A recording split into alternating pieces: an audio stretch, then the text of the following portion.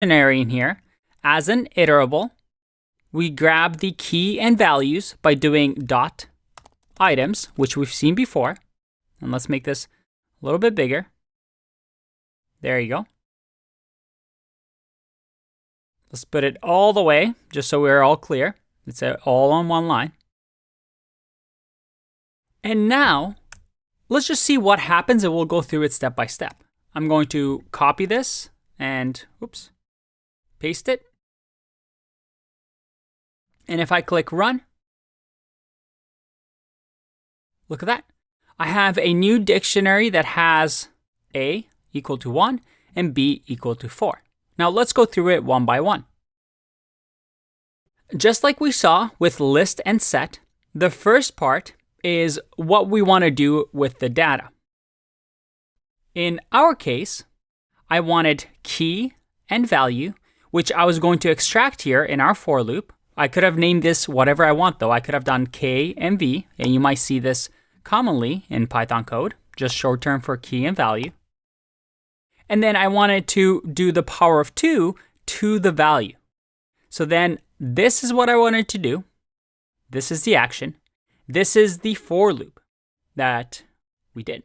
So the for loop was, hey, extract the key and value using the dictionary.items. Remember, I needed to have 2 values so I can fill in key and value. And then the value you multiply by 2, or to the power of 2. So we get that. If, for example, I wanted to add an if statement and say, hey, I only want you to add if the value is even, so let's say modulo 2 equals 0, only then I want you to add the dictionary. If I click run, only the even value 4 gets added to the dictionary. Very, very cool. Again, this makes your code a little bit less readable. So it's just a shorthand for you to use, and maybe if you see it in code, you at least know what it is. But you should be careful not to be overly clever and do these single line dictionary comprehensions just because you can. Just to solidify our knowledge, let's finish up with another example. What if instead I have this? I want to do a for number in a list 1, 2, 3. So we no longer have this dictionary, but we still need to include a key and a value pair. Could I do it so that maybe the item is the key and the item multiplied by 2 is the value? How would we do that? Pause the video and give it a go if you want. Otherwise, this is how we do it. We simply say number is the key, and the value will be num times 2, just like that. Nothing too difficult, right? If I click run, there we go. We're able to use comprehensions, list comprehensions, set comprehensions, dictionary comprehensions as a way to create lists with Python, as a way to create these data structures really fast with Python. Let's take a break and do an exercise in the next video. Welcome back. Remember this exercise that we did a few videos ago, where we had some list with letters, and I wanted you to find the duplicates and return them in a list of duplicates. In our case, we wrote this function with loops that returned B and N because both B and N were duplicates in the list. Now, this is going to be a tough one. Using what you learned about comprehensions, is there a way to do this neater? For example, I want you to say duplicates like this and create a comprehension in here that returns this exact same answer, B and N. So that if I print duplicates just in one line, I can find the duplicates. You can use set comprehensions, you can use list comprehensions, dictionary comprehension, whatever you need. Give it a go, really think about it. You can pause the video because otherwise I'm going to go with the answer. What I'm going to do is let's remove this and just start here. Now, the first thing I want to do is I want to create a list comprehension. What should I do here? Well, first, I know that I'm going to create a variable. So let's just call it x. And here, I'm not going to modify any of this. I'm just going to keep x the way it is. So x is going to represent A, B, then C, then B, then D. And I'm going to loop over and say for x in the list, some list, I want to only add the items that are repeated. So how can I check for that? Well, we can do an if statement, and in here, I'm going to say, well, sum list dot count. Remember, count tells us how many times an item appears in the list. So we just give it the x parameter, so A, to let us know, hey, how many times does A appear in the list? How many times does B appear in the list? How many times does C, does B, so on and so forth. And our if statement should check if the number is greater than 1, right? So let's see what happens when I return this. If I click run, look at that. I get B, B, and N. All right, that's good, but I want to only have them once. I only need B and N. I don't need to know that, well, I don't need a list of 4 letters. So how can we do this? We know that we can create a set like this, right? I can say set and wrap it in here so that the entire list gets turned into a set. So we give this to the set, and then what happens? Oh, and this needs to be brackets, right? Because this is a function. So this is the set function that Python gives us. So if I run this, look at that. I have N and B. Almost done because, well, this is now a set. I asked you to return me a list. So what should we do? Well, we now can create a list out of that set. If I click run, there we go. We have our duplicates all in one line. Mind you, a very long line. And maybe this isn't the most readable code, but that's pretty cool. Now, this is a tough one. Maybe you didn't get it the first time around. It's okay. This is just something that you have to practice. You have to do a bunch of problems, and you'll get used to eventually as you progress through your career. But that's it for comprehension. I'll see you in the next video. Bye-bye. It's time to talk about decorators. Another key term in Python. And we've actually seen decorators before. Do you remember when we were building classes? I taught you that there was a class method and a static method. And I said, hey, don't worry about this. We'll talk about this later. Well, this is now later. Decorators look like this. They have the @ sign and then some sort of name following it. But in order for us to fully understand what decorators are, we have to talk about functions in Python and why they're so powerful.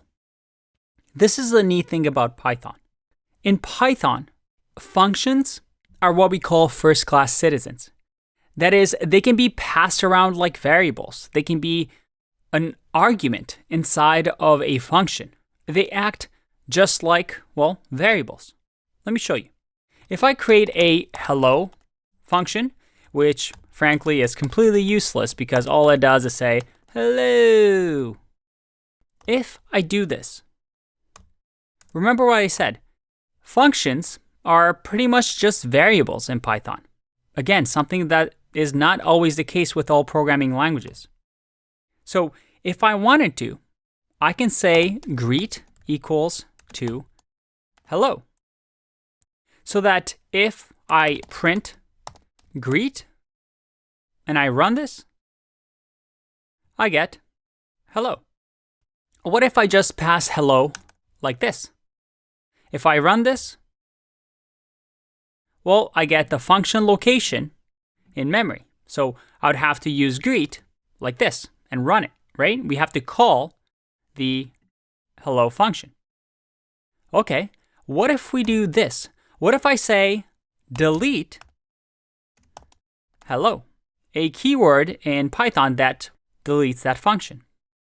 What do you think will happen? Let's see. If I run this, is that what you expected? Did you expect greet to still work? The interesting thing about Python is that I create hello, and this is now created in memory. When we get to line 4, I say, hey, greet is going to point to hello. So hello can still be called down here. I can still say hello because hello is the name of the function that points to that location in memory. But when I do delete hello, all it does is say, hey, I'm going to delete this function, this name reference to this function that's in memory. However, because greet, a whole nother variable, is still pointing to this function, I'm going to delete the hello word. So if I go hello like this, I'm going to get an error. Name hello is not defined. However, the greet is still pointing in memory to this location. So Python is smart enough to say, hey, you told me to delete hello. I'll delete the name hello, but I'm not going to delete the function because greet is still pointing to it. So functions in Python act just like variables do. They're first-class citizens. We can also pass functions around inside of arguments, right? If I say hello, and then this hello receives another function that calls, let's say, function, like this, well, I can create a greet function. Let's say define greet. And this function is just going to print still here. Now, in here, if I call hello with greet, or just so we're clear, let's just say A equals to hello greet. And if I print A, what will happen? That still works. Because what happens is I say, hey, call the function hello. Okay, I'm calling the function hello with the argument greet. So we go here and we say, hey, run function. And what's function? We want to call this function, right? Because we have these brackets. So we jump to what function is, which in our case is greet. So we go over here and say, hey, just print this. We didn't have to call it in here because the hello function calls it for us. So why did I just teach you all of that? What does that have to do with decorators? Decorators are only possible because of these features. This ability of functions to act like variables, act like first-class citizens in Python.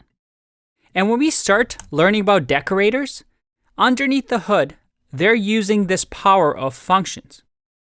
Now, in the upcoming videos, we're going to talk about how to create our own, what they mean, and expand on this idea of a decorator. But here's a short form of what decorators do. Decorators supercharge our function.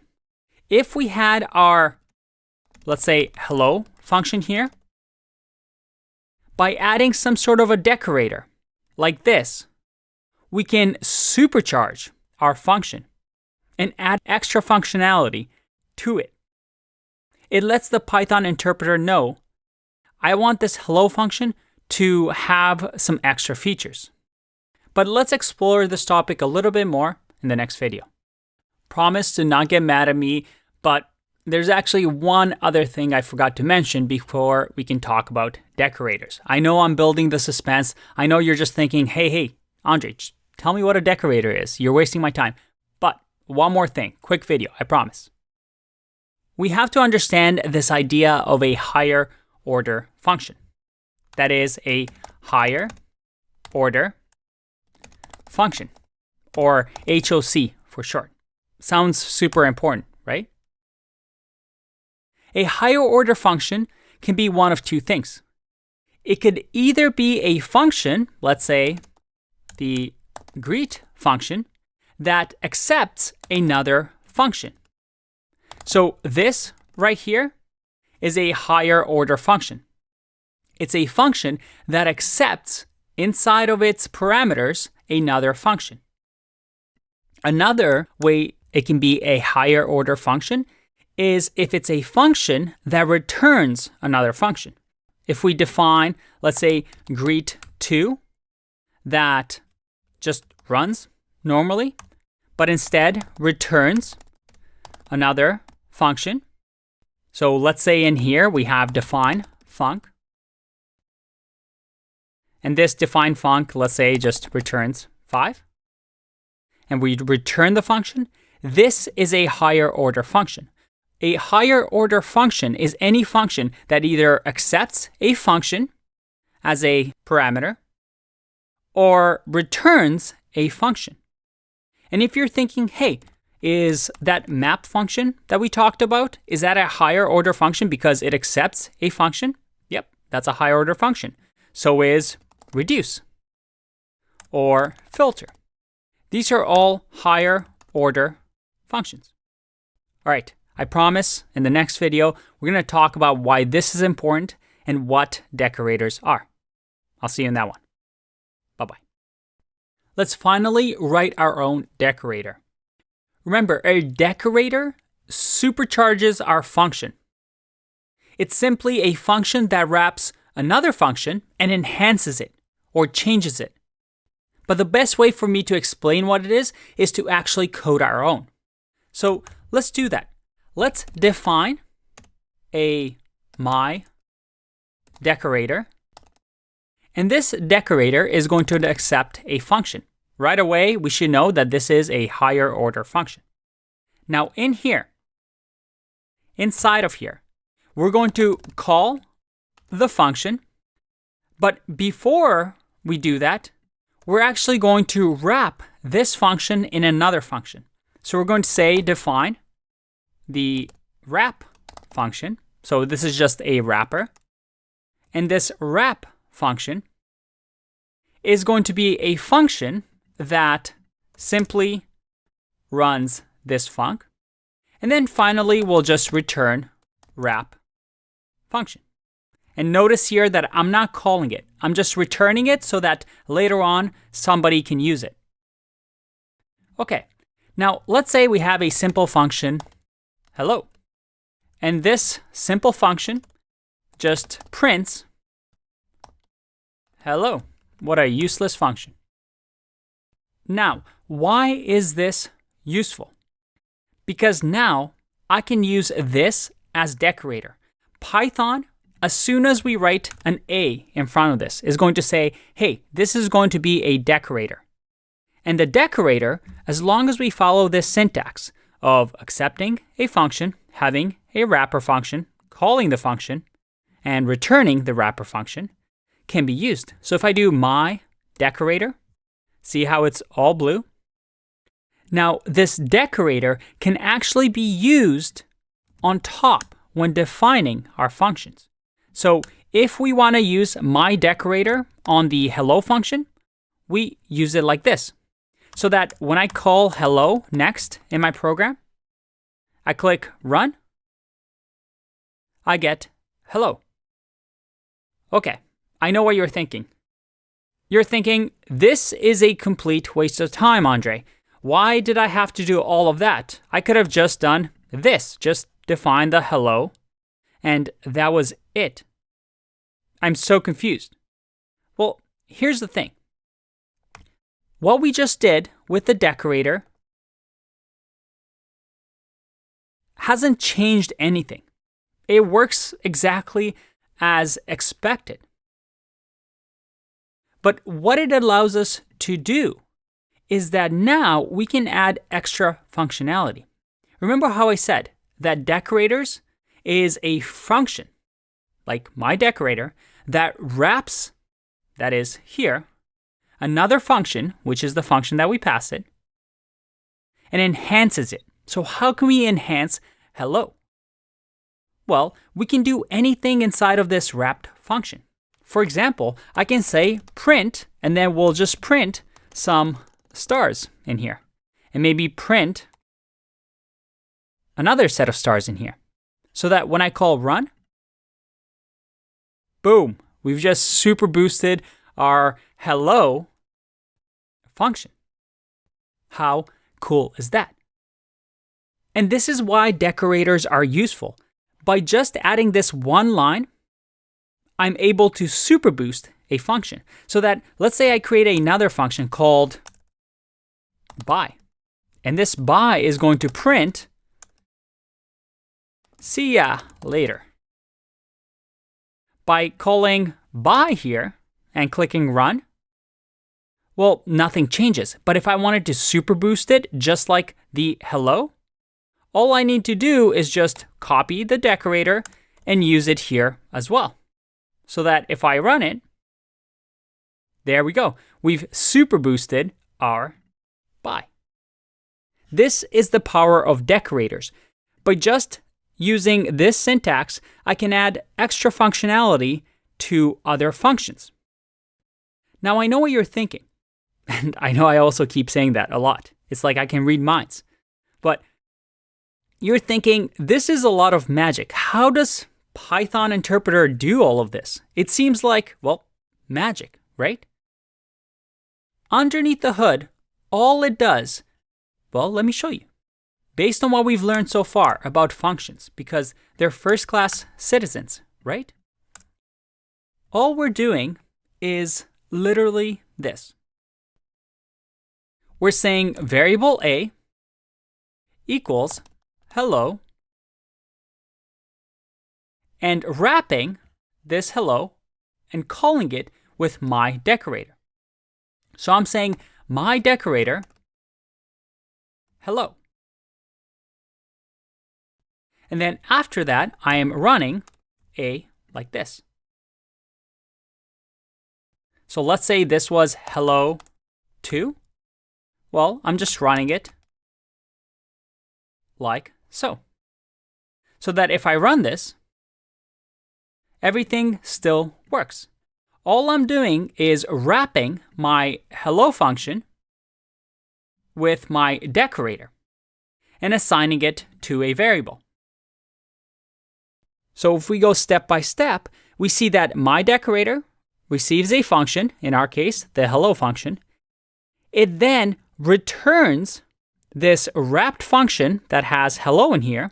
So we return this wrap function. So hello2 now equals this wrapped function. And then this wrapped function gets called. And what does it get called with? Well, it prints this, then it runs the hello function, and then it prints this. It's the same as doing something like this. We simply call it again. If I run this, it works. That looks strange, doesn't it? But it should make sense. We're calling the first function, and the first function returns another function, and then we call the next returned function, which is wrap function. Now, the reason decorators are useful is because instead of doing this and frankly looking confusing, I can just add the @myDecorator, and we don't need to do all of this. Our hello gets automatically wrapped by my decorator. But essentially, this is what the @ sign is doing. See? Nothing magic about it. Now, right now, this is nice, but I bet you're still wondering why decorators are useful. So in order to really finalize our understanding of decorators, let's take a break and I'll see you in the next video. let me ask you a question. What happens if this hello function actually took a parameter? Let's say a string or a greeting. And a greeting was going to be printed here. Let's remove the by for now. Would this still work if I run hello? Pause the video and think about it. Let's find out. Nope, that's an error. If you can, try to pause the video here and see if you can solve this. How can we make this allow arguments? I see that on line 5, right here, it says line 5. Hello is missing one required positional argument, greeting. Because when we actually call hello, we're expecting to have a parameter, but here we're not giving it any arguments. How can we solve this? Well, the one way is to just simply say greeting, right? Or we can say whatever we want. We can say X. And then this wrapper function receives the parameter. So that if I click run, line 13 is now giving me an error because, well, now we need to actually give it a greeting. So let's say hi. If I click run, all right, this works. And I hope this makes sense, right? We're calling hello with hi. So this function, hello, gets passed. We then receive as argument the X, right? Remember, underneath the hood, my decorator is saying A equals my decorator and hello, right? So all we're doing is running my decorator hello, which now turns into the wrapped function. And when we do the wrapped function A, we give it an argument of hi. So the wrapped function accepts this parameter and then runs the function hello. But here's the question. What if greeting also had an emoji that it accepts? So we're printing greeting and then the emoji. What do we do? Well, again, we'd have to create another parameter and then another parameter and then here call it with, let's say, a smiley face. If I click run, well, this should be a string. If I click run, this works. But this is hectic. Every time I need to change parameters, well, I have to modify this. And what if we had keyword arguments like default hi? There's actually a pattern here that we can use that makes things really, really simple for us. And all we do is this. We do the star args, which we have seen, which takes all positional arguments, and then star keyword args, which takes all the keyword arguments. And we call the function by saying star args to unpack all the positional arguments and star keyword args to unpack all the keyword arguments. Now, if this looks confusing, don't worry. This is just a pattern that you can just copy and paste and remember. But now, check this out. I can do emoji equals to, let's say, sad face as a keyword argument. And now, if I just pass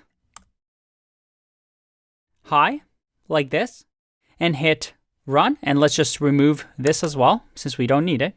We'll call hello properly because we have the decorator, and then click run. Look at that. I get hi with the sad face. Now, the reason this is called a decorator, it's because it's a famous pattern in programming. It's called the decorator pattern. And this is the decorator pattern. It gives our decorator flexibility so that we're able to pass as many arguments as we want into our wrapped function by using star args and keyword args and then unpacking them like this inside of a function. And this syntax, let's say if we didn't even have the print statements, this syntax is why decorators are so powerful. By just using these lines of code, we're able to add functionality using the decorator pattern to decorate our functions. And the decorator patterns are used all over programming. So it's a very, very powerful concept. To finish off the lesson on decorator, I want to talk to you about some of the ways that decorators can be useful and some of the common locations that we're going to see decorator patterns in our code. And we're going to build our own performance decorator that's going to be able to tell us how our functions perform, how fast they are. And I promise you, by the end of that video, decorators are going to make sense to you. And you're going to be able to explain to other people and other friends why we should use decorators in our programs. I'll see you in that one. Bye-bye. So let's talk about some of the practical applications of decorators. I mean, we've already seen them in classes, right? We saw how class method and static method. We're able to create class methods and static methods on the class that the direct class can use. And if you don't remember these, just go back to those videos. But I want to show you one of my favorite examples of a decorator. We're going to create our own. What we're going to do is I want to have a performance decorator. And by the way, this decorator doesn't exist in Python. We're going to build it from scratch. What I want to do is be able to have a performance decorator that I can use during testing my code to see how fast my code runs. For example, if I had a function, let's say long time, that takes, well, a long time to complete. So I'm going to do a really long loop and say for I in range of, let's say, all these numbers, and I'm just going to do a random calculation, I times 5. This function, I want to know how well it performs, how many milliseconds it takes to complete this. So how can we build that? First, I'm going to do something that we haven't talked about yet that we will. Something about modules and built-in modules. So for now, we're not going to talk about this too much, but we're going to import from the time module something called, well, time. Again, something that we'll talk about in the module section of the course. I'm essentially saying, hey, when I installed Python, or in my case, when I'm using this REPL, it has access to this time if I ask for it. And in this case, I'm saying, hey, I want to use this time object or module that I get from Python. And in here, we're going to create our decorator following the pattern that we've learned. I'm going to say define performance. And performance is going to accept a function, just like we've seen before. And in here, we'll have our wrapper. So let's say wrapper function. And wrapper function, if you remember, it's going to be flexible by taking in star args and star keyword args so that we can pass it however many parameters we want, because we don't know how this function, how many parameters it's going to have, and I want to be able to use performance on all my functions. Now in here, first, what we're going to do is we're going to have the result of the function be the function that we receive right here, and then simply say, run the function with star args and star keyword args. And finally, at the end of this, I want to return the results. And then finally, we're going to return the wrapper.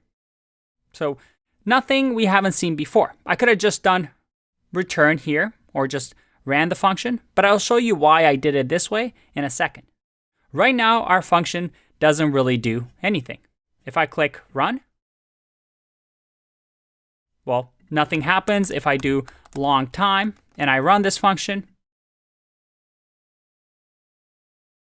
it just took a long time to run, but that's it. Nothing happens. This is when we make things interesting. We want to calculate from the beginning of running this function to the end of running this function. And we can use time module to do this. I can create a variable, time1, for the start, and simply say time. So I'm running this time function. That's going to start a time and say, hey, this initial time is going to be t1. And after this function, our main function, long time, gets run, I'm going to say t2 and say, hey, what's the time right now? So this time, we'll check what time it's now, and then we're going to run this function, and then this time it's going to check the time. And however much difference there is between these two is how long this part took, right? So all we do is say print an f string and say it took t1 minus t2, right? And this actually returns in milliseconds, so I'll just say ms for milliseconds. And that's it. I've wrapped my function with just this extra time piece, and then I'm printing, as soon as we run the function, how long it took. So let's check it out. If I now run my long time function right here, and I click run, all right, I get a minus number because I messed up here. This should be t2 minus t1 because the time on t1, some time passes, and then t2. So t2 is always going to be larger than t1. If I run this, all right, it took 0.16 milliseconds. I think this is actually seconds. Now let's make this long function even longer. If I go like this and click run, oh boy, that took 1.9 seconds. What if I make it even longer? If I click run, and this is the part where I keep talking until the function runs because there's going to be an awkward silence. Otherwise, hopefully this ends soon because I have nothing else to talk about. Come on, this is getting awkward. All right, come on. Oh boy. I'm going to fast forward through here. Oh boy, it took 19 seconds. That's pretty bad. But I now have this decorator that I can give to pretty much any function in my program and actually measure the performance of my function. Pretty useful, right? I could have this piece of code, and before, let's say, I deploy my code or put my code out into the world, I can test how performant my functions are, and maybe I can optimize things in different ways. Very, very useful, and I did that in just a few lines of code, 9 lines of code.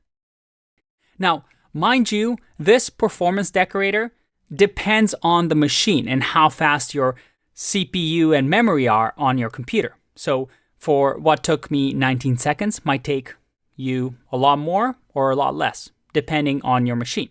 But this is a nice way to compare functions relatively. So I hope after this you see the power of decorators. Decorators are used a lot in Python libraries and frameworks.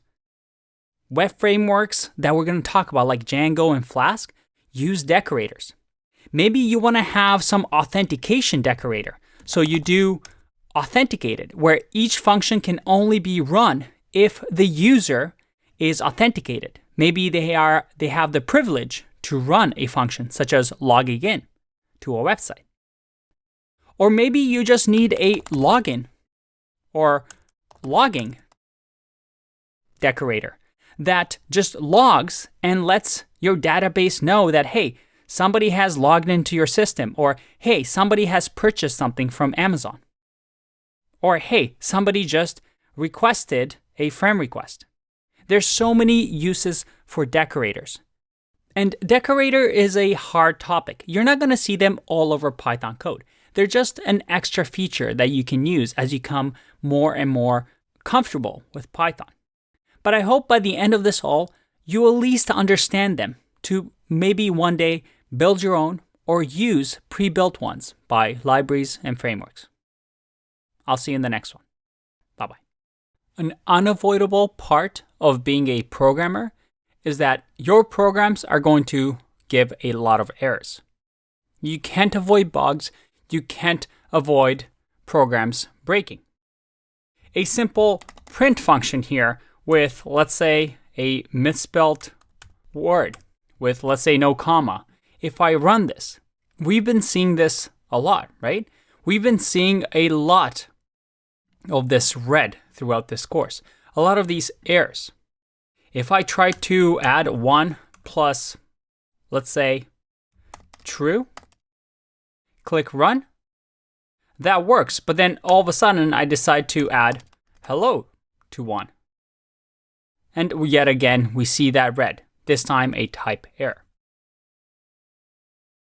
An error that crashes our program like this is called an exception. And Python raises these exceptions whenever the interpreter says, hey, I have no idea what you're doing. Something's wrong. I don't know what I'm doing anymore. I'm going to stop whatever I'm doing and I'm going to give you an output. This is bad because right now we're just playing. But if we're Google and people depend on us to maybe check their email, to watch YouTube videos, if our programs have exceptions and they stop working and they error out, that's bad. That could cost companies millions. So how can we handle these exceptions that crash our program? Well, we need something called error handling. It's a natural part of being a programmer, and a great programmer is able to handle errors in their program. Because instead of letting our programs just error, we're able to handle them so that if we get something like a type error like this, we can actually handle that error within our programs. And in this section, we're going to learn all about that. But the key takeaway is that error handling allows us to let the Python script continue running even if there are errors. Sounds pretty interesting, right? Well, before we get into that, let's just talk about some of the errors that exist in Python. We've already seen type error, where we're trying to do something between two different data types that are incompatible, such as adding int and string. And these built-in exceptions in Python, there's lots of them. And I'll link to this resource so you can take a look. But if I scroll through here, you see attribute error, end of file error. We keep going. We have a name error. We have so many errors, reference errors, just a ton. Let me just go through some of them that are quite common. One is a syntax error. If I do def and let's say who, and I forget a semicolon here, and I run this, I get a syntax error. It's not a standard Python syntax. I have to fix my error. I can also get something called a name error. If, let's say, I use 1 plus name, like this, and I click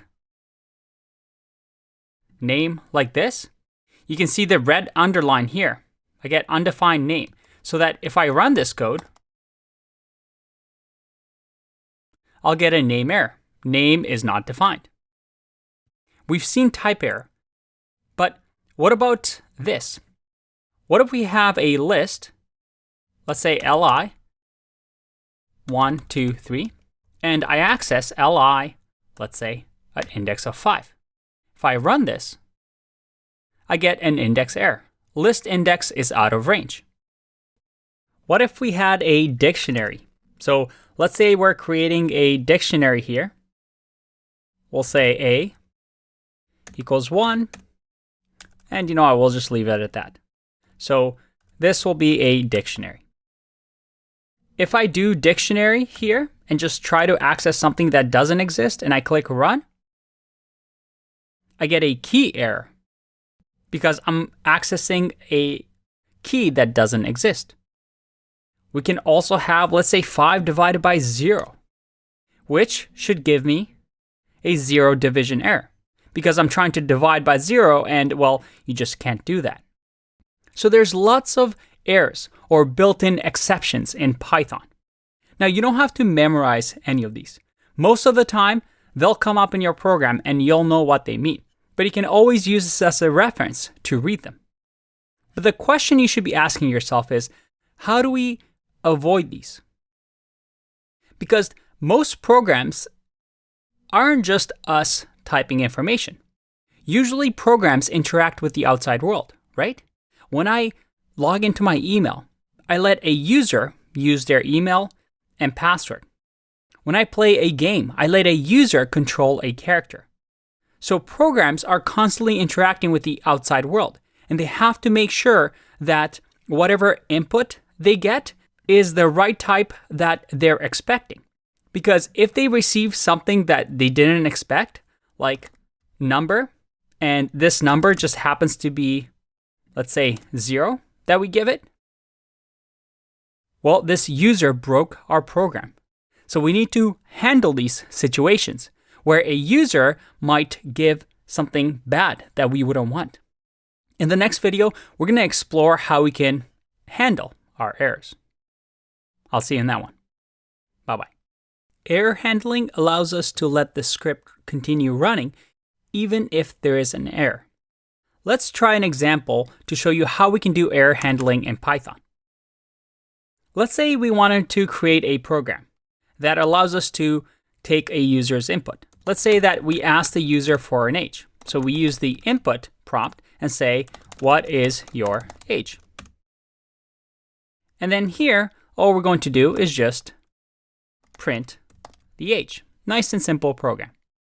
If I run this and I type in, let's say 10, there you go. Everything is working. But what if I didn't enter a number and I go like this? Well, that still works, but is that what I wanted to do with my program? Maybe I wanted to enter the age and calculate if they can play the game or not, whether they're 18 and over. How can we fix this? Well, one thing we can do is just to wrap this in an int, right? So we convert whatever the user gives us into an integer. So that if I run this and I type this, I get an error, a value error. Invalid literal for int.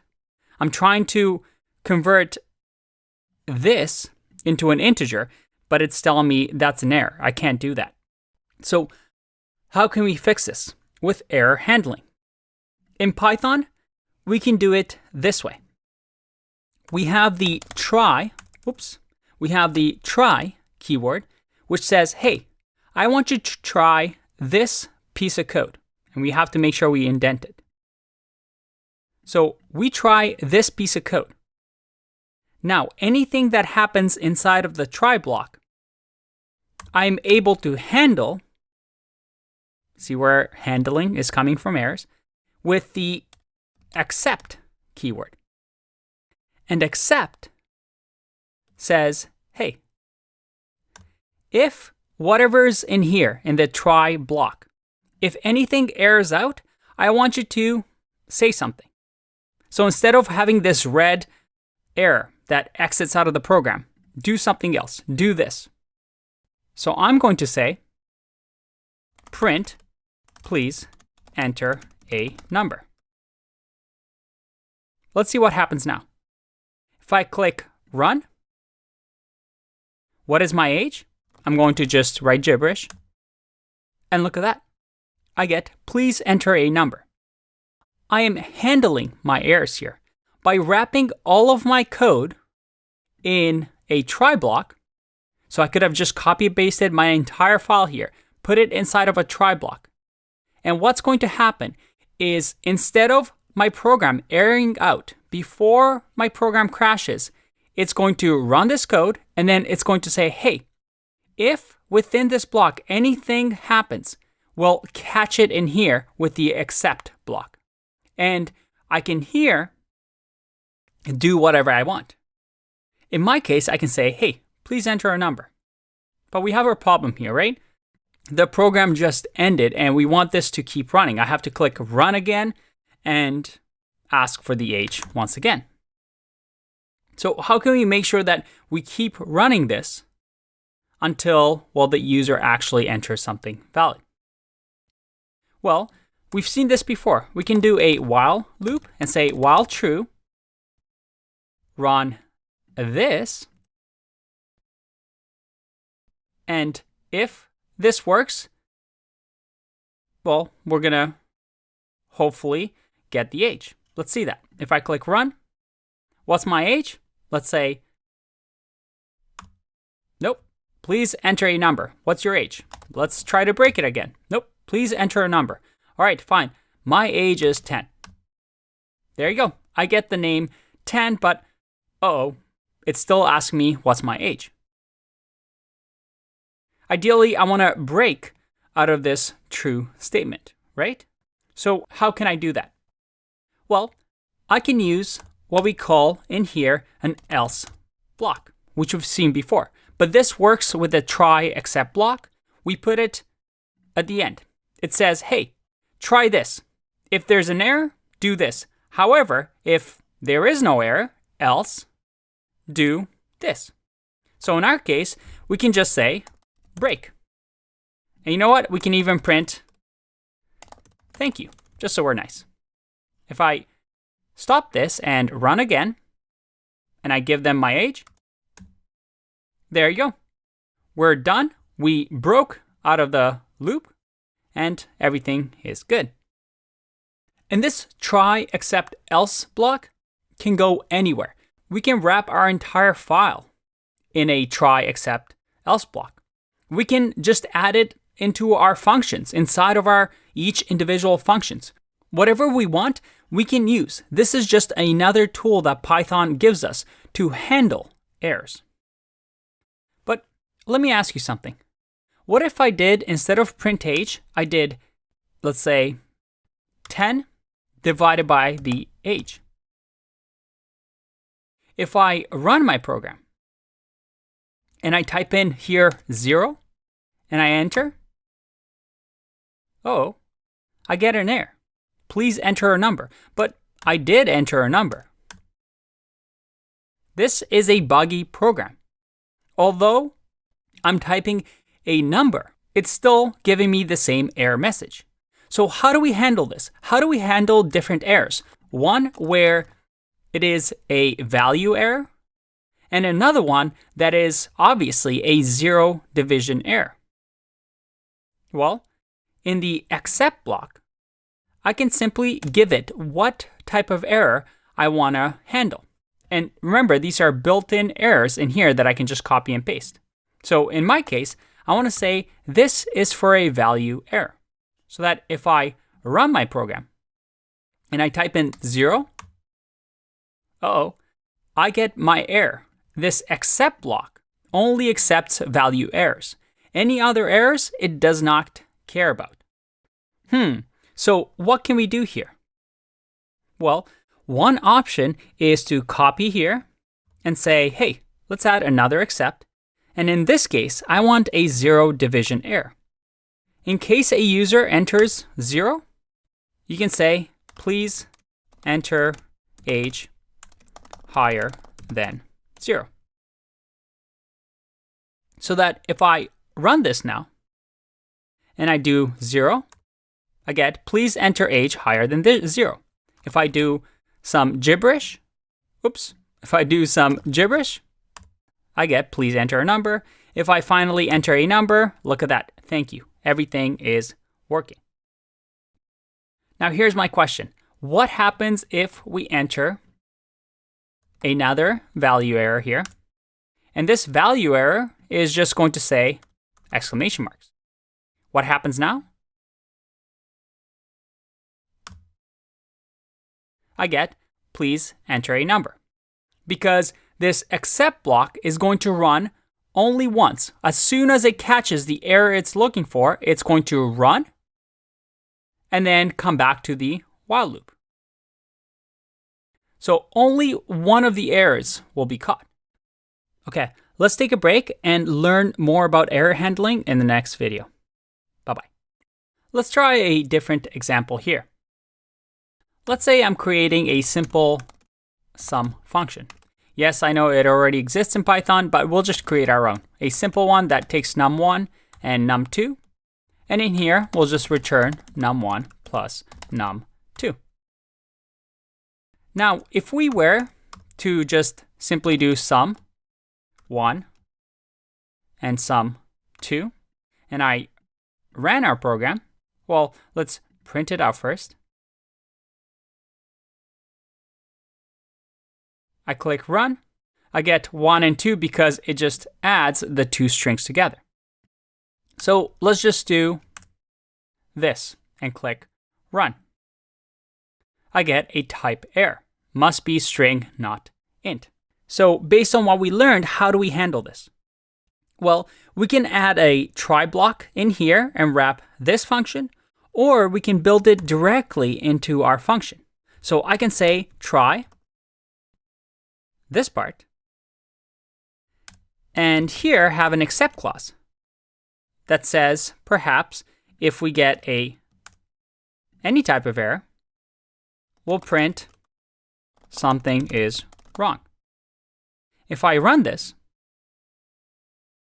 I get something is wrong. But here's the problem. By just doing except with no exceptions, as a programmer, I'm reading this and I don't really know what actually went wrong, because it could be so many things. So a good practice is to always catch these errors based on a specific exception. This way, you know what the error is and you can be more descriptive. So here we can say type error, and this type error, we can just say, please enter numbers. So that if I run this, I get please enter numbers. So now, all right, my error is more descriptive. I should fix this and make sure that I enter numbers.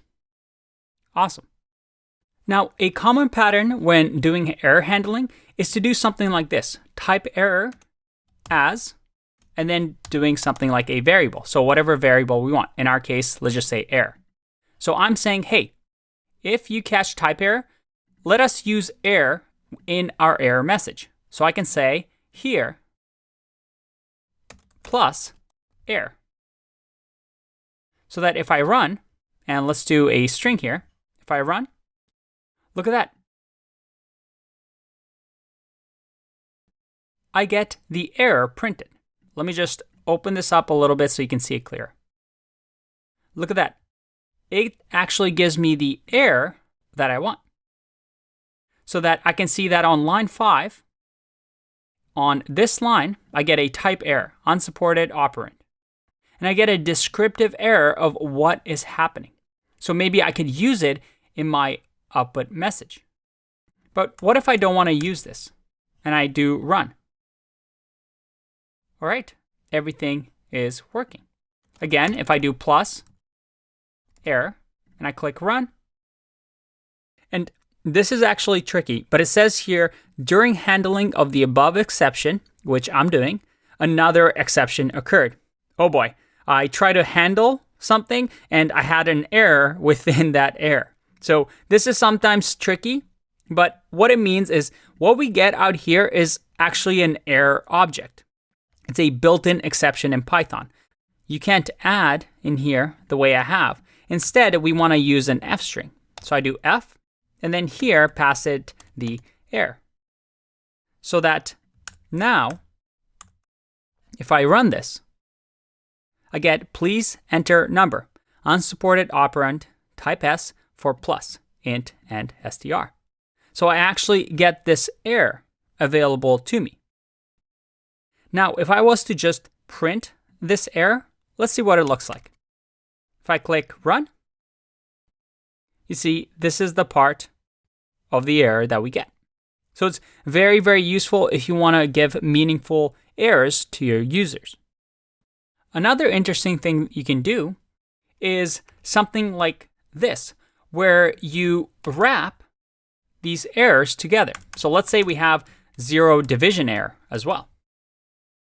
And here we'll just say, oops. If we, for example, divide num1 by num2, let's just run this first. I get oops. If I do 1 divided by 0 and I run this, I also get oops. So I can handle multiple errors the same way. I can also say as error here and just actually print out the error. And if I run this, I'll get division by 0. Or if I do a string and run this, I get the other error type. So this, again, is really useful to combine different errors if you want to handle them the same way. But what if we actually want to raise our own errors? That is, we want to throw our own errors. Maybe inside of this except block, I actually want the error to display for certain types of errors. How could we do that? Let's find out in the next video. Let's go back to our example of our game, where we have a user log in and they have to provide their age. Remember, if I click run, it's going to ask me, hey, what's your age? And if I give it something that it doesn't like, it's going to keep asking me until I provide a proper value. There's one other piece to the try except block that we haven't covered.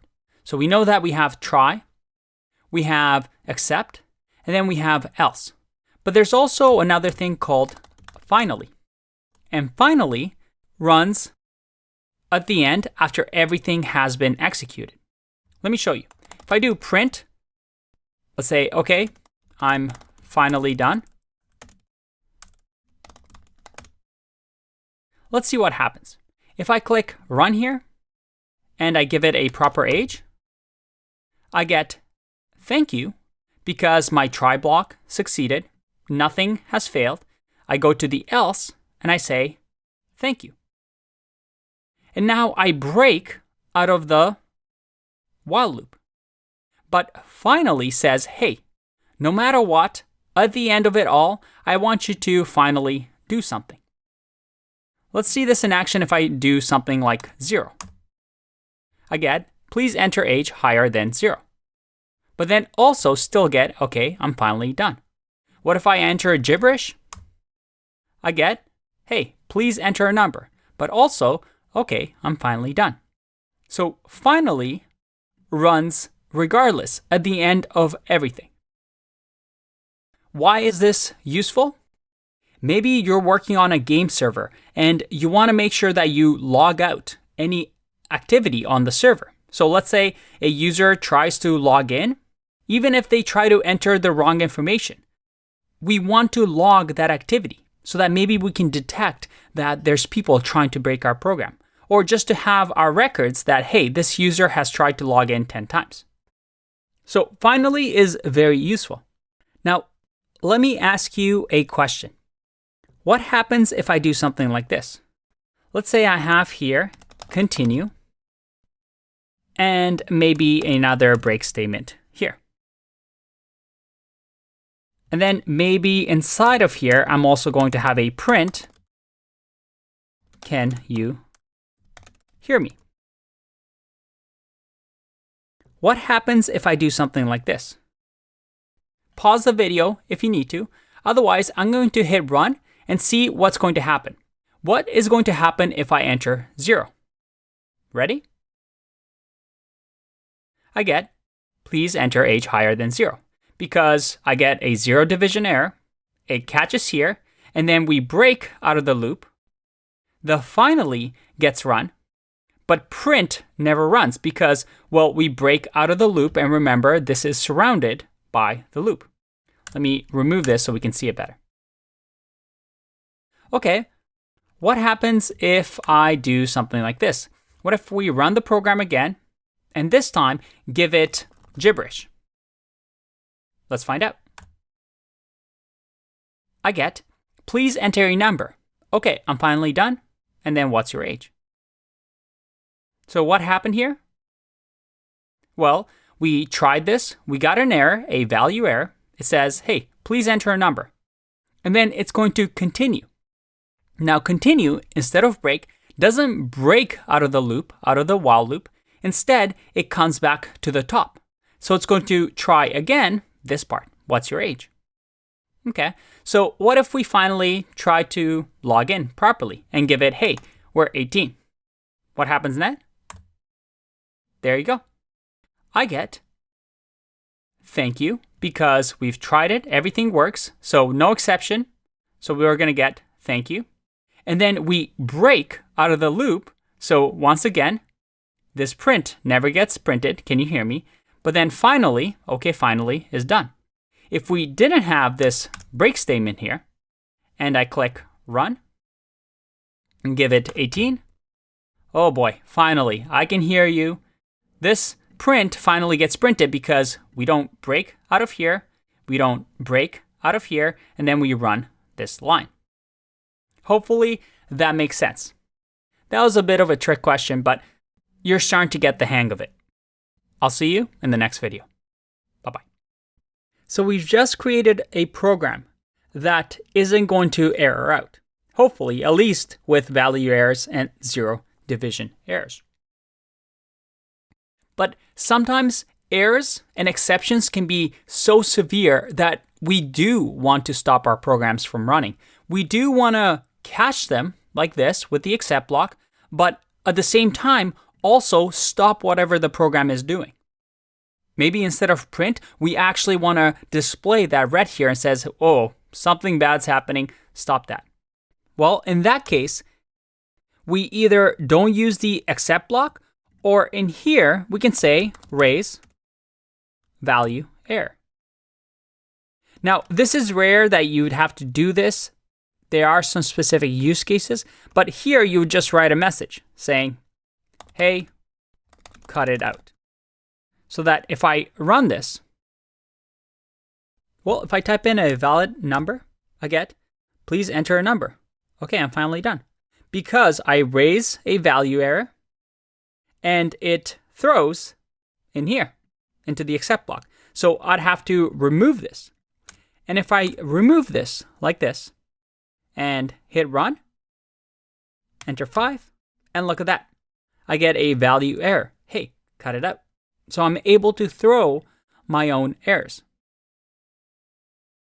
So this is really useful if you're creating your own library or tool and you want to let the user know that an error happened. I'm not going to keep doing what you're doing. And this could be any type of error. You can also do something like exception. And if I click run here, do 5, I get an exception. Hey, cut it out. The key thing to remember with errors is that errors are unavoidable in programming. What your job is as a programmer is to be able to anticipate these errors, these bugs, these exceptions, and handle them properly in your programs. And some of the biggest errors happen when we're trying to accept input from a user, not just using this input, but functions accepting arguments, classes accepting different inputs from users like method calls, and trying to change attributes. When the outside world in our programs try to communicate with each other, errors are bound to happen. Our job as programmers is to try and code in a way that handles these exceptions gracefully, and we can anticipate these errors. There's no such thing as a perfect program. However, we can try and do our best to learn from these errors and try to manage them so that our programs don't break. I'll see you in the next one. Bye-bye. Let's talk about generators. A very important key term and quite an advanced topic. What are they? Generators are available in Python and allow us to generate a sequence of values over time. What does that mean? Let's explore it. You see, we've actually learned a generator before. Do you remember range? Well, range is a generator. But what is that? A generator is a special type of thing in Python that allows us to use a special keyword called yield, and it can pause and resume functions. So let me demonstrate this with a nice little example. You see, when we use something like range versus something like list, let's say we convert a range into a list, like so. A list what it does is actually create a giant list, let's say of 100 items, in memory, in our computer's memory, versus a range. It creates them one by one. Let me show you. If I create a function, and let's call it make list, and this make list is going to accept a number, and this make list, well, we'll say result equals an empty array. Then I'm going to say for I in range of n, we're going to add result dot append, and let's just multiply for fun I times 2. And then finally, we return the result. You see, when we make a list like we just did here, we're essentially doing this. We're using range to create a list and return result which will live in memory. So let's say that here with make list, I'm going to say my list is going to equal make list 100.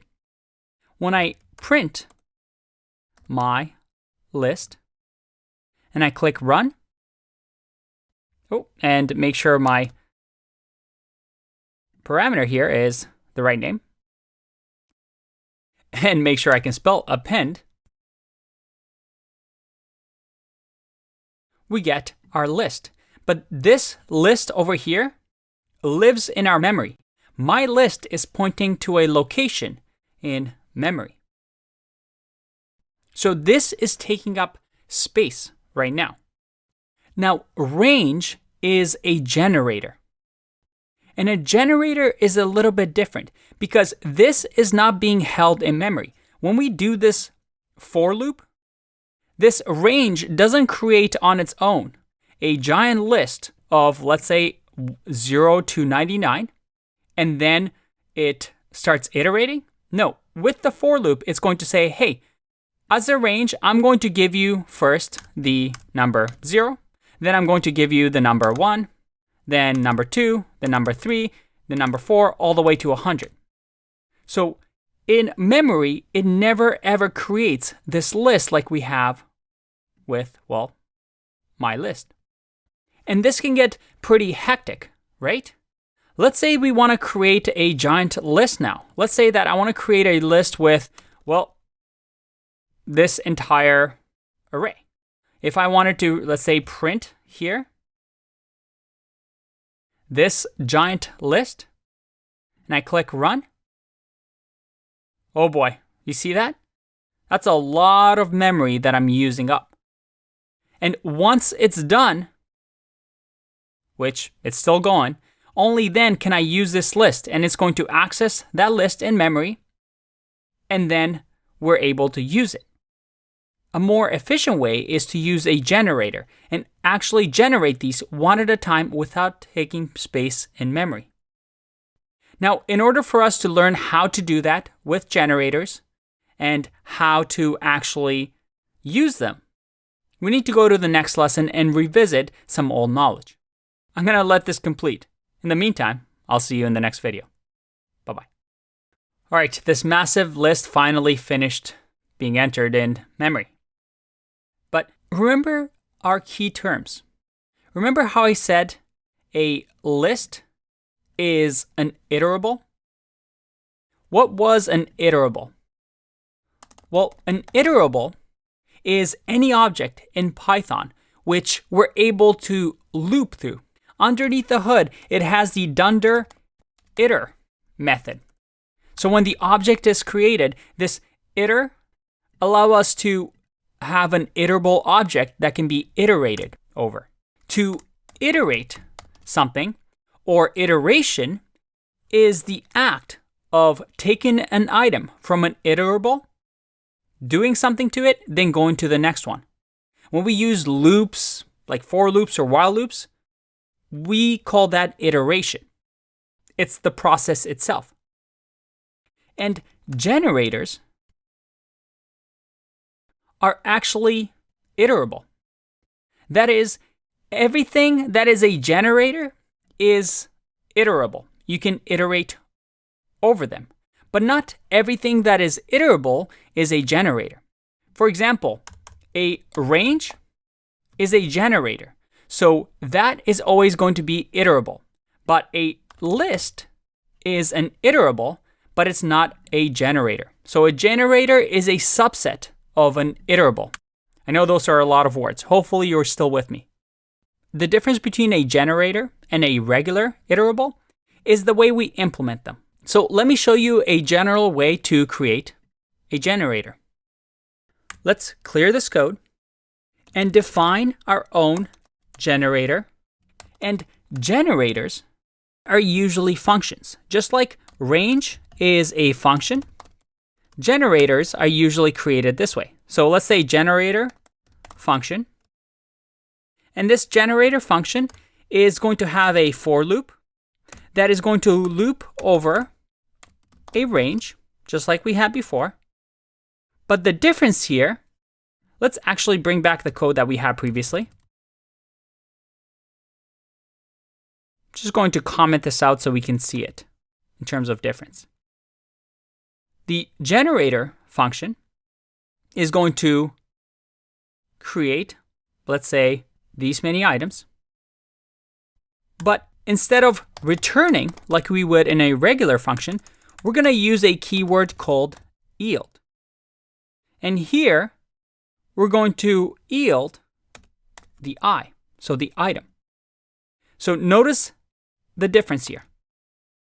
Now, if we want, just like here, we can pass a number like this. But instead of returning and appending this list and creating all this data, we're going to use yield. Now, what does yield do? You see, yield pauses the function and comes back to it when we do something to it, which is called next, something that we'll cover shortly. So yield says, hey, pause the function, just yield I, give I, and when you tell me to keep going again, then I'll keep going. So how can we do this? Well, I can say for item in the generator function, I'm going to print the item. Now here, what's going to happen is we're going to loop over the generator function, and we'll give it to the generator function, let's say 1,000 for now. And we're going to print each item. In the generator function, because this is an iterable, it's going to run and it's going to loop. And for every item in this number, so that is range, we're going to yield y. So it's going to keep looping and looping. And when we come back, when we loop over, we're going to run this. And the yield comes back and runs again. Let me show you what I mean. I'm going to comment this out as well, and just click run here. Did you see that? What we just did here is similar to down here, but instead of having to create that list in memory, it just kept going one by one. We only held one item in memory, and we used it however we wanted to. In our case, all we did was print item. Let's explore this yield keyword a little bit more. What does it actually do? Let's say that we want to multiply this by 2, just like we did here in our original example with lists. But now, instead of doing the for loop, let's just call the function and say g equals generator function, and we're going to give it 100. Now, if I print g and I click run, you see that I get a generator object. And remember, this is just the standard way in Python that we can create a generator function using the range and the yield keyword. But this yield keyword gives us some power, because if I just return here, we're not going to get anything special. As a matter of fact, we're just going to get a value. Instead, by using the yield keyword, what we're able to do is to turn this into a generator function that can do, well, this. I can say next g. Now, if I print next g in here and I click run, I get 0. But here's the cool part. If I do next g twice and then one time here and print it, I get 4. Why is that? Remember, the yield keyword pauses the function. So what just happened here is I ran the function with 100. The first item in range 100 was 0. Right? Now here, before I was even able to run this, it said, hey, this is a generator function. But the first time you run it, give the output 0 times 2. So that the very first time we run this function, and I click run, oh, make sure we change that to I. This is just 0. If I run it again, like this, then we have, now I want you to iterate and go to 1. So 1 times 2, what is that? Well, 1 times 2, let me fix that like this. Make sure this is I get 2, because 1 times 2 is 2. If I run it again, and I click run, I get 4. You see, yield, like I said before, pauses the function and comes back to it when next is called. So if it has a yield keyword, it becomes a generator. It keeps track of this state, what we call the value, and it only keeps the most recent data in memory. For example, 4. It remembers that because on, let's say, line 14, if I do print next g, it remembers that previously this I was, well, 4. So now, even though this piece of code already ran, if I run it on line 14, I get 6.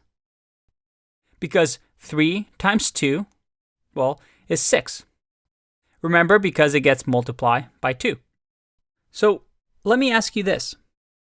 If, let's say, I only do a range of 1 here, and you know what, let's just remove multiply by 2. If I do this and I run next more than once, what is going to happen? If I click run here, I get a stop iteration. You see, next can be called as many times as we want, as many times until this range expires. And when we exceed the number of items in the range, well, we get a stop iteration error to let us know that, hey, you can't call next anymore. We've reached the end of line. And when we use for loops with ranges, it actually detects this underneath the hood for you. So we're able to run a function like this where we use range, even though range is a generator, because the for loop automatically says, hey, I'm going to stop looping as soon as I encounter this stop iteration. But that's hidden away from us as users. Now, this concept of generators is pretty hard to understand, especially at first. So you might have to look at this a couple of times. But over the next couple of videos, I want to convince you how powerful they are. I'll see you in the next one. Bye-bye. Okay, I can't see you, but I know what you're feeling. You're doubting me right now. You're thinking generators are useless. You keep saying that they're fast and performant, but I don't really get it. This yield keyword and this next, and honestly, it just doesn't make sense. Let me convince you of their true power. I'm going to select all of these and just delete them because I want to go back to an example that we've used before. Remember when we created the decorator performance in our decorator section? Using this performance decorator, let's minimize it. I have two functions for us. A long time function that uses a range, and another long time function that uses a range and then converts it into a list. So remember, one creates a list, and then from that list that's created in memory on our computers, it's going to go one by one and multiply things by 5. Versus a range, which is a generator that comes built into Python, that is going to just one by one hold 0 in memory and multiply by 5, hold 1 in memory but multiply by 5, and keeps going, and removes from memory any old numbers. What do you think the performance of both of these will be? Let's test it out. And by the way, I'll link to the exercise so you can test it out yourself and play around. So let's do long time and then long time 2. Place your bets, get ready, let's find out. The first function, long time, took 1.6 seconds. And then the second function took almost twice as long. That's a pretty big difference, right?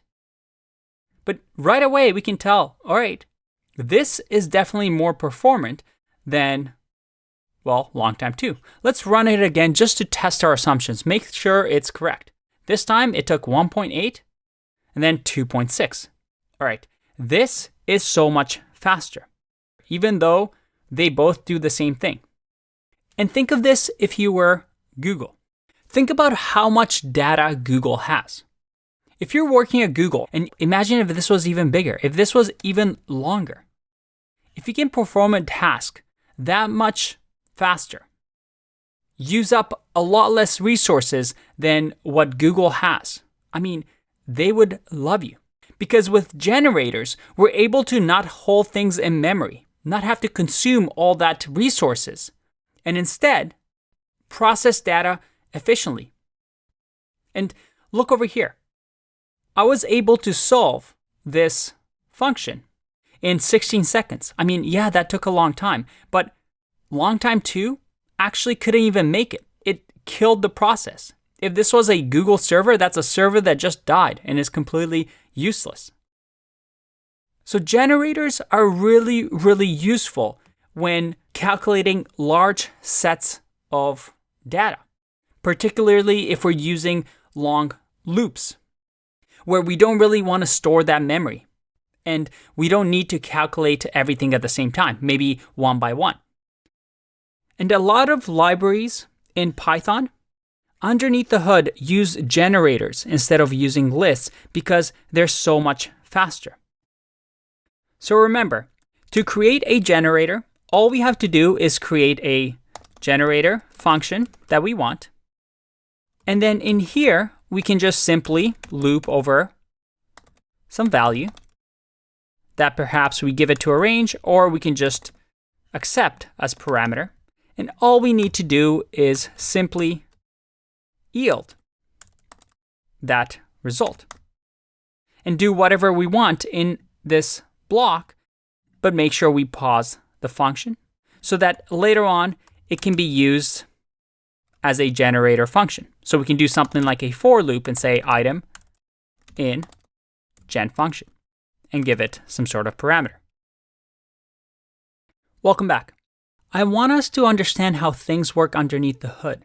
So I'm going to show you 2 examples of implementing our own for loop and then implementing our own range function. So the first one is our for loop. So I'm going to say special for loop. Underneath the hood, all it's doing is receiving an iterable, and then we're going to say iterator is going to equal an iterable. Now, for us to have an iterable, we have what we call an iter function that accepts the iterable we just passed. Now, this iter function is going to allow us to use the next function on this iterable. So stay with me. I'm going to say while true, I want to try. And in this try block, we'll say iterator And we can perform, let's say, some sort of operation here if we want, or we can just call next iterator. You know what? Let's print something here just so we see what the iterator is. And then finally, I want us to stop when we have the stop iteration exception. Remember the one that we saw where there's no more items in the iterable. And here we simply can just break. Ooh, and make sure that I have the colon set correctly. So now, if I do special for loop and give it a list of 1, 2, 3, and I click run, check it out. I loop through some iterable objects using next. And you see that this object exists in the same memory space, even though we're constantly looping through it through 1, 2, 3. So this is how for loops work underneath the hood. When we do for, let's say num in and then give it a list, it's going to go through everything. It's going to turn it into an iterable, and it's going to keep running and keep calling next iterator on it over and over and over until we finish the end of the line and then break out of the loop. And how do we check the actual values of the iterator? Well, remember the next function is going to output whatever the item is next. So if I do print here and I click run, I get 1, 2, 3. So I can just do times 2 if I wanted to, click run, and there you go. Our special for loop just multiplied our list by 2. That's it. That's how for loops really work. But what about ranges? Can we create our own range function? We absolutely can. And this is a fun one. Let's create a class. And this class, because at the end of the day, we're just going to create an object that has actions that we can do. So I'll say my gen for my generator. And this is going to mimic what a range does. So I'm going to have a class. And this class will have a init function. We'll have a self, a first and last. So this is how a range, we're able to say start with this and end with this. And in here, we'll do the typical self.first equals to first, and then self.last equals to last. And I'm using a class here because remember, we're just creating our own data type, our own special range in Python. Now, we have our simple generator. And ideally, we want to be able to say gen equals and instantiate my gen to have, let's say, 0 to 100, just like we would with a range. And ideally, we can say for I in gen and print I. Because, I mean, that's how we're able to use ranges, right? So how can I make this work? Well, we can use our dunder methods. So remember how we have the iter to get an iterator and use next on them? Well, we have a define dunder that is iter. And iter allows us to create an iterable. So in our case, I'll say self, and here I'm just going to return the actual class, like so. And then finally, we want to be able to run the next function on our gen because we saw how for loops work. We need to be able to use the iter and then the next on them. So once again, we can use a dunder method, which is conveniently called next. And this is built into Python. So if I do here self, and all we want to do here is to let it know how we want next to work. Well, I'll say if And we need some sort of state or data to keep track of where we are. Remember how generator functions remember where they are? Well, we can create a class object attribute. So I can say current equals to 0. So this is where we are currently on our iteration. And say mygen.current, as long as that is less than self.last, which will be the 100 here. If that's the case, well, I want a number to equal mygen.current. I want to increase mygen.current by 1 because we want to say, hey, we're moving up to the next location. And then return the number. Because that's how next works underneath the hood, right? We increment our current location by 1, and we're simply returning the number, which is, well, in our case, it's going to be 0. And we want to keep going, well, until current is no longer bigger than last. In that case, we're simply going to raise a stop iteration because there's no more things to iterate over. Let's see if this works. I'm going to run this. And look at that. It's all working. I was able to loop through my generator and print I from 0 all the way to 99. Again, if we go back to our example here, and I know this is a little hard to look at it at first, but all I did was say I want an init function to have the option of first and last, and I'm going to want to be able to iterate through this object that I'm going to create, and I also want to be able to use the next, which for loop, if you remember from our previous example, needs. So I'm going to say for item in gen, just loop through it. I'm able to loop through it because this is now an iterator, and I'm able to use the next value on it because I allow us to loop and constantly increase by 1 until we keep returning the number until mygen.current becomes 100. And 100 is not less than 100, which is self.last. So it's going to raise a stop iteration. The for loop automatically catches that so it doesn't error out, and it stops looping. That's how things work underneath the hood with range. Now, you don't need to know this. You're not going to be asked in your day-to-day to implement this, but I wanted to show you that this is how things work. I think that's important. Let's do a famous exercise, and this might come up as an interview question. We're going to try and implement Fibonacci numbers, and Fibonacci numbers are like this. The first number is 0, then the second number is 1. They always start with 0 and 1. Then this is what happens. We add 0 with 1 to equal the next number. We add 1 with 1 to equal the next number.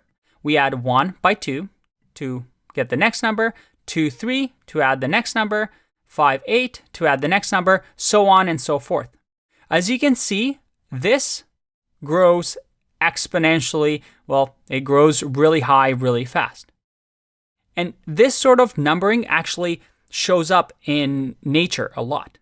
But it's also an interesting problem because these numbers, although at the beginning grow really, really slowly, they become larger and larger and larger. And it becomes a problem that can really hog up the resources. So this is what I want you to do. We're going to create a function, fib, that takes a number, and in here, this number is going to be the index number of the Fibonacci. So for example, if it was the 20th number, it should have this. So if I wanted, let's say, fib 20 here, in that case, I want you to return all these numbers using generator, so that is 1 by 1 until we get to this location. Now there's two ways of doing this. You can do it with a list, or we can do it with a generator. And you'll notice that with a generator, it's a lot easier to do than with a list, because eventually with a list, you're going to run out of resources. So what I want you to do is to output on here the numbers that you see here all the way until 20. And if you want, you can keep increasing that number and see what happens. And as a bonus, you can try implementing this with a list as well, so it displays in a giant list as well. Pause the video if you want here. Otherwise, I'm going to keep going with the answer. First, what we want to do is say A is going to equal to 0 and B is equal to 1. So A and B are going to be the start of the numbers. Now in here, we're going to use the range generator to loop these number of times that we're going to provide the function.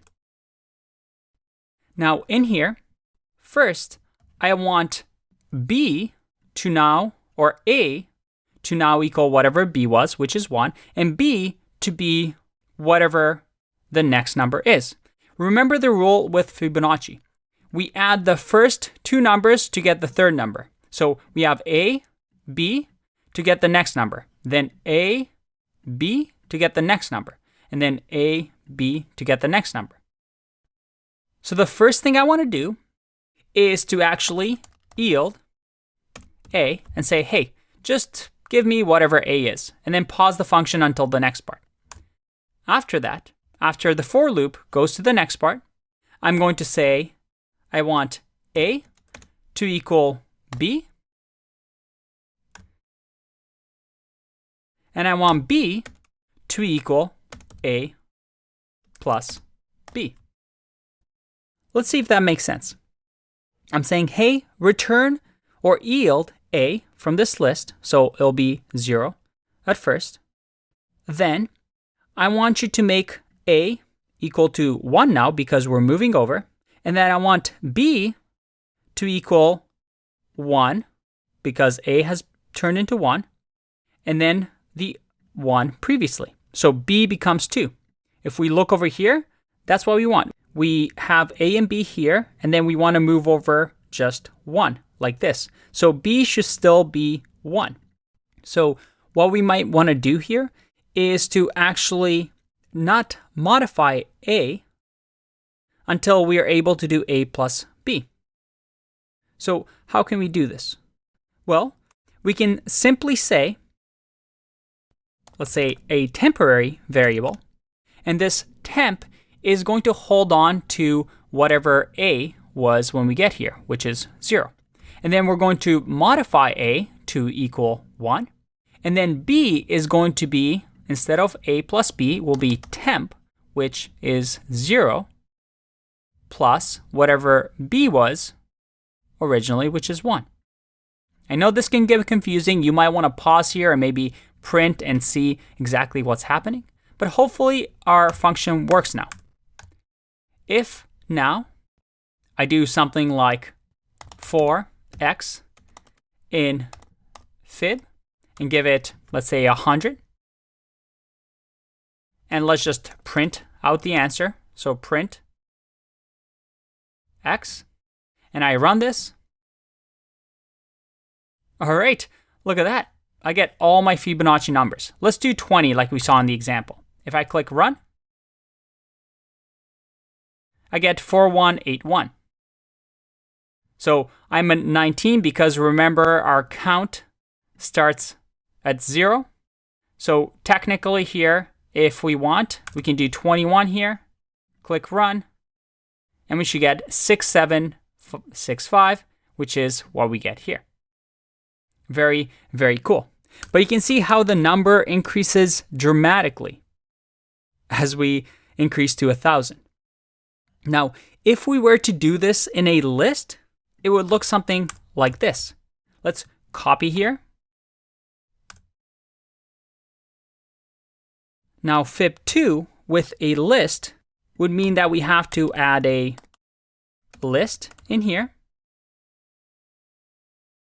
And instead of yielding, we'll do result dot append. And we're going to append whatever the A value is, which is the initial value. And then we're going to do the same thing we've done before.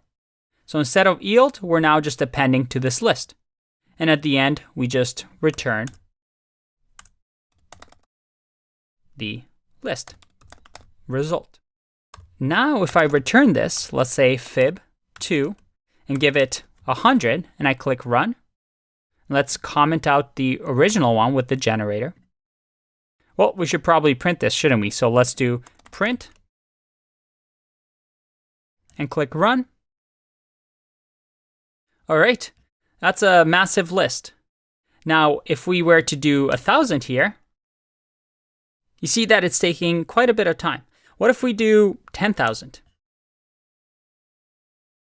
All right, it's definitely taking some time, and you can see over here how hard this is working.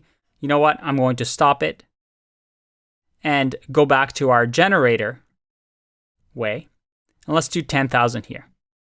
Let's see how 10,000 looks with the generator. Well, it's still working hard, but I'm not keeping any of this in memory. We're taking it one by one, and I can act upon it, in our case, just printing it one by one. Now, this is a common interview question. It's actually a little bit unnecessarily confusing, I think. But it does demonstrate the power of generators. You might have to watch this video a couple of times, but hopefully by now you're feeling a little bit comfortable with using ranges and how we can improve performance using generators. I'll see you in the next one. Bye-bye. Up to this point, we've learned about a few ways to organize our Python code. The first thing we did, well, we just wrote Python in a file, and that organizes it, right? Our entire code has been so far on one single file. So that was one way that we organized our code. Next, we learned about functions. And functions were used as a way for us to not write code that we repeat over and over. We could write functions that we can use anywhere we want in our file, so that we can call these functions over and over. And we can name the functions appropriately so that our code makes sense. And then we learned about classes, right? These blueprints that we can create objects from. We can instantiate new Python data types beyond the ones that they just gave us, right? Instead of just having dictionaries and lists, we can create our own custom ones, our own lists maybe that have extra features. And we're able to use classes to organize our code, to box them up, and give each class a certain method and attribute that packages it nicely for us to use.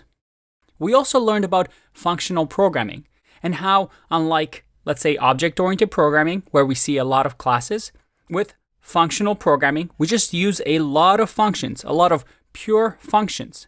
And we have data that we just pass into those functions. And we organize things into small little pieces. All of these things were meant for us to keep our code clean, make our code more maintainable, thus keeping our code organized. Because as we write more lines of code, it gets harder and harder to keep everything in your head. If other people join your team to work on your project, they need an easy way to figure out how things are working. But we still have a problem. And that problem is that everything is contained in this one file. All the functions, all the classes we've been writing has been on just one .py file. But in real life, this isn't the case. We have a lot more code. And we can't just have one file with millions of lines of code. So how do we stay organized? Well, if we had multiple files of Python, like this, because our project is getting bigger and bigger, would this work? Is there a way for us to link all of these files together?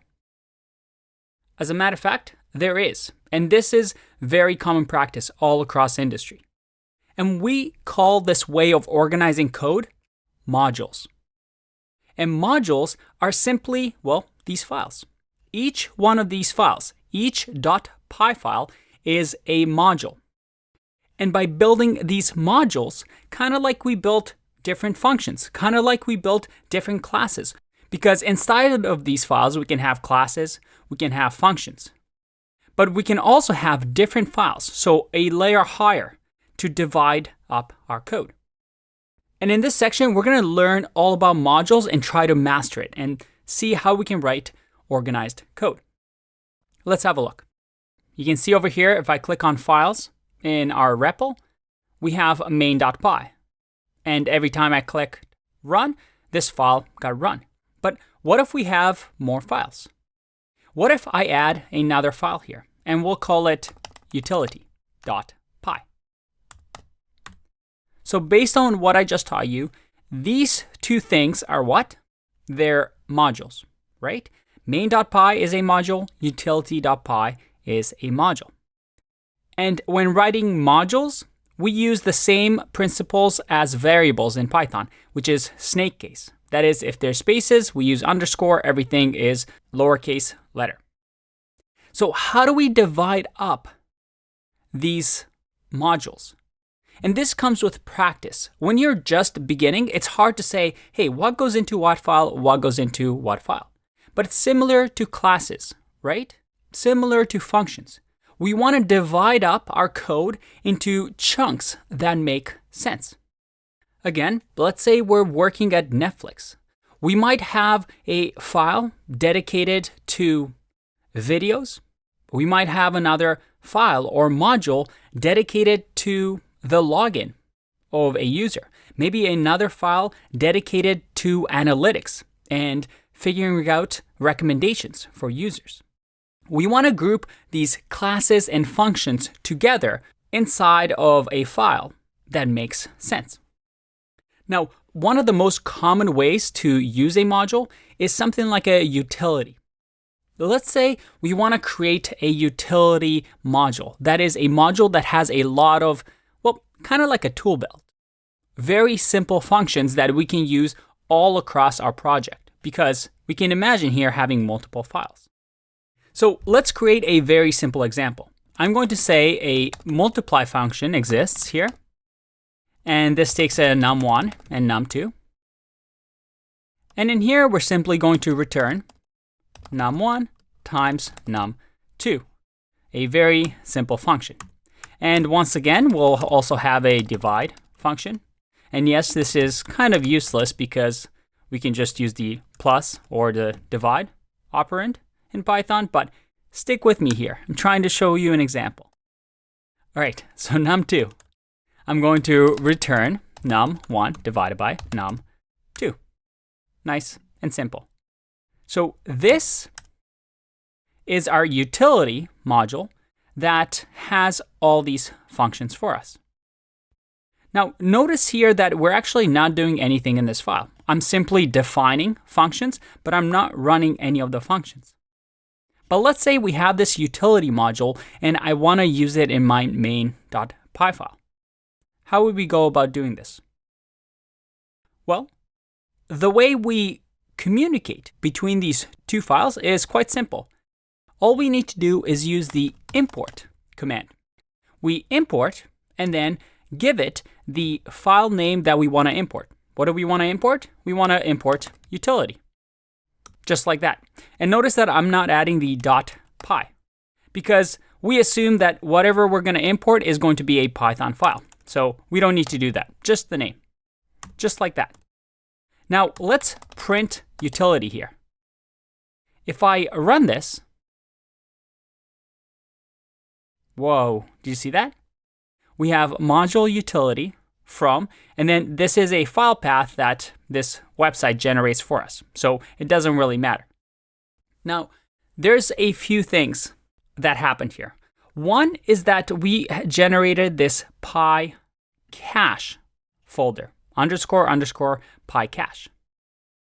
And oh boy, what is this gibberish? This is pretty confusing, right? Well, this py cache is created every time we run a file with, let's say, import statements. So when we're using modules. You see, what PyCache does is when we click run, the interpreter is going to create this PyCache folder, and it's going to say, hey, I'm running this file, this one main.py file. Anything that main.py file imports, let's say utility in our case, I'm going to cache it. So see how here it says .pyc? This is because it's using the C Python interpreter. Remember? This is the C Python, which is the interpreter written in C. So this is actually a compiled file. So that next time I click run here on my main.py, nothing changes. Because what's going to happen is instead of loading up utility.py, it's going to load up this compiled version of utility because nothing has changed in utility.py. And this makes things faster when I try to run main.py again. That's what caching is. Caching is, hey, I'm going to remember this, and this is the compiled version, so I don't have to go through the compilation step again. But notice that the main.py file does not get compiled because, well, we run it every time. Now, if we change the utility function to not have the divide in there, I click run, and you don't notice it here, but this has now been rerun because we have a different file. You see that we have multiply here, but not divide. So let's bring back divide again. Go back to here, click run. And there you go. We have divide here too now. But this is something that we don't touch. This just comes underneath the hood with any editor that we use. And in a few videos, we're going to show you how this also happens when we use something like PyCharm. This is just something that editors allow us to do just so our programs can run faster. So I now have access, let's make this a little bit smaller. I now have access to utility. And here's the interesting part. If I do dot here, look at that. I have access to divide and multiply so that I can multiply numbers, let's say 2 and 3, click run. And I'm able to use the utility module in my main file. Very, very cool. If I do divide and I click run, I can use this as well. Very, very cool. And I can import as many times as I want. If I had a different file in here and I want to import another thing, let's say there's a utility2 file. Well, I can import that and import as many things as I want and use them across my files. How cool is that? So now we have a way to organize our code and have all these files communicate together. Because in real life, we have big projects. And these big projects are going to be worked on by different teams, different programmers. And we need a way to work with all these files. And by using the import statements between modules, we're able to use functionality, just like we were able to use the functionality that functions provided us between different files.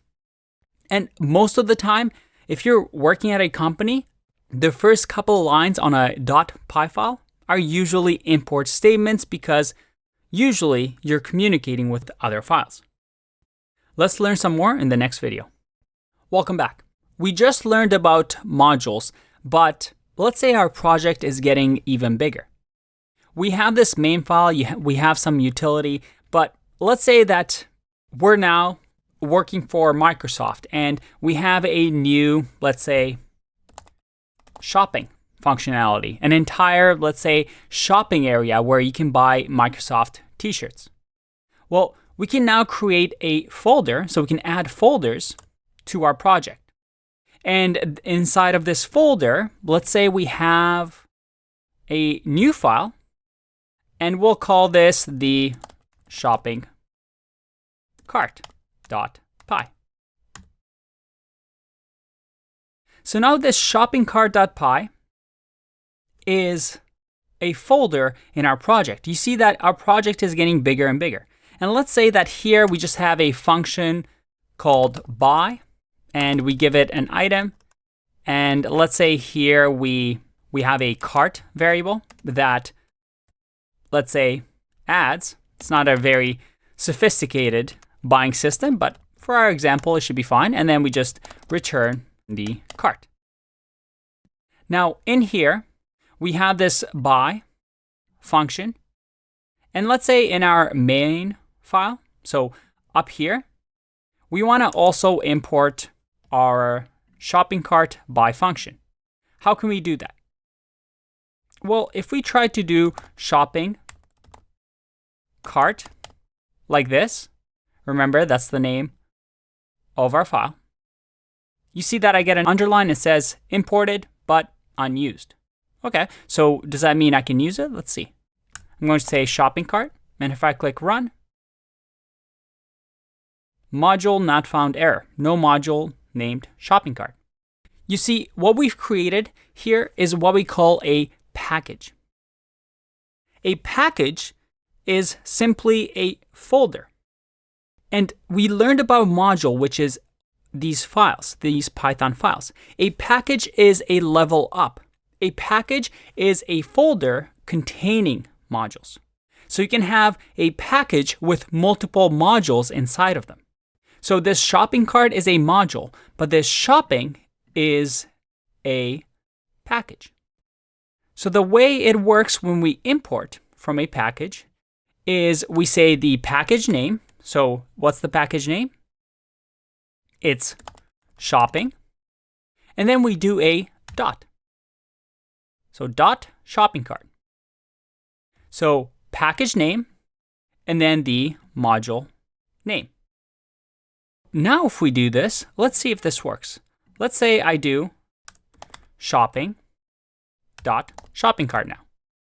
If I print this, let's make this a little bit smaller. All right. Now I have access to the shopping cart module by importing the package shopping, which is the folder, and then the shopping cart. And you notice once again, we have a PyCache that was created for the shopping cart. So let's see if we can use the buy function. So I'm going to say buy, and then item, I'll say I'm buying just an apple. If I click run, there you go. I get my apple list, and I was able to import it from a package. Now, here's the thing. I want to try and copy what we've just done into a real life scenario. Instead of using this website, repl.it, let's actually create our own project. I'm going to use PyCharm, and I recommend you use PyCharm as well, just for these next couple of videos. Let's open up PyCharm, and let's just create a new project here. Now we can call it whatever we want. So let's just call it modules for now for our project. You can see where it's being saved. And remember here, we get to pick what interpreter we want. We're going to talk about this virtual env later on in the videos, but the key thing is to make sure that our base interpreter is using Python 3. In my case, the Python 3 that we've downloaded in user local bin. If you're on a Mac or Linux, if you're on Windows, this path will probably be different. Now we can just create a project. And we see here we have our modules project. Now we're going to ignore all of these folders for now. We're going to talk about them later on. The key here is that we want to create a new file. I'm going to just right click here and say new Python file. And we can just call it, let's say, main.py.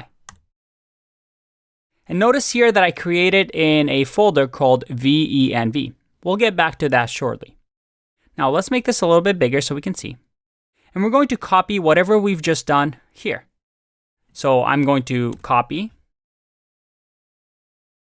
the main file like this. Oh, that did not copy. Let's try that again.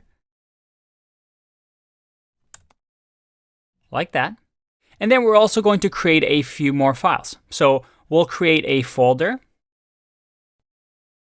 So in here, I'm just going to say right click, say new. And right away, you see that it says Python package. I'm going to click on Python package, or I can create a directory if I want as well. And when I click here, let's name the package like we've done here as shopping. All right, we get our shopping folder. And in here, let's right click, say new file, and we'll call this the shopping cart.py. So shopping cart.py. And then finally, we'll add our utility file. I know we're doing a lot, but hey, I'm trying to prove a point here. Trust me, this is going to be important. So utility.py. There we go. So we have the same setup that we have here. Let me copy this over as well. All right. And we copy. Let's make this bigger like that. All right. So we have our files just like we have in our REPL, except this time we're actually using an IDE. Now, the reason I wanted to transfer over to the IDE is that there's an extra file here that we didn't see in the REPL. And the REPL actually hides this away from us. You see this underscore init.py file, and it's completely empty. There's nothing in here. One of the rules of a package, of a Python package, is that on the root of this package, you have to have an underscore init __.py. Now, why is that? Well, because the interpreter is going to read this and say, oh, this is a Python package. Remember how when I right-clicked here, I said new, and then I had an option of a directory or a Python package? By clicking Python package, it automatically added this init for us. So although here everything worked without a init, this is just something that REPL hides underneath the hood. Anytime you want to create a package, you'll see that we need to have an init file. And it can just be completely empty. Now, the beauty here with PyCharm is that it does it for you, which is really, really nice. Okay, so let's run this code and make sure that it still works. So this is our main.py. I can simply run the code here by going to run and then selecting run.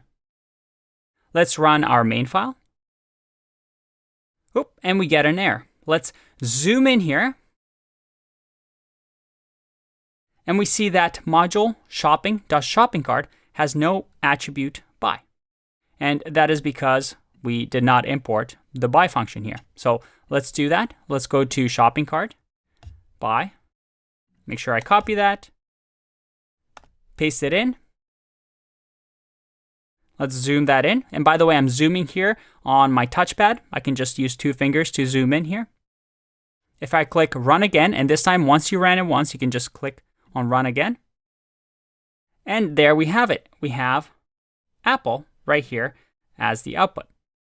And it says process finished with exit code 0. In programming, when something exits with code 0, it means there were no errors. If you get 1, well, that's usually an error. All right, so we have everything working, and this is now our setup. We have our main file. We have our other modules like utility. And then we also have our packages, and they're packages because they have this init file, and we have different modules in them.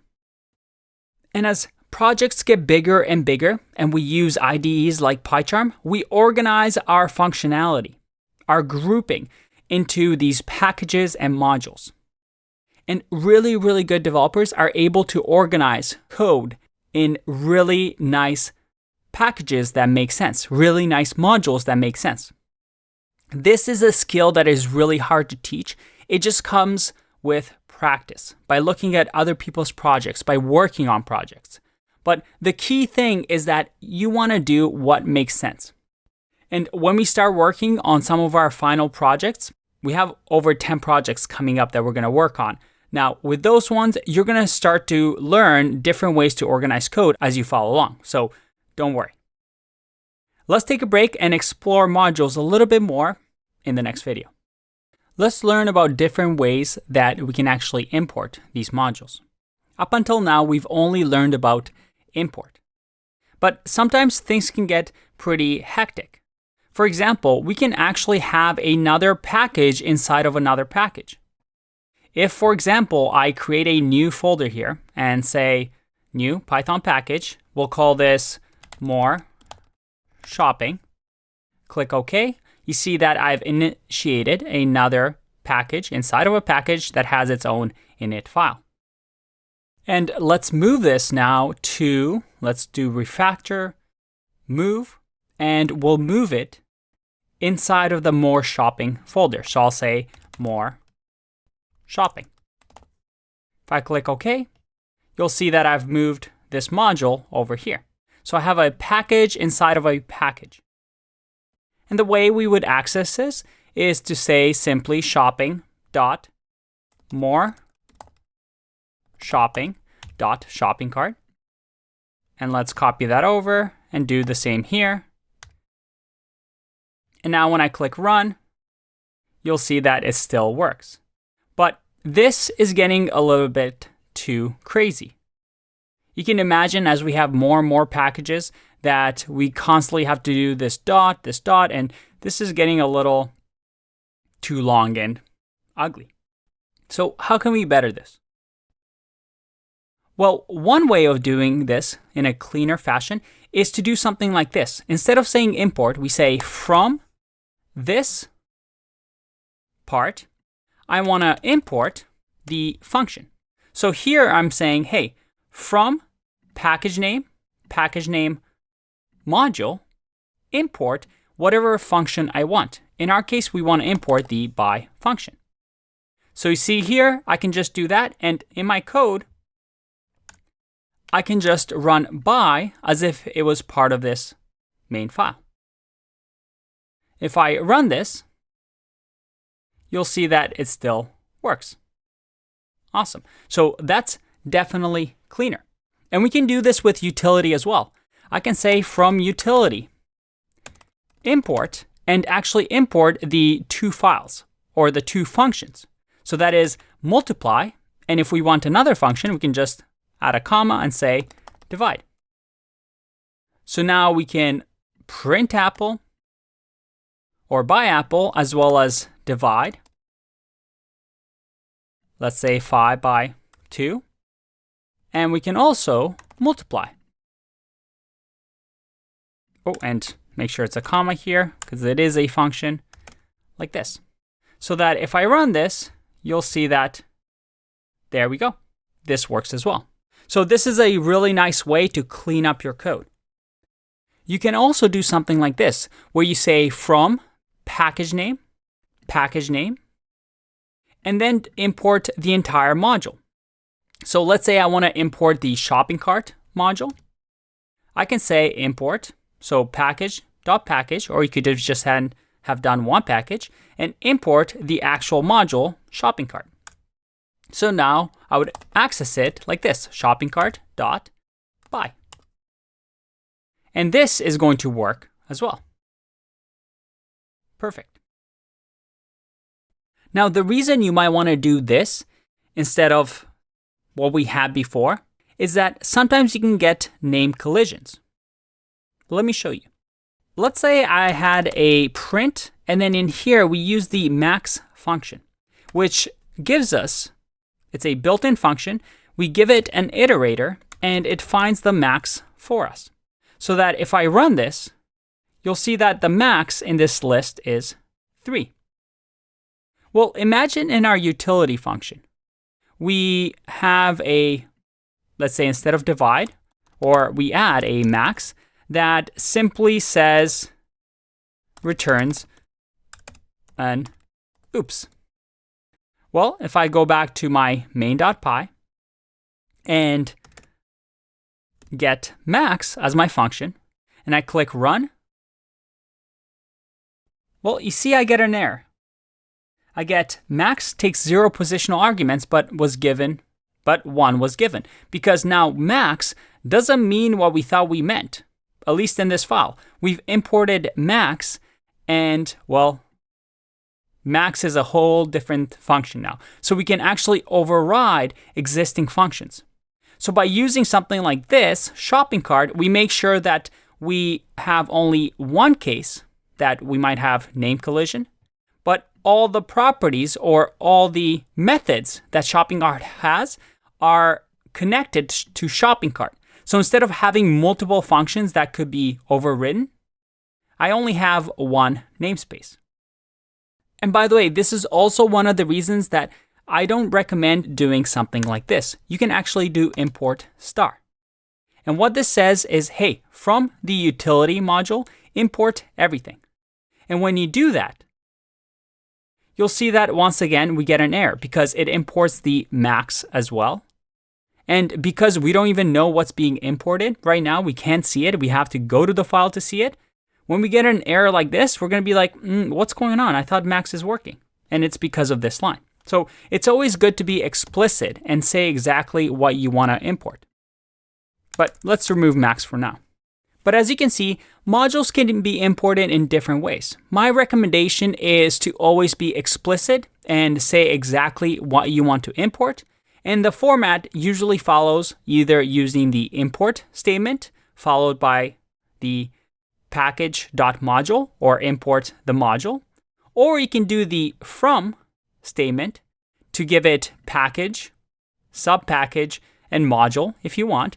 Or you can do module and then saying import and the specific function or the actual module itself. Many ways of doing it depending on your need. The key takeaway here is that modules and packages help us have good engineering practices and build big projects in an organized fashion, yet still have all these files talk to each other. All right, that was a lot. Let's learn more in the next video. Welcome back. In order to finalize our understanding of modules, we have to talk about an important concept, which is this idea of main, or specifically __main. Because as you start developing in your career, you're going to start to see a lot of code like this. Now, this is one of the most common lines you're going to see when working with Python. And in this video, I'm going to explain what it does because it is one of the most confusing topics, especially for beginners. So for now, I'm going to comment out and do a few things. We have our main.py file here. And I want to do a few things. First, I'm going to open up our shopping cart, which is right here. And at the top over here, I'm just going to print, because right now our file isn't doing anything. I'm going to say print __ name, like this. And I'm going to do the same for the utility.py. So at the top, utility.py. Now, if I run main here, let's click run here, I get these two things printed. Now, why is that? Well, when I run a Python file, usually we just run one file, right? The main file that we're working on. In our case, our main file just happens to be called main.py. So when I click run, the interpreter goes line by line through here. The first thing it does is import the utility module and import these two files. So what it's going to do is go to the utility file and run this. And automatically, each file that we run or each module is given a name. In our case, it's the name of the module, utility.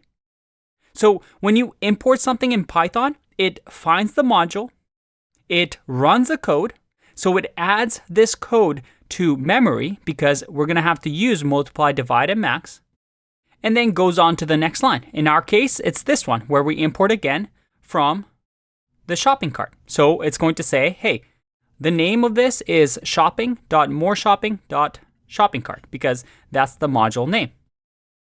And then finally, it's going to go through here because by this point, by line 4, these files have been run and they're in memory now. Now the interpreter has access to divide, multiply, and all these functions that we've imported. Now, here's my question. What if I do here, or at the end, do print __ name on this main file? If I run here, you see that I get __ main. Is that what you expected? What if I change the name of this file? Let's say refactor and say rename. Yeah, that's okay. We want to rename it, and we'll rename it to, let's say, test.py. So now this is called test.py. What do you think the underscore name of this is? If I run here, I still get underscore underscore main. So maybe this is starting to make sense now. When you see the code this, if underscore underscore name equals to underscore underscore main underscore, so these are dunders, then do something. And this, the name main is given specifically to the file that we run. Because remember, when we run a file, when I do play, or when I do in my terminal, Python 3, and then say test.py, I run that one single file. And that one single file imports different modules and runs them. That one file that we run gets this default underscore underscore main. So the reason you might see lines like this in Python is that sometimes we want to make sure that we run a module only if this is the module or the main module. So I can say here, print, please run this. And let's remove this print for now and click run. You see that this, I get, please run this. But if I copy this code and let's say put it into utility, like this, and I click run, you see that please run this does not appear in utility, only at the end when we're running this test. Because why? Well, the name of this file is not main. The name, remember, is utility. So this is a good way for us to only run code of the main file. So this is a common structure as projects get bigger and bigger. Maybe we have code that we don't want to run unless it's the main file. In our case, let's say that we don't want to run any of these unless this is the main file being called. If I run this now, you see that, oh, and I get an error. It says line 1 in module cannot import name multiply from utility because, well, we aren't able to import this because we didn't run this piece of code. So let's revert that back, come back here, and what we can do now is actually wrap this entire thing like this, so that we make sure that test only runs if, well, that only if this is the one being run. It shouldn't get imported. It should just be the main file that we run. Now, remember when we had a class? Let's say we had a main file and we created a class, let's say student. And this student, let's say, doesn't have anything, but when we do type of student and we do print here, and I click run. Oh, let's instantiate the student. So let's say student1 equals student. And let's just get the type of the student. If I click run, do you remember how we have this underscore underscore main dot student? What it's saying is this class was created in the main file that we ran.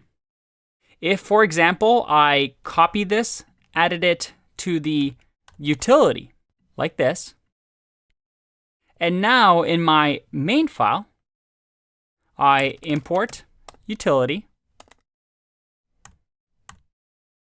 and let's say utility.st1, and do type, and then print. What will happen then? Well, we get class utility.student.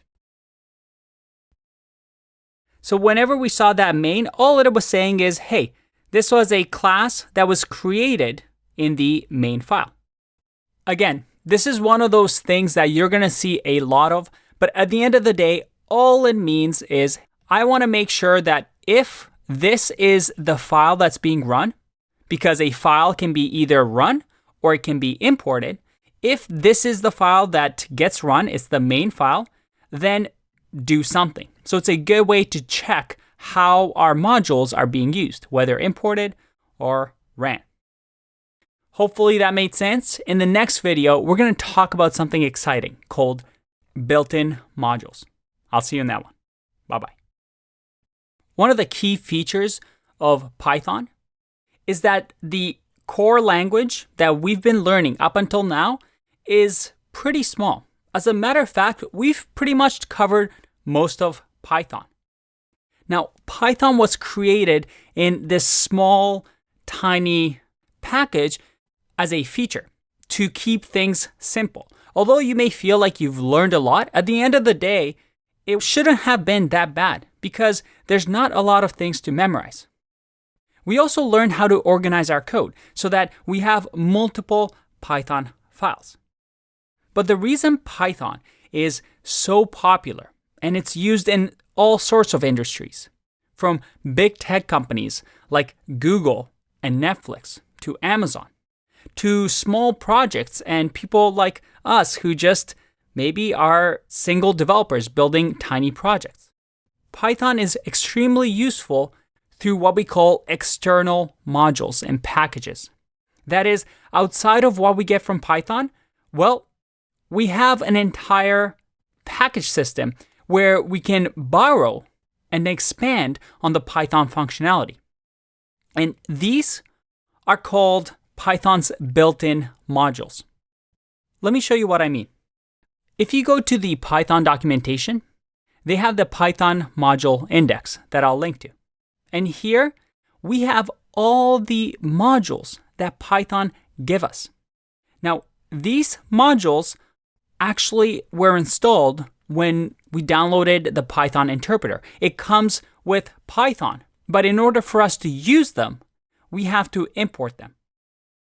These are the built-in modules, and they're really, really nice. For example, do you want to send, an email? Well, there's an email module. Maybe you want to really do some mathematical operations that are complex. Well, there's a math module for that. And there's a module for a lot of things. Now, don't get scared. This looks like a lot, but you're not supposed to memorize any of these. You just need to know that they exist so that when you're Googling something, you can type in Python built-in module. And let's say, for example, you want to build a game. Say Python built-in module game or graphical user interface and check if the module exists. I have to say, I've probably only used 30% of these, but they're there for us to gain extra powers. In other languages, this might be called a standard library. That is, it's a standard library maintained by the Python community members, and making sure that these packages work really, really well with Python and that they're built into the language. So let's learn how to use them and use one of my favorite ones, which is called random. So let's see here if we can find it. random. Generate pseudo-random numbers with various common distributions.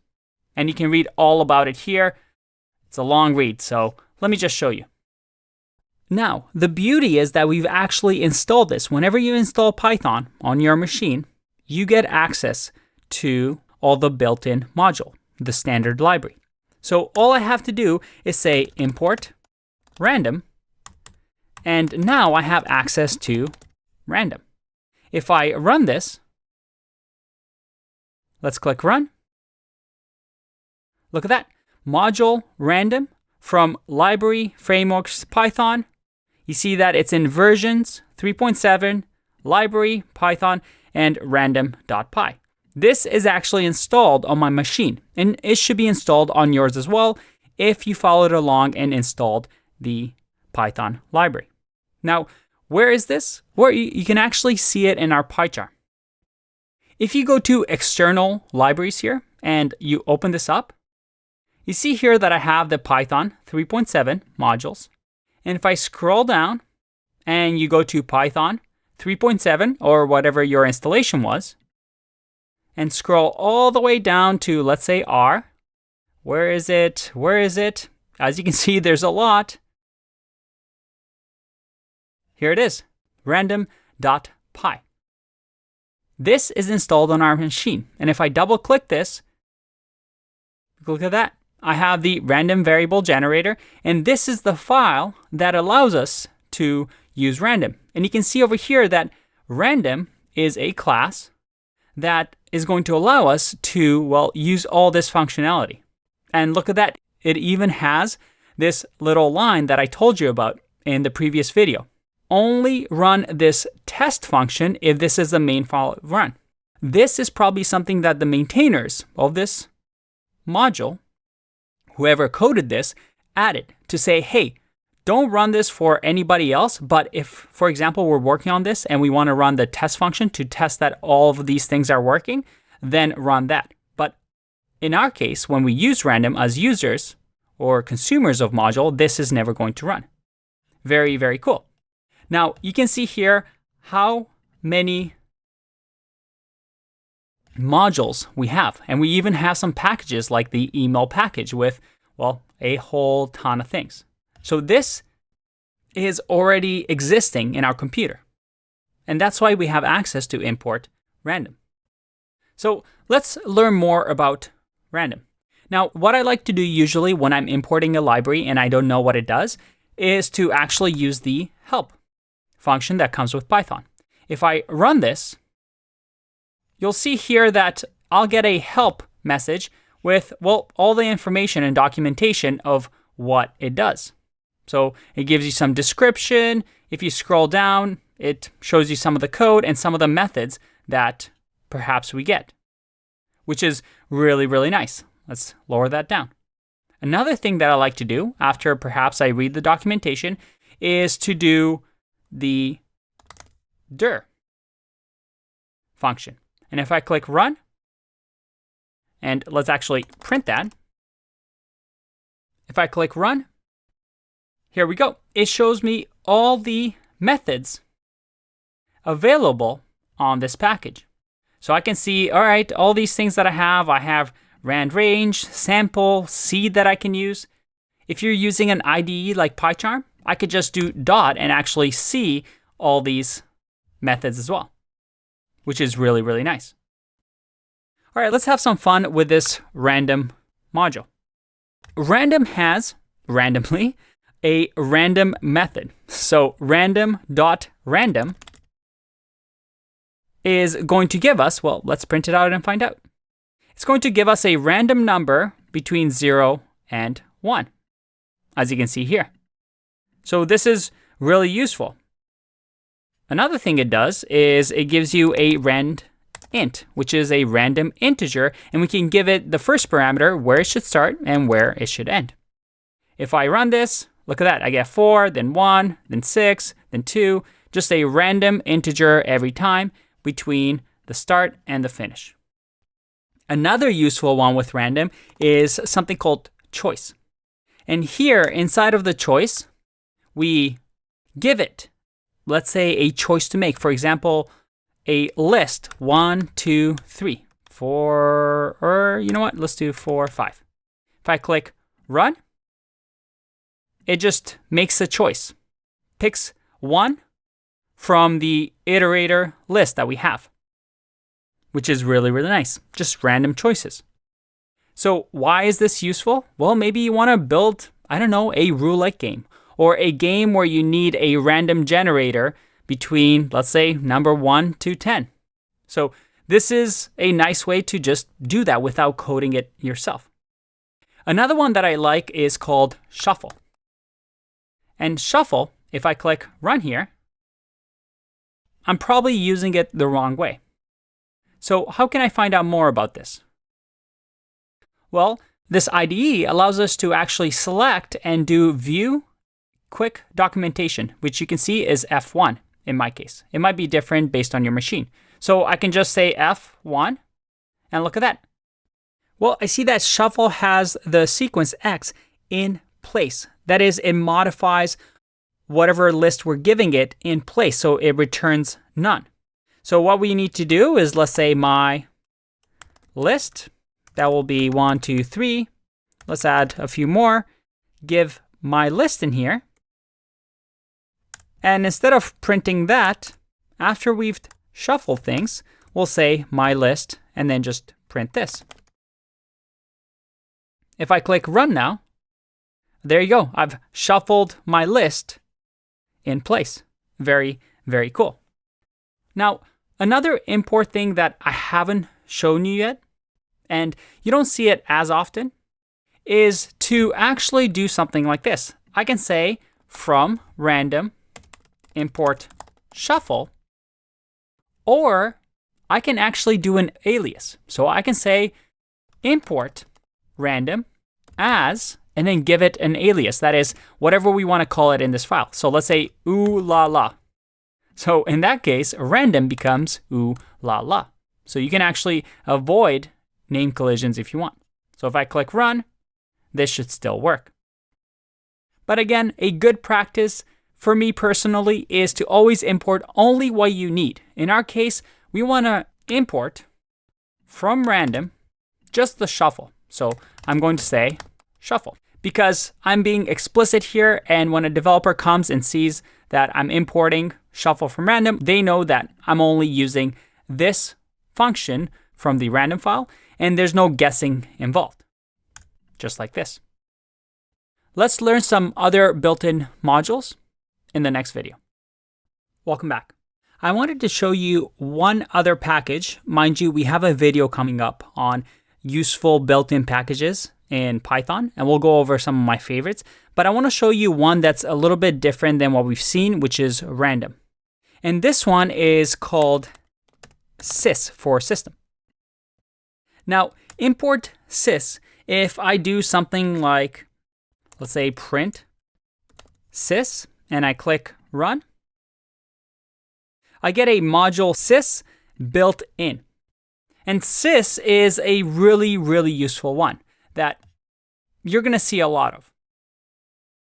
Now, with sys, you can do something really interesting. For example, sys has something called argv. And argv gives you some interesting powers. You see, up until this point, we've just kind of ran our code inside our IDE. But what if we had a terminal here on our desktop? And by the way, see over here that we have the venv. Again, something that we'll cover, so don't worry. Now, in here, I have a 1.py file, which is completely empty. It doesn't do anything. So let's just open that up. I'm going to open it up with Sublime Text just because it'll be easy. And in here, I'll just say print hi. So this is a Python file that lives on my desktop. So I'm going to save that. And imagine here that I did Python 3 and then do 1.py. If I ran this, I get hi from my terminal because this file's on desktop and I ran the Python interpreter on this. But what if I wanted to do something interesting? What if I wanted to give parameters to this file? Perhaps say that my name is Andre. Well, with sys.argv, we can actually access those. And I can give it as many parameters as I want. So let's give it another one like this. Let's go back to 1.py. Once again, open up with Sublime. And in here, I'm going to import sys.rgv,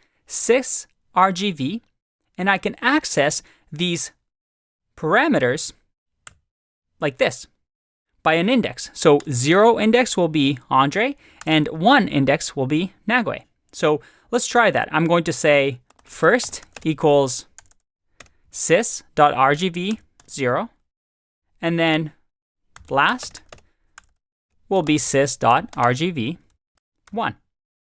So that now I can do an f string and say hi first, then last.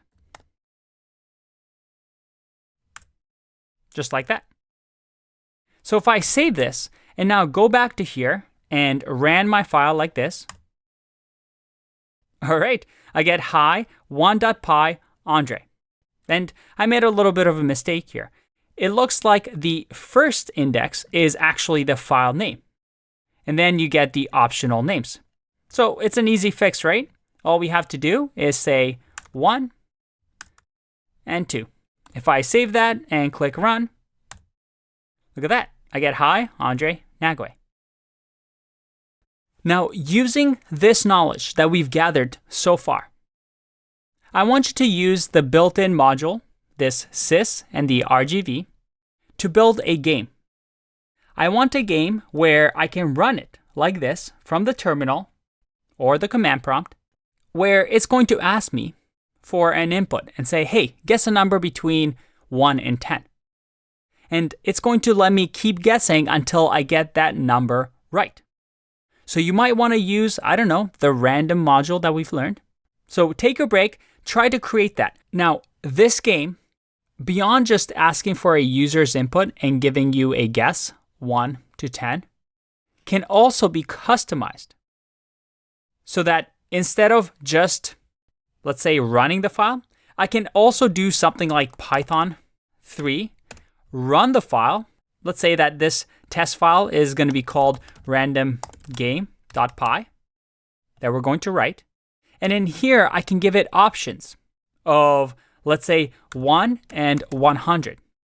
And this program is going to take, using sys.rgv, the number from start to end. So this game is going to be really difficult because we're going to try and guess a number 1 to 100, or 1 to, let's say, 2, which makes the game really simple.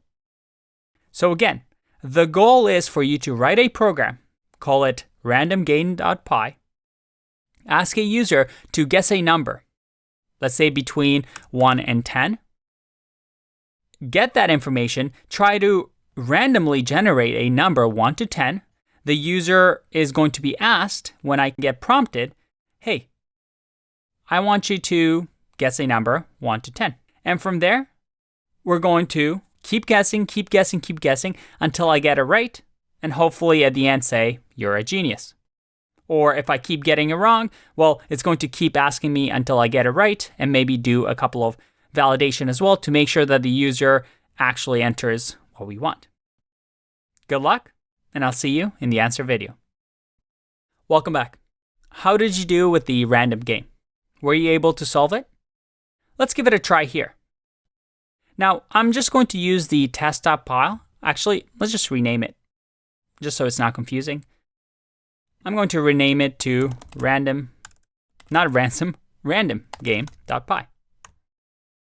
All right.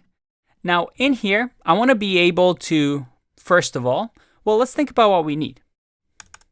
So the first thing we need is to generate a number 1 through 10. Then what we need to do next is to get an input from user, right? And then we want to do some sort of an input check. So let's say check that input is a number 1 through 10. And then check if number is the right guess. Otherwise, ask again. So that seems like a good program that we can write. So how can we do this? Well, the first task is to generate a number 1 to 10. I know that I'm definitely going to want to import the random library from here, and specifically the rand_int. So I can just say from random import rand_int, which we've seen. And here I can generate the numbers. So let's call it the answer is going to be rand_int from 1 to 10. So this is going to be our machine-generated random number that we need to try and guess. Next is we have to get the input from the user. So how can we do this?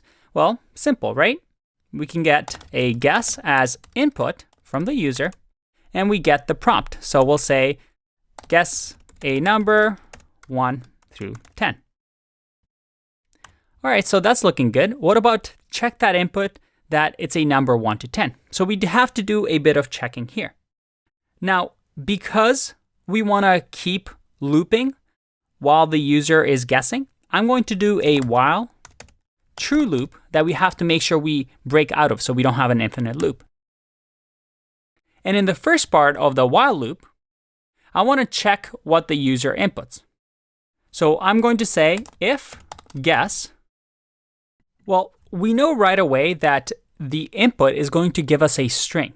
So we have to make sure we convert this into an int first. So let's do that. I'm going to say if int guess is greater than 1 and int guess is less than 11. So in our case, let's do 0 here because we want to make sure that if it's 1, it's still good. If it's 10, it's still good.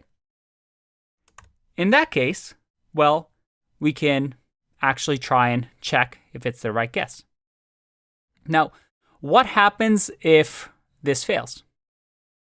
What if the user enters a string that can't be turned into an int? For example, if I go to my terminal here and I just turn on the Python interpreter and say int and then just give it some gibberish, I get a value error. Invalid literal for int with base 10. I have no idea what you're trying to do.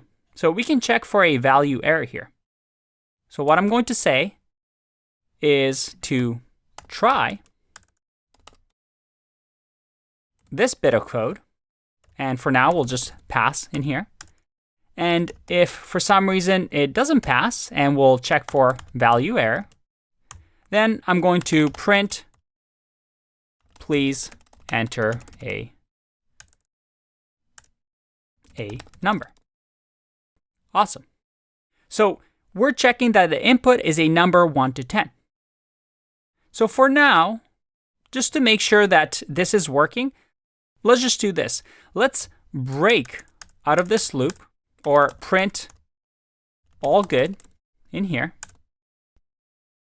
and break out of this loop, considering that right now we're entering a number 1 to 10. And let's just make this a little bit smaller just so you can see it better. There you go. And for here, we'll just do continue because we'll just keep looping until we get the right answer.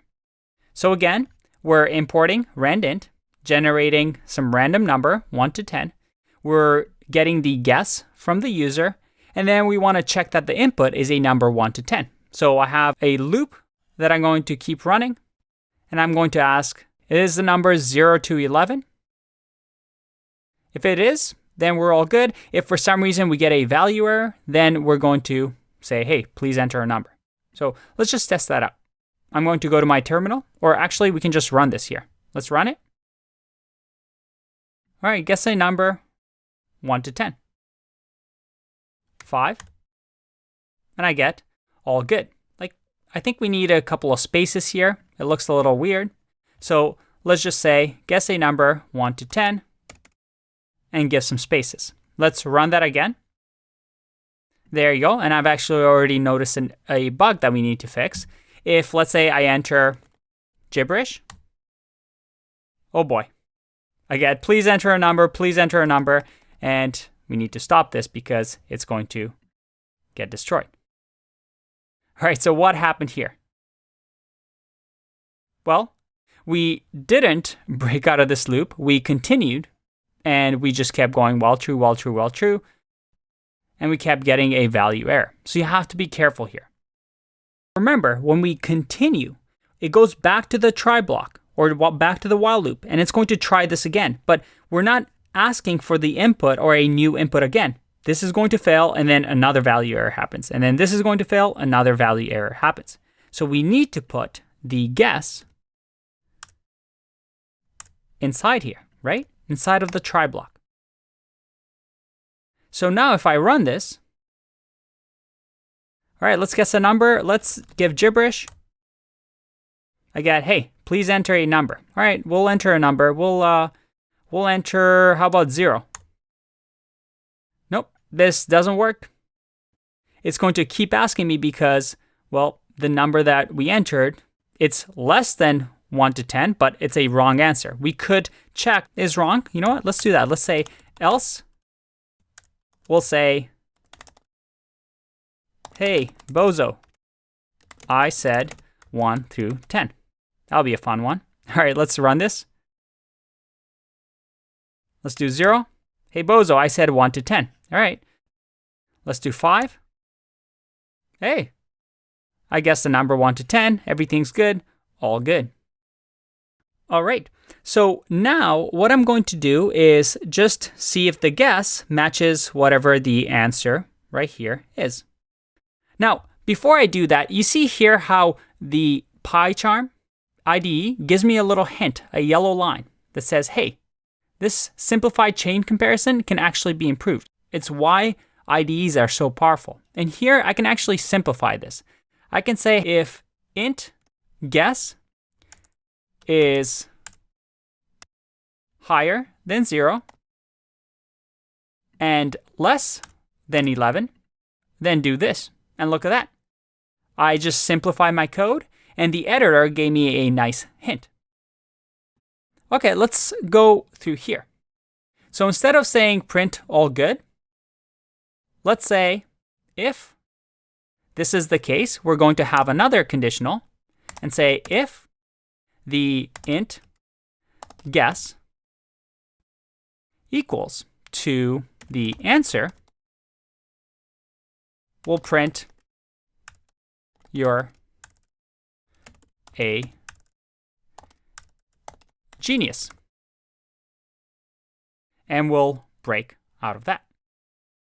Now, notice here how we're doing int guess a couple of times. Maybe a better way of doing it is to just do an int here so we don't repeat ourselves and run the same function over and over. And just have guess like this. So again, we're cleaning up our code, making it read more like English. That's nice. And now if we run this, guess a number, let's say 5. No, that's not right. Let's do 6. What about 7, 8, 9? This guy's a tough cookie. 1, 2, 3, 4. Oh, come on. Is it 10? Wow. We are definitely not geniuses because we just, well, tried 10 times. But this looks like it's working. Let's make sure that we're actually working this properly by cheating a little bit. I'm going to actually print out here the answer. So I see what the answer is before I type it in. Let's do that actually right here. If I click run, all right, the number is 4. If I type in 4, all right, now I'm a genius. First try. All right, we're cheating, but it looks like this is working. That's pretty cool.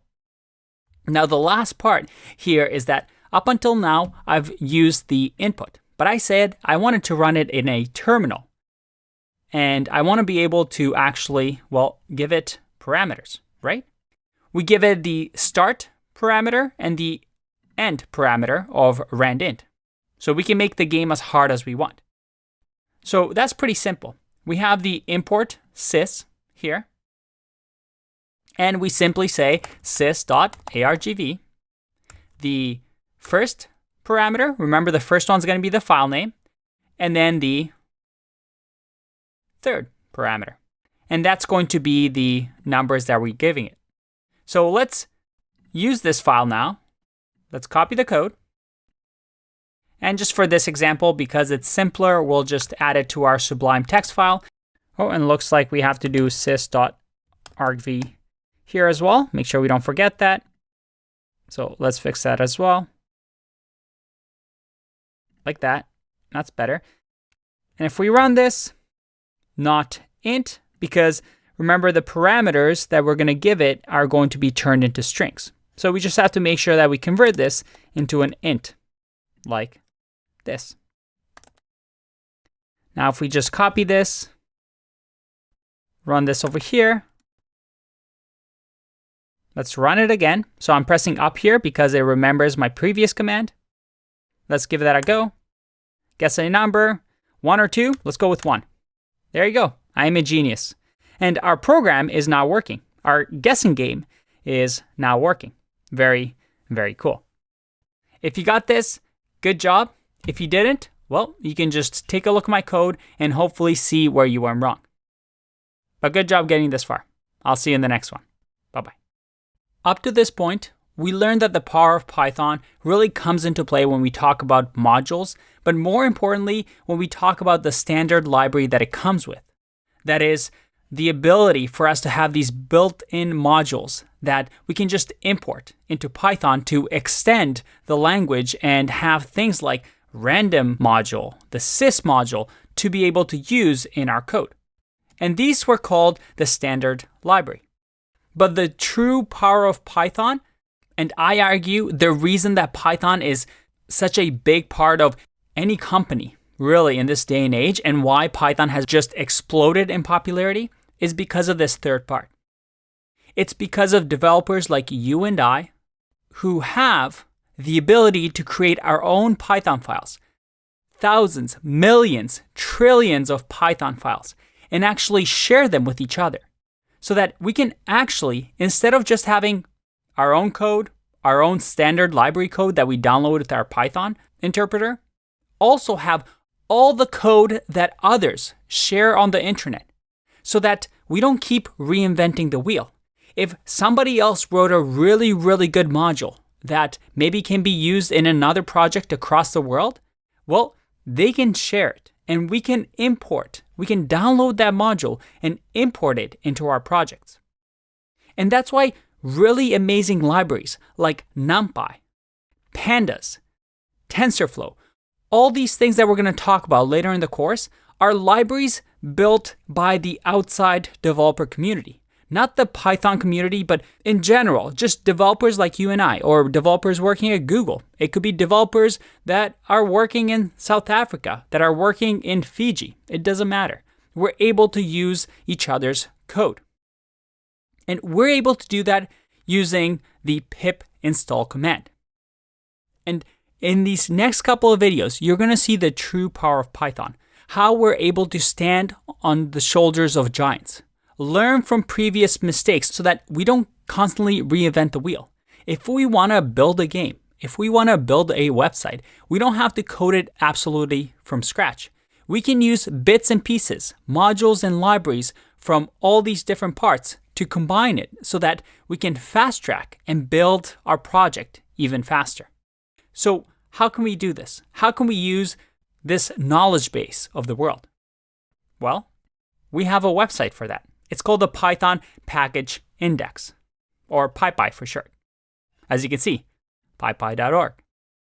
And right now, there are 182,000 projects, 335,000 users on this website that have shared code that you can use. Unlike the Python Module Index, which, had a lot, but that's it. This has a lot more. Let's say I wanted to do email. Well, look at all the packages that I have for sending email with my code. Let's say I wanted to do, image optimization with code. Well, look at that. All these packages for image optimization that I can do. What if, for example, I wanted to, read Excel files or CSV files? Well, there's packages for that as well. And there are a lot of them. Pretty much anything you need, you can probably find on here. Now, a good practice is to first check that something exists in, the built-in module. Maybe the standard Python module, standard library has it already. Otherwise, you come over here. Now, you get really, really good at noticing which projects are good, which projects are bad. For example, if I click on here, I can read about the project. I can see who's worked on the project. I can see what kind of license it has. I can see what Python programming language version it's compatible with. But I can also look at the release history and see, has this person been working on this project recently? Doesn't look like too much has happened with this project. So you get really, really good at deciding which packages are good, which ones are bad. You can go to the homepage of the project. What I like to usually do is, let's say I wanted to read CSV files.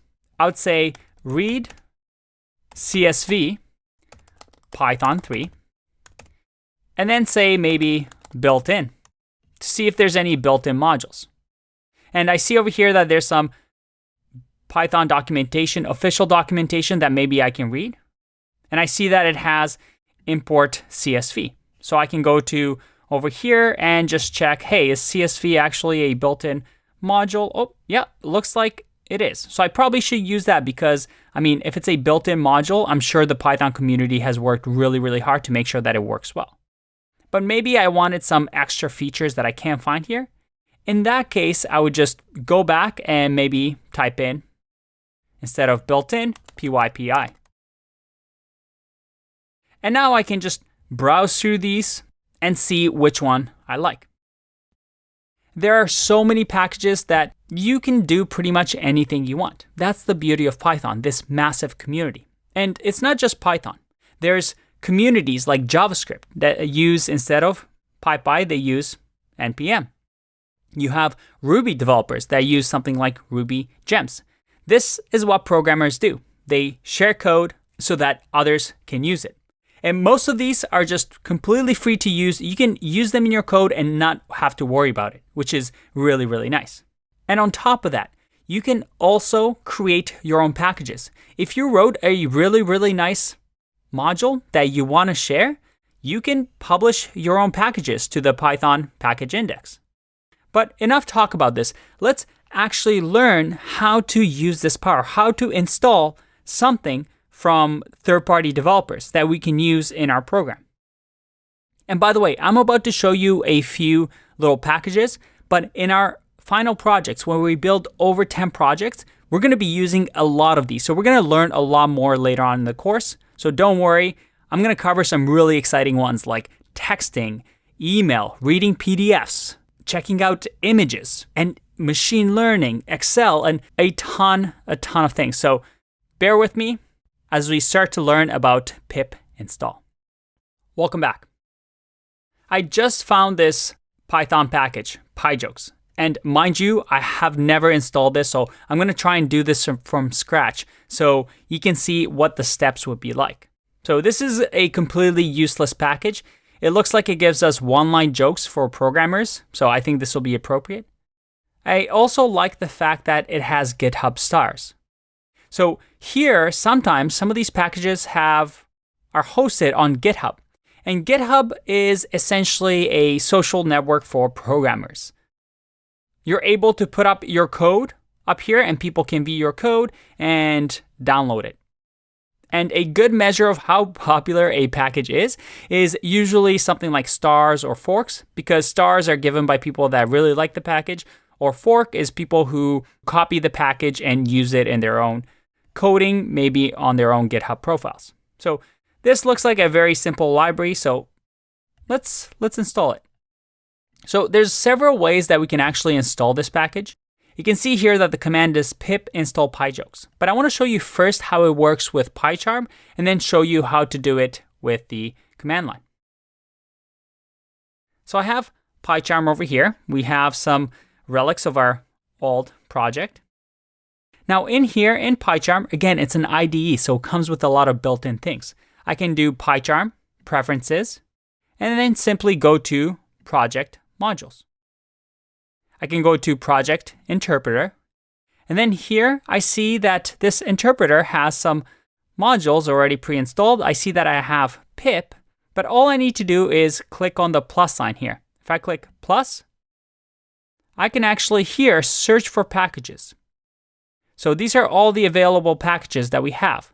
So what was our thing called again? PyJokes. All right, let's search for PyJokes. PyJokes. There it is. I think it was this one with 0.5.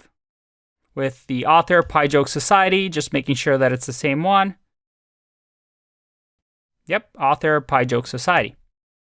So all we need to do here is to simply install package. There you go. PyJokes installed successfully. So now that I have PyJokes here, let's have a look at how we can use it. By the way, I can actually test to see that I have this installed. If I go to lib, Python 3.7, site packages, there's my PyJokes distribution. Awesome. So let's see how we can use it. Again, I've actually never used this before, so let's have a look. You can also access jokes in your own project by importing PyJokes. All right, let me just copy that. And using the function getJoke and getJokes. All right, sounds simple enough. Let's give that a go. I'm going to import PyJokes like that. And then what was the function? The function was getJoke. So let's do PyJokes and then say getJoke. And I can see that I can give it a language and category. So let's say getJoke here. So string is English. So let's do, we want the joke in English. And category, let's see. It says we can do neutral. What are the options here? Neutral is neutral geek jokes. No adult jokes for us. We can do Chuck Norris jokes. All right, neutral is fine. That's the default. So we actually don't even need to pass anything here, but just to be safe, let's do neutral. All right, let's, I don't know what it's going to do. So let's just run this program and see what happens. All right, let's print out the joke. Let's say joke equals, and then say print joke. If I click run, real programmers can write assembly code in any language. Ha, ha, ha. All right, there's our completely useless package. Let's do another one. Let's see if there's any funny ones. How to explain the movie Inception to a programmer. When you run a VM inside another VM, everything runs real slow. All right, some of these jokes I'm sure are pretty funny. Some of them might be a little bit advanced, but hey, that's actually not bad. You know what? I might use this package in the future. I think this is fun. But I won't bore you with me keep pressing play. I might not record for a few hours and just waste time reading these jokes. But I just wanted to show the process of how I would go about doing something like this.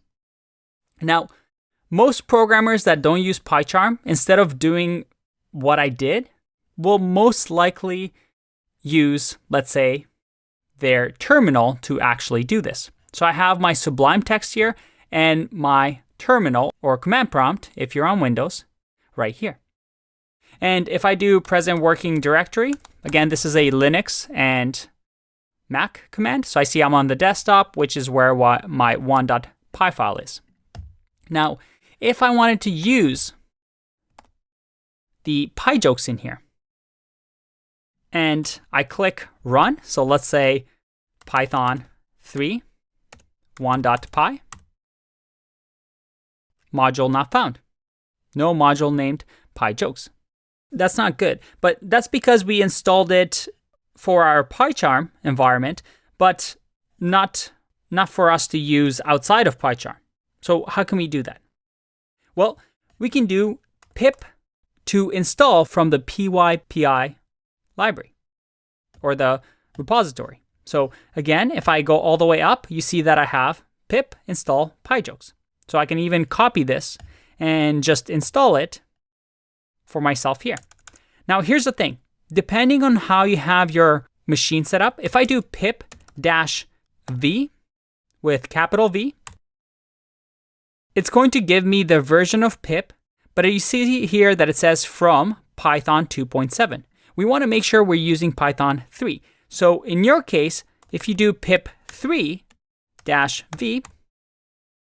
you'll get the right version of pip. So make sure you check that and make sure that you're using with the Python 3 or higher.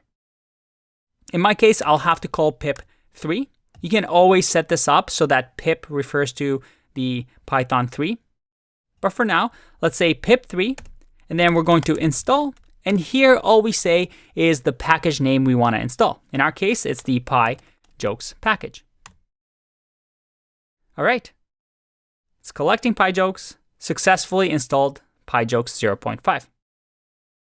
I also get a little warning here. You're using pip version 19.0.3. However, version 19.1 is available. And you might get this. And I always recommend just upgrading. So I'm just going to copy the command that they give us. And I'm going to say pip install upgrade pip. And I'm going to do pip 3. All right, so I've successfully updated pip. So again, pip 3v now has version 19.1.1. If I now, let's say, clear here and do pip list, I see that it shows me all the lists of the packages that I have. And if I scroll up here, I see that I have, where is it? Oh, I used the pip command instead of pip3, so let's do pip 3 list. So this is something that you just have to be careful of. You can see pip3 list is looking a lot nicer. Let's see. I see that PyJokes is installed. Awesome. So now that I have this, let's run it. So I can run python 3 and then say 1.py. Oh, what an appropriate joke. I swear I did not time this. This is just the programming universe telling us something. It says, friends, don't let friends use Python 2.7 because, hey, we should get this joke. Python 3 is the current and latest. Oh, that's funny. That's actually, I'm pretty pleased. I feel like we should end the video here because this is just perfect. All right, well, this is how you install packages with PyPI. We are able to really use the power of the developers all around the world using just a simple command, pip or pip3 install, and whatever package we want across the world, across the internet, we have access to in our projects. I'll see you in the next one. Bye-bye. Welcome back.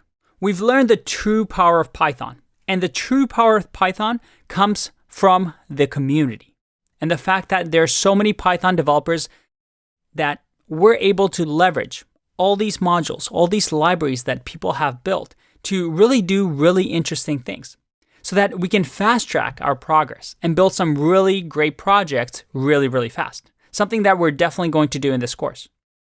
But you may have a question. This PyJokes that I just installed, this library, I mean, it has version 0.5.0, and this is called versioning in Python and in most programming languages, where the first number is usually a version where if you have bug fixes, you would go from 0 to 1 to 2 so that you update. 5 will be a new release, maybe some added features. And the last number, or based on how you look at it, the first number, the major number, is usually breaking changes or major versions. So PyJokes looks like it's fairly young. It's 0.5. But something like PyCodeStyle that is 2.5 looks like a mature library because they're in version 2.5. And here's the thing. Libraries are maintained by people, right? By programmers. We're constantly making mistakes. There's always going to be bugs. There's always going to be things that you can improve upon. So these are always improving. Versions are always increasing. And when you start working on large projects, you start installing different packages, different modules that perhaps only work with certain versions together.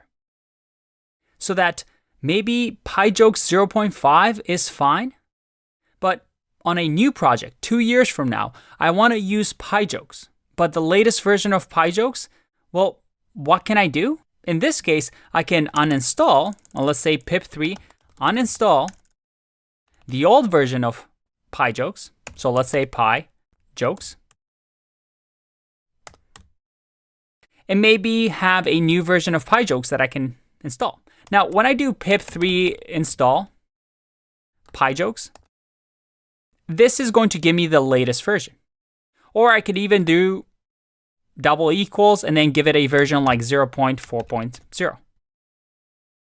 So now if I do pip3 list, I have the older version of PyJokes. Now the reason I'm showing you this is that sometimes you want for your different projects different versions of a library. Because maybe a project that you started 5 years ago really requires PyJokes 0.4, and this new project that you're starting requires PyJokes that's, well, let's say upgraded to version 2. So how do we do this? Because right now, the way we've installed things, there's only one version on my computer that I can use. This is what we use for what we call virtual environments. And it answers the question of, hey, how can we have two versions of all these packages, of all these modules on the same machine and still have different projects using different versions? Well, there's a tool that you can install called pipenv, which allows you to use pip and also this virtual env to install packages based on each project. So each project has its own packages. Or if you're using PyCharm, which I usually recommend, especially on big projects, you have virtual environments by default. Remember this venv folder? Well, venv folder is a virtual environment created by Python. As a matter of fact, let's say I want to create a new project. Here, I can create a project, let's say V or new jokes project. And here, if in the dropdown, you see that I have a new environment using virtual env.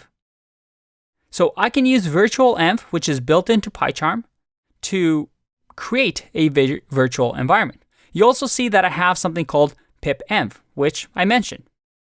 But usually you select the virtual environment, and when you do create, let's say this window is fine. When we do create, you'll see that new jokes has its own virtual environment. And now any library that I install in here will have its own package right in here. So it doesn't affect any other projects. If I go to pyvenv.cfg, you see that the environment is set up with version 3.7. This is my home. And we're able to add packages right in here. And you see that, nope, I don't have any PyJokes in here because this is a new project with a whole new environment. If I create a new file, let's say in here, we'll say new file, and let's call it test.py. And let's say import PyJokes. We'll say PyJokes.get joke. What was it? Yeah, let's just copy this.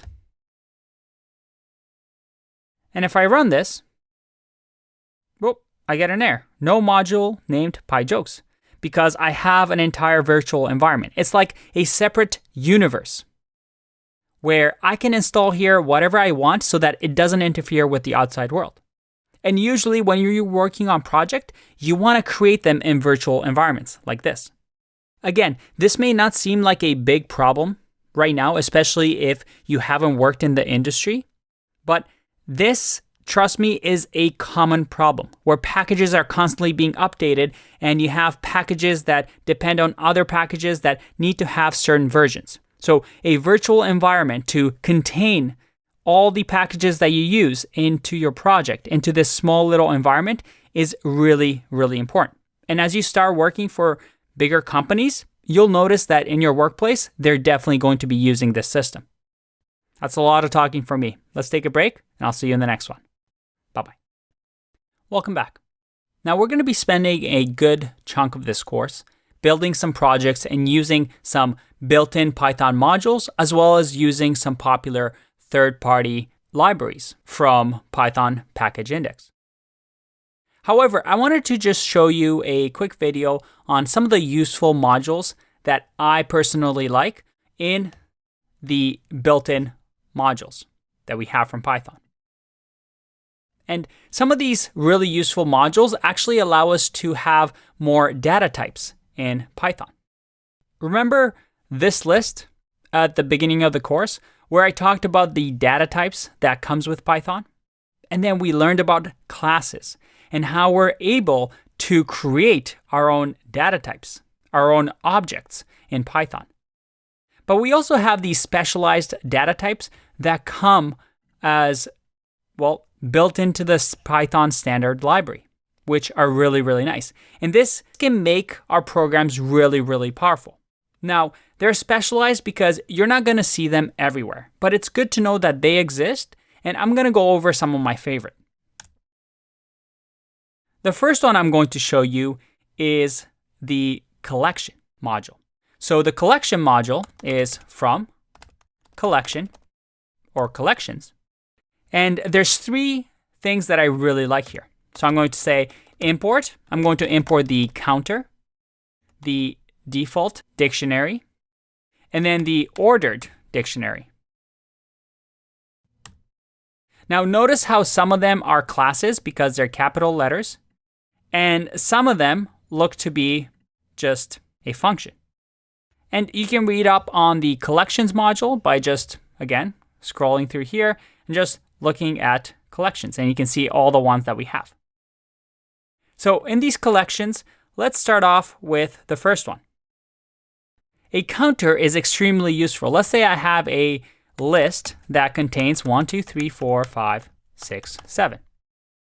And I want to count how many items in a list. If I do print counter, you can see over here what it does. But essentially, if I give it a list and click run, all right, what just happened here? It creates a dictionary where 1 has 1, 2 has 1, 3 has 1. What if we add another 7 here? Let's say 7. If I click run, did you see that? 7 now has 2. So what it does is it creates a dictionary that keeps track of how many times an item occurred in an iterable. So that 7 occurred twice, so 7 has a value of 2. Another way we can use this is, let's say we have a sentence, and say in the sentence, I want to check, well, let's just write something. I'll say blah, blah, blah, thinking about Python. If I was to do a counter here, and let's say give it sentence, if I click run, check that out. I see which letter occurred the most. In our case, H occurred 5 times, space occurred 5 times, and then B occurred 4 times.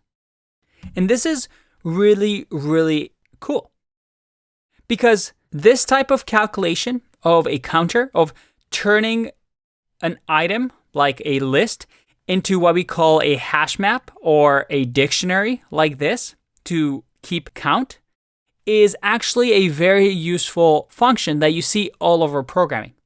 It actually helps a lot with optimization problems. Now, we were not going to get into it there, but I just wanted to show you that counter is something that is really, really useful. If you want to count duplicate users or duplicate emails, counter can be really, really useful. What about the next one? Default dict. God, that's a really hard word to say. All right, so let's say we have a dictionary here, and this dictionary will have, well, a very insignificant dictionary. We'll have A1 and B2. What a simple dictionary. Now in here, I can say dictionary dot or bracket A, and I'll be able to grab the value, right? If I click run, oh, and I did not spell dictionary right. Let's fix that. That's better. Let's comment this out for now because we don't need this. You'll see that I get a value of 1. But if I try to access something that doesn't exist, like C, I'll get an error. With a default dictionary, I'm actually going to get a default value if something doesn't exist. So let's convert this into a default dictionary like this.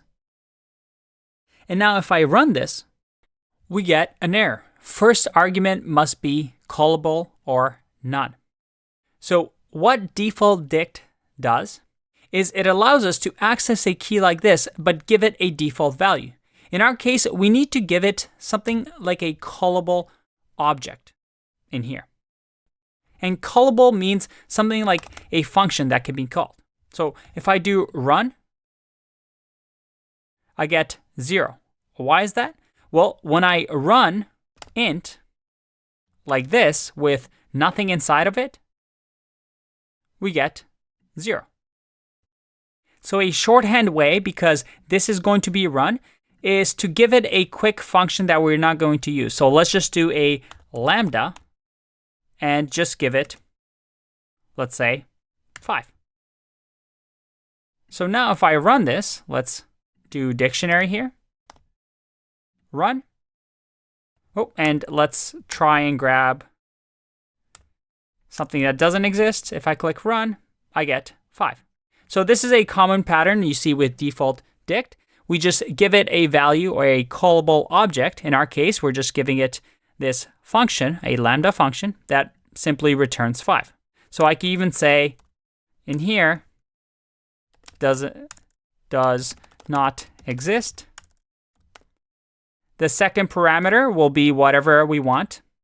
And if I hit run, I get does not exist, even though I'm accessing a key that, well, doesn't exist. Now, if I do A here and I click run, everything works. I still get 1. And if I do B, I get run as well. Again, another useful little data type. Next one is ordered dict. And this one is another interesting one. An ordered dictionary retains the order that you insert into a dictionary. Let me show you. So if we have, let's say, dictionary, and this dictionary will be an ordered dictionary. So this is how we create it. Now, in here, if I do D equals to A, and this is going to equal to 1, and then D, B is going to equal to 2, and I now copy this and make a second dictionary. Let's say D2, D2, D2. And I check, hey, print, does D2 equal D? Remember, this is going to check for the values. If I run this, I get true. Yep, they're equal. But if I change the order of insertion here, and I click run, I get false. Sorry, this is not the same thing because it maintains the order. If this was a regular dictionary, so let's say instead of what we have here, I'm going to just simply create a dictionary, and we'll just do a simple C here that has, let's say, 100, and do the same for this one as well. D2 equals to this. If I now run this, I get true because all the keys and values are the same. With a regular dictionary, we don't really care. There's no order. And I mentioned this before too, right? A dictionary in Python has no sense of order. Although when we print out the keys, we might get things in order. As our dictionary gets larger and larger, there's no guarantee that when we print out all the keys that we're going to get them in order. In the case of an ordered dictionary though, we get that guarantee. Now there are some performance implications for those. However, overall, it can be useful in some situations. All right, a few more to go through, but this video is getting long, so let's take a break and I'll see you in the next video. Bye-bye. Another really useful module that you might use actually quite often in your programming career is the date-time module. And as the name suggests, it allows us to manipulate date values, which is really, really useful. So let me just show you quickly how that would work. I can say from date time, and in here, well, there's a ton of functionality, but you can do simple things like date time dot time and give it in here some options. Oh, and make sure I import here, like that. So that now, if I look at time, print here, if I click run, I get a time of 0. But if I, in here, let's say I do, the time is 5:45, and let's say 2 seconds. If I click run, I get 5:45 and 2 seconds. I get the time. So I can create time objects here, which is really, really nice. Another useful one is the date. And date gives us some really useful things, like today. Hey, what's today?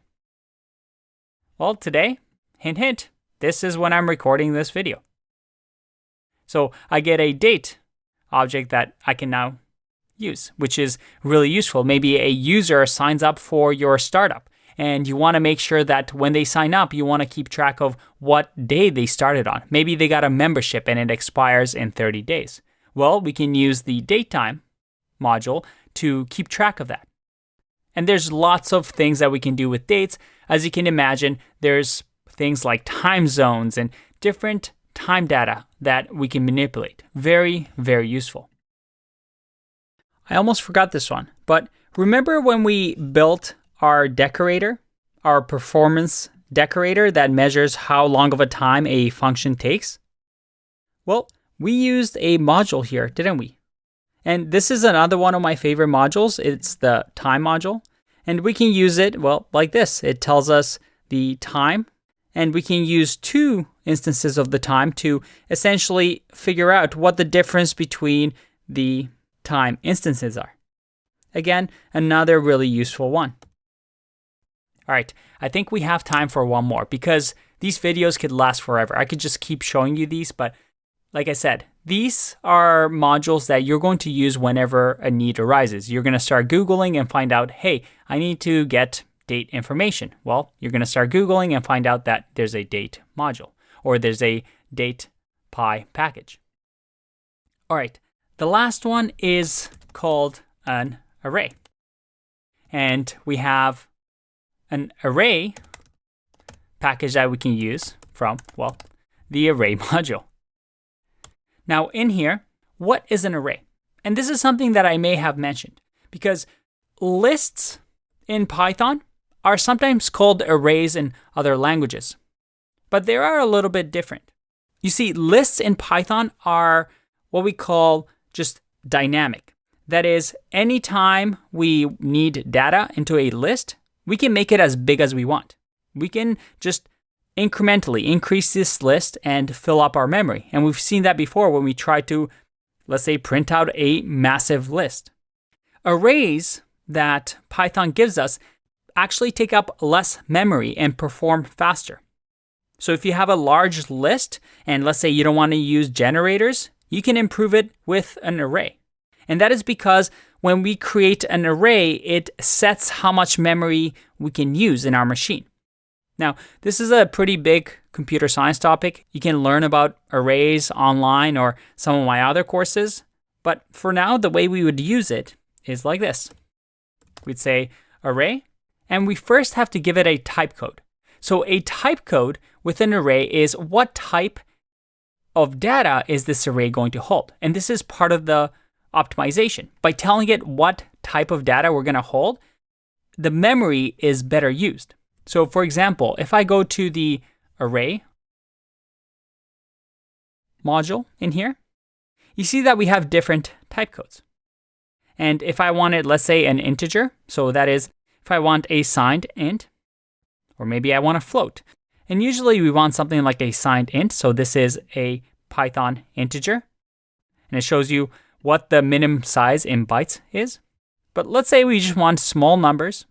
So I can say, hey, the type code is going to be I. It's going to be a signed integer. And then I'm just going to give it 1, 2, 3.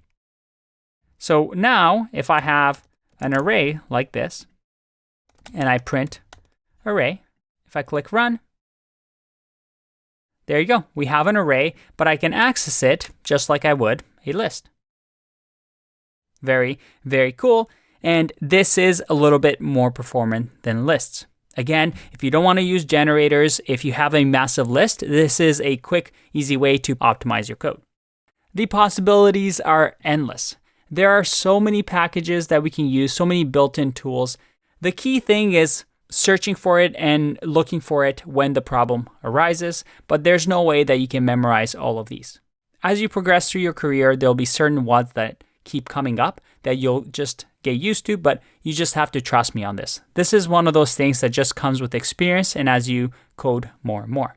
So the best way to learn these is to just keep coding. I'll see you in the next one. Bye-bye. Let's get into another developer fundamental, and that is pros and cons of libraries. You want to be careful with packages because it's not always good to use them. Now, what do I mean by that? Well, these packages are created by developers and programmers. You can have people that are creating really, really good packages, but also people that are creating bad packages that may be buggy and don't work well. So you have to develop that skill to make sure you're able to see, hey, this package is really popular, or this package is being maintained, or this library is really popular with the community, so most likely it's a good package to use. So this is a skill that you need to develop. Also, keep in mind that every time you add a library to, let's say, your project, you're adding more and more code, which means more and more bytes of data. So your project gets heavier and heavier and heavier. So that's also something that you want to consider. Before you're importing a library, ask yourself this: could I just write this myself? You usually want to pull in a library when writing something from scratch yourself is going to be really time consuming and you don't have the expertise in that area. At the same time, it's what makes programming so powerful, right? Because we don't have to start everything from scratch. And most of the time, when you're working as a developer, what you're doing is essentially matching and pulling in different libraries and getting them to all work together. A lot of your work is going to involve working with these libraries, reading the documentation of these libraries, and figuring things out as you go, as you try and build a useful tool by combining everything together. So there's pros and cons to everything. And this is just something that you will develop as you progress through your career. Just keep an open mind, be careful of using just any library, but also learn to read library documentation, learn how to use all these different tools to combine to create something useful. I'll see you in the next video. Bye-bye. Let's talk about a very important topic if you want to be a great programmer, and that is called debugging.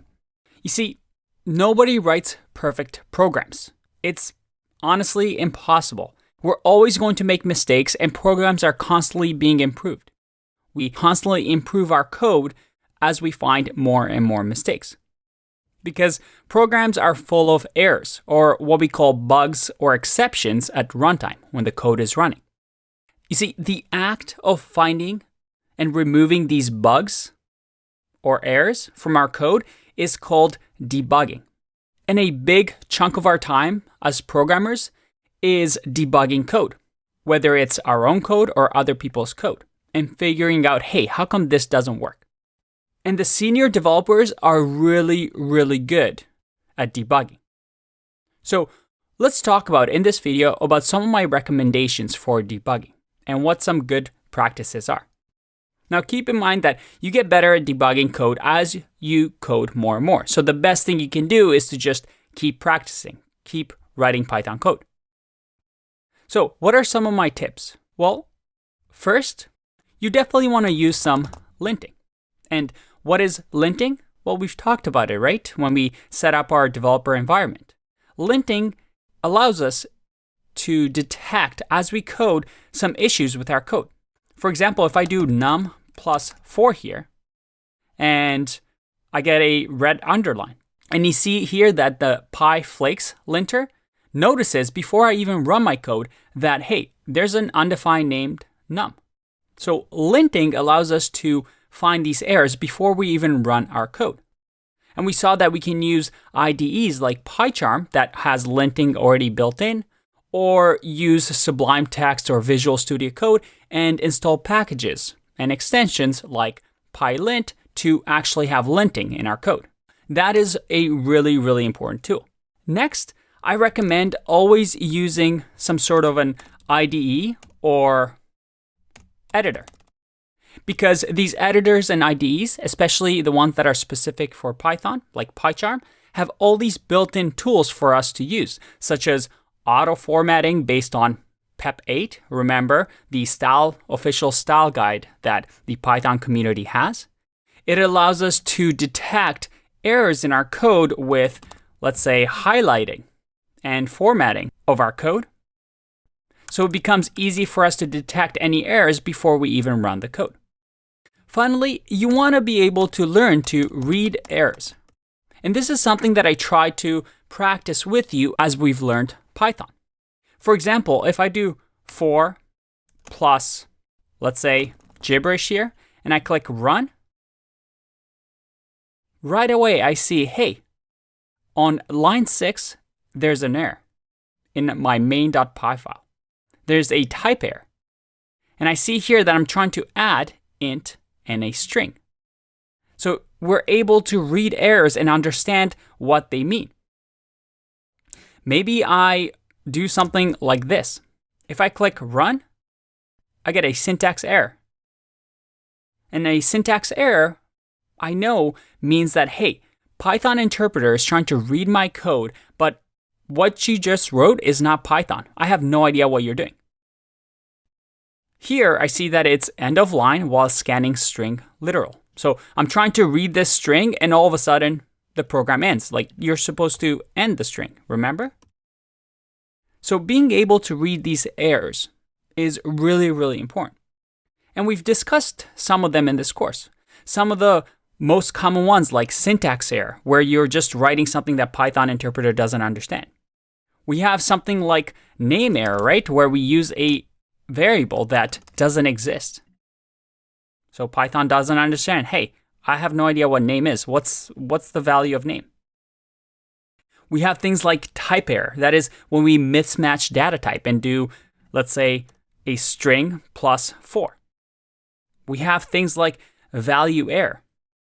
We have things like key error, where we're trying to access a key that doesn't exist, or attribute error, where we're trying to access the method of an object and that method doesn't exist. Now, these errors are something that we've been seeing throughout the course, and we're going to see a few more. I would say that there's about 15 to 20 errors that are really, really common that show up 90% of the time. And if you remember, you can always go to the Python documentation to learn about them. But this just comes with practice. If you see an error that you've never seen before, I recommend going to the documentation and reading up on it. Once you see it, you usually tend to remember when it comes up next. But let me show you my favorite way to debug code. And it's called PDB, or Python Debugger. And PDB is a built-in module in Python, right here. Again, remember, our built-in module are part of the standard library that Python comes with. And PDB is the Python debugger for interactive interpreters. And you can read about it here, but let me show you what it does. You see, PDB is extremely useful because it allows us to interact with the code. So previously, when we had a function, let's say we have function add, and we have num1, num2, and then this function simply returns num1 plus num2. Now before, if we wanted to, let's say, debug this code, and let's say we're adding 4 plus some gibberish, and it's giving us an error, the first step that I would take is most likely adding a print in here. So I could say print, hey, what's going on? Let me see num1 and num2 and what it's giving me. And print is a really, really quick way and easy way to debug your code. I use it all the time. But PDB gives us a little extra boost. So we can use it like this. We simply import PDB, and instead of using something like a print, function, we can simply say, let me add a space in here. We can simply say pdb for Python debugger, and then say set trace. And set trace, I would say, is the most useful method that we have on this pdb object that we imported. You see, when I run set method, it now gives me an interactive Python debugger that I can now type commands in here and actually test out my code. And here's the interesting part. Right now in this PDB, I'm right inside of line 8. So my code tried to run, but then it paused as soon as it said PDB, set trace, and now I'm in this world. And I can test out what's going on. So I can actually say, hey, num1, what is it? Well, num1 is 4. What about num2? Well, num2 is a string, and I could be like, oh, I'm trying to add a string and an int. This doesn't work. So I can detect errors this way as well. Now, this PDB interactive actually has a ton of useful things. So if I type in help here, you see that I have commands that I can use in the PDB. So I have a ton here. I have exit, which I'm assuming is going to exit me out of this PDB, Python debugger. But I also have things like, let's say, list. Let's see what list does. So when I type in list here, and right now the website is really not showing me too much, but hopefully you can still see list. And I get some sort of an output. I see that I get a list of my code.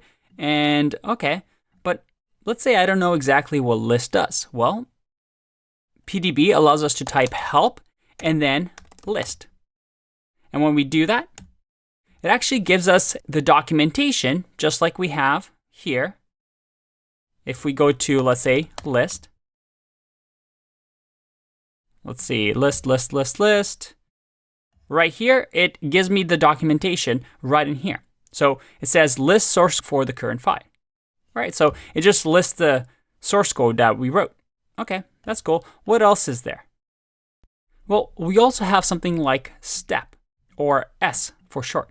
And step is really, really cool. Let's actually use clear to bring this up to the top. So I'm going to say clear so that it clears all breaks. Let's make this a little bit bigger so you can see. There you go. That's better. All right, so now I can actually do something like step. And step is going to allow us to go to the next line. So again, if we make this a little bit bigger, step is going to say, hey, go to line 9. So let's see what happens. I'm going to type in step. Oh, and I got step twice, so let's write step. And look at that. I go to the next line in my code, and it gets me, hey, you get a typo error, the error that we got. So let's add another line in here. Let's say that we're trying to add 4 plus 5 in here, or 4 multiplied by 5, and assign it to a t variable. If I stop this and run this again, I'm now inside over here. If I type in t, I get a name error. T is not defined because, well, I'm inside the code here on line 8, but we haven't ran line 9 yet. So let's do step. And now I'm on the next side. So if I do t now, I get, hey, t equals to 20. Awesome. So step, I can step through the code, which is really, really useful. I also have things like continue, which lets me continue through the code until I return something.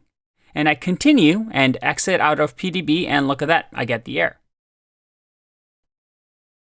Let's run this again. Another useful command is a. And a actually gives me all the arguments of the current function that we're in. So look at that, I get all the arguments, which again is really useful. There's also the command w, which shows me the context of the current line it is executing.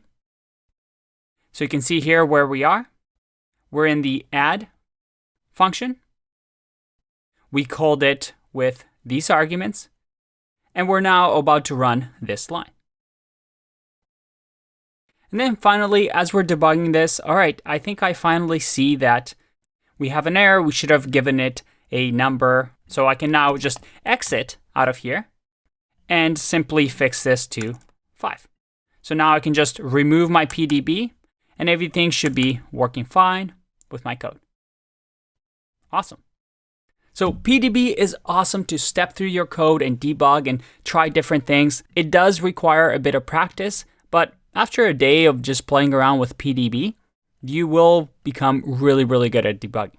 So after this video, I recommend that you write PDB and hopefully you have a large enough Python file that you can just step over and experiment with different commands using help, using list to see what you have available to you. I actually want to show you one last thing. So let's say we go back to our code, our PDB set trace. I click run. Could I do something like this where I notice that I type A and I have, all right, my code is working, but could I change num2 to now equal some gibberish? Well, let's see. If I do next now, and let's do next to run this final line, I get an error. So I'm also able to change variables in here and write Python code to perhaps test out my functions. This is now working. I can test out, hey, what happens if we change this variable to another value? Again, very, very useful. Let's talk about file I/O. What does I/O mean? You'll see this a lot in programming. I/O stands for input output. You see, most of the times, machines are not communicating in just one environment. For example, so far we've been writing our code in, let's say, an editor like Sublime Text that I have here, or PyCharm, or an online REPL. But usually you want to interact with different parts of the system. Maybe you want to speak to another website. Maybe you want to speak to something that's on your desktop, maybe a file. Maybe two different machines are communicating with each other. Maybe you're speaking to a database. I/O simply means, hey, I want you to input something from the outside world and output something into the outside world. And one of the most common ways that we use things like I/O is through reading files. You might think about Python and how wouldn't it be nice if we can perhaps write a script that compresses images? Well, we need I/O then. I need to input an image, and then I need to output the compressed image. Maybe I want to work with a PDF file and maybe add a watermark to all my PDF pages. Well, then we input a PDF and output a new version of a PDF. So this is a very common task that we see a lot of. And reading and writing files is a very important tool in our tool belt. And by the way, we have a project coming up where we actually are going to use this with PDFs. But for now, how can we do this file input-output with Python? Well, Python has a built-in function that allows us to open and write to files. And it's simply called open. Nice and easy. So using open, we can do something like this. I can create a sample text file in our desktop. So I'm going to use my terminal here.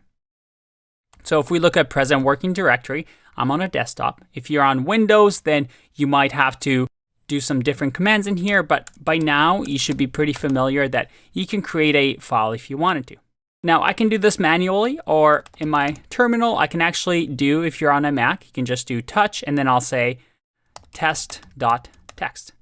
So if I do ls here, you see that I have a test.txt file and a script.py file. And again, just to double check, if I go to my desktop, yep, I have these two right here. Perfect. Now, in here, we can simply say, in our script file, open, and the name of the file. In our case, it's test, make sure it's string, test.txt, just like that. Now, I can assign this to a variable, calling it my file. And now we have, well, the file object. So let's check this out. If I do here, print my file, let's see what happens. I'm going to run my code. So let's say Python 3, and then run script.py. All right. I get an object, a text IO wrapper. I get the name, which is text. I get mode, which I'm not sure what it is yet. We'll learn. And then encodings, which is how this file is encoded, which is UTF-8. Most of the files are usually encoded in UTF-8. All right, so how can I actually read this file? All we need to do is my file has a .read method on it. So that if I run this now, well, I get a blank piece of space because there's nothing on this test.txt file. So let's write something. I'll open this file in Sublime Text and just write, hi, my name is Andre Nagoy. I got really creative with this one. Good job. All right, let's go back. So now if I read this file, look at that. I'm able to read, hi, my name is Andre. And now, there you go. I've read my file. Nice and easy. Now, if I run this again, let's just read this multiple times. If I click run, I'm able to read the first time around, but these 2 times, I'm not reading anything. Why is that? Well, this open function has this idea of a cursor. That is, you can only read the file once. And once you open, it returns a file object, and the contents of the file you can read. And the contents of the file are read with a cursor, just like you see here, one by one and printed onto the screen. But by the end of this first reading, the cursor is going to be at the end of the file.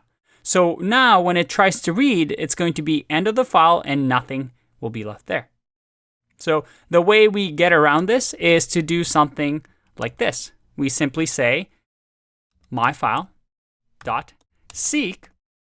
which moves our cursor to whatever index we want. In our case, seek 0. So if I run this now, there you go. And if I move the cursor back and I save and run this, all right, that's a lot better now. And this is just to demonstrate that Python uses this idea of a cursor to read a file. Now, another unique thing that I can do is to do read line. So that if I run this, it reads the line. But let's say our text file has different lines. So how are you? Let's say a smiley face in here. If I now read the line, I get, hi, my name is Andre. If I read the line again, hi, my name is Andre, because I get each line.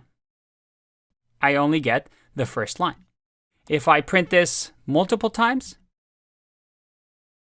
and I run this, all right, that's better. I get, hi, my name is Andre, smiley face, how are you? Again, the cursor keeps moving, right? So I can just keep reading the lines. Another thing that I can do is to just say read lines. If I run this, I get a list that contains the entire file, reads all the lines, and you see here that I have, hi, my name is Andre Nagoy. I have a new line here, a smiley face, a new line. Remember, this is escape sequencing. And then, how are you? And no new line here because there's no new line. It's the end of the file. So these are extremely useful. Maybe we can use regular expressions to search for a piece of text in a file. That's pretty useful, right? Now, the very last thing we need to do, and this is a little annoying, so I'll show you how we don't need to do it in the future. But you actually have to manually close the file after you've opened it with open, so you can use it somewhere else in the program. It's just a good standard. So what you have to do is say myfile.close after you're done with it. You tell your computer, hey, you need to stop whatever you're doing. I'm not interested in the file anymore. We're done with it. You can use it somewhere else. So usually we do something like this and we're all done. Let's take a break and learn some more in the next video. Up until this point, we've learned how to read files. But we had this annoying thing with the cursor and then we had to close the file. So how can we fix this? Well, a better way to actually do something like this and do file I/O with Python is with the built-in with statement. Let me show you. Instead of what we had before, what we're going to say is with open the name of the file and say as whatever the variable you want. So my file. So now with open, you can actually do something like this, but you don't have to worry about closing. So most of the time, you want to use the with statement. This is the proper way to work with files in Python. And if I save here and run my script, oh, I get an error because I forgot the column here. If I run again, there you go. I get my output, and I don't need to close my file. Everything is done for me. So this is a standard way to read a file. Now, what if we wanted to write to a file? So far, we've only read. And actually, underneath the hood, open has a default parameter called mode equals to R, which stands for read. So with mode R, we are able to read files. When we don't specify the mode, it automatically just assumes we're reading. But if we wanted to write to a file, we can simply do W for write. So if I run this, you see that I get an error now, unsupported operation, not readable, because, well, the file can only be written. So in order for me to read and write, I can write RW, right? Well, let's see.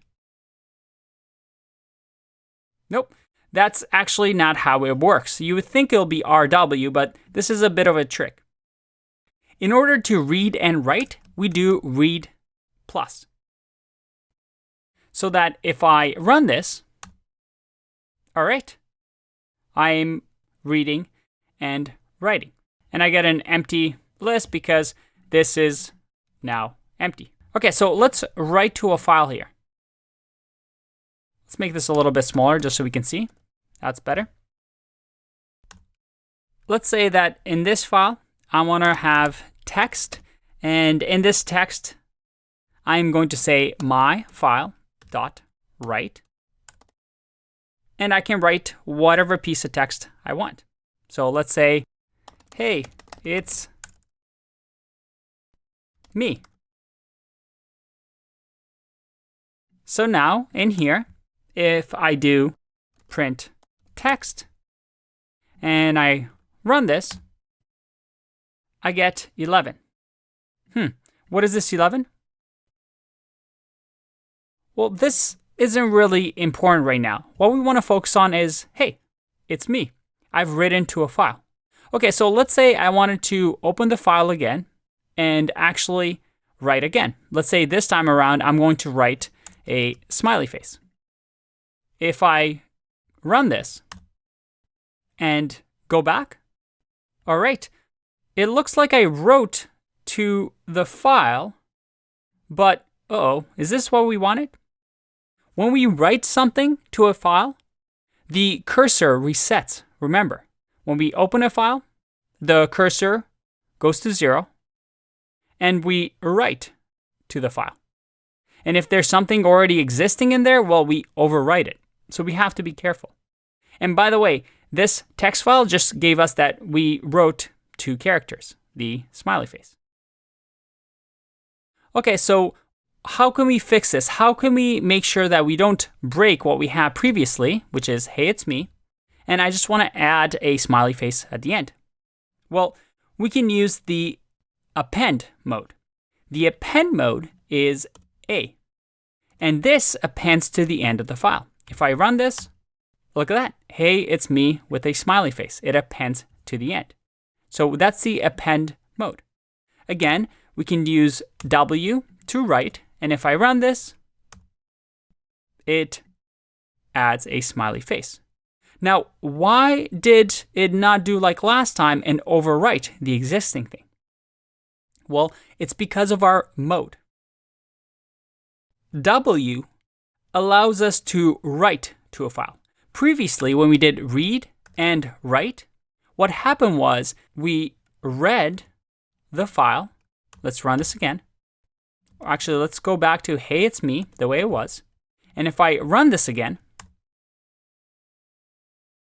because we did read and write, the cursor was set to 0 and overrode it. Versus if we just did the write, it will assume this is a new file and we just want to, well, just add the smiley face. If I click run here, you see that now is just smiley face. So you want to be careful that you use the right mode based on what you need. Now, let's say we wanted to create a file that doesn't exist. Let's have a file called happy.txt. Or actually, no, let's do sad. And this writes a sad face. But remember, we don't have this on our desktop. If I clear this and look at our desktop, we don't have a sad.txt. If I do read plus here, so read and write, and I run this, I get a file not found error. If I do a write here, and I run this, all right, it looks like it worked. If I look at the files, I have a sad text now. So now if I open it, I have a sad face text. So write also creates a new file if it doesn't exist already or overwrites the existing one. So you want to be careful once again with the mode, whether you want to append, whether you want to read, whether you want to read and write. But most of the time, the most common ones are read, write, and append. Now, in the next video, I want to talk about this idea of a file. I've written text files for now, but we could have written anything. We could have done a .py file if I wanted to. But what about accessing files that are in different locations, such as inside of folders? We're going to explore that topic in the next video. I want to talk quickly about file paths, because for some people, this might be a new concept. Up until now, I wrote, let's say something like sad.py or sad.txt, and I was able to run this code because when I ran it in my terminal or command prompt, they were all in the same folder on my desktop. If I do present working directory on a Mac, it shows me where I'm currently at, which is the desktop. So I was able to run it like this because my script file was in the same folder as my sad and test text. But what happens if this wasn't the case?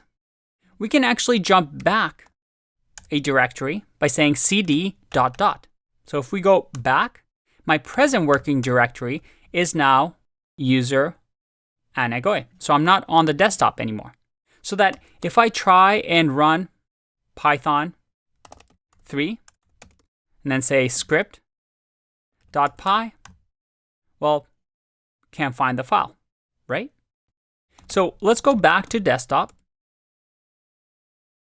and try to figure out this problem. I'm going to, for now, make a directory and call it, let's say, well, a very generic folder. Or let's just call it app.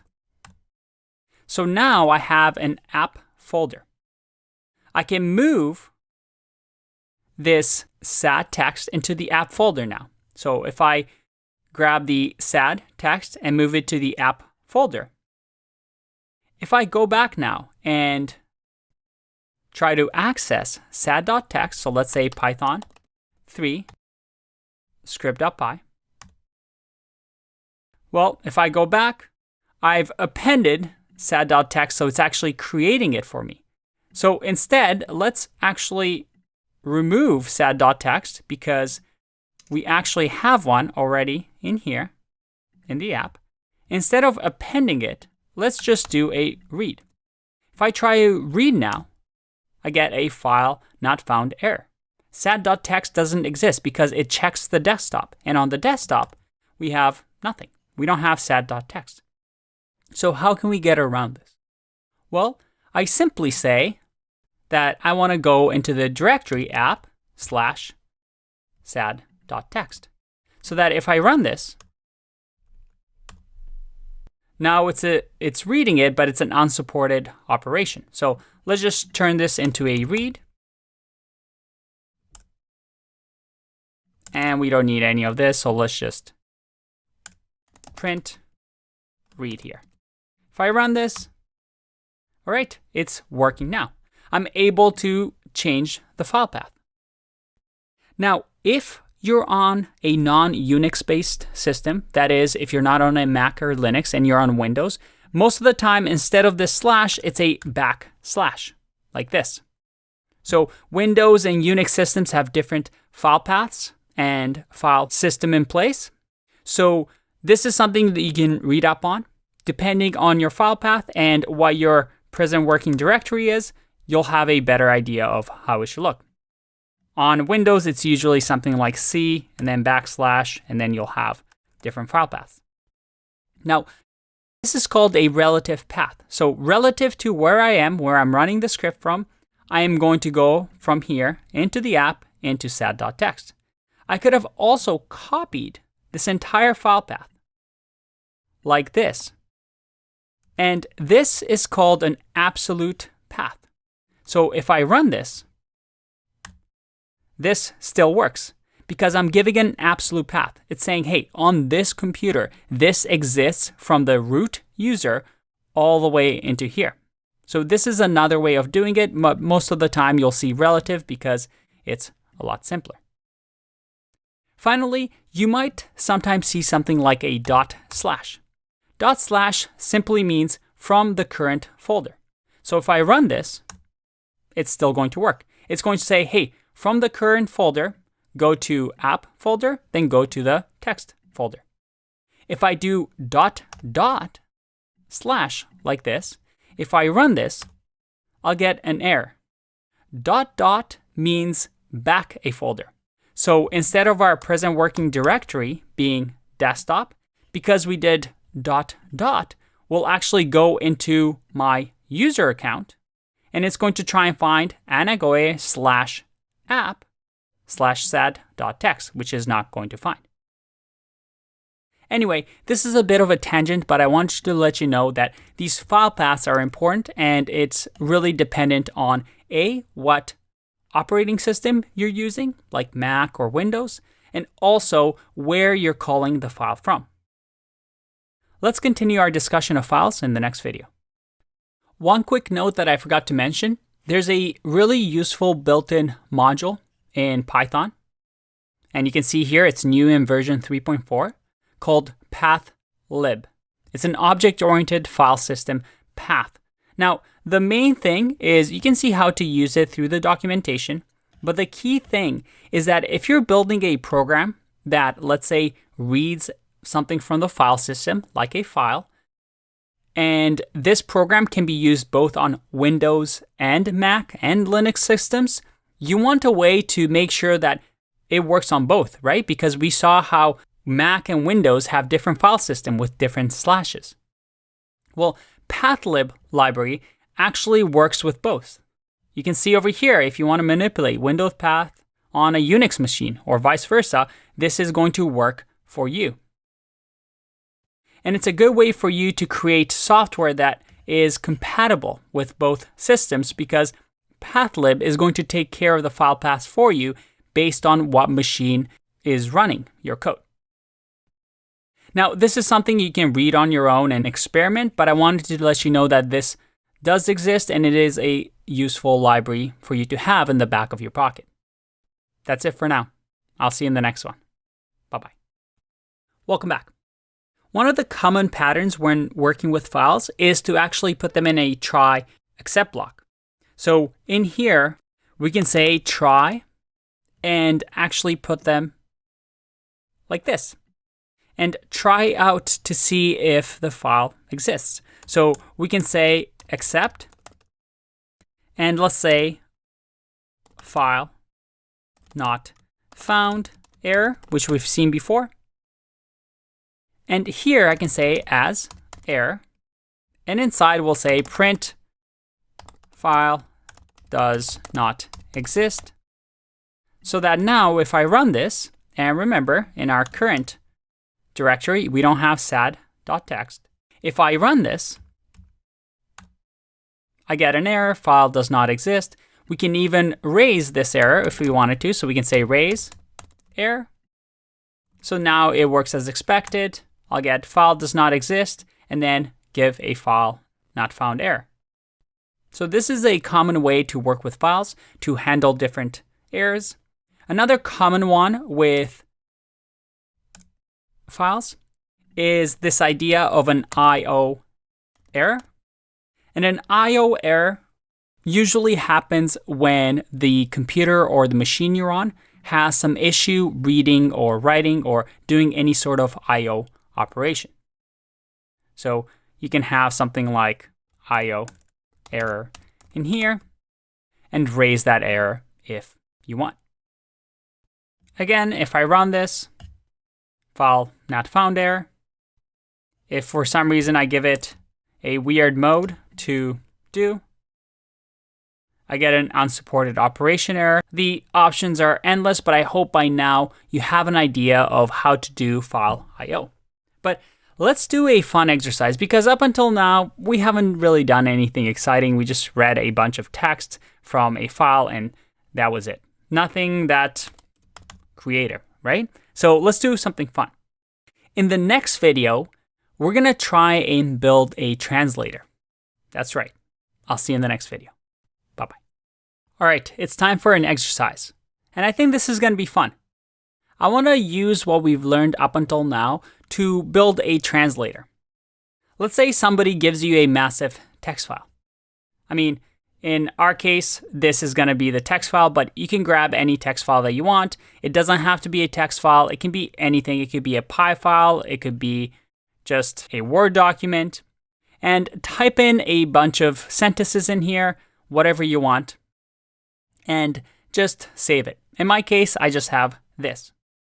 Now, somebody just told you, hey, I want you to translate this into, let's say, Japanese. Based on what you just learned about modules and files in Python, can you build a tool that allows us to run a command through that file, read it, and then translate it into Japanese? Now, if you really want to get challenged, you can pause the video and try it out. Or if you want a hint what module or library to use, well then keep watching because I'm going to show you the recommended package to use. Okay, so what I actually did was I Googled Python offline translate using the PyPy index. Now I wanted an offline translation service because if you look, there's something like Google Translation that you can do. But what that does is actually make a call to the Google servers to do Google Translate for you. And that gets pretty complicated when we talk about APIs and API keys, something that we're going to worry about later on in the course. I wanted something offline so I can download the translation service offline and just be able to use it right here. So the one that I found was, as I was Googling, I think it was called this one. Yeah.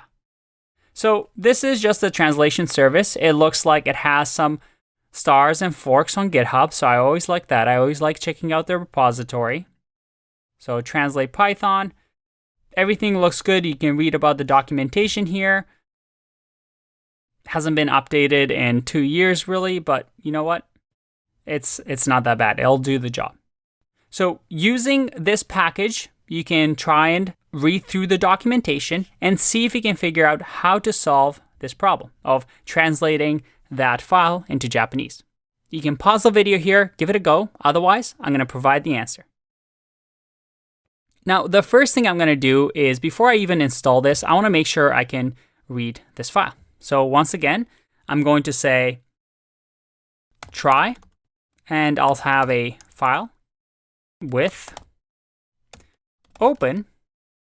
We'll see where the file is. Let's say ls. We have the test file right in here. So we can just do // and say test.txt.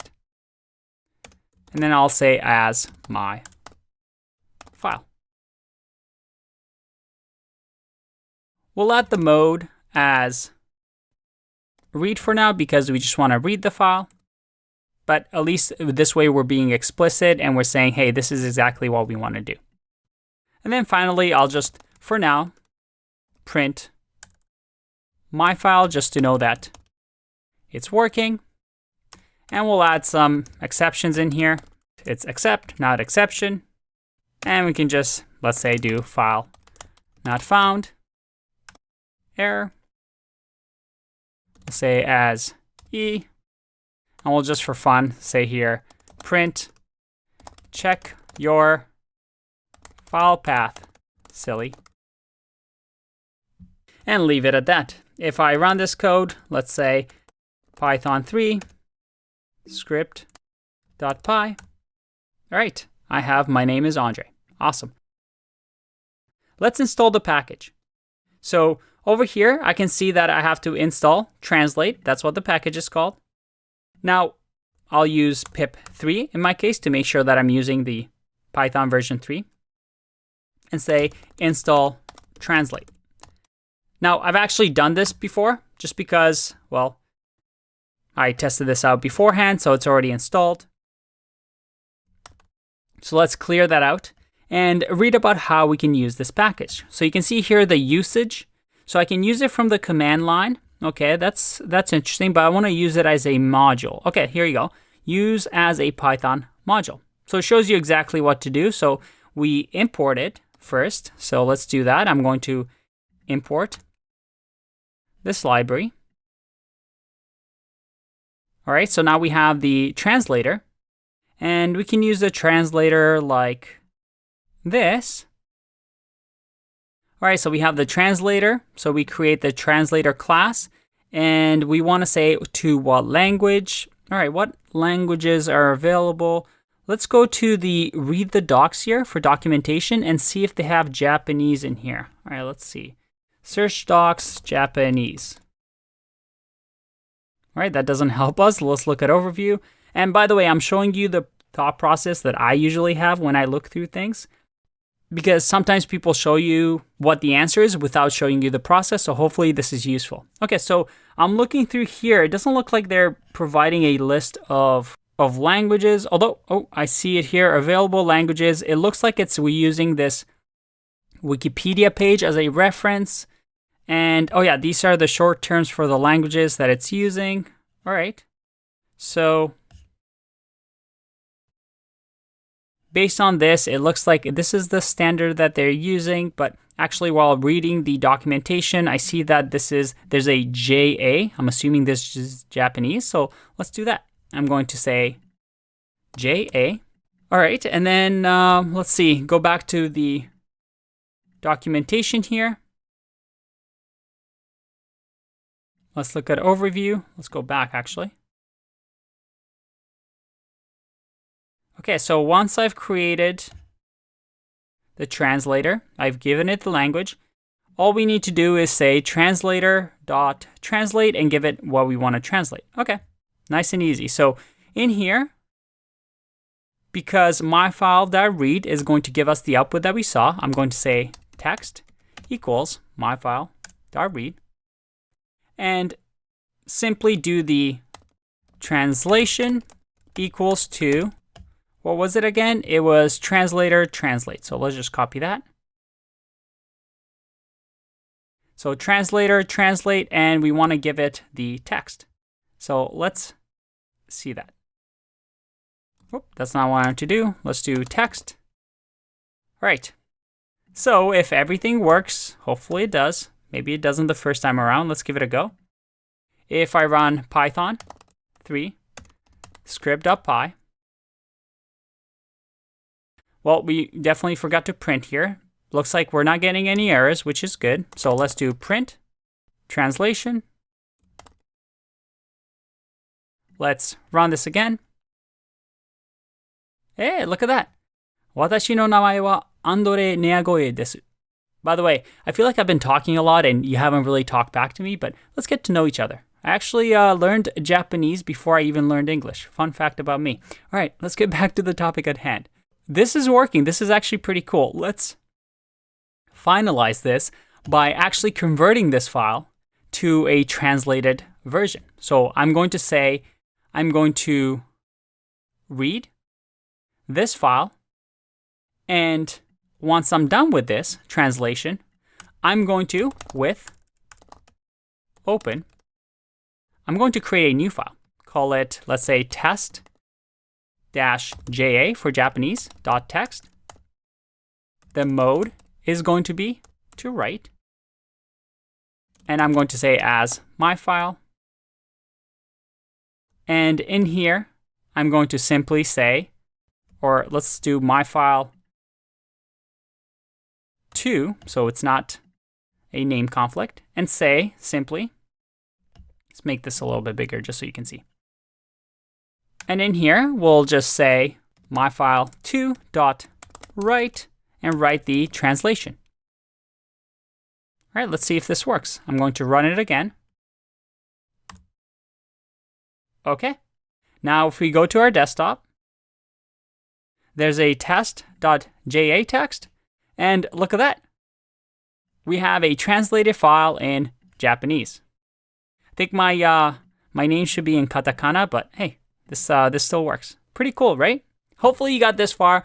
If you didn't, you see the power of reading and writing files and also using libraries to do different things to your data. Very, very cool. Let's take a break, and I'll see you in the next section. Bye-bye. Let's talk about regular expressions. Now, regular expressions aren't unique to Python. As a matter of fact, you see them all over programming languages. But I'm going to teach you regular expression just quickly because they are very useful, especially when you're doing, let's say, validation, like checking that somebody has entered the right email, or you have password requirements, or you want to check if a piece of string exists in a piece of text. So this is something that we're going to explore in this video. Regular expressions. What are they? Well, luckily for us, Python comes with a regular expression module. Remember, regular expressions aren't Python specific. You can use them pretty much in any language. But they're very useful for finding things in a piece of text. So let's say we have a string here. And we can say string search inside of this text, please. There we go. Now, let's say I wanted to search for something here. First of all, could I do something like this? Could I say search in string? Let's print here. And if I click run, I get true. And this is a simple way for us to search something inside of a string. So why do we even need regular expressions? Well, regular expressions are a little bit more powerful than just this, because maybe we want to search how many times search occurs in this string, or maybe we have a complicated string. Let me show you what I mean. The way we use something like regular expressions is using this format. So I can say re dot, and then in here use search. And as you can see here, we give it a pattern and a string and some flags. We'll talk about that a little bit later. So all we need to say is, what pattern do you want to do? Well, I want to search if this exists in the string. So I can say this, and then give it the actual string. In our case, well, this is our string. So if I run this, well, let's print out what happens here. So let's do print. If I click run, all right, I get what I call a match object. A regular expression gives us an output, not just true or false, but an actual object that tells us a little bit more information about this. And you can see over here, one of the information is the span, so where it occurs in the string. It occurs at index of 17 and ends at index of 21. So that's really useful. Let's store this information. and just say A here. So what can we do with this match object? Well, the first thing we can do is to check what we have. So we have, first of all, span, which we've seen. And if I run this, it tells me where the string occurs as a tuple. So index of 17 to index of 21. I can also do start, and start, well, tells me when the text starts. And I can also do group, or actually, I can also do end to show me where it ends. And then I can also do group. And group returns the part of the string where there was the match.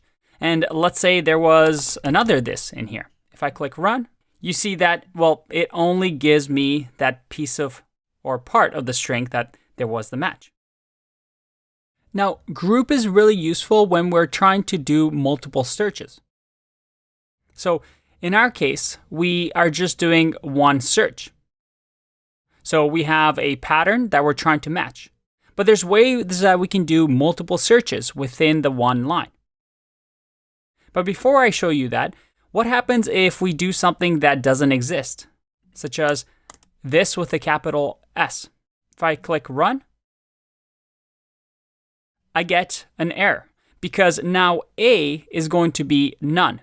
Because if the regular expression doesn't find anything, it's going to return none. So it's either going to return a match object or none. Now, how can we make this more advanced? Well, one thing we can do is to create a pattern that we want to check for. So let's say pattern here. And this pattern, we're going to use regular expression dot compile. And the compile is going to allow us to give, just like we did here, a pattern. So let's say in here, I simply want to check for this.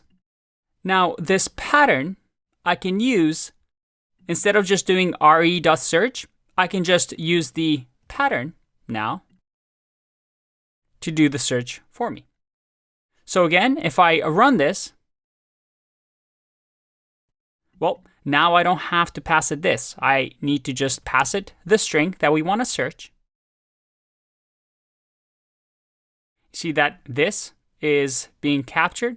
And I can use pattern now everywhere, multiple times. So let's say I can do pattern dot all the methods that we have. We have quite a lot, actually. Let me show you some of the useful ones. We have find all, which finds all the instances of the match. So let's say in here, B, and click run. Look at that. I have this and this. So I get both instances of this inside of a list. I can also do something like full match. And full match, well, makes you sure that everything matches fully. So if I click run here, let's print C here, click run, I get none because I don't get a full match. In order for a full match to return the match, it has to be the exact string that we're searching. So if I click run, there you go. I get a match object now.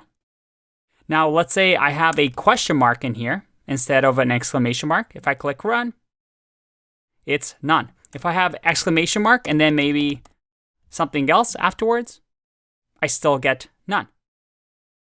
We also have another option, which is match. And match, as you can see, matches 0 or more characters at the beginning of the string.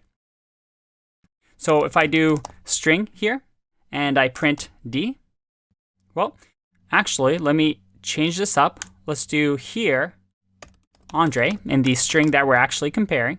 And if I click run, I still get a match object. Versus if I do C, which uses a full match, which gives me a none because, well, we only want an exact match here. Versus a match that matches the string and then doesn't care what comes afterwards. So this is extremely useful. But up until now, I mean, we get a couple of methods that we can use, which are quite useful. But this doesn't seem that powerful. Why do all languages have regular expressions? Why do we really care? Well, in the next video, we're going to explore this idea of pattern and how we can do some really advanced patterns. I'll see you in the next video. Bye-bye. Welcome back. Up until now, we've found just simple patterns, simple text patterns in our string. Nothing too crazy. But where regular expressions become really useful is for advanced patterns. You see, with regular expressions, you can do some crazy patterns like, let's say, this. And this looks like complete gibberish, right? But this means something in regular expression. You can think of regular expression as an entire language in itself, with different patterns that you use to find, well, patterns inside of text. Now, the whole world of regular expression is really, really complicated. As a programmer, I don't expect you to learn all these patterns. You can see some of them here. We have special sequences that mean something, like /d returns a match where the string contains digits, number from 0 to 9. You have things like sets over here, where if you type in a regular expression this, it returns a match for any characters, alphabetically between A and Z, whether they're lowercase or uppercase. So there's all these little shortcuts and tricks that you can write in a regular expression. And things can get really, really complicated. So nobody actually memorizes these things. You develop them as the need arises. And as a matter of fact, later on in the videos, we'll do an exercise where we'll actually experiment with this and create a password checker and an email checker. Now, one of the tools that I really, really like is called regex101.com. It's super, super useful. All you do is we'll pick Python, and it'll give you regular expressions and a testing ground for you to test. For example, if I wrote something like, hey, how are you? I can now enter a regular expression here and try things out. So for example, if I type in, hey, how are you? Well, this doesn't really work. Maybe I can add some quotes around here. But nope. And it actually gives you some options and information as to what you can use. So for example, let's say we wanted to check if, well, right here, a character in a range A to Z or A to Z. If I copy this and I paste it in, look at that. It gives me full matches that I have. In this case, I am checking to see, hey, does it match any character between A to Z, both lowercase and capitalized? Everything is matching right now. You see over here that we have match 1, match 2, match 3, so on and so forth. I can also group things. So I can do brackets here. And now this is the first capturing group. And then I can do something else here. Let's say in here, I want, let's say anything that is A. So what does it mean here? Well, I have an explanation on the right-hand side. The first capturing group says, hey, match a single character present in the list below. So it tells you A to Z, capital A to Z. And then the second capturing group is, hey, match a single character present in the list below, which is A.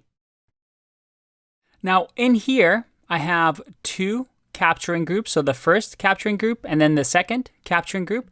If I add a dot here, which is a special meaning in regular expression, if I hover over, you see that it matches any character except for line terminators.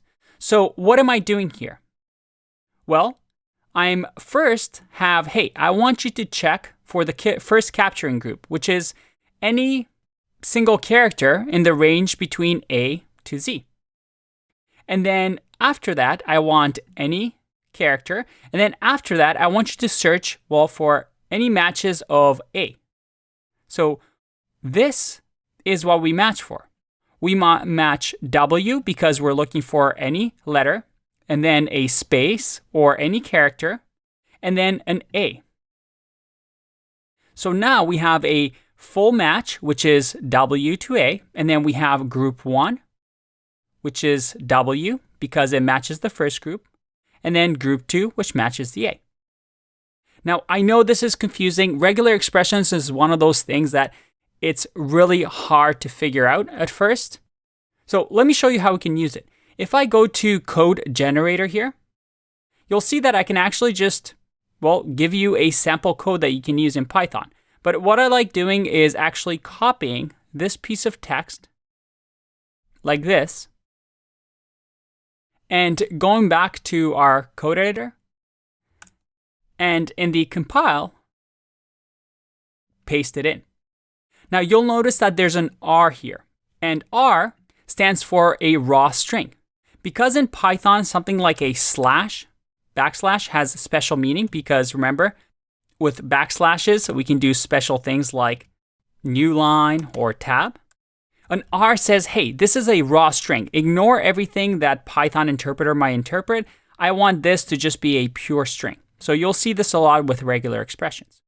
Now, if I run this code, you see that I have SEA here. Again, it's because I am searching for a letter followed by anything followed by A. And if I have a group here, which I'm searching through, if I do group 1, I get S. If I do group 2, I get A, just like we did in our playground here. Another useful thing is in here. If you look at the quick reference, you can actually search for things. So let's say I wanted to check if a test string has maybe starts with. So I can type in start here, and you can see here that, it gives me a quick reference. So if I do start of string, it shows me, hey, use this character and it'll help you do start of string. So if I do, let's say, in here, this caret and say, hey, look at that. It matches it for me. So it says, hey, assert position at the start of line. It explains exactly here how it works, and it tells me that I have a full match here. Now, most of the time, the way you'll be using regular expressions isn't like this. It would actually be quite hard if you're just figuring everything out yourself. Like I said, nobody really memorizes these things. You can see that we have quick references with common tokens that you can look through and understand. But a more practical way of actually learning about regular expressions is to see a real-life use case. Now, I'm going to leave some exercises for you that you can do if you want to learn about some of the common patterns. From my experiences, this is not something that anybody's going to ask you about in an interview. You don't really have to memorize regular expressions. You just need to know what they do. So try the exercises if you want. Otherwise, I'll see you in the next video to show you exactly how you would use regular expressions in a real-life scenario. I'll see you in that one. Bye-bye. Welcome back. Up until now, we talked about regular expressions quite loosely. And I mean, you should understand that it helps us match different things together. But the problem is, how can I really apply this to real-life scenarios? Well, a good use case is perhaps when you're collecting emails. Maybe you're creating a startup. This startup wants to collect, let's say, emails of interested customers. Now, we want to make sure that whoever is interested in our startup enters proper email addresses, right? Because we don't want anybody to fill our databases or our Excel sheets with random words. We want to make sure that something is a correct email. Otherwise, it says, hey, this is not a correct email. Please try again. And regular expression is a great thing to use for validation and just making sure that whatever a user inputs or whatever another machine inputs into your code is in the correct form. So let me show you an example of how I would do this. Let's say I want to do an email validation. Well, the first thing I would do is simply type in Python email validation regex. And here you see here that we have a lot. How to check for valid email addresses. And pretty much the first couple of answers are going to be what you're looking for. I like this one. Email address regular expression that works 99.99% of the time. That's good enough for me. So in here, you see that we have some idea of what we can use. If I scroll down, looks like we have regular expression for different languages. All right, let's do Python. I'm simply going to copy this.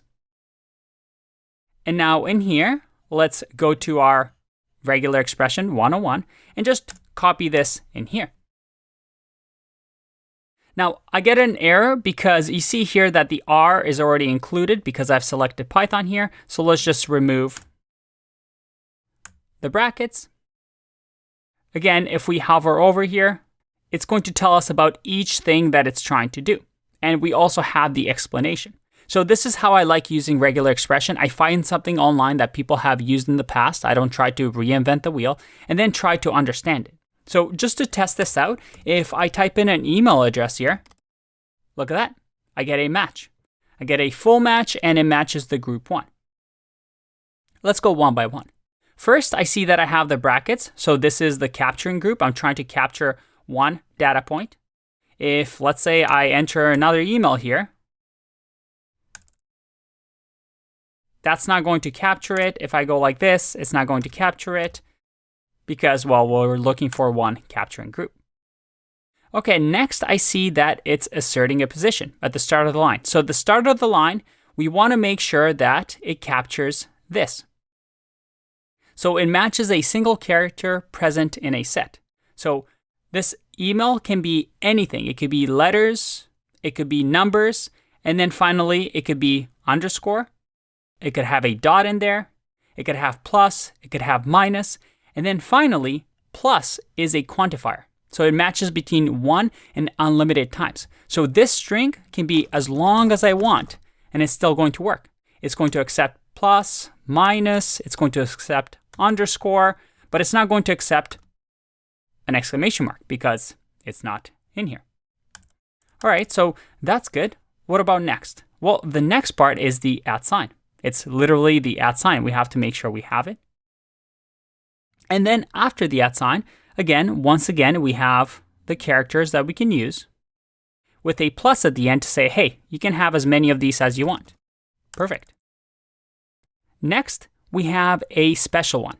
Matches the character dot, literally. So because dot in regex, if I remove it, actually means something, it matches any character, 1. We want to make sure that the dot, well, is exactly what we're looking for. There needs to be a dot for, let's say, .com or .ca or .net or .org. If instead I didn't have this slash, this could be any character. This is still a matching string without a dot. So again, special character right here. And again, it actually gives you explanation. So if you scroll down through here, it'll tell you exactly what it does.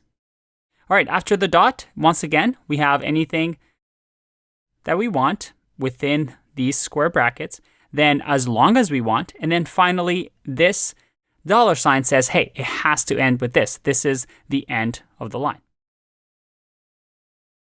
Awesome. So using just that, we're able to figure out exactly how to do an email validation. So all I need to do now is, let's say, go to code generator, copy this piece of code. Again, we're using a raw string because we want to make sure that Python interpreter just doesn't try to add any special abilities to it. We just want to make sure that this is a raw string. Make sure I end that. All right, perfect. So now inside of this string, let's say I have an email address that a user sends me, such as b@b.com. If I just remove all of these and just do a pattern, and let's just simply do, well, let's just check if a exists. If I click run, all right, this matches. But if somebody gives me a wrong email address or something that's not formatted properly, let's say just like this, and I click run, I get none. So I could do an if statement saying, hey, if there's no matching object, well then tell them, sorry, try again. Very, very cool. So I have an exercise for you. Using what you've just learned, and definitely your Google skills, because with regular expressions, you will Google. You're not going to memorize any of this. I mean, I don't. What I want you to do is to create also a password checker. So the password has to have a few requirements. So the password has to be at least 8 characters long, and it can contain any sort of letters, numbers, and you know what? It can contain, how about these symbols? That's it. So write a regular expression just like this using this regex 101. And in the next video, we're going to try and do this as well. I'll see you in the next one. Bye-bye. All right, let's see how you did here. Now, I could just Google this and figure it out on my own, and I recommend that you do that as well. But for now, just based on the fact that we only have 2 things, let's try and write this from scratch. Again, not something that I recommend, but hey, this will be fun. Let's give it a go. So how would I search for this? Let's say I want to make sure that it's a password, again, 8 characters long or more. But first, I want to make sure that the password contains any sort of letters, numbers, and these symbols. You know what? Just for fun, I'm going to add an extra challenge. I'm going to say it also has to end with a number. Now, I know this is completely useless because you wouldn't want a password like that. That's way too restrictive, but I think this would be fun. Now, in here, we want to check a password. Let's say it's super secret. It has some of those symbols that I mentioned, and it has to end with a number. So we have to match all of this, and it's over 8 characters. The first thing I'm going to do is use our square brackets and say that we want to check for A to Z, which we've seen before. If I scroll here, we have A to Z. We also want to make sure it's lowercase as well, so A to Z as well. All right, we're matching some of the things. You also want to make sure that, yeah, you can use numbers 0 to 9. All right, so we have some numbers in here. Let's say if I added some numbers, that works as well. And we also want to make sure that we can use some of the symbols. So let's just add the symbols that we can use. Let's go back to here. We can use these symbols, so let's just copy them and paste them in. All right, everything in here that matches is good. And looks like, yeah, we're matching things right now. That's good. But if I enter another letter here, that's not going to work. We want to make sure that it ends with 8. We also want to make sure that it's going to be at least 8 characters long, because I could just do this and everything still works. So how can we do it? Well, let's look at the reference here. If I scroll down, let's see. We have exactly 3 of a kind, 3 or more. Okay, this might be useful. A, 3, comma, and these curly bracket matches at least 3 consecutive 8 characters. All right, so it shows you exactly what it does. I think this is useful. So we want to make sure our password checker is at least 8 characters long. So we're matching, instead of A, we're matching this whole string, and it has to be at least 8 characters long.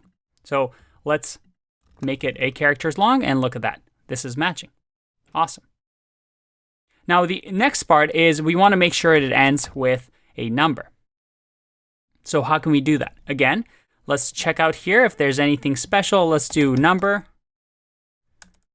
or digits. All right, look at that. Any digit. So let's say any digit. So this /d is going to match any decimal digit, equivalent to 0 to 9. All right, so if I do, let's say /d, all right, everything is still matching, but if I type anything else out here, yep, now it's failing. So there's our password checker right here. So I can just go to code generator, copy this, go to my REPL, and here let's just create a new one, say password, that will have the compiled pattern, R, and then paste this in. So this is going to be our password.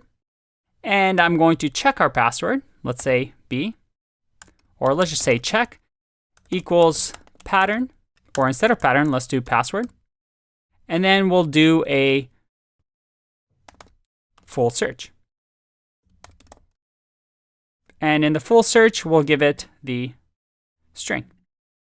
So the string that we're going to check will be the password. So let's just change this up. We'll say pattern here, 2.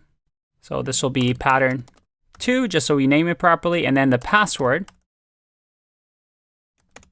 is going to be string, some password, some numbers, maybe some symbols here, and then ends with a number.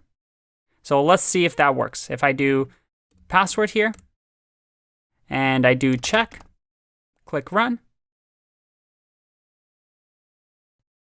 Oh, it's not full search. It should be full match. If I click run, there you go. Everything is working. As soon as I type in a letter in here, I get none. If this is less than 8 characters, I get none again. Very, very cool. Hopefully you were able to get that. If not, like I said, I think out of this entire course, this is probably the least important section. I know I'm telling you this at the end, so you at least do it. But I wanted you to know that regular expression is a thing that you might encounter and you might use throughout your career. But like I said, it's one of those things that if I had to rank the importance of, it's probably at the very end. So hopefully your head doesn't hurt too much. I'll see you in the next video. Bye-bye. Hello, and let's talk about testing. Testing, you see, is an important concept in programming, not just Python. Although we start off writing simple script files with few lines of code, when we start getting into the real world, you start getting thousands and millions of lines of code. Hundreds of Python files worked on by many people from different divisions in a company, and most likely all of them starting at different time at the company. All the code changes happening over time at different times as people work on the project as the complexity of the code and the size of the code increases. It becomes harder and harder for someone to fix a bug that may arise. Let's say you come into a project that has been around for years. You may modify something that may modify another part of the app that you didn't even think of. And you start creating all these bugs with new features that you introduce into the app. The longer that the code stays in a project, the more likely it is to be touched by different developers. So you see the problem here, right? For companies, this is a huge problem because you're most likely always growing your product and adding more and more lines of code. That means that there's just going to keep making this giant monster that becomes harder and harder to tame and debug. And it costs companies a lot of money. Luckily for us, we have something called testing. And testing can help us solve this problem. As the name suggests, testing is a method in software development where individual units of source code, such as functions, are tested to see whether they work properly. Although it may not be a big part of a coding interview, a lot of companies usually don't think about testing when interviewing people. It becomes more and more important as you go through your career. For example, in my case, when I first started out as a programmer, I didn't know that much about testing before I got hired. But the importance of testing grew more and more as I progressed through my career, and it's one of those things that has made me a better developer. So if you want to become a senior programmer, and if you want to have a long-lasting career, you really need to master this skill. Because remember, every serious company is going to have tests, and they'll want you to write tests for your code. So let's explore this idea of testing a little bit more. You see, a test is simply another Python file. Now, in my case over here, I have a main.py and a test.py file on my desktop, right here. Usually you have a test file like this accompanying one of your files. So for example, if you had 100 files of Python, or modules, then each of those modules will have its own test file that you can run tests with. Now, this file that we're going to be writing never actually runs in production. It's a file that we run to make sure that before we release this main.py file to production, that everything is working properly. So this is only for development, but we would never actually, well, the customers will never see this file. Now, before we actually start writing some tests, I do want to remind you that we did learn a few ways to debug our code, right? We learned about things like pylinting that we installed in our Visual Studio Code to lint our code and check the syntax and small errors as we type our code. We also saw how the online REPL that we used another thing called pyflakes, which is just another linter. And then we also saw that PyCharm, our IDE, also had built-in linting. We also learned that we have something called auto pep 8 or pep 8, which is the standard style guide for Python. And this allows us to make sure that our code meets a style that the Python community has agreed on.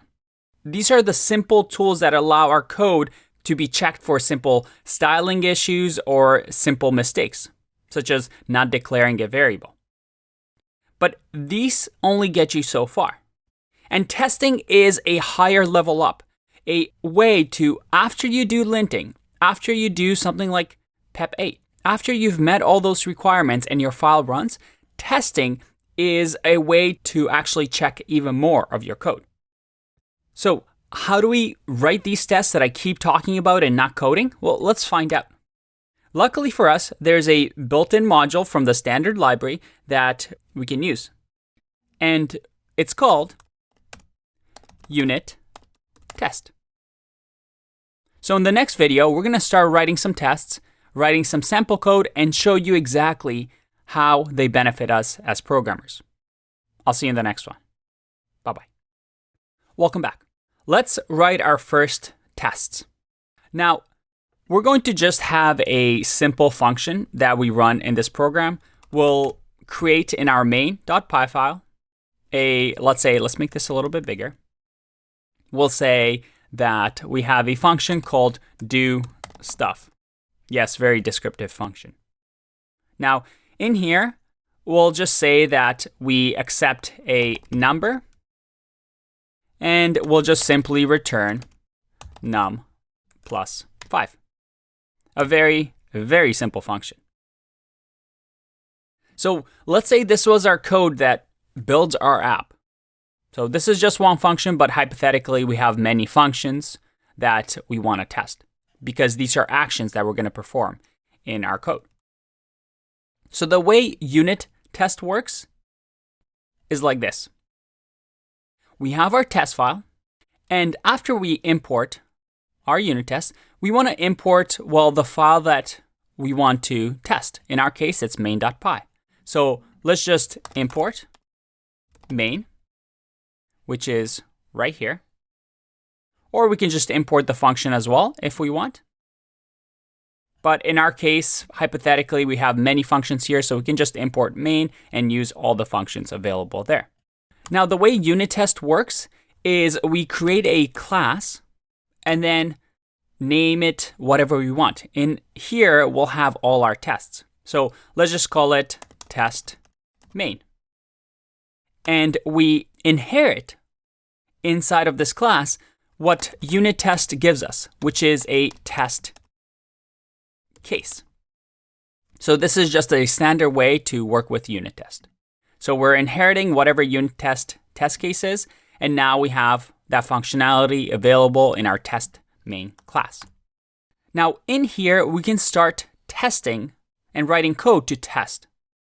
So how can we test main do stuff function? Well, we simply say, hey, let's write a function in here or a method because this is part of a class and say, hey, I want to test do stuff. And in here, it will receive self. Now in here, I can test my code. So I can say if number in here is equals to 10. I'm just giving it a random number. Then I'm going to say result is going to equal main dot do stuff. So remember, do stuff comes from main, which is the function that we want to test. So I want to run the do stuff function, and in here, give the parameter num, which I've just given here. Or let's just call this test param. So this test param, we're going to run the code, and we're going to get a result. And this last line is the key part of unit test.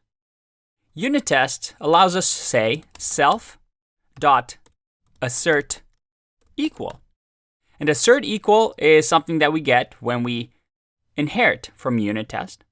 And assert equal says, hey, assert or make sure that these two parameters are equal. In our case, I want to test that the result is equal to, well, in our case, 10 plus 5 should equal 15. All right.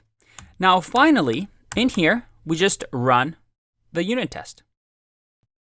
And the way we run the unit test, because this is just one test that I did, I could have done multiple tests. All we need to say is unit test dot main, which will run the entire test file within the test main. Now, if I run this now, all I have to do is say Python 3 in my command line and say test.py.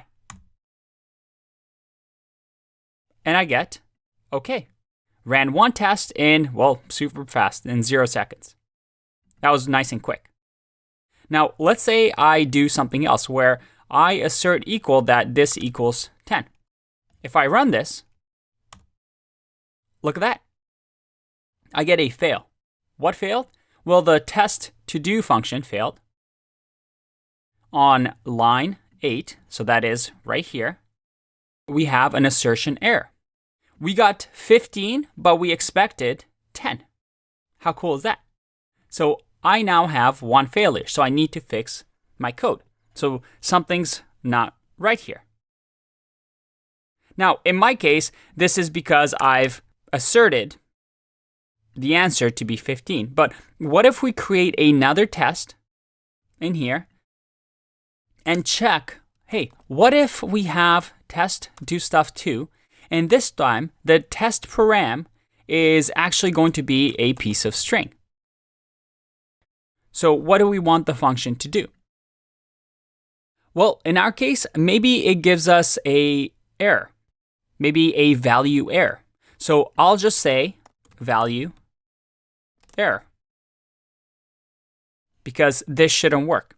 If I run this now, let's clear this. If I run this now, all right, I have 2 tests, but I have 1 error. And I see here that I'm getting an error saying that, hey, I'm getting a type error. Can only concatenate string, not int. Now, in this case, what actually fails is the test file, because what we've just done actually fails our function. But right away, I see that, all right, well, this is something that we need to fix. So I can go back to main and say, hey, I want to make sure that we catch any errors, like type errors or value errors. So the first thing I can do is just say int number. And if I save that to make sure that we convert something to an integer, and I run this, all right, now I get a value error, invalid literal. So int can't be run on this piece of string.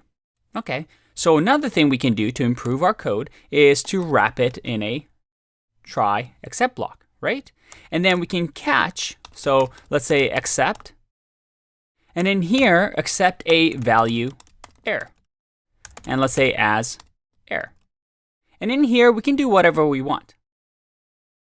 So we can return, if we want, the error, or we can even raise the error. In our case, let's just return the error.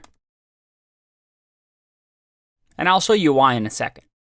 Now, if I ran this, you see that my test fails, but now it's actually an assertion error. The assertion error is coming from our test file over here. And I'm asserting that, hey, I want to make sure that the result and the value error are equal. Now, you see over here that there's a bit of a mismatch. We have a value error over here doesn't equal the class value error. Now, this is a bit of a trick where because we're returning an error, it's actually an instance of the value error class. So we need to do something like this. We need to say, hey, is instance, and say, what is it an instance of? Well, is result an instance of value error, like this. But the problem here is that, let's make this a little bit bigger. The problem here is that assert equals is going to expect two parameters, two things that must be equal. But here, I just want to make sure that this returns true, that the result is an instance of value error. So how can I do that? Well, besides assert equal, we have a few other methods that unit test gives us. If I go to the unit test documentation here, on the first line it says the list of assert methods. So here I see that these are all the methods for asserting and testing our code. The one that we probably want is this one, assert true, to check if something is true.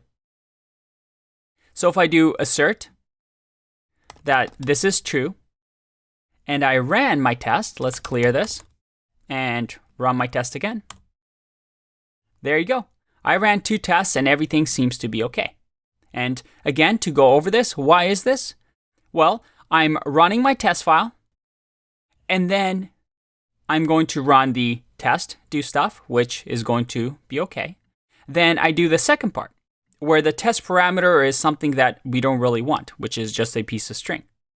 The result is going to give us a value error because we've caught this error and we're now returning the error. And then finally, we run this piece of code. Hey, is this true? Is the result going to be a value error? So you see what we're doing here. What we're trying to do with our test is to improve our function by simply trying to break it. So we want to break our function and see, hey, can I trick this function into giving me an error?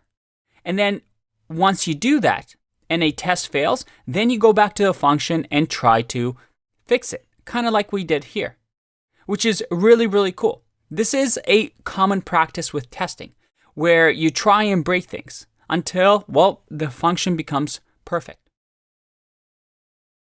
Now, I want you to take your time here and see if you can break this function and maybe add a couple more tests. In the next video, I'm going to add a few more to make this function even better. I'll see you in the next one. Bye-bye. Welcome back. Let's continue with our unit tests. Now, one thing I noticed here is that when looking at the documentation, we actually have an assert is instance. So we can actually, instead of saying assert true, just use the assert is instance, which we give A and B. Again, all these assert methods, there's no right one. You can use whichever one you want as a tool to improve your code. So in my case, let's just change this to assert is instance and fix this like this. So just a little cleaner. Let's see if this works. All right, everything is still good. Okay, let's try and break our code again. So everything is looking good, but what if we do something different? What if we do, let's say, add another test, and we'll say test do stuff 2. Usually you want to name these functions a lot better so they're more descriptive. But in our case, this is fine just so we can see how they work. This time around, let's do test param is going to equal, how about a none type. So now if I run this, let's run this code again. And by the way, you might notice here how I'm copying code in a test. And you might think, well, can we just make this simpler and not repeat ourselves? And you can totally do that and make things a lot easier. But when it comes to tests, because they don't go into production, and this is just for development purposes, you really want to have tests that are easy to read so that other people understand your tests. Because when it comes to testing, readability is really, really important. We don't care as much about not repeating ourselves and making our code efficient, nice, and small. So I like writing tests that are really descriptive, really obvious. All right, in here, let's say self.assert equal, and what should this be? Well, in this case, I'm expecting a value error. So let's do this. I expect that the result will be a value error. I'm going to save and run my test. All right, I get an error. It says this is a type error. Int argument must be a string. And I'm giving it a non-type. All right, so this isn't handling it properly because it just doesn't work with the int. We get a type error. So how can we fix this? How can we adjust it in case we get a non-type in the parameter? Well, first off, let's give it a default parameter. Let's say the default parameter is 0. If I run this, again, I still get the error. Okay, so we still haven't fixed it. The argument must be a string, a byte-like object or a number, not non-type. Okay, so we're still not checking for the non-type. So another thing we can do is say if number, so we're checking if we have the number value.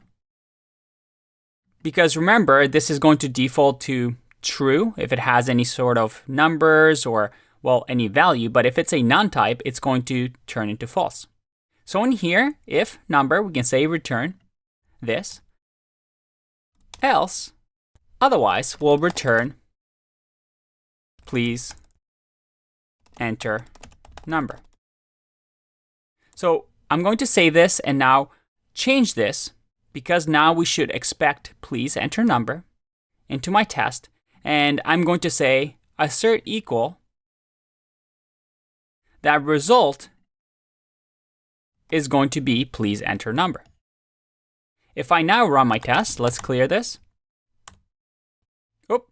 Looks like I'm getting ran 2 tests in 0 seconds, but we have 3 tests, and that's because you see here that I named mine the same. Remember, if you name the thing the same, well, it's only going to run one of them. So make sure that all the test names are unique. So I'm going to run this.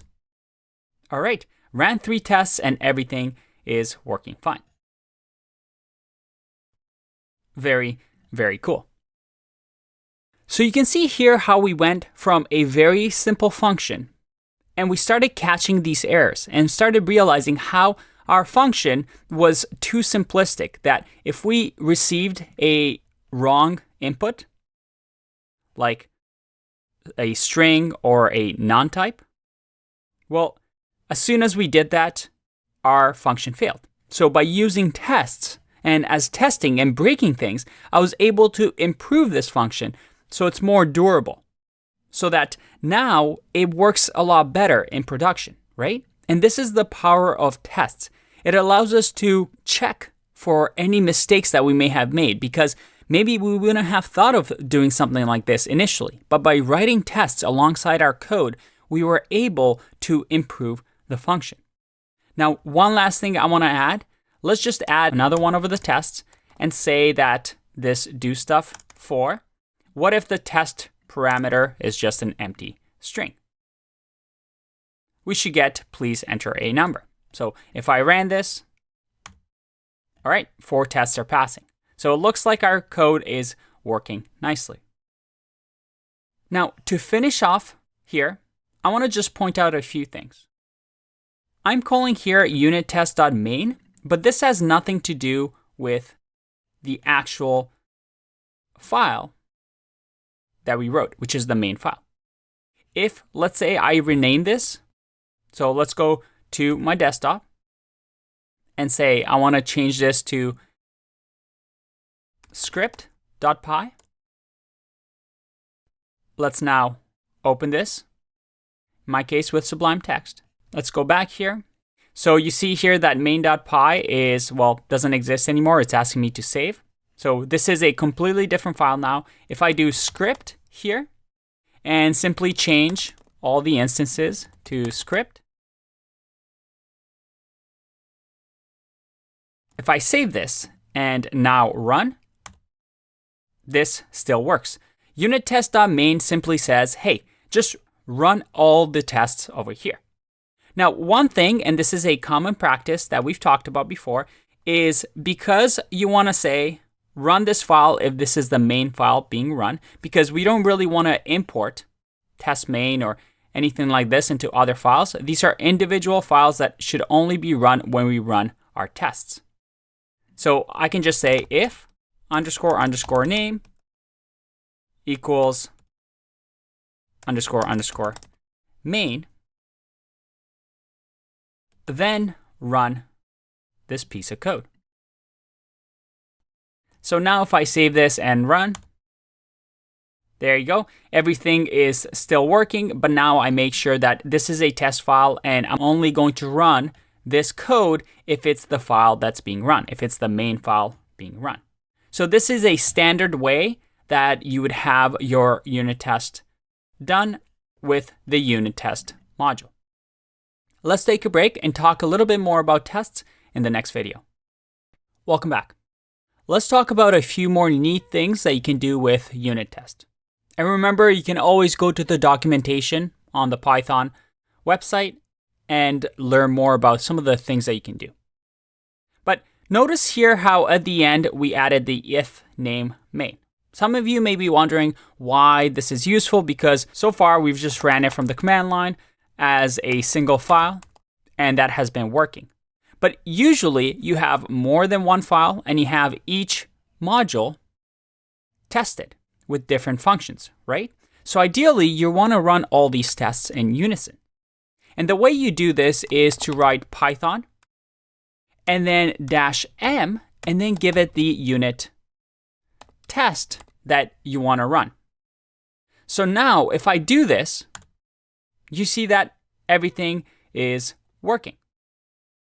Let's say I add a new file here. Let's say touch test2.py, which is a short command on Macs to just create a new file. So now on my desktop, let's just copy this test that we originally have, go to my desktop and open up this in Sublime Text. So now if I copy and paste this, the exact same thing, and I save this, go back to my code and run unit test, you see that I have 8 tests now that are being run. And because I've added this if name main, I'm able to run all these tests with just one simple command. Now another neat thing is that we can do something called -v, which stands for verbose. And that is when we do this, we actually get more information about the test that we ran. So it gives you a little bit more detail. You see which tests we've run and which ones are okay, which ones have failed. As a matter of fact, I can even add comments and doc strings to my tests. So let's say test do stuff. I can say single quote 3 times and simply say hi. If I run this again with the -v command, and this has to be on a single line, I believe. Let's save that again and run this. Look at that. I also get some comments. So maybe I wanted to add a few comments on my tests. I can add those as well. What other neat thing can I do? Another default method that we get with unit tests is something called setup.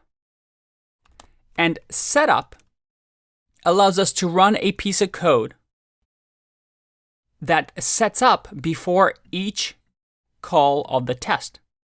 So for example, whatever I write in here, let's say I wanted to set up my test and just print about to test a function.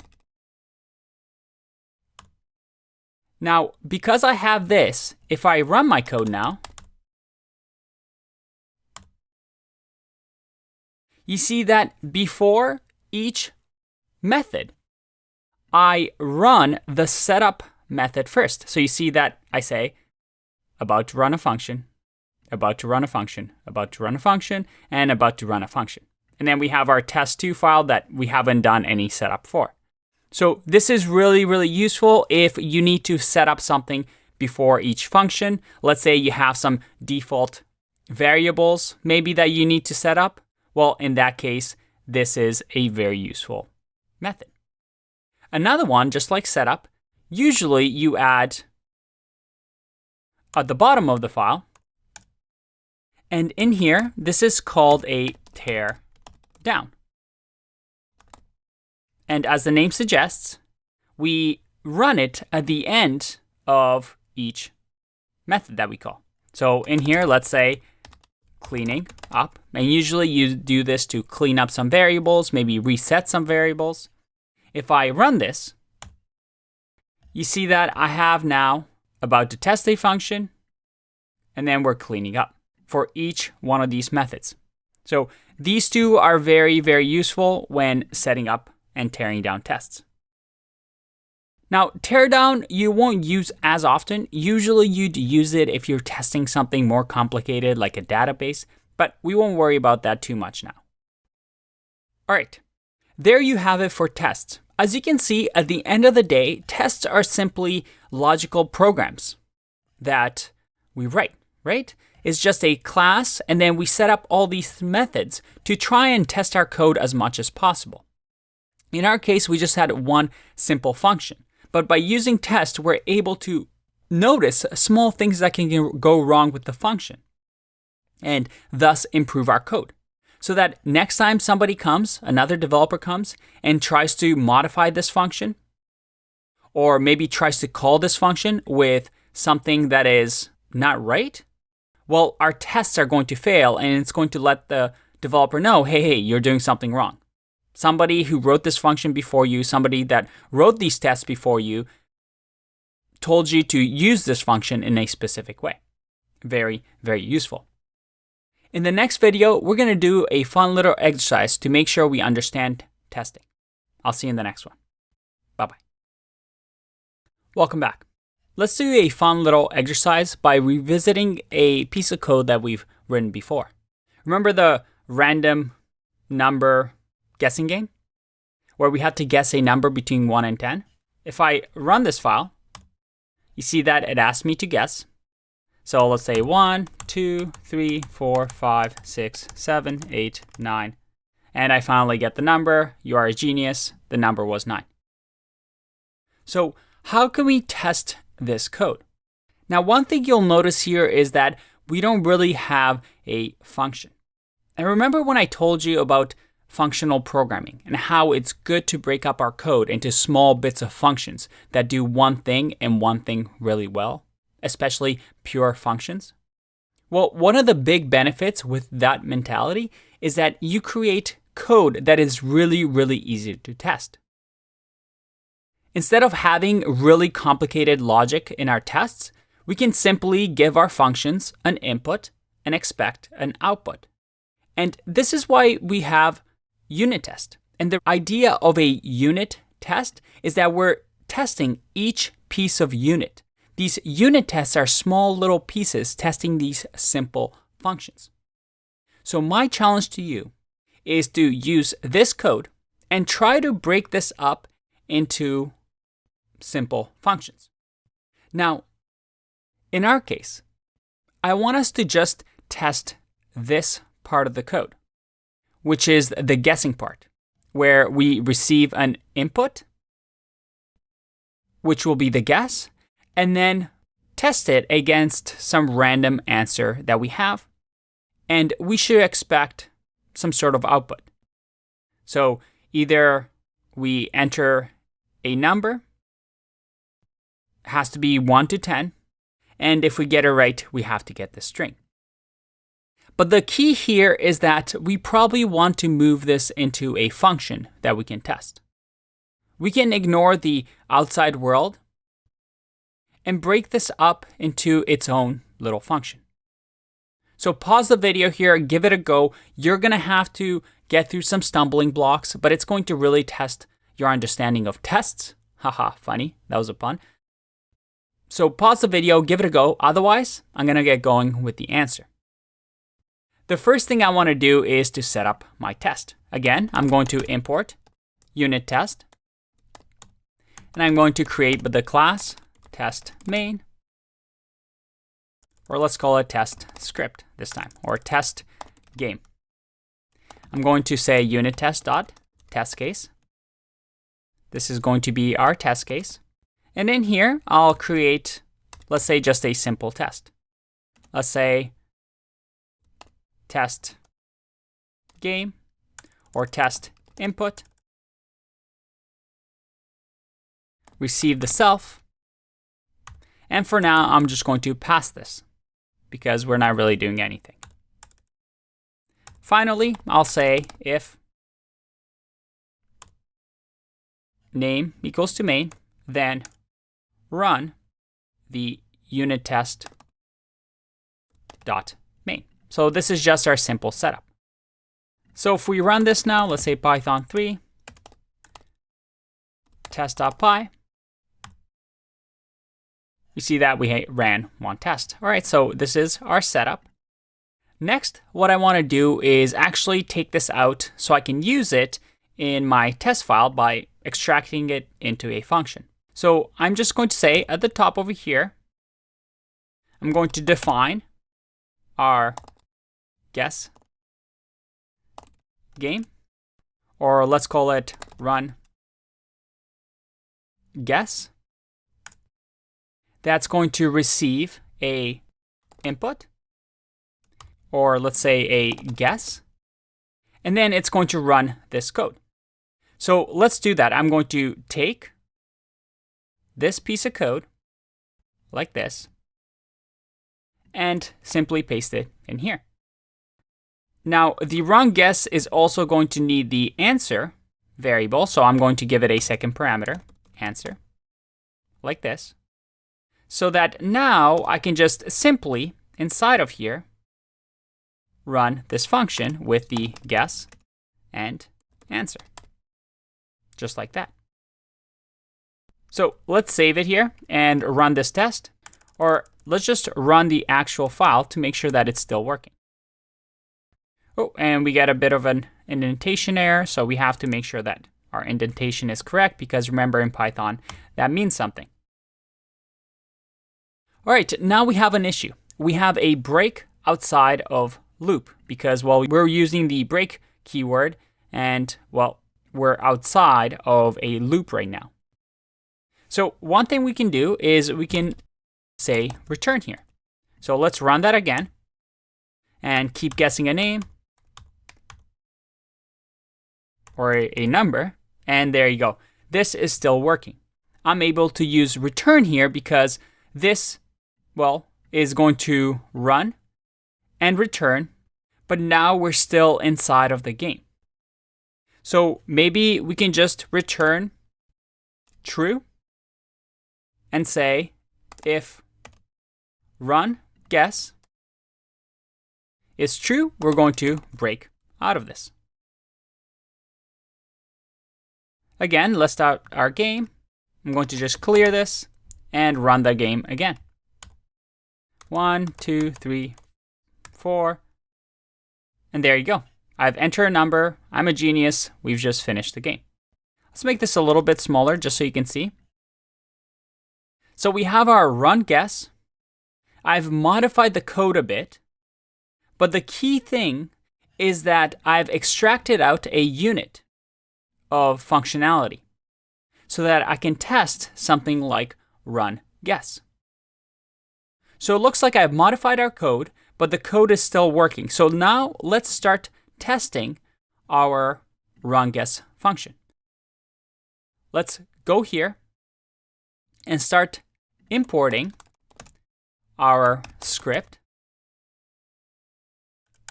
And in here, do a few things. First, I want the answer to, let's say, equal 5. And the guess is going to equal 5. So we want to make sure that if the guess and the answer match, that, well, The run guess goes through the if statement and prints out you are a genius. Or in our case, returns true. So let's say self.assert equal that script, or actually first time around, let's actually run it. So let's have result equals to script dot, what was it? Run guess, and give it the answer and guess. And we expect the result to return true. So we can just say assert true that the result is true. If I now run this, we actually start up the game. So how can we fix this? Well, we can close this and actually add the if name main in here. So down here, we'll say, hey, only run this if this is the main file being run, just like that. If I go back to test here and run this again, all right, now it's working, but I get an assertion error. Test game object has no attribute assert true because, well, I misspelled that. Let's try that again. All right, it looks like one test ran and everything is good. We also see that it printed out you are a genius. Very, very nice. By the way, I'm showing you this way of testing because this is how a real life scenario looks. You keep breaking things, you keep making mistakes, and then you try and fix them and correct your code. And you can see our code is already looking better and better just by running these tests. Okay, what else can we do? Let's say here that we're going to copy this. And just so things are shorter, I'm just going to directly enter the parameters in here. Just like that. Let's say test input, let's say incorrect. Or wrong guess. So let's say the answer is 5 and I guess 0. So we want to assert that this is going to equal false. So if I run this, 2 tests are passing. That's awesome. What else can we test here? All right, well, we want to test that if the guess is not between 0 and 10, or between 1 and 10, in that case, we want to have a print of, hey, bozo, I said 1 to 10. So once again, I can test that if my guess, wrong number, let's say the answer is 5, but I give 11. We want to assert, well, right now we're printing and not doing anything. So maybe we should return false, just to have some consistency here. Again, if I do that and I run, there you go. 3 tests are passing. That's great. And there's many, many more tests that we can write. Maybe let's do one more test, which is to test what if the input is a string. If I run this, and make sure that wrong type here, make sure the names are different, and I have 4 tests running because this isn't going to pass and it's going to return false. Now, there's many more things that we can do here, but you can see the power of tests right now. If you have different tests than me, that's okay. Everybody's test cases are different. The whole point of testing is to just simply look at our code and see how we can improve it, how we can break our code, how we can simplify our code by breaking it into smaller units that can be tested, and fix some errors that perhaps we wouldn't have thought about. Now, there's many more things that we can do, but you noticed here how the idea was to work on small piece at a time, test it, and then maybe further on, we can look at this part of the code, or maybe the try and accept part of the code. And here's the thing. When you're working for a company, I argue that there are an infinite number of tests that you can do. You can have hundreds of lines here to test your code to bits. But just because you're testing as many times as possible doesn't really make your tests good. Like I said, there's an infinite number of tests that you can write. The idea is to write good quality tests that cover most of your cases, but eventually you'll have diminishing returns, where you have to have a trade-off between writing code and writing tests. And sometimes, depending on what the job requires, you might have to focus more on tests and focus less on code. Or sometimes maybe you need to move fast and you don't have time to write tests. And again, depending on the business needs, that might be the case too. But with this section, I hope you understand some of the principles following testing in software development. That is, bugs are always going to arise in our code. And we can use linting to help us with this, but one of the best ways to make sure that our code is working properly is tests. And the more tests that we have usually means the more stable our code. I'll see you in the next one. Bye-bye. Hey, you're still around. That's good news. Now, many of you might be wondering, if I become a Python developer, what can I do with my career? And you know what? Python, I think, besides maybe JavaScript, offers some of the best opportunities for employment and options for different ways that you can go in your career. For example, you might want to become a software engineer. A software engineer is a person that builds software, builds programs, and code to solve real-world problems. If you want to work for a company like Google, Amazon, Facebook, Netflix, you might apply to become a software engineer and use Python in your coding interviews to solve coding problems and get in those big companies.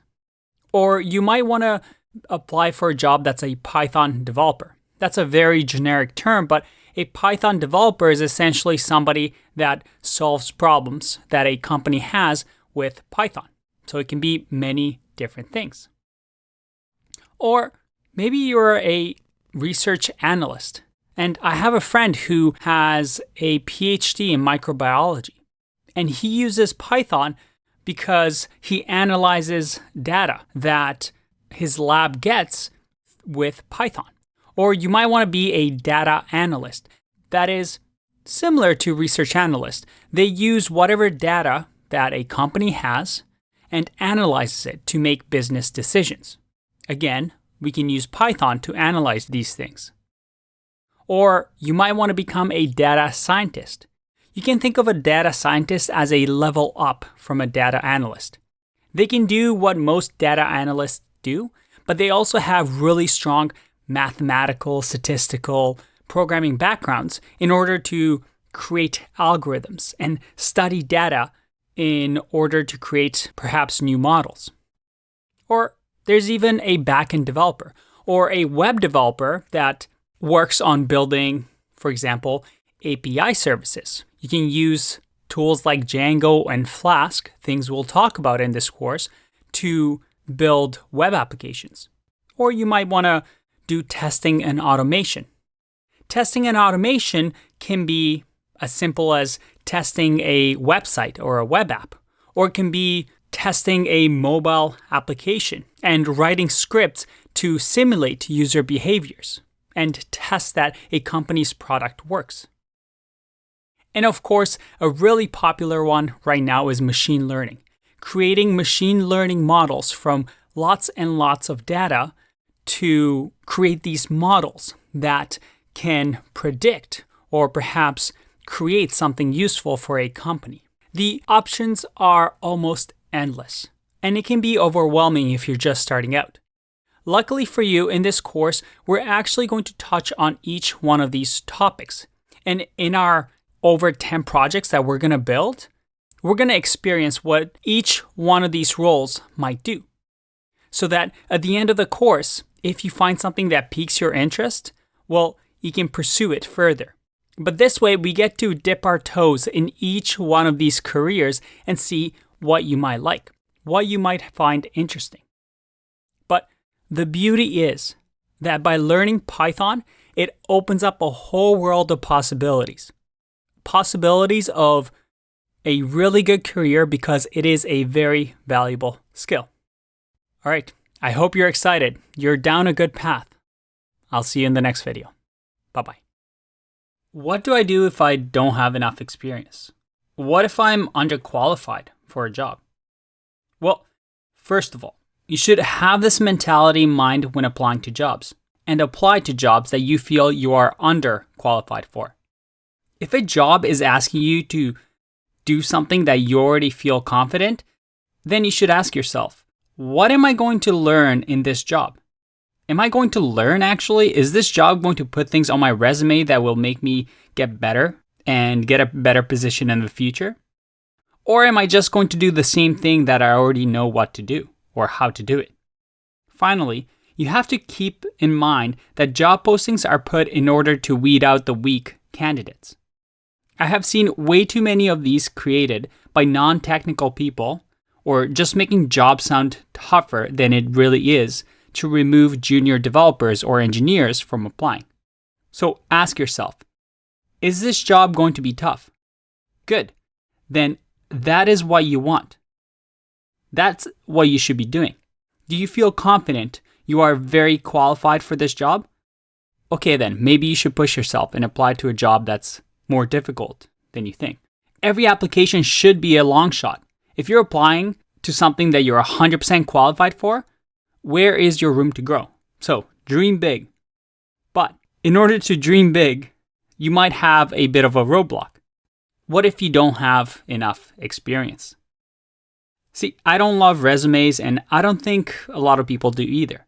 But sometimes without a resume, you cannot get an interview. And in order to have a good resume, you need to have something to put on it, like great experience. Here's the catch though. How can you have good experience if you're just getting started? It's like you have no hope if you're a beginner or if you don't have enough work experience because you're just out of school or you're changing careers. Well, not quite. As with everything, there's the regular way of doing things, then there's the smart way. You see, experience doesn't come just from working at another company. There are many ways that you can demonstrate experience without a past job. And here you'll find my favorite ways to show and prove you can get the job done. You won't have to do every single one of them, but 2 out of 4 of these, or even better, 3 out of 4, will be great at showcasing on your resume and make you stand out. So let's go in order and see how we can do this. The first one is GitHub. GitHub is a great way to demonstrate that you actually code, that you've built projects. The number one thing you can do is to start making commits and making sure that you have a good history of things that you've done.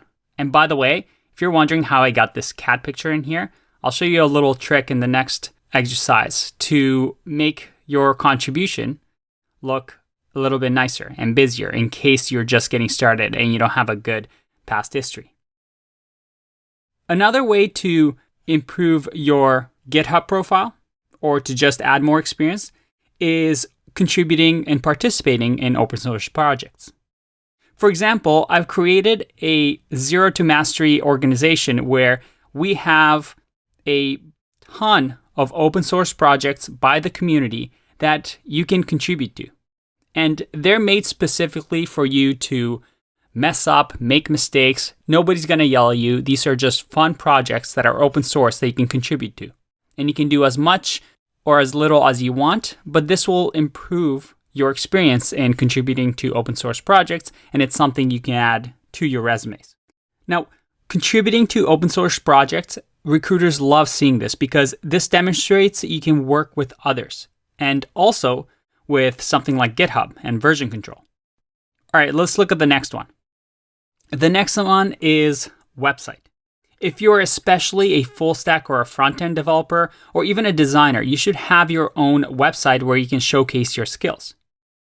This, again, is something you can speak about in your interview and about how you built the website, or it gives you a good way to talk about your past projects. Now, you're asking yourself, Andre, am I going to have to build a whole new website and waste a bunch of time? Well, not really. Let me show you a couple of tricks. You see, you don't need to build your own website from scratch. There's a ton of free templates like Creative Tim here that just gives you a nice template for you to use and fill in with your information.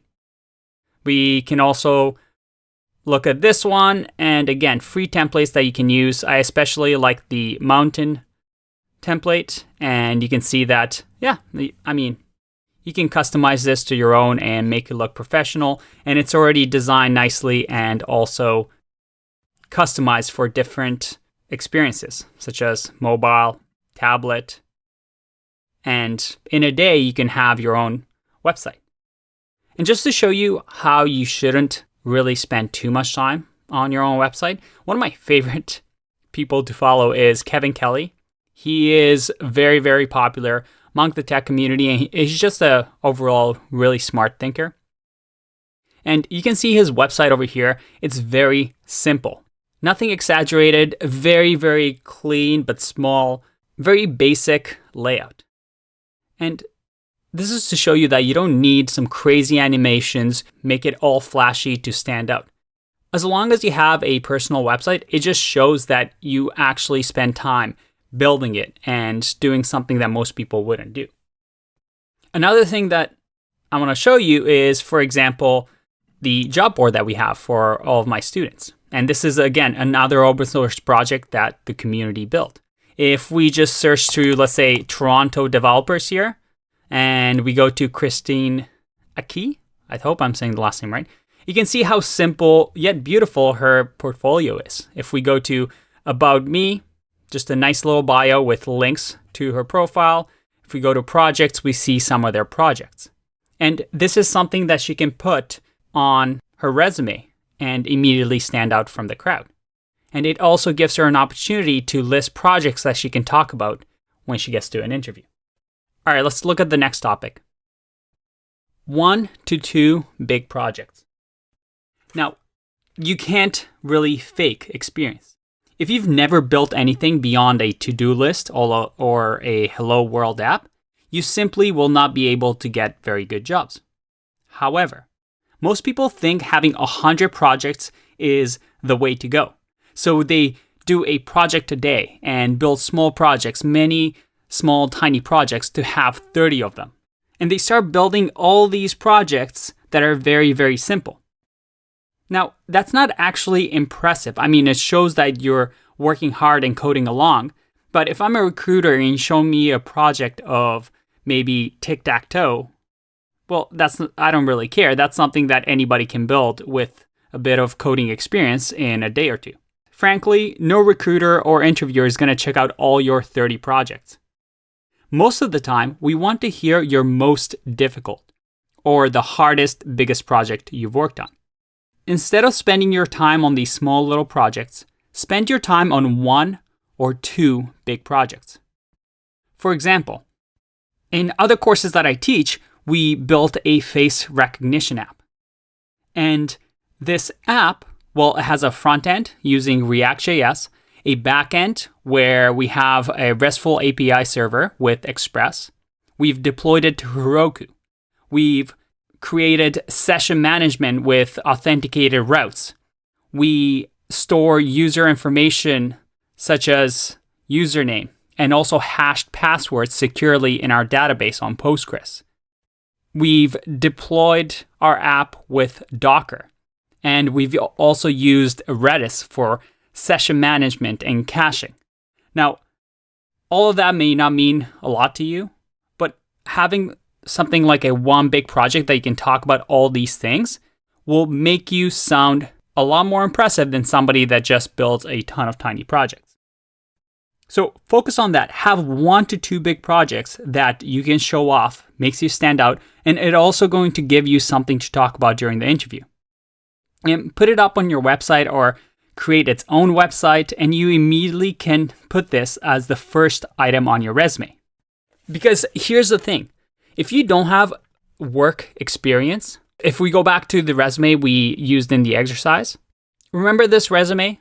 Well, if you had no work experience, maybe for work experience, you can say something like JavaScript developer or web application developer and talk about how you build your project here.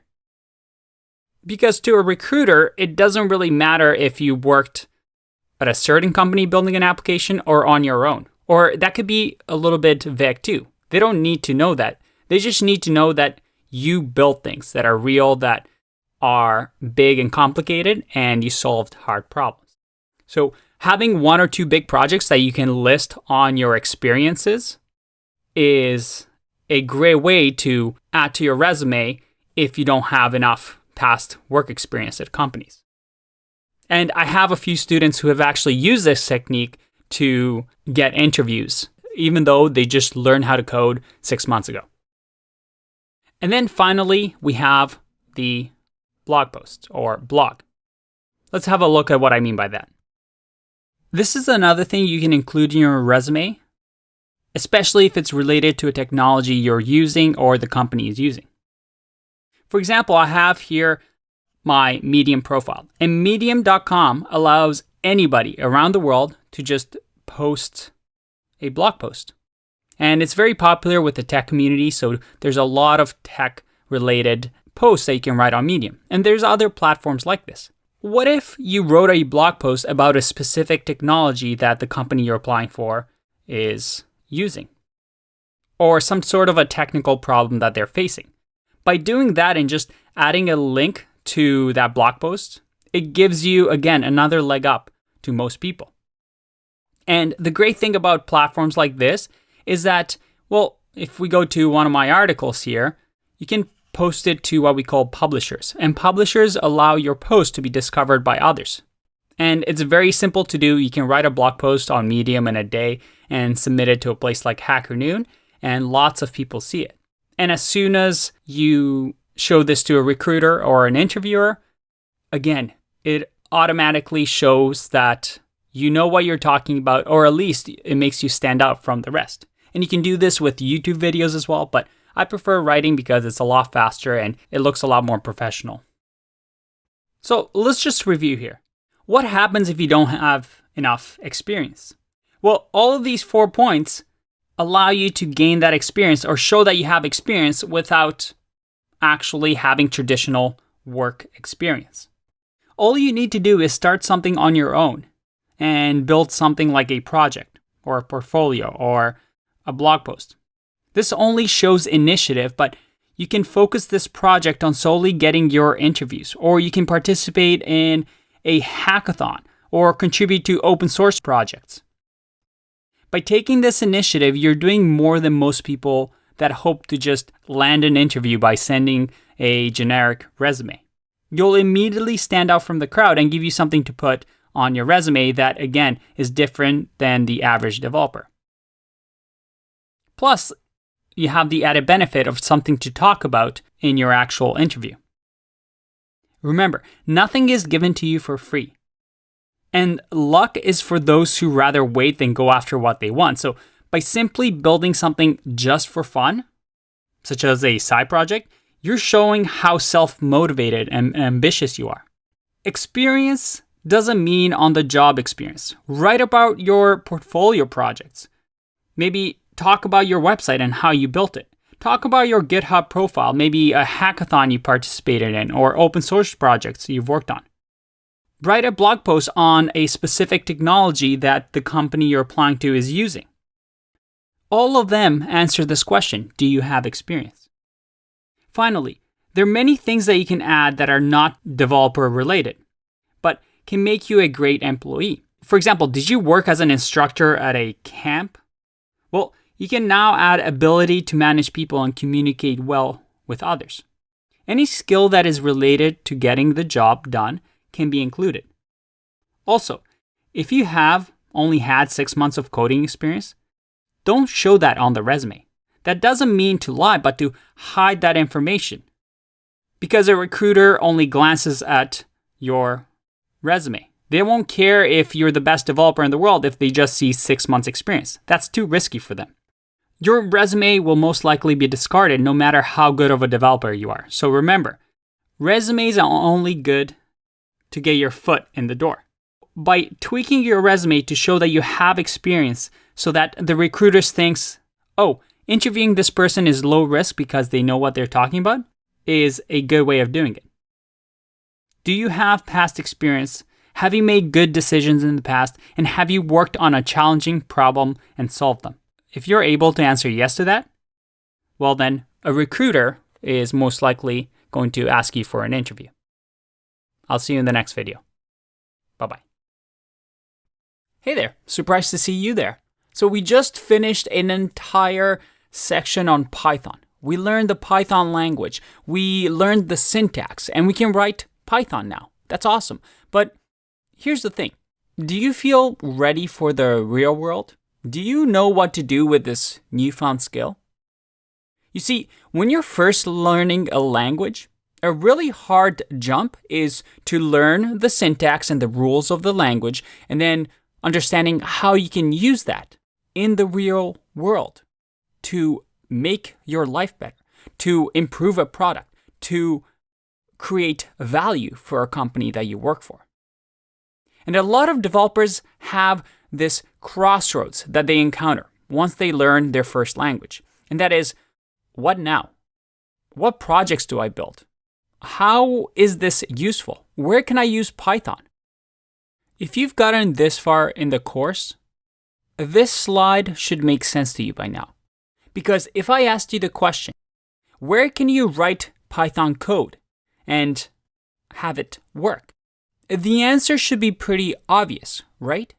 Because if we have a Python file or multiple files, that is modules, and we have a Python interpreter or a compiler, then by having these two things, we can run them anywhere that has a machine, that has a computer. We can run it on our own computers, our own laptops, like we have been throughout the course.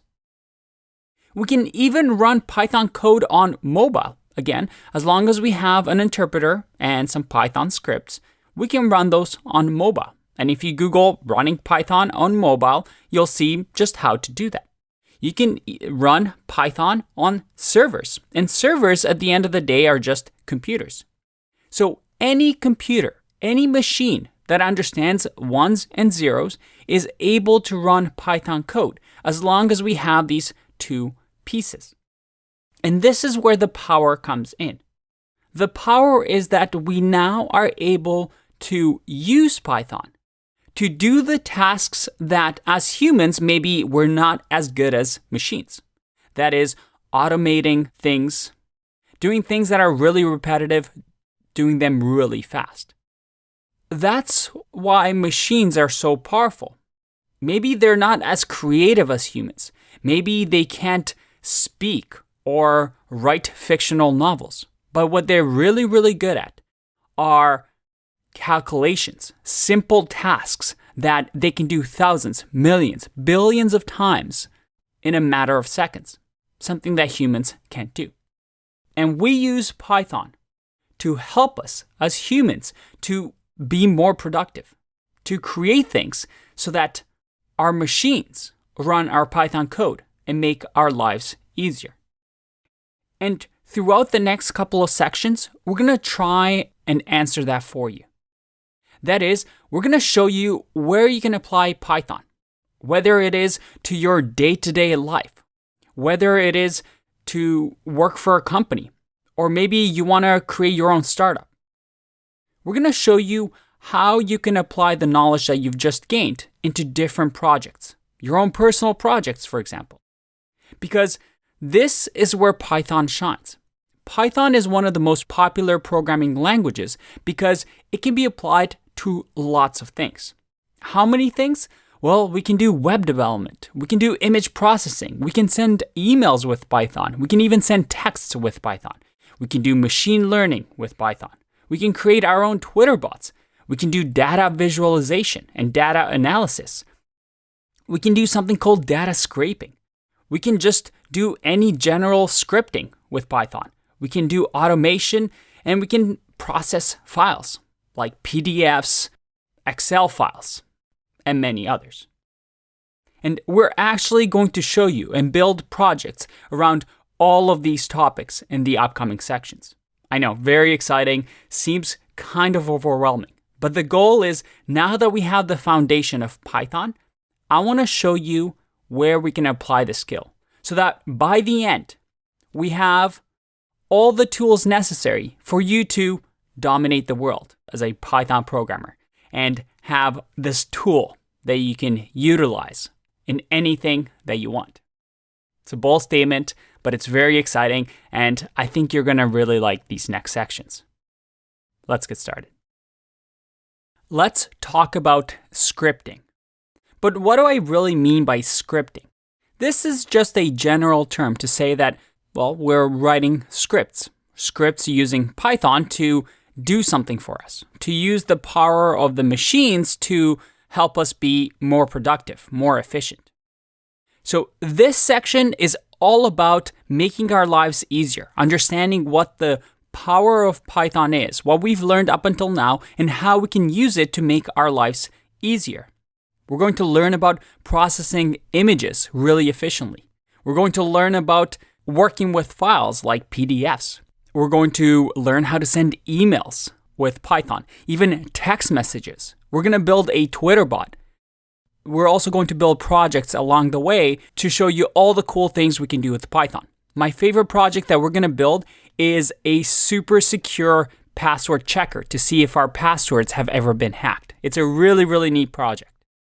But the idea here is that with Python, using all these libraries and modules that have been built by the Python community, we can do so much. So it's going to be a really exciting section, and it's going to open up a whole world of possibilities. I'm only going to scratch the surface, but I guarantee you, by the end of it, you're going to be really, really excited and truly understand the power of Python. Let's get started. Let's talk about image processing. This is something that happens a lot, and a lot of companies process images or videos. What do I mean? Well, Instagram here, for example, you may have used this service. What you do is you upload your pictures and Instagram displays it to all of your friends. But if I click on one of these pictures here, this image isn't actually the image that I uploaded to Instagram, because the image that I uploaded to Instagram was very large. It was probably around 5 megabytes. What Instagram does is it processes this image. Maybe it adds some cool filters for me to make it look nice, but it also crops this image and makes it small. So it's only a couple of hundred of kilobytes. Now, why would they do this? They do this because A, they make pictures look nicer, but also to save themselves a bit of money. If they uploaded all the pictures that they have from all their users, and each picture was a couple of megabytes, that's a lot of storage space for them to have to hold on to these pictures, because each of these pictures are on their servers. So they save a lot of money by compressing these images. The same thing happens on Udemy as well. You may have watched a course on something like Udemy and thought, man, these videos are a little bit blurry. I wish they were a little clearer. Well, Udemy does the same thing. They host all of these videos. And if they hosted the original version of the videos, such as the ones that I record, in the full format, well, that's going to cost them a lot of money. So they're able to save money by compressing these videos so that they're smaller versions, but also help out other students that maybe might watch these videos, then don't have a good internet connection to watch them in HD. So this is a very common problem. So we're going to learn all about that.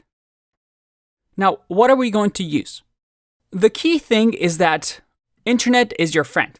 As a Python developer, you should be able to find these libraries by just doing a simple Google search, such as image processing Python.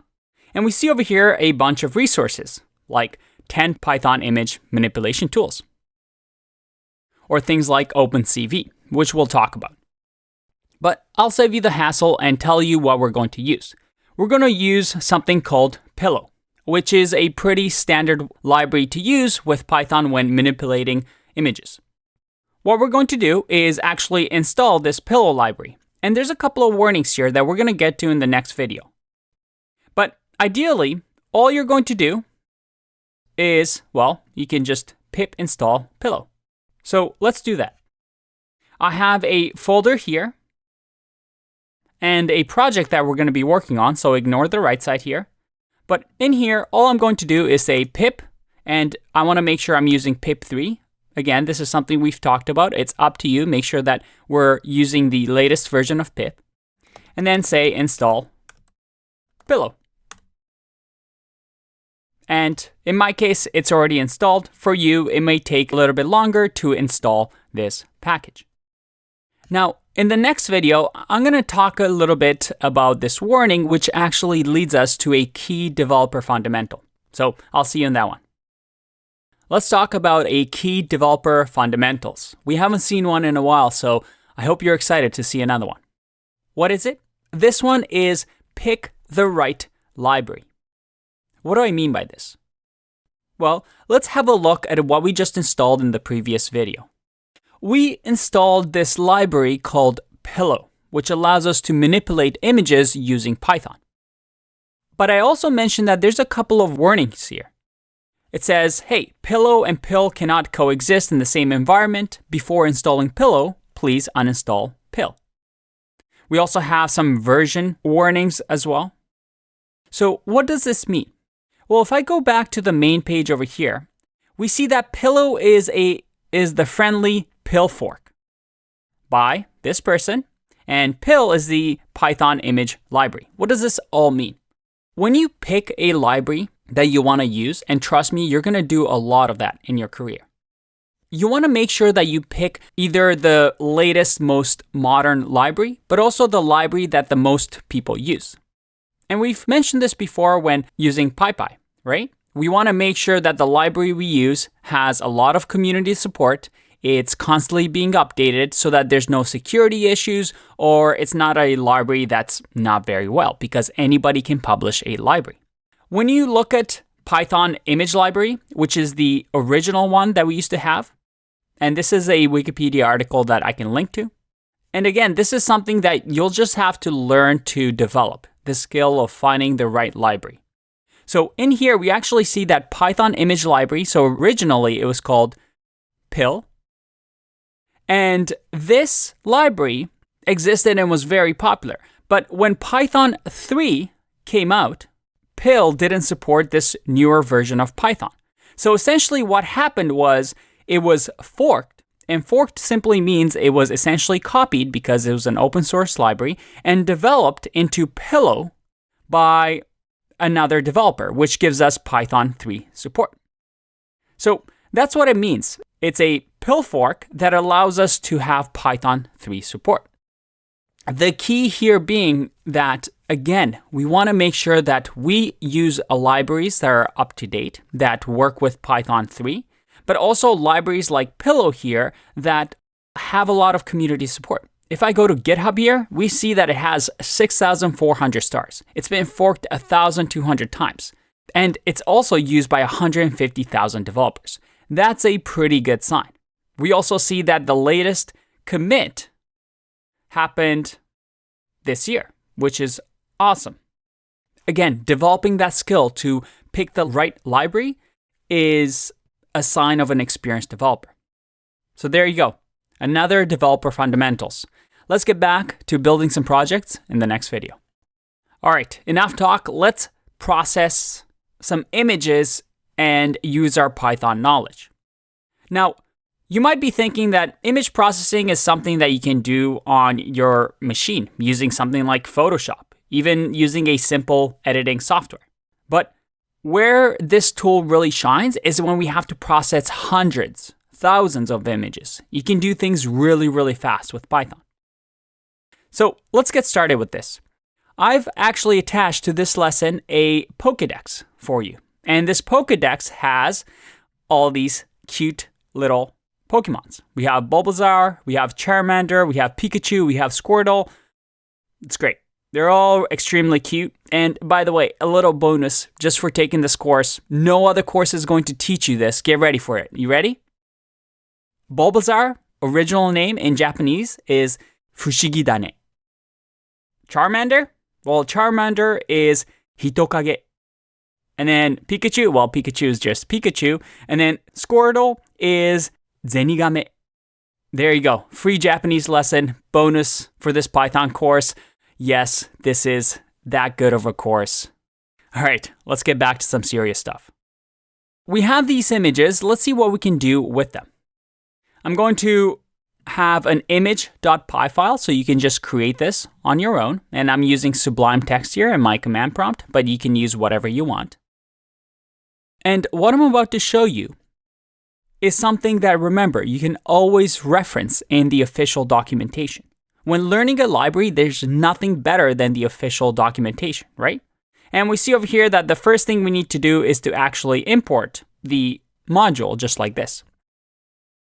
So let's go back here and say from pill import image. So now we can do something pretty exciting. The first thing we can do is say image equals image that we've imported, and just simply say open. Now in here, we just give it a file path that we want to open. In our case, let's open up pikachu.jpg. So I'm going to say /, which means current directory. And remember, we're in the image playground directory. And I want to go inside of the Pokédex folder. So I'm going to say Pokédex and say /Pikachu. Make sure I spell Pikachu right here. .jpg. And let's just print the image here to see what we get. I'm going to save and run this file. So I'm going to say Python 3 and run the image.py file. Images.py file, because that's the name. There you go. We get an object here. You see, it's a pill object. It's a JPEG image plugin, JPEG image file, and it tells me exactly what it is. So we've converted or opened up this JPEG into an image object that Pillow gives us that we can now manipulate. So what can we do here? Well, first, let's just see the image.format. And this property is going to say, hey, what is image format? Image format, it's a JPEG because, well, it's a JPEG. That's awesome. So we get different properties here. What about size? Can you tell us about the size? Well, yep, the size of the image is 640 by 640. Awesome. That's good. We get some information. What if we do mode here? What does mode do? Let's see. We see that the coloring is in RGB. So that's red, green, blue. All right, awesome. Let's clear the console here. There you go. Now remember, we're able to figure out what kind of functions, methods, properties, and attributes this image has by doing the dir command, right? So if I just remove this and do dir over the image, we get, well, all the things that this image has given to us. And again, this is something that we can check on the documentation websites as well. Okay, but let's do something even more exciting. You know what I want to do? I want to be able to maybe add some filters, maybe blur things in here. Well, Pillow gives us this image filter that we can now filter the image with. So how can we use it? Well, we can now have a filtered image, and this filter image is going to equal the image that we've grabbed, and we're going to say dot filter, and in here, give it the image filter with some options. So here we can do different things. Let's do blur here. So capital blur. So now it's going to apply a filter of blurring. So let's see what happens if I do this. I'm going to, instead of printing, I'm actually going to say image dot save. And this is going to save the filtered image. So let's do filtered image dot save. And give it, let's call it blur, comma, and then the extension that we want to save it in. Let's just do PNG here. We'll change it to a PNG file, like this. And if I run this, look at that. We have a new file, blur.png here. If I click on it, Pikachu is all blurred up. You can see the original image right here, and then the blurred image. How cool is that? So let's do that again. Let's do something else. Let's do maybe smooth, which is another filter that we can do. If I run this again, all right, we see that the image is now, well, you can't really tell, but it's smoother. That's a filter that usually works better with landscape images. We can also do something like sharpen. And again, you can read the documentation to see different filterings that we can do. But let's check this one out as well. We got the original and then the sharpened one. There you go, there's a bit of a notice. Pikachu is looking very, very sharp. Now, the reason that I've converted this into a PNG is because PNG supports these image filters. So you might get an error if you actually keep it as a JPEG. And you know what? While we're at it, let me show you another thing that we can do. So instead of this filter image, we can actually do something called convert. And this converts the image to different formats. So one of the formats that we can actually do is something called grayscale, which is with a capital L. So when I do convert like this image, and let's rename it to gray.png.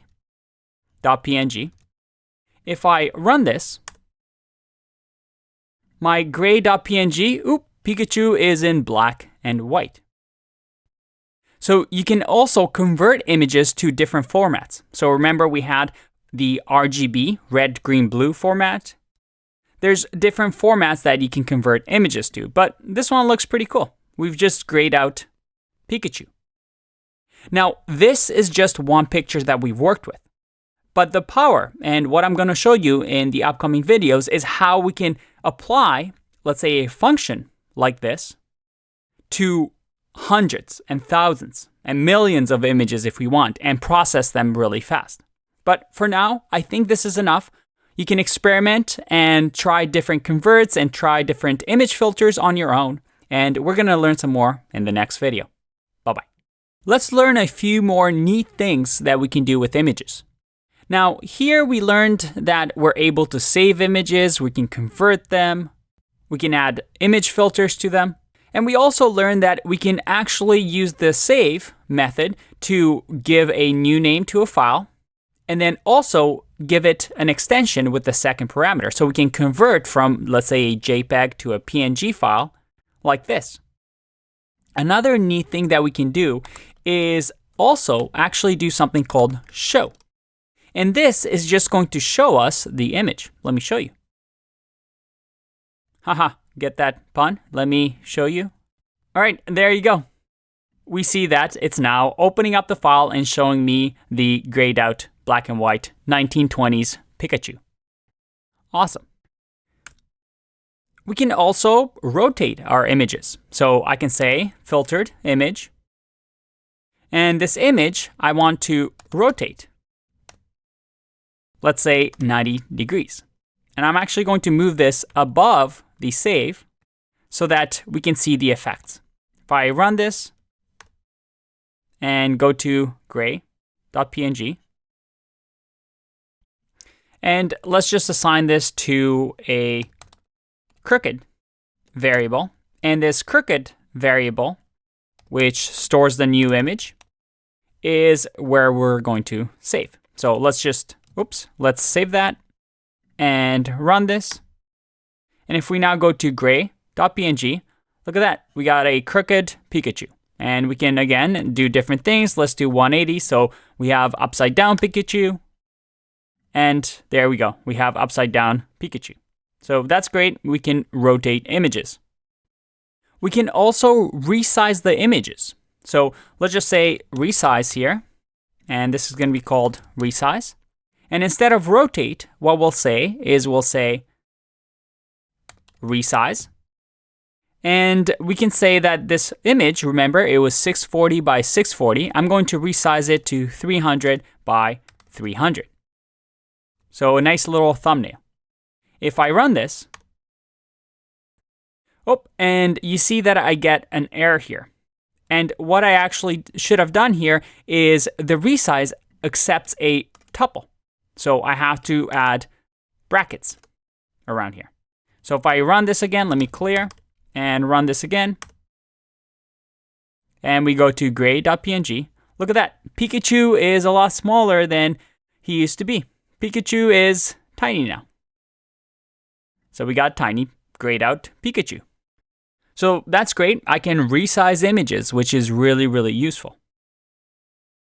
Now, let's say I wanted to crop my Pikachu image. What can we do? Well, instead of me telling you, let's just find out. We can go to the documentation website and simply search for crop. And if we keep scrolling down, well, let's just do .crop to see if there's an actual function that we have. And let's go over here, and we see that we have a crop over here. So cutting, pasting, and merging images. Okay, so let me just zoom in so you can see it a little bit. We see exactly how it can work. We can just pick the pixel location of the 4 corners and crop an image. So let's just copy that and try it out. So we have the region.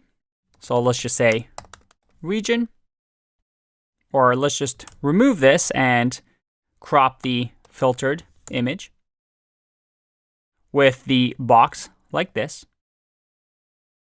And if we save this region image and run our code, let's go to Pikachu, and look at that, just the face of Pikachu. He's so cute. All right. Let's pretend that I didn't make that voice. Let's keep going.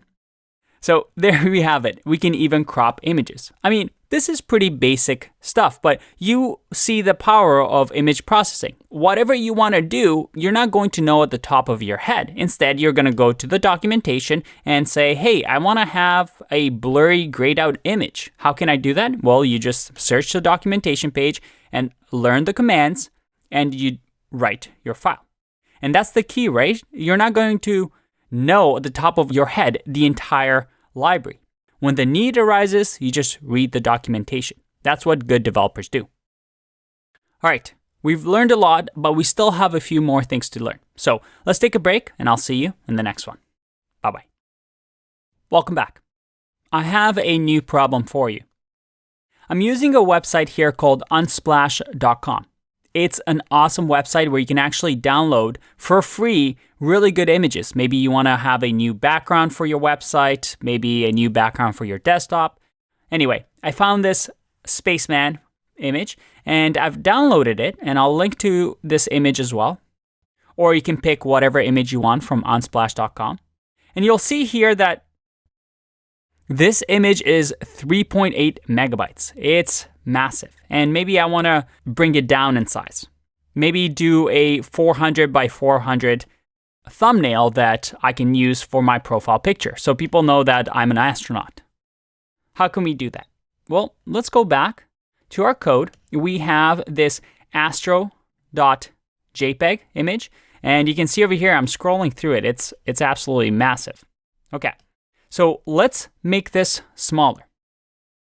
I'm going to, instead of Pokédex, say I want to grab the astro.jpg image. And we don't want to do any of this, so I'm going to remove that. And first of all, let's just print what the image size is, just so we're clear. So I'm going to run this, and we see that, yep, it's a pretty big image. So all I'm going to do is say new image is going to be image.resize, and again, a tuple that says 400 by 400. And we've seen this before, right? So now if I save this, let's say new image dot save, and I'll call it thumbnail dot JPEG. If I save this and run this, all right, look at that. We have a thumbnail dot JPEG. That's actually great. Look at that. It's tiny compared to the massive one we had. But one thing that I don't know if you can notice is that because the image did not have the same width and height, what happened was it is actually a little bit compressed. So it lost its aspect ratio. The image looks kind of squished in. So how can we fix that? And this is a common problem with images, right? If we make things smaller and smaller, or we change the aspect ratio, let's say 400 by 200. So if I save this and go to the image, well, yeah, look at that. The image is all squished up. How can we fix it? Well, in this case, we can actually use a useful thumbnail method. So instead of saying resize, if you want to keep the aspect ratio, we can say thumbnail. And this thumbnail will be 400 by 200. So if I save and run this again, we'll get an error. A non-type object has no attribute save. And that is because thumbnail actually doesn't return a new image, it just modifies the current one. So in here, we can just say image.thumbnail, and then we'll say image.save. So if I run this, and we go back to thumbnail, look at that. We have a thumbnail, but it keeps the aspect ratio. So even though I said 400 by 200, it's going to try and do its best to keep that aspect ratio and maybe not give the exact output that I want.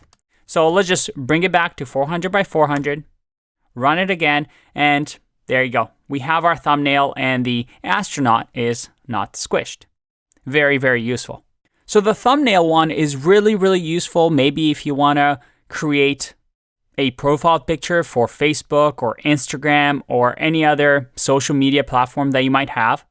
And it just gives a tuple of width and height, and this is the maximum value. So it's never going to go over 400 and 400, but thumbnail is going to automatically do anything within the range up to 400, but keeping the aspect ratio.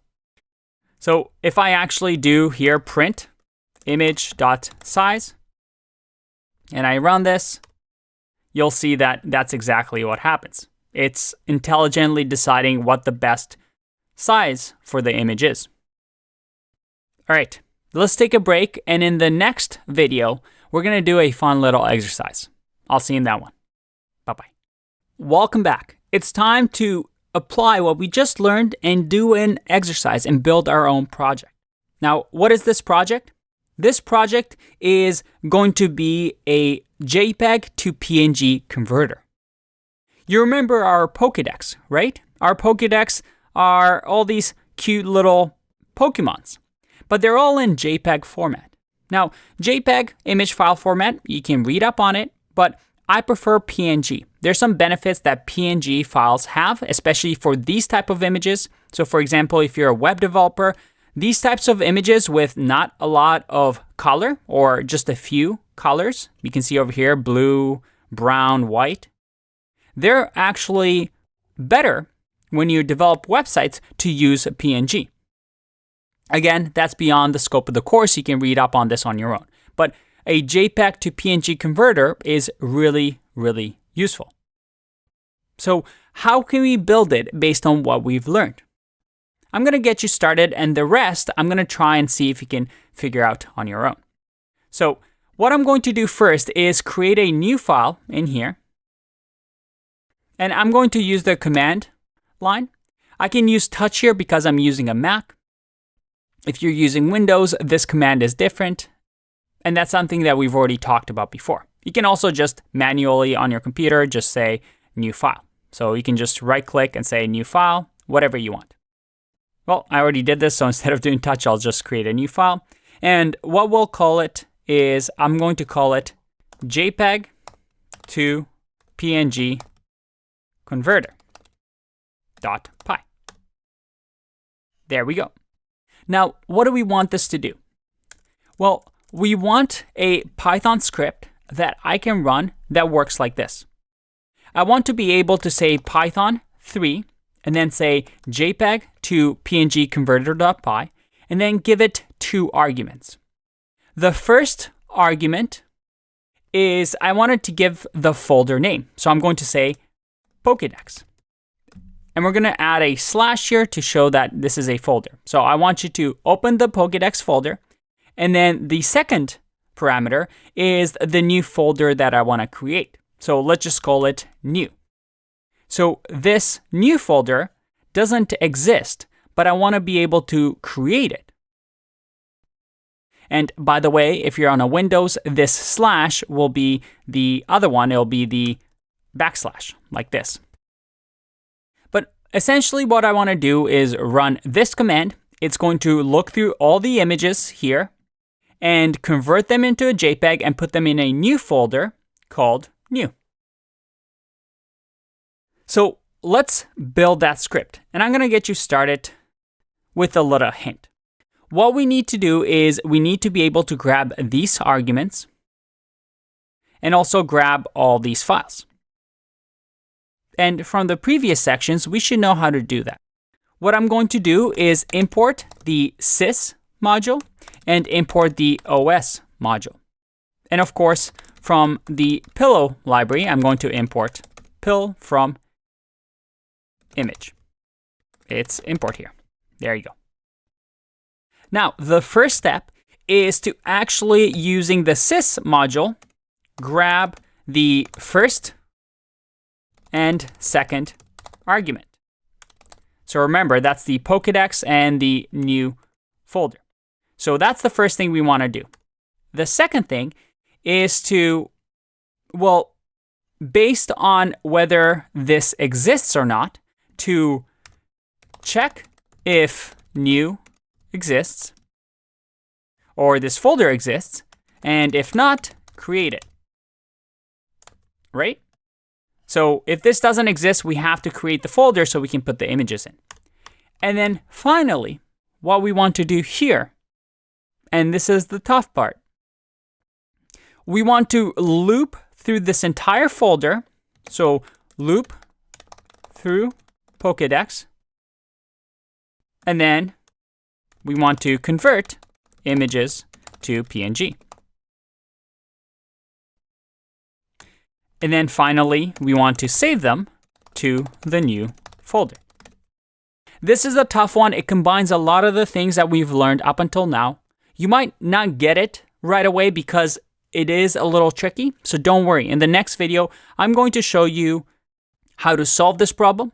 But what you might want to learn is how to Google, first of all, how to use sys to grab the first and second argument, how to use the os module to grab the path so that you can say, hey, I want these files in Pokédex and I want to write to this new file. So we're going to use the os module for that.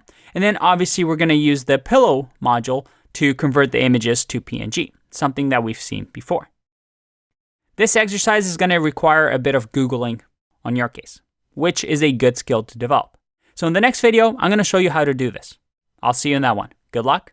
Bye-bye.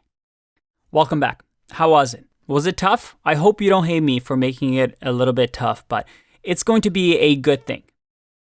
And remember, if you didn't get it right away, that's not a big deal. This is how we learn. So let's make this a little bit bigger.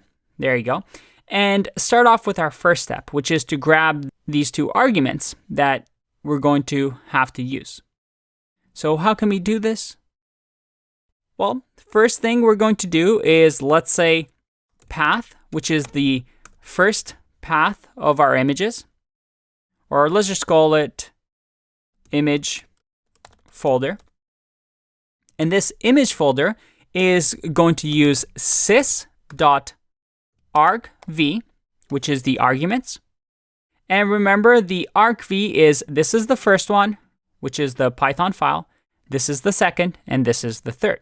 The way programming works, we start with 0, then 1, then 2. So all we're going to say is argv1 here. And then for the second one, which is the output folder, it's going to be sys.argv2. So I always like testing what we've done because we want to make sure that our assumptions are correct. So let's just print image folder and output folder. And let's just run this file. All right, look at that. We get Pokédex and new. It looks like this is working. Awesome. So we did the first task. What about the second one? The second one is to check if this new folder exists. If not, we need to create it so we can use it in here to put images. So again, this sounds like an if statement. So I'm going to say if, and then check if the folder exists. So the way we can do that is using the OS module. Now there's also the pathlib module that you can use. It's completely up to you. Now with the OS, what we can do is say os.path.exists. And this is just going to check, hey, does this exist? So I'm going to say output folder, does this exist? So let's just see what the output of this is. So before I even do the if statement, again, I like testing my code. So I'm going to say if OS path exists. Or sorry, instead of if, we want print. Let's run this. And we get false. Why is it false? Because it doesn't exist. So in order for our if statement to work, we actually have to do this. We have to say if not, because we want to get the opposite, right? So if this doesn't exist, then we want to convert this to true so that we can do something within this block, which is to create the folder. So how can we do that? Once again, we use the OS module and we use the make dirs or make directory method, and we just give it the directory output folder. So again, let's test our code. And if I run this, look at that. We have the new folder. Awesome. And this way, if I run this code again, we see that we don't create another folder because, well, we're just checking this. And because this folder exists now, we're not going to duplicate and make another folder. Awesome. So step by step, we're making headway. And again, you may be asking yourself, hold on, Andre, I never learned about make dirs. How do I do that? And again, this is something that you just have to practice where you look up what the module does and you Google around, and this is how you figure things out. Nobody has things memorized as a programmer. Don't hate me. I'm just helping you practice that muscle. All right, last part. Last part is to loop through the Pokédex, grab each image and convert it and save it to the new folder. So how can we do that? Well, we do a for loop and we'll say file name in, and then again, we'll use the os.list directory. And this is going to be the items in the directory. So with list dir, what we can do is just give it the image folder. And in here, we now have each of these file paths. Now in here, I can say image equals image.open. And what should we do here? Because remember, we're going to open this every time, right? And this file, JPEG to PNG, is outside of these folders. So we somehow need to open these images at the Pokédex. But remember, we want to use whatever the input is because folder Pokédex might not be always the same. So instead of grabbing the Pokédex folder, we'll just simply use an F string. And within this F string, I'm going to say we want the image folder, which is going to give us the Pokédex / And the slash here, because we assume that the user going to enter the slash, we don't have to include it in here. And then give another string, which will be the file name, which we grab from here. So we now open these images, each one of them, and then we can just convert them, right? So let's convert them by saying image.save. And once again, we're going to use an f string and do the same thing, but this time for the output folder. So I'm going to say output folder, give it the file name, and then comma, and then convert it to PNG. And just for fun, let's just say print all done to let us know that every time an image gets processed, we print all done. Now, we're going to try and run this code. There's actually a bug in this code that we're going to have to fix, but let's just see what happens. So I'm going to run this. And there we go. We have all done, all done, all done, all done, 4 images. And it looks like it worked, right? Let's have a look. If I go to the new folder here, it looks like these are still in JPEGs.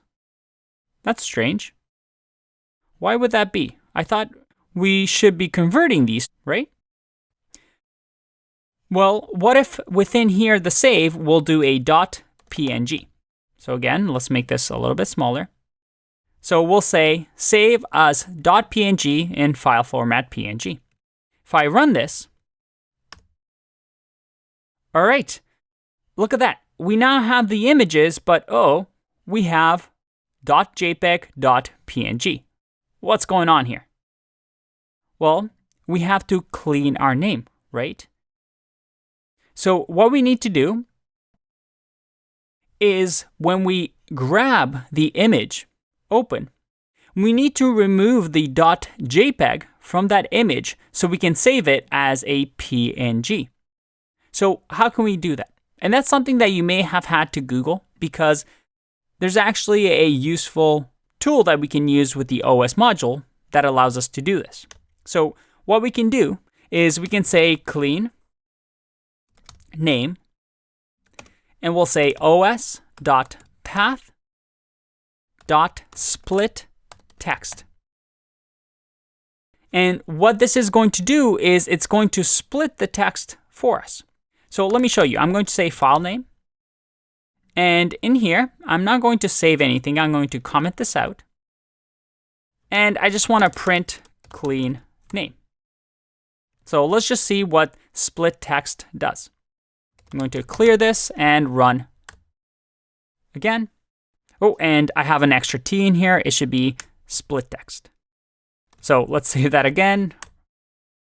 And look at that. It gives me a tuple that splits the text between the name and the extension. That's extremely useful. So we just need to keep this first part, and we don't care about this part. So we can just access the clean name by saying 0. So the first item in the tuple. So now, if I go back to this, and instead of file name, we use the clean name to save the image, this should work. So let me remove some of the comments here. And another thing I want to do is I want to remove all these images because we don't need them anymore. We ideally have just PNG images. So I'm going to actually remove this new folder. So let's say delete. Okay, you can delete it. There you go. I'm going to save. And let's see if this works now. Let's run our command. All done. If we go back, hey, check that out. All our images are now PNG. And you saw how fast that was. We just created our first JPEG to PNG converter. This file can now convert as long as you give it a folder with, you can give it hundreds of images, thousands of images of JPEG, and it's going to convert them to PNG. If you want, you can even resize them. You can even add image filters to them. And we're able to do that all with a few lines of code of Python and some useful libraries. Very, very cool. Now we're just scratching the surface here, but you're starting to see the power of Python. We have a problem, and this problem can be solved with Python and its libraries. And by just doing a bit of Googling, a little trial and error, and debugging our code, we just made something that could potentially save us a lot of time instead of doing this manually.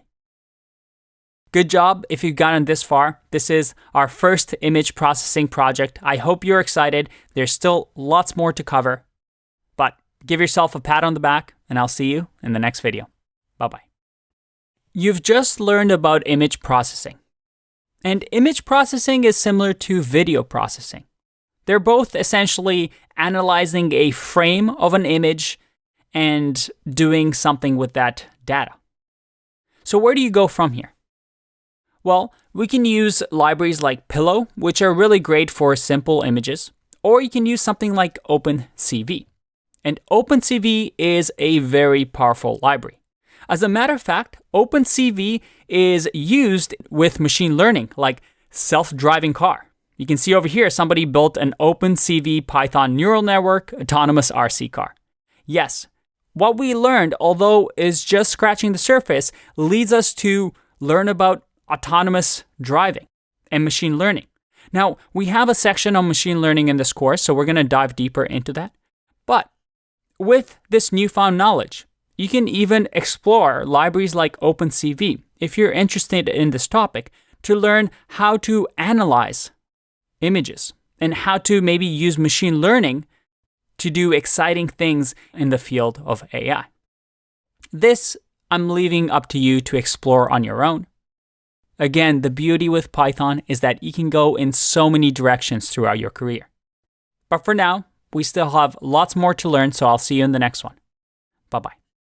Let's talk about PDFs. How do we process them? I mean, we've learned about working with files in our previous section with Python.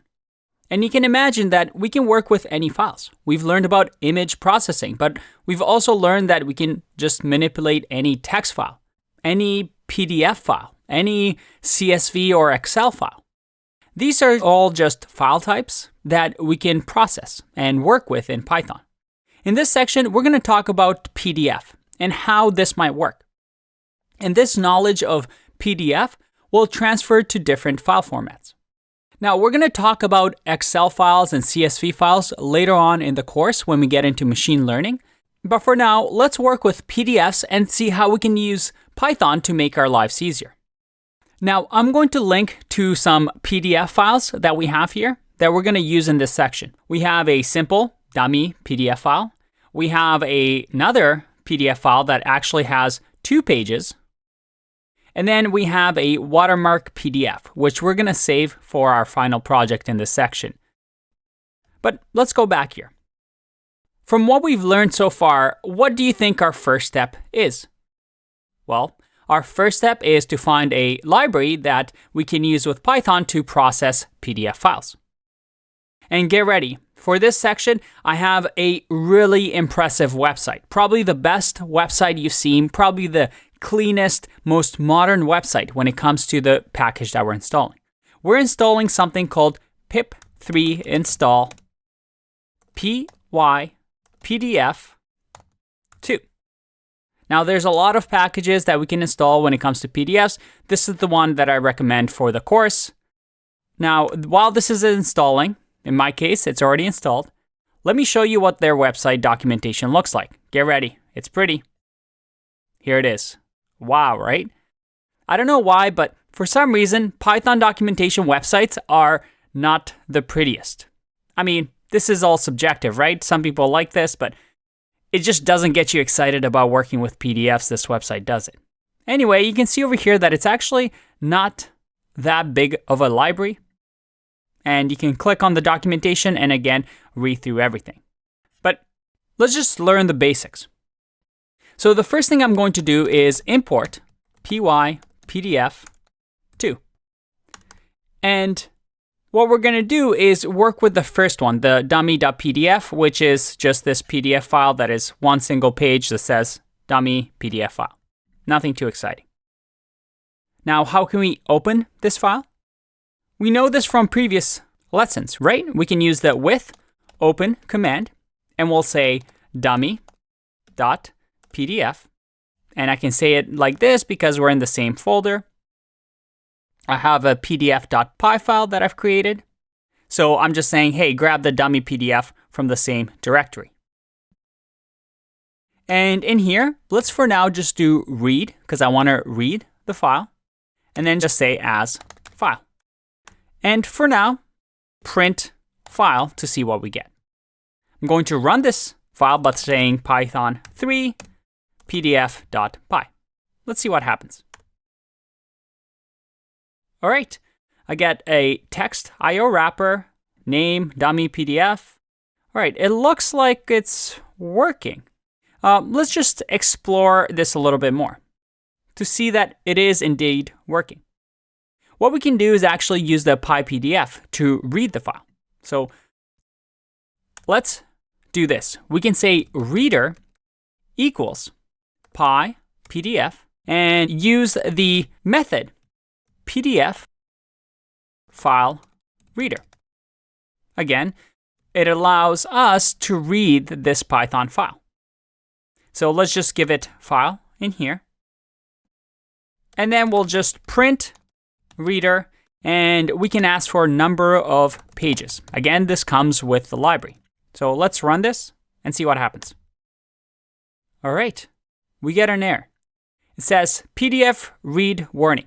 PDF file reader stream file object is not in binary mode. What does that mean? Well, remember, binary is ones and zeros, right? If I click on dummies, dummy.pdf, this is not the PDF we thought. This is how a PDF should look, but you see, depending on the program that you're running, it might not be able to read the PDF file. So what we need to do, and this is just a standard that you have to remember, is that we want to read the binary. So it's read and then binary. So what happens here is that this creates a file stream object. So it's going to convert the file object to binary mode so that the PyPDF2 file reader can read this binary file object. So now if I run this again, look at that. It's able to read it, and it tells me that this has one page. If I do 2page.pdf and run this, we get 2 pages. Awesome. Let's clear this and go back to our dummy.pdf. I feel bad for naming this PDF dummy. I shouldn't be mean to this PDF. I'll work on my naming conventions next time. So just like we saw in the image processing, with PyPDF, we can do a lot of things to process this image. For example, I can do get page here. And if I do get page, let's say the first page, and I run this, we get the page object over here. Now it looks like gibberish here because, well, this is a special object that PyPDF creates. But if I do something like page 1, which will be the page 2 in this case, I get an error, an index error, saying list index out of range because the dummy PDF only has one page. We can also do different things like, let's, for example, rotate this image, and we'll rotate it 180 degrees. If I run this, this doesn't work. Now, why is this? It's because PyPDF2 uses the reader object, but it needs to know what to rotate.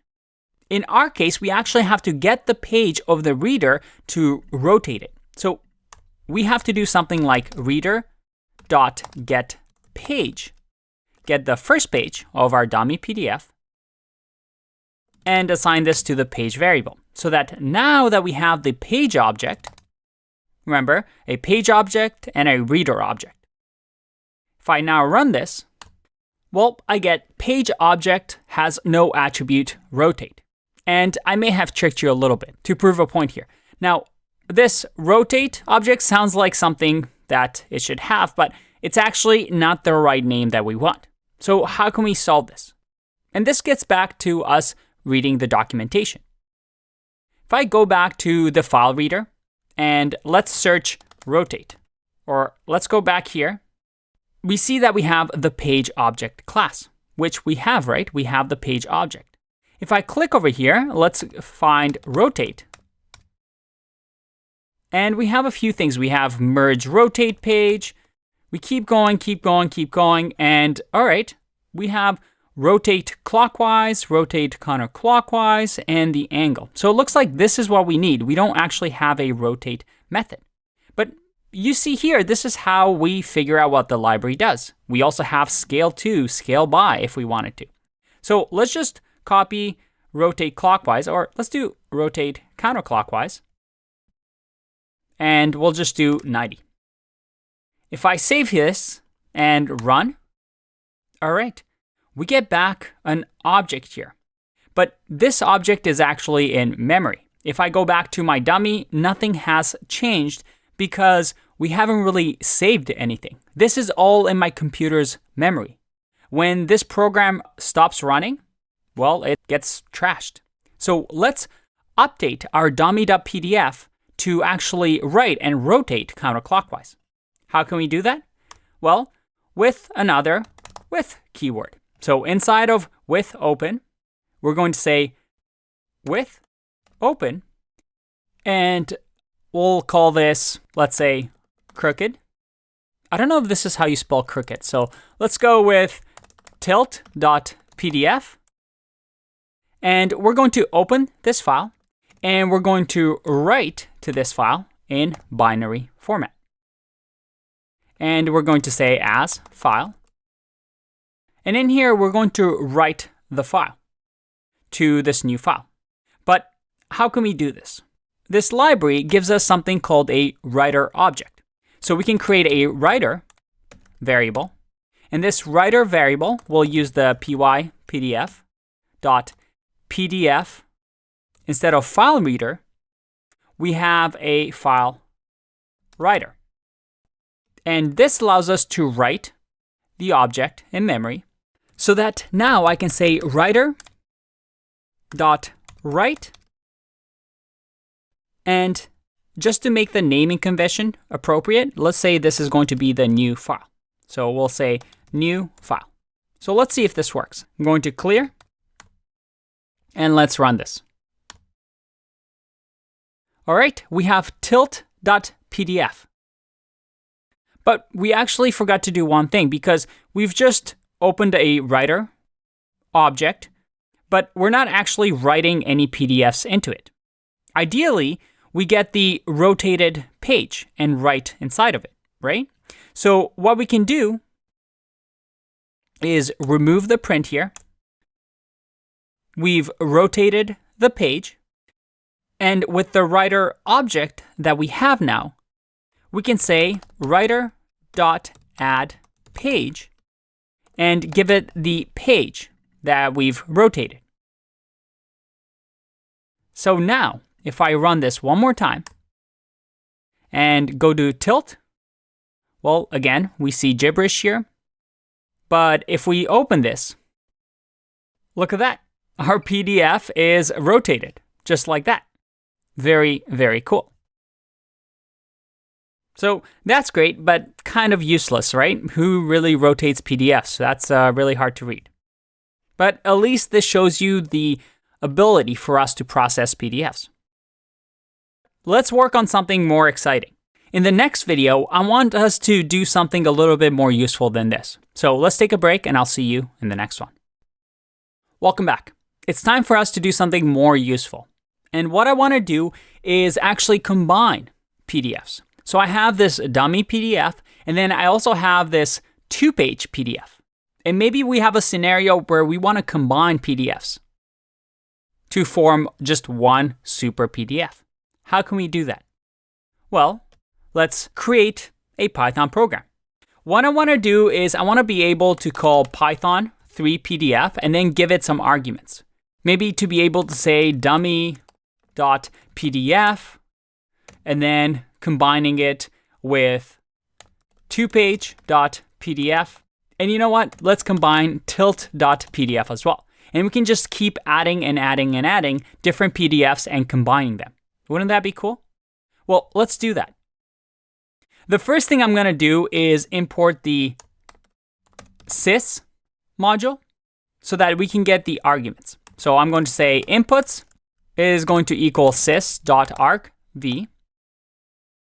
And I'm going to do a little trick here. I'm going to say 1 and then colon. And remember, this is going to grab all the arguments besides the first one, which is our Python file. But it's going to grab all of these into a list called inputs. So we can include as many PDFs as we want. From here, let's create a function just to have our code be clean. So I'm going to remove this and call a function PDF combiner. And this PDF combiner is going to take a PDF list, which is going to be our inputs. And what should we do here? The first thing I want to do is just make sure my code works. So I'm going to do a for loop and say PDF in PDF list. And we're just going to print the PDF. So again, just to test our code, let's see if this works. I'm going to run this code. Well, and we have to call our function. So let's say PDF combiner and just give it the inputs. So I'm going to run this. And there we go, our 3 PDFs. That's great. But we want to actually combine these. So the way to do this is we actually have a merger object with pypdf. So this merger object, we can say pypdf dot PDF file merger. So that gives us a merger object. And the cool thing is that this is going to be really simple. All we have to do here is within our loop, say merger dot append PDF. So this just tells us, hey, merge everything into this merger object, the PDFs that we're going to loop through. And at the end of the loop, this merger is going to have all these 3 PDFs. And all we need to do is say merger dot write and just write the new PDF as, well, let's call it super.pdf. So let's see if this works. I'm going to run. And did you see that? We now have a super PDF. If I open this,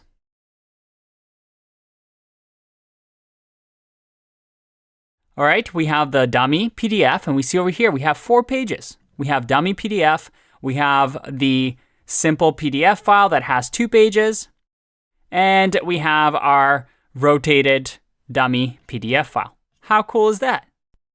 And notice here that we didn't have to even do the with open as file and then actually write. We can just use the merger.write method to write our file. So we have a PDF combiner.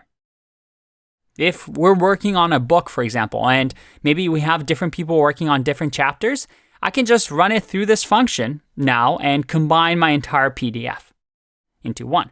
Very, very cool. Or at least I think it's cool. I hope you find this interesting as well. But you know what? Let's go even higher. In the next video, I want to do something that's actually, I think, quite useful. So let's take a break, and I'll see you in the next one. Welcome back. In this video, we're going to try a little exercise. And I actually want you to try this yourself, and in the next video, I'll show you the solution. Now, I've attached here a watermark PDF. You can see over here that it says draft, and it's just one page like this. Now, you'll find this in your resources, but I want to build a tool that's quite useful that watermarks all my files. So remember the super.pdf file we made in the last video that had 4 pages? Well, I want to watermark this, all of them. So instead of me doing manually, let's say we had thousands of pages. I want a program that can watermark my PDFs. Now, why would this be useful? Well, in Hollywood, this is actually a useful thing to be able to do. Let's say you're working on a TV show. Let's call it Lost. And you want to give the script, which is super secret because you don't want the audience to find out what happens in the show, to your cast members. And all these actors are going to get a draft of the script. But we don't want them to leak the script to the press so that everybody finds out about it, right? So usually big companies in Hollywood watermark their script with usually an actor's name. So if that actor leaks the script, well, they'll know that that person has their name on the script and they're the ones that leaked it. So this is actually a useful thing to know. So how can we do this? Well, this is your challenge, right? What we want to do is ideally use the water.pdf that I'll provide for you. I want to write this water.pdf on all the pages of super.pdf that we combined in the previous lesson. Or you can have your own PDF file. So using what we've learned up until now and the PyPDF2 library, let's see if we can give that a go. And in the next video, I'll show you how I did it. I'll see you in the next one. Bye-bye. All right, how was that? Hopefully you were able to figure it out. If not, don't worry, here's the solution. What I'm going to do here is just keep the PyPDF import and start from scratch. The first thing I want to do is I want to grab this super.pdf that we're going to process. So again, I'll just call it the template. And this template will be the PyPDF. We'll use the PDF file reader object. And I'll actually show you a little shortcut instead of just opening it the way we have been before. We can just inside of here say open and then say super.pdf, which is what we're going to open, and then open it with the second parameter being read binary. Just like this. We're going to create a file reader. Now you can do it this way or the way that I've shown you before. This is just a cleaner syntax that I like using. Next, I also want to open up the watermark PDF. So I'm going to call it watermark. And again, we're going to use the same thing. So I'm going to say file reader. And instead of opening the super PDF, I'll open the watermark PDF. And then finally, I want to be able to write my output and combine these two. So I'm going to say output equals, and we'll say pypdf.pdf file writer to create our write object in memory. Now, from here, this is the tricky part. Ideally, we loop through the pages here of the template and add the watermark to it. Now, we are not going to know how many pages super.pdf has. I mean, we might want to change this program so that we use the command line here to give it a file. But ideally, we want to make a program that is flexible, and no matter how many pages the given PDF has, we can process it. So what I'm going to do is use a for loop here. And we can also create a function if we want. But for now, because this is going to be just one block of code, we can just keep it without a function. And I'm going to say for I in range, because we don't know how big this file is going to be. And what I'm going to say is template.get num pages. Get num pages is going to tell me how many pages the template has. Remember, we've also seen the way of saying num pages in a previous lesson. But we can just use get num pages, just to show you something different. So now it's going to get the number of pages, it's going to create a range object out of it, and we're going to loop through it. So if we have 5 pages, it's going to loop 5 times. Now in here, what we can do is have a page object. So we're going to say template, get page at the index that we're at. So this is going to go through each time, and it's going to get the first page the first time around, the second page, the third page, the fourth page, so that we go through everything. And that's going to be our page object. Next, what we're going to do is say page.merge page. And this merge page is simply going to get the watermark.get page at index of 0. Because the watermark PDF only has that one page that has the watermark. So I'm going to merge onto that page the watermark. Now, notice here that I didn't use the PDF file merger. And I'll show you why merge page works the way it does when we finish the project. But you can use either one. The key here with merge page is that I like the PDF file merger, which combines the files one after another. Merge page actually, merges the page like we want with the watermark. Now, this is something that you would have had to read through the documentation if you tried the exercise on your own. Again, one of those things that you just have to practice that muscle. Finally, now that we have the page, we can say output, which is the PDF writer that we're going to have.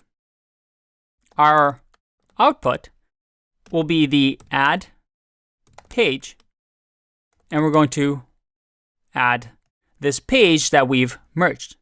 And now finally, what we can do in here is say with open, and we'll call this new PDF, let's call it watermarked output.pdf. We're going to say write binary. And we're going to call it as file. So that now if we do output.write and write this file, let's see what happens. I'm going to run my program. And there you go. No errors. Let's see if it worked. We see that we have a watermarked output now. Again, this is gibberish, but if we open this, check that out. We have our dummy PDF file. We have the draft over here on the second page, third page, and even the fourth page with the rotation. How cool is that? We just created a PDF watermarker. That was quite simple, right? Again, if this is confusing and you're saying, hey, Andre, I didn't get this. Am I a bad programmer? No, you're not. This is very library specific, right? You're never going to get asked this exact syntax in an interview. Instead, you read the documentation. You want to merge pages. So you Google something like merge page on the official documentation of a library, and you figure out, hey, merge page is right here. I can read what merge page does, and we see, oh yeah, merges the content streams of two pages into one. All right, that's what we need. So that's what we use. And you experiment, go back and forth until you have a working project. There you have it. You can now work in Hollywood. Congratulations. I'll see you in the next video. Bye-bye. It's time for another project. And this time, we're going to use Python to send emails. That's right, we can send emails with Python. Now, we'll explore why this might be useful later on, but I want to give you a heads up. Python has a built-in email module. And this module actually got updated with Python 3.6, so I'm going to show you the latest version. When you Google how to send emails with Python, you might see a lot of outdated ways to send emails. So just a heads up that you might see something different than what I'm about to show you. But as of recording this video, this is the latest way to send emails. Okay, so why might this be useful? Well, imagine you have a list of emails that you've collected and you want to launch a new startup. You want people to know about your startup, right? So we can create a program that sends emails to maybe hundreds, thousands of people at the same time, maybe a customized email with their name to promote our product. Now, we'll get into spamming and things like that later on, but you might be thinking to yourself, why do we need Python for this? For example, there are tools like MailChimp. That is a software subscription-based product that allows us to do this. We can collect emails and also send customized emails. And you're right, companies like MailChimp or MailerLite, or there's hundreds of them, allow us to send lots of emails to potential customers, to sale leads, in order to try and grow our business. But I want to show you how to do it with Python, because there are times that it might come in useful. So let's get to it. And I'm going to use this project as an occasion for us to learn a few built-in packages in Python. Now, the first one we're going to use is the SMTP lib. So SMTP lib module. And we're also going to say from email.messages import email message. And this should be email message. Again, this is the email module that comes built in to Python. And actually, I'll link over here where it shows you some of the legacy API. So that is the outdated way to use things. We're going to do the emails.messages way of sending emails. Now, the other one is SMTP. Now, SMTP is going to allow us to create what we call an SMTP server. Anytime you send emails to anybody, it needs to have a server that communicates the language of the email. And this is what SMTP is used for. For example, on websites, you might see HTTP or HTTPS as the protocol of communication between a browser and a server. In the same way, emails have their own protocol for communicating, and that's through SMTP. As a matter of fact, the acronym stands for Simple Mail Transfer Protocol. It's a protocol or a standard for emails to be sent from computer to computer. Gmail uses this, Hotmail uses this, pretty much most email clients. I'm going to link to some resource if you want to read more about SMTP, but the key thing is if we want to send an email, we need SMTP server. Now, from here, we're going to dive into how to send our first email. Before we get into that, and the next video, I want you to go ahead and create an email account if you don't have one. I'm going to use a dummy email account, a Gmail account that I just created, because what we're going to do is we're going to have to log into this using a password, our username, and actually send an email from this email account without actually using this browser. So go ahead and create a dummy Gmail account, or you can use your regular one if you want, but I like to keep my passwords just away from everything, and I don't really want to share my personal email password with you, so I'm going to use this one. All right, let's take a break and send our first email in the next video. Let's send our first email. Now, this requires a lot of configuration that, again, you'll just have to get used to. So if it looks overwhelming, don't worry. Once you have this basic setup, you can send any type of email you want.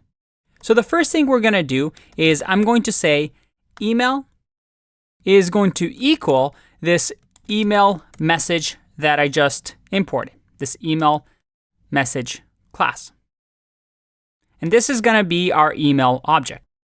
From here, we can add to this object the from key, which will be, hey, who's this email from? This email is going to be from myself, from Andre Nagwe. Next is, who is this email going to be to? Well, this email is going to be to, well, let's say Andre at 0tomastery.io. So we want to send the email to this email address. And then the email subject line will say, what should we say? Let's create the worst spammy email possible. I think this will be funny. Let's say you won $1 million. There you go. That's a spammy subject line, that's for sure. So that's our subject. The next thing we're going to do is say email.setContent method, which essentially says what's the content of the email. In our case, let's just say I am a Python master. Now in here, we can actually set any type of content we want. We can do text, we can do HTML, we can do images. We're going to get to that a little bit later on. But for now, this is fine. There you go. That's our email object with the from, to, subject, and content. We have our email, but we need to send it, right? So what we need to do is to use this SMTP server to log in to our Gmail client and then send that email from there. So all we're going to do is say with smtplib.smtp, and in here, we're going to say what is going to be our SMTP server. And the reason I got you to create a Gmail account is just so you can follow along, because this is going to be custom to whatever email client you're using. In our case, we want our host to be Gmail. So I'm going to say smtp.gmail.com. This is going to be our host. And then this SMTP is going to be running on port 587. Again, you don't have to know this exactly. If we go back to SMTP, you see over here that typically submit outgoing email to the mail server on port 587. Remember, SMTP is a protocol. It's a standard for machines to communicate with each other. By using port 587, it's just a standard way for SMTP server to be run. Like I said, this is one of those things that you can usually just Google around and copy and paste because it's going to be the same. If you have a different client than Gmail, then again, you can Google and see what type of host you need. In our case, let's continue here. We're going to say with this host as SMTP, because we're going to use this now. Let's make this a little bit bigger so you can see. And in here, this is the part that's going to look confusing, but again, it's just you do it once, and once you do it, you have an email server that you can use. I'm going to say smtp.ehlo. Kind of looks like hello, but it's not hello. This is actually part of the protocol of the SMTP, again, the agreement. It starts with a little hello message that, well, it's typed like this. You can actually Google why this method is like this and not actually says hello. It's actually a pretty funny story. So we have SMTP hello. So that's the initial, hey, this is a server, I'm awake, hello message. Next, we do the smtp.start TLS. And TLS is an encryption mechanism. So we want to connect securely to the server. And now this is the critical part. Up until this point, you might be confused as to what we're actually doing here. We're essentially, with this next line, we're going to connect to this email account, this Gmail account that I created, so that instead of me opening this page, hitting compose, and writing that email that we already wrote, I can do it from code. So what am I going to do? I'm going to say smtp.login, and I'm going to log in with my credentials. So the first one is going to be this dummy email that I created, which is 0tomastery1@gmail.com. And next is going to be the password that I used for this login. Again, this is something that, because I've created a dummy account, I don't mind sharing it with you. The password is hello ZTM, my old friend 1. So this way I'm able to log in to this server. And guess what we're doing next? Well, next we're going to say send message. And we're going to send, what are we going to send? This whole email that we've created. So let's do email And just for fun at the end, we'll say print all good boss. There we go. Now, if we didn't make any errors, this should actually work. Let's give it a go. I'm going to say Python 3 and then run our email sender.py. I want to give you a warning here. If you've named your Py file email.py, this actually might give you an error. So make sure you name it something other than email.py. Let's give it a go. There's a bit of a pause, and we have all good boss. There was a pause here because we had to connect to our server, log in to our account, and then send the email, and then all good boss. So it looks like this code worked. So let's test it out. I logged into this dummy account, and I sent an email to andre@zerotomastery.io. Let's check that email account. And look at that. You won $1 million. I am a Python master from the email address of our dummy account. Now, I actually had to pull this out of the spam folder because it was marked as spam because, well, it definitely looks like spammy email. So that's awesome. We're just able to send an email through Python. How cool is that?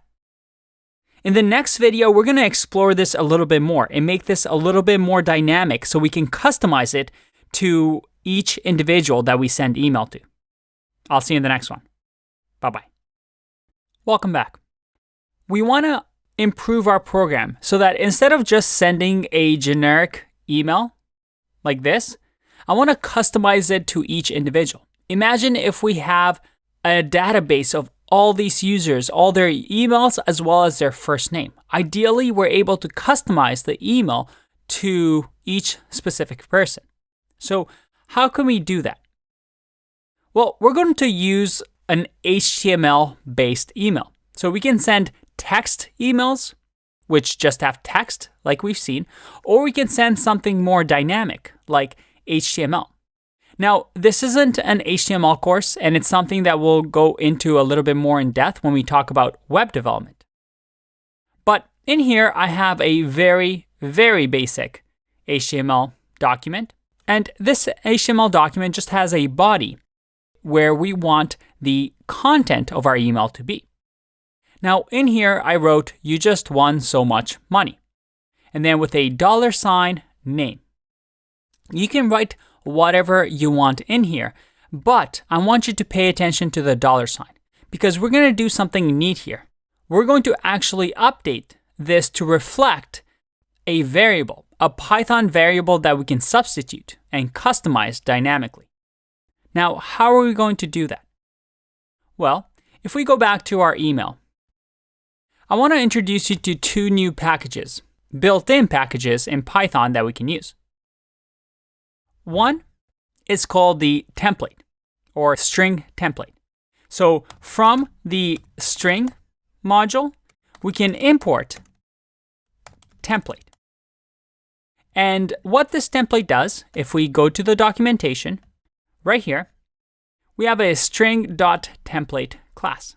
And what we're allowed to do is, as you can see here, using the $sign, we can substitute variables inside of text. You can see over here, if we zoom in a little bit, we have a template object with who likes what, and we can substitute these $signs, D, with who. So who equals to Tim. We can do template who likes what equals to S, and then substitute who with Tim and what with Kang Pao. So this is going to be very, very useful. And this is what we're doing with index.html. We have a $sign name, and ideally we're able to update this. But we have a problem here. This is it's an HTML file. It's an index.html file. So how can we read this, convert it to a template, and substitute it? Well, we have another module that we're going to import. And this is going to be called pathlib from path. Import path. So this pathlib and this path that we import is actually very similar to something we've seen before, which is os.path. So we could have also imported the operating system OS module and used the path method, because what it allows us to do is to access this index.html file. So this is what it's going to look like. We can have an HTML variable that equals path and then give it index.html because we're in the same folder.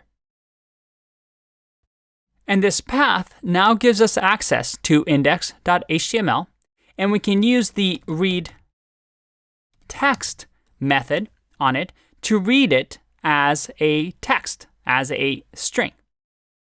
Now, I'm going to leave a resource as to why we want to use pathlib instead of os.path, mainly because we have this read text method. But there's a great article here, why you should be using pathlib versus the OS path module, that I'll link to and you can read on your own. At the end of the day, though, both of these libraries will be useful, and there's no right or wrong, just pros and cons. So we have this string, but now we want to update so that the name variable will be something custom. So what we're going to do is wrap this in template. So it becomes a template object. That's it. So we have this HTML that is a template. And if you remember, once we have this template string, we can use the dot substitute to give it, well, what we want to substitute it with.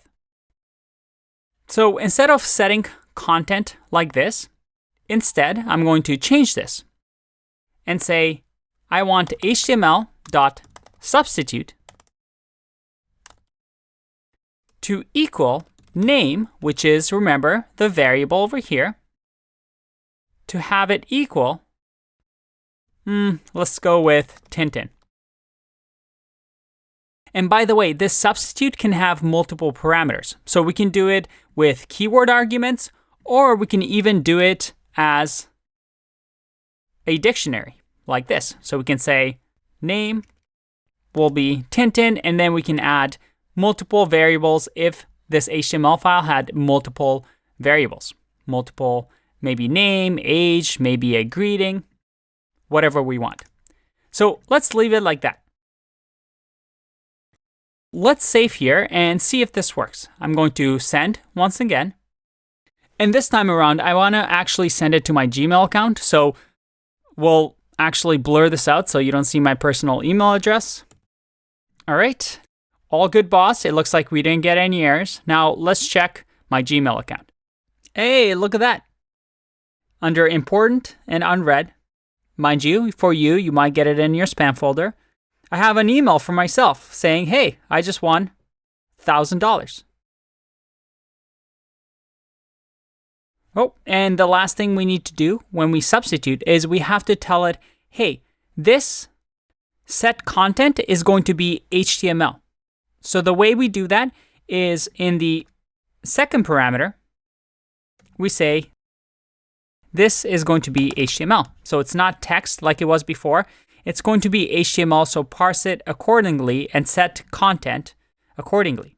So if I save this and we run, looks like we didn't get any errors. That's good. And if we go back to the Gmail client, hey, looks like I have a message that I've won $1 million. That's really great. Mind you, for yourself, you might find this in your spam folder. So again, make sure you check your email. Otherwise, if I click on this, look at that. You just won so much money, Tintin. How cool is that? So just like that, we're able to programmatically send emails, customized emails. Now, there's many applications of this.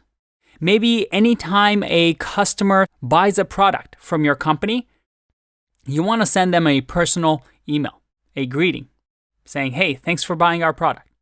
Or maybe you want to get yourself a reminder where every morning you send yourself an email saying, hey, get up and tidy your bed. There are so many applications. This is the cool part about Python, right? You can do anything you want. The world is your oyster. So hopefully this was exciting because we have a lot more in the next video. Bye-bye. Hello! I'm super excited because this is my favorite project of the entire course. As a matter of fact, I wish I could just do this over and over. I'm telling you, this project is going to wow you. Now, it's one of these projects that initially it doesn't sound that exciting, but I've included it in our course because I guarantee you, you talk about this project to an employer and they're going to be impressed with your knowledge. It's an actual tool that I use day to day for security reasons. And I'm really excited for us to build this together. By the end of it, I promise you, you're going to be extremely happy with it. Okay, maybe I'm a little bit overly excited about this kind of stuff, but hey, who knows? Maybe you will too. What we're going to build is a password checker. But not just any silly, dumb password checker. This is legitimately going to be the most secure way for you to check if your password has ever been hacked. That's right. So what's going to happen is we're going to be able to type in our terminal Python 3, and then we'll have a check my pass.py file that we're going to write from scratch. And in here, when we run this program, we're going to be able to input any password that we have and check if it's ever been hacked. Now, we'll get into how this works and how we know a password has been hacked in the next video. But just to show you how this works, if I say, let's say hello as a password, let's say if hello has ever been hacked, maybe password 123, and then a super tough password like this. So it's going to be able to check as many passwords as we list here. And if I hit enter, it's actually going to check these passwords.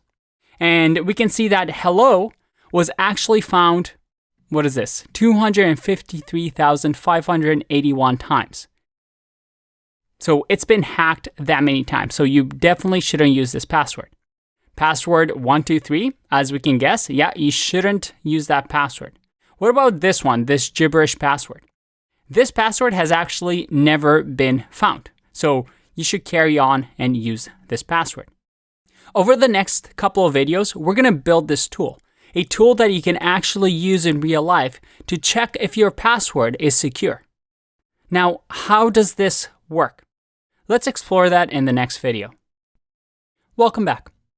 How are we going to build this tool? How are we going to know what passwords have been hacked? And what does it really mean anyway? Well, passwords get leaked all the time. We've heard about data breaches, right?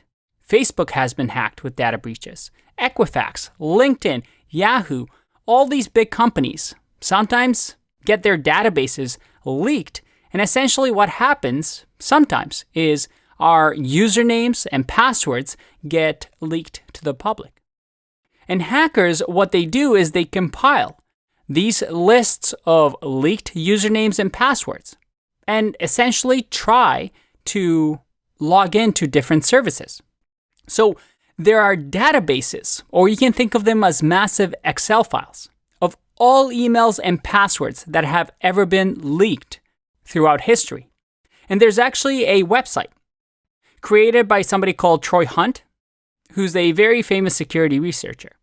And it's called Have I Been Pawned? And what you can do here is you can actually enter your email address and say, let's go andy@gmail.com. Has this ever been leaked? Oh no, it looks like it's been pawned. So it looks like it's been pawned on 88 breached sites and found 27 pastes. What this means essentially is that this email has been part of a data breach. So maybe I used this email as my Facebook login. Well, when Facebook got hacked and some users maybe stole user information, well, this email was part of it. As a matter of fact, for 88 breaches. And if I go to passwords here, you can actually do the same thing about passwords. I can check my password, and you can see over here that it doesn't show, and I can click over here to see if it's been pawned. Now, I just entered some gibberish here, and it looks like, nope, no pawnage found. But why does this matter? Why do we care that emails and passwords have been leaked? Hackers use something called dictionary attacks. And a dictionary attack, well, kind of like a Python dictionary, uses a massive dictionary with the key and value of, let's say, a username and password, and just tries to log into websites using these massive lists of information. And if your username and password has ever been leaked, well, a hacker simply runs what's called a brute force attack, where it just loops through all these leaked usernames and passwords and tries to log in. So maybe going into Facebook and just looping through this massive list, eventually they're going to hit something and be able to log in. Now, here's the thing. This isn't a web development course. I mean, this course is about Python, and although we have a section on web development, what I can tell you is that most of the time, even though I trust this website, it uses something called HTTPS, which is encrypted, I or you should never really trust a website with your password. Yes, maybe a big website like Facebook, maybe Google, we trust, but ideally you don't want to send your password like this over the internet. Because what's happening here as soon as I click this is that it's being transferred to a server somewhere in the world. It's traveling through the internet wires and somebody could intercept it. So there's actually a more secure way of doing this. And this is where we're going to build. This website actually gives us a password API for us to do this and check our passwords, but in a more secured way. Because sure, we might trust this website, but the best security is to trust no one, right? Now, what I'm about to show you and what we're going to do is actually a technique used by legitimate password managers like Keeper, 1Password, you might have heard of, Blur, Sticky Password. These are expensive password managers that keep your password secure, but we're going to build that ourselves because we're programmers. So in the next video, we're actually going to start coding a bit and learning about this passwords API. I'll see you in the next one. Bye-bye. All right, let's get to our first step of building our secure password checker. Now in here, I have a checkmypass.py file. You can do the same, and then I have my terminal right over here. What we want to do is initially import the requests module. If you haven't, well, then you can install the requests module. The request module is going to allow us to make a request. So remember, it's kind of like having a browser without, well, the actual browser. We can just manually request something as if we have a browser and we get some data back. So the way we can actually use the request module with the password API is that we can have the password API URL, which I'll just tell you what it is. It's https://api.pwnedpasswords.com. And then we give it a range / and in here, this is where we give it the password. So we can just do plus, and let's just for now do password 123.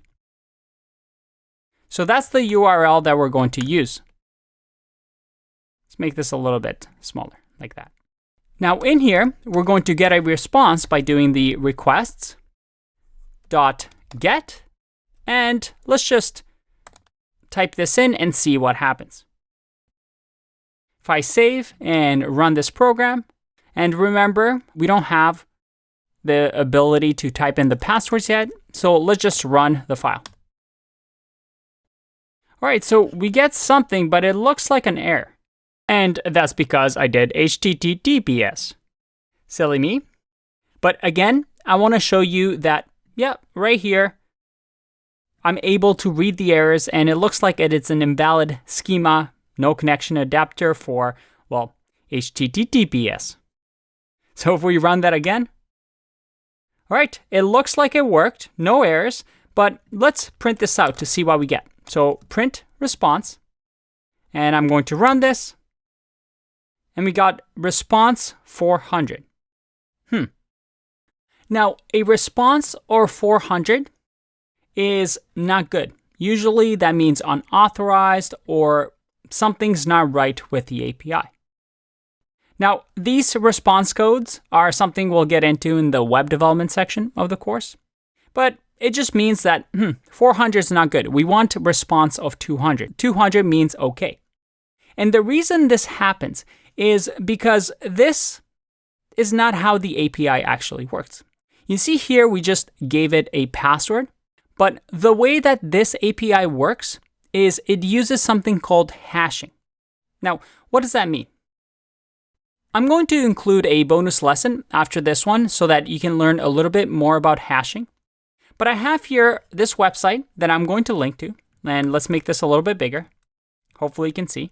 It's a SHA-1 hash generator. Now, hashing a password, it's something that you should always do. Let's say you're saving a user's password to a database. You should never store a user's password in what we call plaintext. That is exactly what the password is. Instead, we want to do something called hash it. That is, run it through a hashing algorithm to make it gibberish. So when I do password 123 here and I click generate, and I scroll down, this is the hashed password. Notice here that as I change this password, this changes as well. But the key here, and this is something that we'll talk about in that bonus video, is that hashing is a one-way function. So there's many different hashing algorithms. There's MD5s, there's SHA-256. We're using SHA-1 because this is what this API is using. And SHA-1 essentially just hashes. It's an algorithm that is a function that does this gibberish output of password 123. But no matter how many times we generate password 123, it's always going to be the same hash. So this way we can actually check if somebody types a password and we already have the hashed version of a password in, let's say, a database, we can actually compare the hashed version of this password to the database hashed password. Again, don't get too confused here. Hopefully in that bonus video, we'll cover this a little bit more. But the key thing is that this API, because we want to be as secure as possible, is, well, we don't want to send over the wire our real password. Instead, we want to send this hashed version of our password. So if I copy this and put it over here, this is what we should be sending to the API. But here's the problem. This is still not super secure because anybody can come now and type in and keep guessing, and eventually hit on password 123 and see, oh, this hash is the exact same one as this hash. So they will know that this is our password. So this API uses a technique called k-anonymity. And this is actually a modern technique that big companies like Google, Facebook, Netflix, Amazon all use. K-anonymity allows somebody to receive information about us, yet still not know who we are. How does this work? By the way, this is actually a technique that is used a lot, especially now where using personal data for companies, it's frowned upon. So ideally, you don't want to give your personal information to companies. So some companies that care about security and privacy use this k-anonymity to track you, but still not know who you are. Now, the way this works is that we only give the first 5 characters of our hash password. So 1, 2, 3, 4, 5. So if I remove this, what this API is going to do is it has a list of all the passwords that have been leaked. However, all these passwords are hashed with the SHA-1 algorithm. So it's going to look in its database of all these passwords and pick all the hashed passwords that have the first 5 characters that match this. So this way, with a response, we're going to get all the passwords that are hashed that have this. So that on our end, when we receive that response, we can check the rest of the hash function. This way, this API is never going to know our full hash, and therefore never ever be able to guess our password. They'll just know that we have this tiny bit of a hash function that could match any hundreds of passwords. How cool is that? So if I actually save this and run, I get a response of 200. Awesome. All right, let's take a break, learn a little bit more about hashing, and see you in the next video. Bye-bye. What is a hash function? It's something that's used all across computer science. A hash function is simply a function that generates a value of fixed length for each input that it gets. All right, what does that mean? Well, I have here a MD5 hash generator. MD5 is the type of hash function, and there's many types.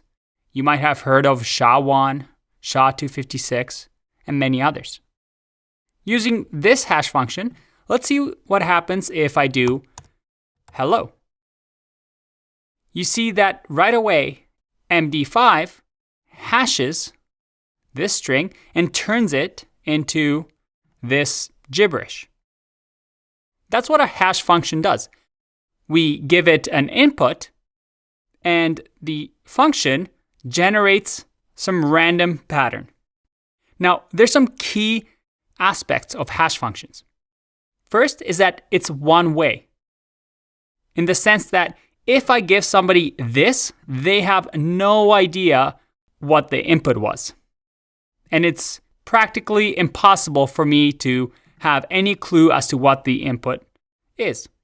The second is that no matter how many times I put hello in there, it's going to be the same. But as soon as I change one thing, it's going to completely change the output. If I go back to hello and watch me just change to capital H, even a capital letter, so it starts with 5D4. If I do capital H, it's completely different again. And looking at this, we can at least say that, I don't know what this is useful for, but the one thing that I know is that no matter what, if I give it the same input, it's going to give me the same result, but I have no idea how to convert this back into hello. This is what we call idempotent or idempotent. There's different pronunciations. I'm not really sure which one's which, but it is a fancy way of saying that a function, given an input, always outputs the same output. Now, the one benefit and why we would want to use this in a data structure is that we get really fast data access. Because all I have to do to find grapes, or basket.grapes, is to pass grapes into something like an MD5 hash. It generates this number for me, and I immediately know where it is in my memory on our computer.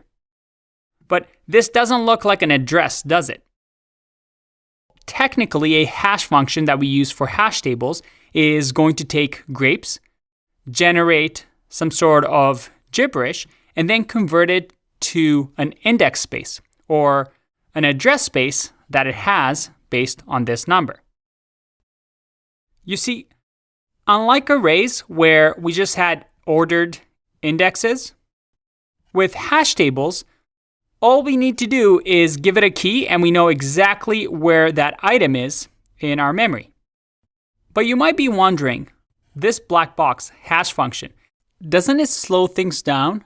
Because every time we want to add a property and a value, grapes, and 10,000 to a hash table, we have to run it through the hash function so we can decide where to put it in memory. And if you've noticed that, good job. That is a big factor. You don't want this to take a very long time because, well, every time you add a property to memory or retrieve a property to memory, because again, both times we're sending the key grapes into the hash function to find where to get it from. We need this to be really, really fast. And underneath the hood, remember, because hash tables exist in all languages, they're implemented with an optimum hashing function that's really, really fast. As a side note, hash functions like SHA-256 take a really long time to generate a hash. And it is an overly complex hashing function that is used a lot in places like cryptography, where you want this to take longer, but that is outside the scope of this course. If you're interested, I do recommend that you check out the differences between these two. To review, we have a key that is grapes. We send it through a hash function that is going to hash something really, really fast and then map whatever the hash came out to be into a memory address where we want to store our data, our grapes 10,000. And when it comes to hashing functions, you typically leave this to whatever framework or language you're using. And we usually assume a time complexity or big O notation of O1 because this happens really fast. All right, now that we understand what this black box does, let's talk a little bit more about hash tables, why they're useful, and why, in some cases, are better than arrays. Welcome back. We just learned about the password API and how this API allows us to trust no one. That is, we only trust ourselves and we're only going to give the bits of information that we feel comfortable to the API so that it gives us a response with some data that we can then calculate on our own machines that are hypothetically more secure. So what we did here is that instead of giving the entire hash of our password, we just give a little bit of it, the first 5 characters. Now, they have close to 600 million passwords in their database. And the website now maybe just knows that we're part of several hundred people that have a similar starting hash, but they're never going to know our password. But with this response data, we can now check our full hash to see if the password has ever been pwned or has ever been hacked. So let's start writing our program. Because ideally, in this response, I now have maybe several hundred lists of these hashes that I can check against. Let's think about what we want to do. So ideally, we have, let's say, a function.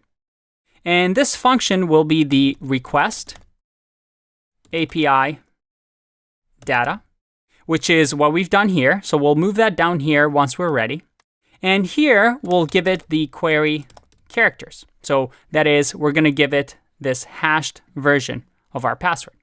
So this is going to be a function that for now we'll just pass, but this is going to request our data and give us a response. Next, with this response, we actually want to check. So we can say that we want to check the pwned API check, and in here we'll give our password. That is our actual password. In our case, it'll be password123. And in here, we want to do some sort of a check. We want to say check password if it exists in API response from up here. So for now, we'll just pass that. So let's work on the first one. That is request API data. We've already done some of this over here, right? I'm actually going to move this code up here. Make sure we have the padding. Now in here, instead of this string, I'll actually give the query character that we'll call the function with so that it's dynamic. And again, we'll request the URL, we'll have the response, and in here we'll do a check. We'll say if response.status, because remember, we can check our response.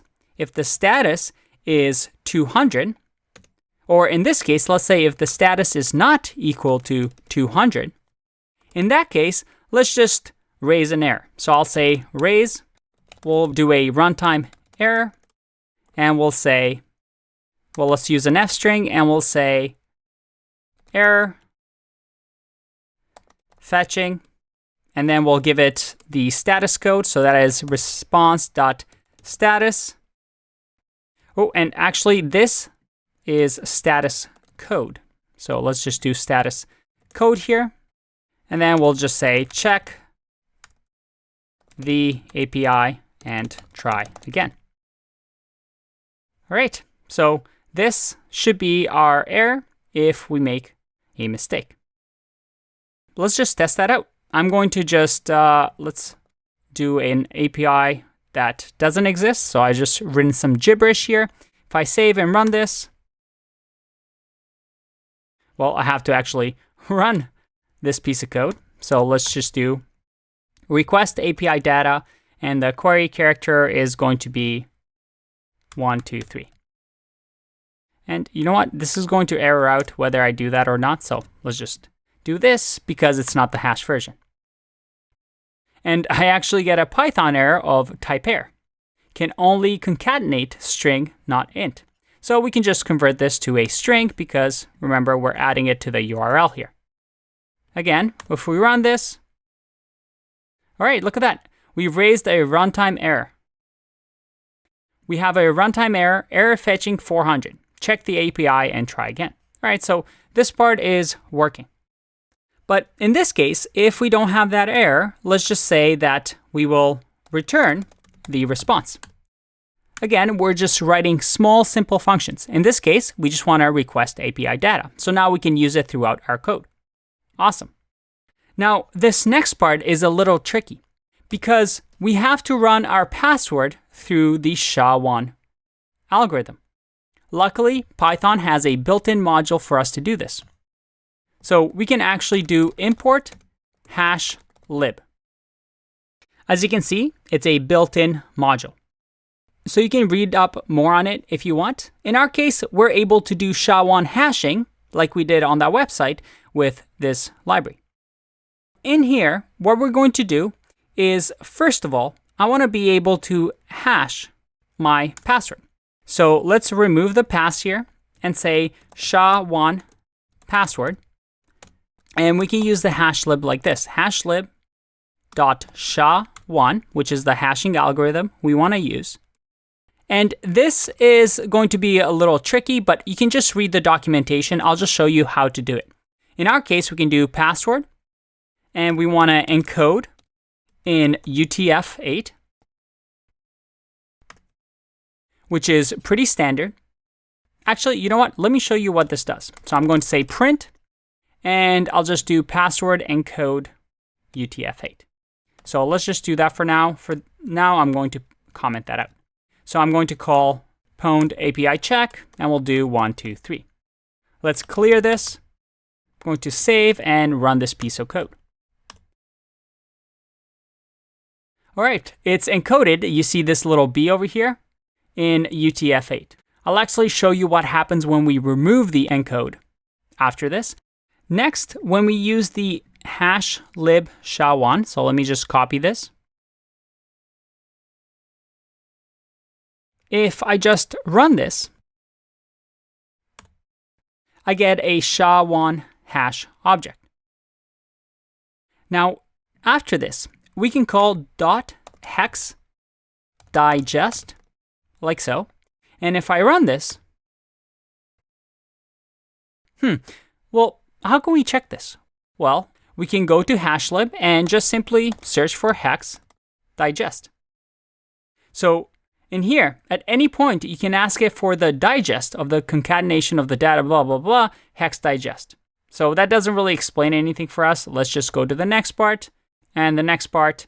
And there you go, hex digest. It returns a string object of double length containing only hexadecimal digits. This is just something that we need to do in order to convert this object into this hexadecimal string.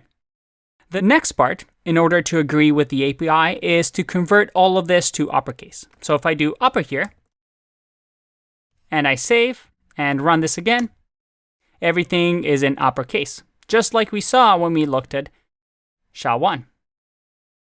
So this is just something that, again, you don't really need to know. You just have to, you can Google around and see how to actually use this.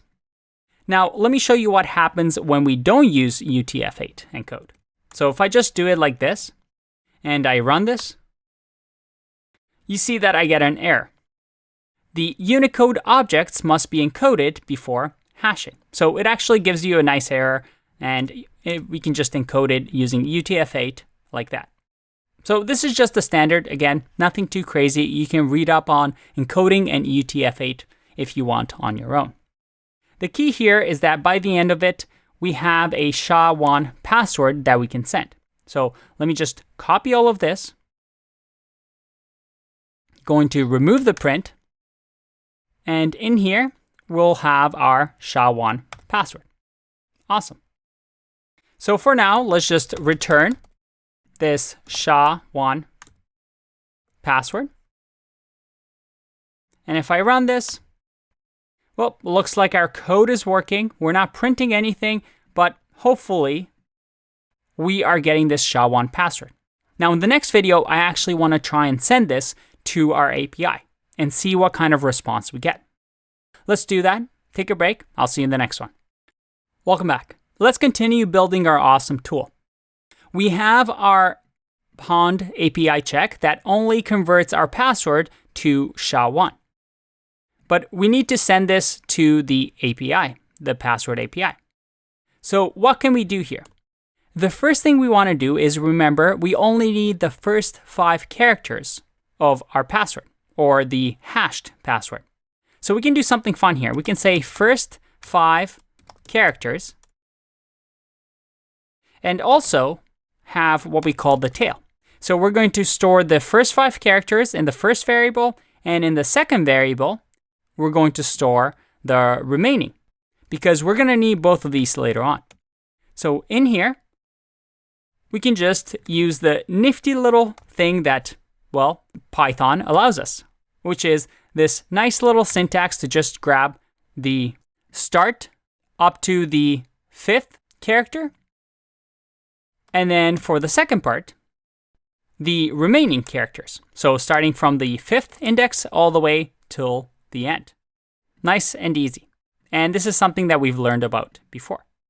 So now we have the first 5 characters and the tail. And here we can now add this to our request API data. So I can now call my request API data, and in here give it, well, the first 5 characters. And let's just store the response in here, like so. Now, let's see what type of response we get. So I'm actually going to return response here. And just so we make sure that we're doing everything right, let's print out the first 5 characters and the tail as well to make sure that everything is working. If I run this, right, it looks like I'm getting the first 5 characters. There's a space here and then the remaining, and we don't get any error. It looks like the response is working. So let's also print the response.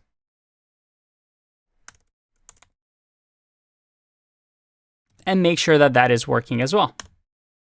Looks like we get a response of 200, but we're still not sure exactly what type of data we receive. What can we do here? Well, I want to learn more about this data that we return. So let's create another function here. And for now, we'll just call it read response. And we're going to just give it the response that we get. And in here, let's just try to read this response. We can actually do print response response.text here. Because it's an API response, so ideally we can just read the text. Let's see if that does anything. So this return response will just have read response, like so. If I run this, hey, look at that. This is our response. As you can see, it's a ton of hashed passwords. There's a lot of them. It looks like a couple of hundred. So this is what we get from our response. By using response.text, we get all the hashes that match the beginning of our hashed password. Very cool. What we can actually do, you see over here how we get 24, 3, 1, and so on. This shows you actually how many times these passwords have been hacked. That's pretty cool.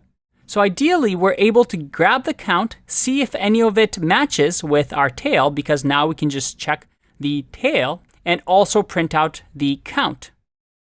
So instead of having a read response function, let's have a get password leaks count function that receives the hashes or the response and the actual hash to check, which is our own password hash that we need to check against. So we're going to check this hash to check and loop through all the hashes. So we can do something, again, nifty with Python here.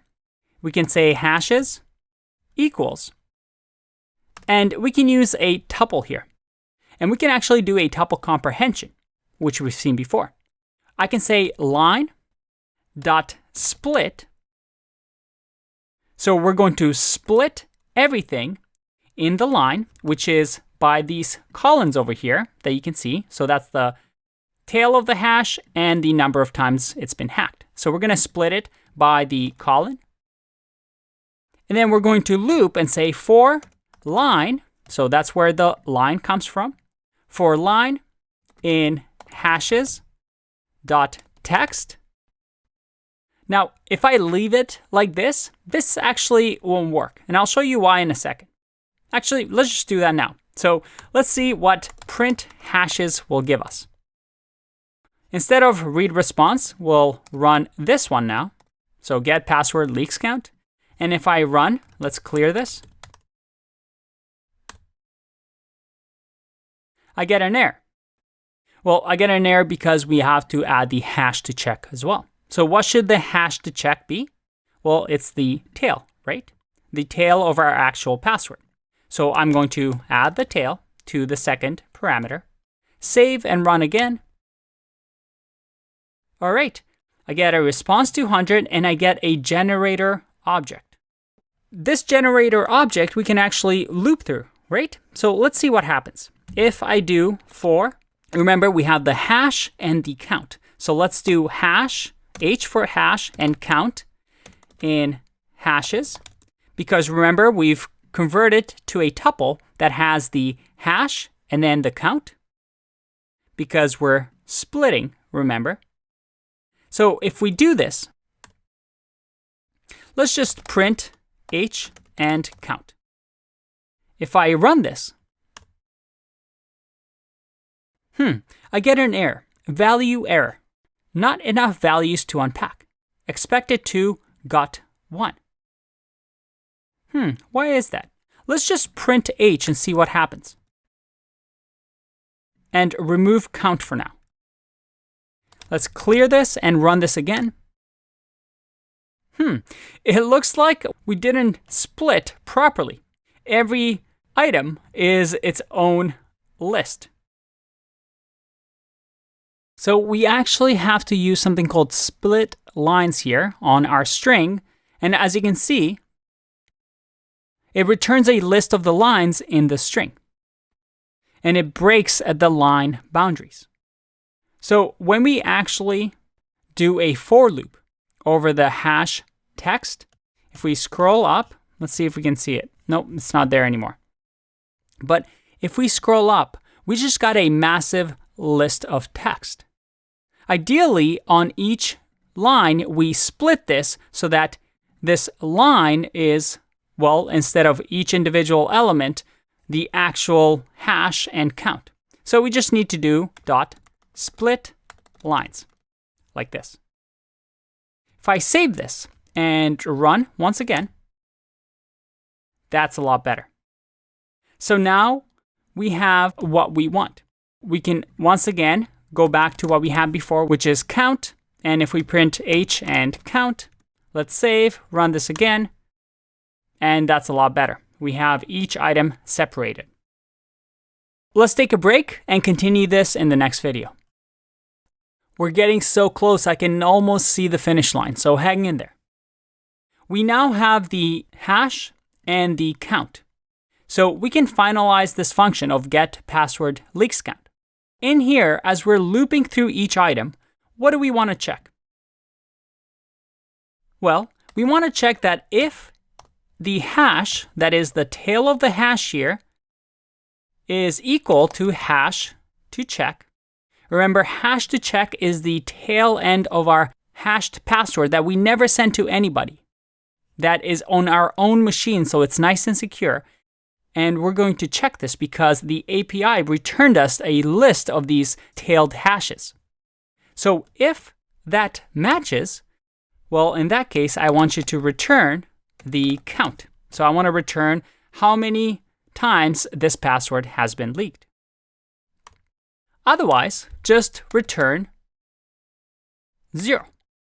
Again, I can do this because it's going to exit out of this loop whenever it sees the return keyword. Now, in my pwned API check, I'm going to run this function, which in tail is going to grab all this information and return the count of the times that the hashed password has been leaked. So we have one last thing to do. That is the ability to actually print out the result of all these calculations. So let's remove this for now and create a main function. And this main function is going to receive the arguments that we give it right in here in our command line. So we're going to import, as you might have seen before, the sys module. And in here, we're going to have a main function that receives the arguments, which is the passwords that we want to check. And for now, we'll just pass here. But at the bottom, we're going to call the main function with the sys.argv and accept any number of arguments after we do the Python 3 check my pass.py, and then we give it all the arguments that we want, which are the passwords. So we're going to run the function like this. This main function, all it's going to do is we're going to say for password in the arguments, because we can give it multiple passwords. We're going to loop through that, and we're going to have a SHA-1 and a count, or we'll just do the count because we're going to receive the count from the getPasswordLeaksCount. So we can do that by just doing pwned API check, and we'll pass it the password that we're checking. And all we're going to do is actually inside of this block say if count exists. In that case, I want you to print an f string, and this f string is going to say the password that we're looping through was found, the count of how many times, and then we'll say you should probably change your password. Otherwise, if that means there's no count, that is, there were no matches, then you're all good. We can say fstring password was not found. Carry on. So that's a good password. You should carry on, you're all good. And then finally, just for fun, let's return out of this function, return done, just like that. If I save this, let's see what this gives us. I'm going to say Python 3, check my pass, and let's just check hello. I get hello was not found, carry on. But we know that hello was found before, right? I mean, that's a simple password. We should actually get something good here. Now, I also want to remove this response of print since we don't need it anymore. Can you spot the error? Again, this is a bit of a tricky part with Python, right? It's the indentation and something that we've seen before. So you want to get good at debugging your own code and figuring out what happens. In this case, we can go step by step through the code, but we can think, we actually never tested this count function.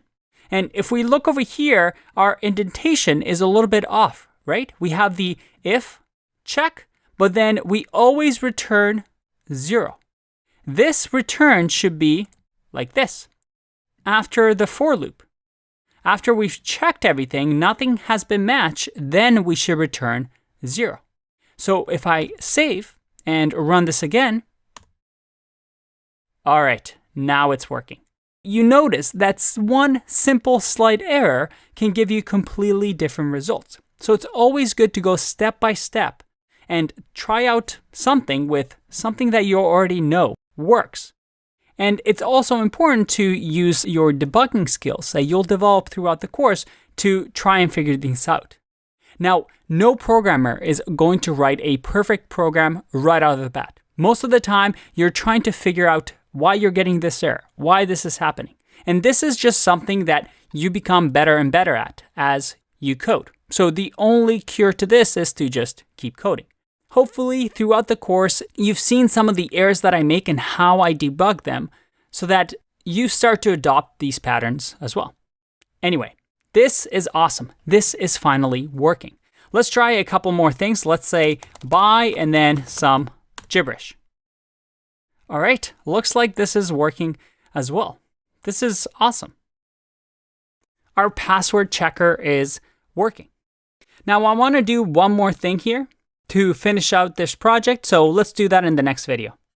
We've just built our password checker. It's pretty cool, right? I guarantee you this is something that if you start talking about it during an interview, the interviewer is going to be pretty impressed because it does have some pretty advanced topics. But hopefully this whole process made sense and you now have a tool that works and that you can even check your passwords to make sure that you're being secure online. Now, a bit of a caution here that I want to note is that right now we're entering the passwords in the command line. I'm using something called a fish shell. You may have different shells or programs running here that sometimes actually save these commands. If you remember, if I press an up arrow here, you see that I get my passwords back. So somewhere on my computer, this is being saved. Maybe that's not super secure because somebody might have or acquire access to it. So a good way to perhaps for you to improve this program is to read these passwords from a text file instead of a command line argument. But I'll leave that up to you because by now you should know how to do that. The final thing I want to do is just add over here at the bottom, since this should be our main module, to just say if __ name equals main. So only run this file if it's the main file being run from the command line and not if it's being imported. So in here, if I run this, this still works, but we make sure that this file is only going to be run if it's the main file being run. Now, another neat thing that you can do as well is you can also do sys.exit to exit the process in case for some reason this doesn't exit, just to make sure that the system call actually exit and brings us back to the command line. So again, if I save this, there you go. Everything is still working. The only difference that you'll see here is that we have the done being returned versus over here where it wasn't. because we're exiting out of this file. So this entire check my pass Python file was run. And at the end of it all, what does this entire function, this main function, return? Well, it returns done. So we exit the entire process and we get the return value of done. There we go, ladies and gentlemen. We've completed our check my pass project. Now, I've told you this is my favorite project. That doesn't mean that the rest of the projects are going to suck throughout the course. I don't think they do. I'm just saying this is a pretty cool one. But I get excited about things like this. Anyway, share your work, show this off to your parents, your friends, your family, your employer, and I'll see you for the next one. Bye-bye. It's time for another project. And in this project, I'm going to show you how to create a Twitter bot. And this Twitter bot is going to do a bunch of interesting things that, well, might help us with Twitter. Maybe following back people, maybe retweeting something or liking a tweet based on a keyword. It's going to be a lot of fun. Now, this section requires us to work with what we call the Twitter API. If you remember with our discussion of APIs, there are APIs that websites provide that gives us data. There's also ways for us to grab data from a website that doesn't have an API using something like scraping, and that's something that we talk about in the scraping section of the course. But then there's also permissive APIs. That is, well, Twitter gives us access to its data, but we have to get permission from Twitter to access that data. Not just anybody can get it.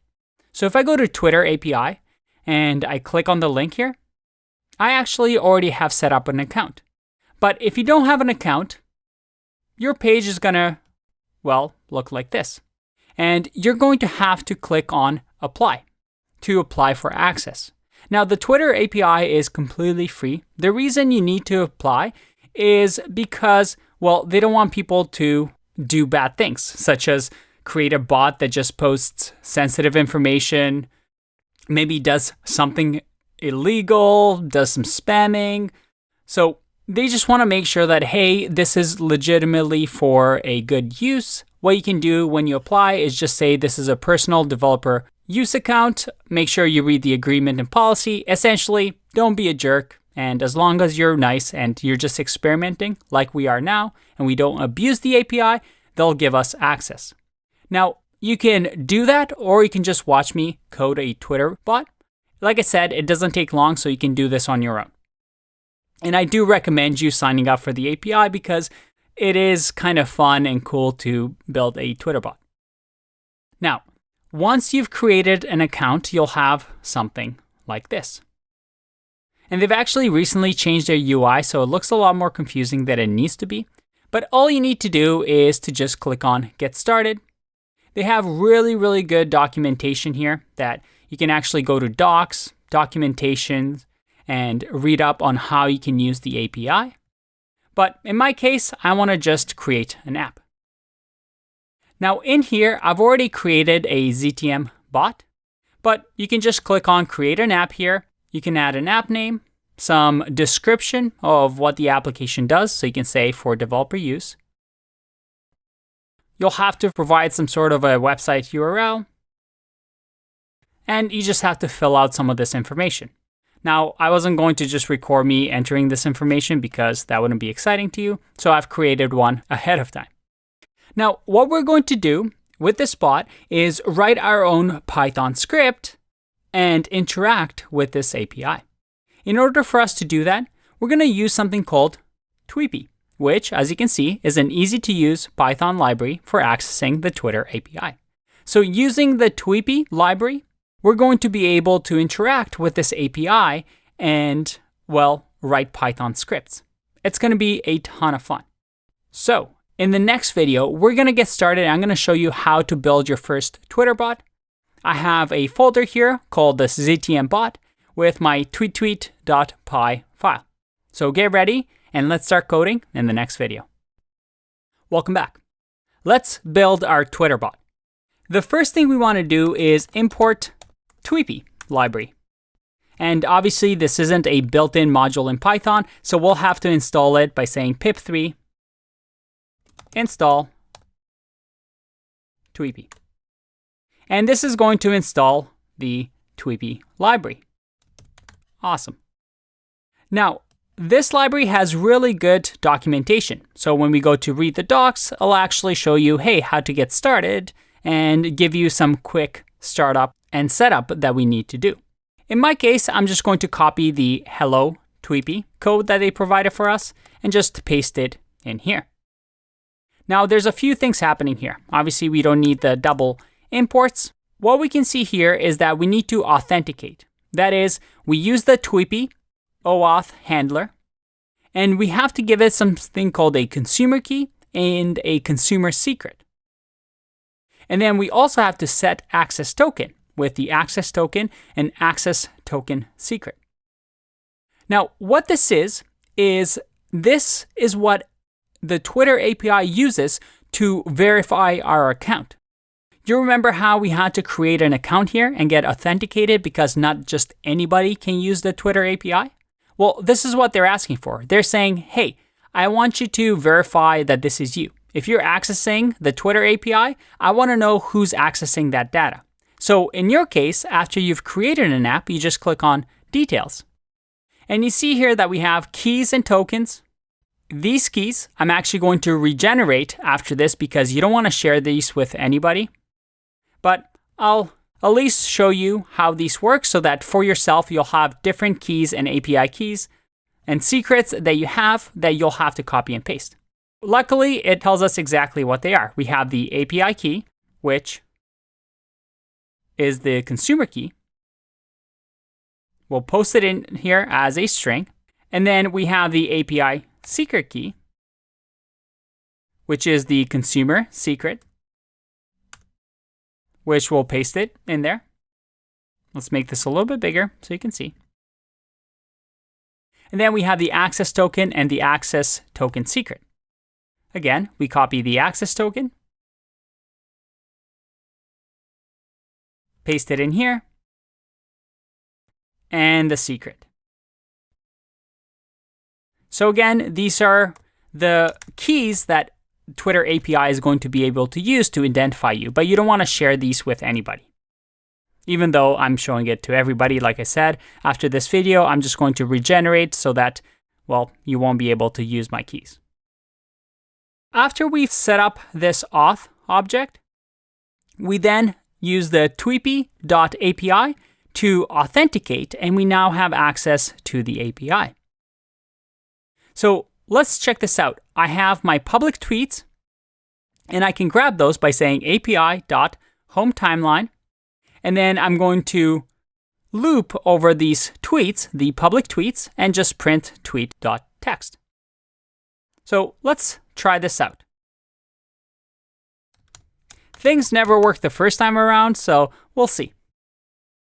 I'm going to run Python 3 and say tweet.py. All right, look at that. We've actually, no errors, gotten the tweets from the home timeline.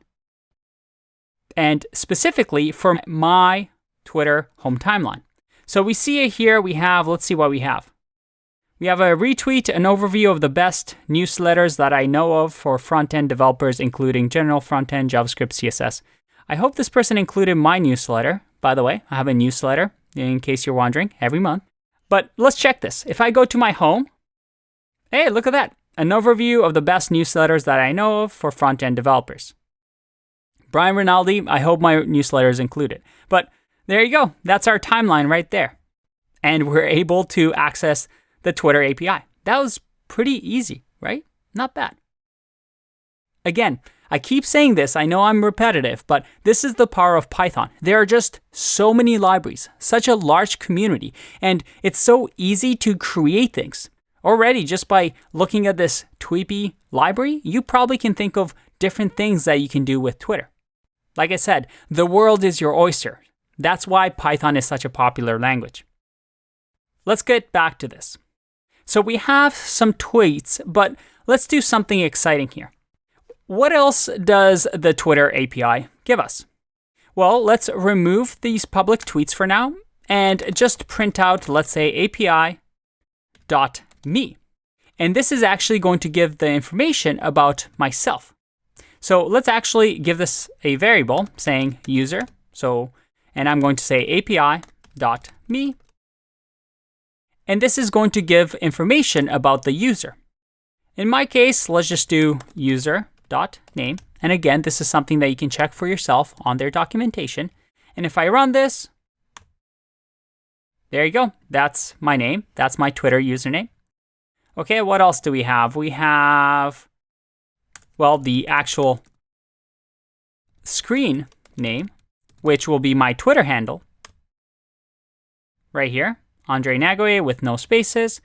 And then let's just do, what else can we do? We can also do followers count. Again, these are all on the Tweepy API that you can check for yourself. If I do this, hey, look at that. It's actually pretty crazy that I have 10,000 followers. Not trying to show off or anything, but it's crazy. I barely tweet and somehow 10,000. So thank you for the follow.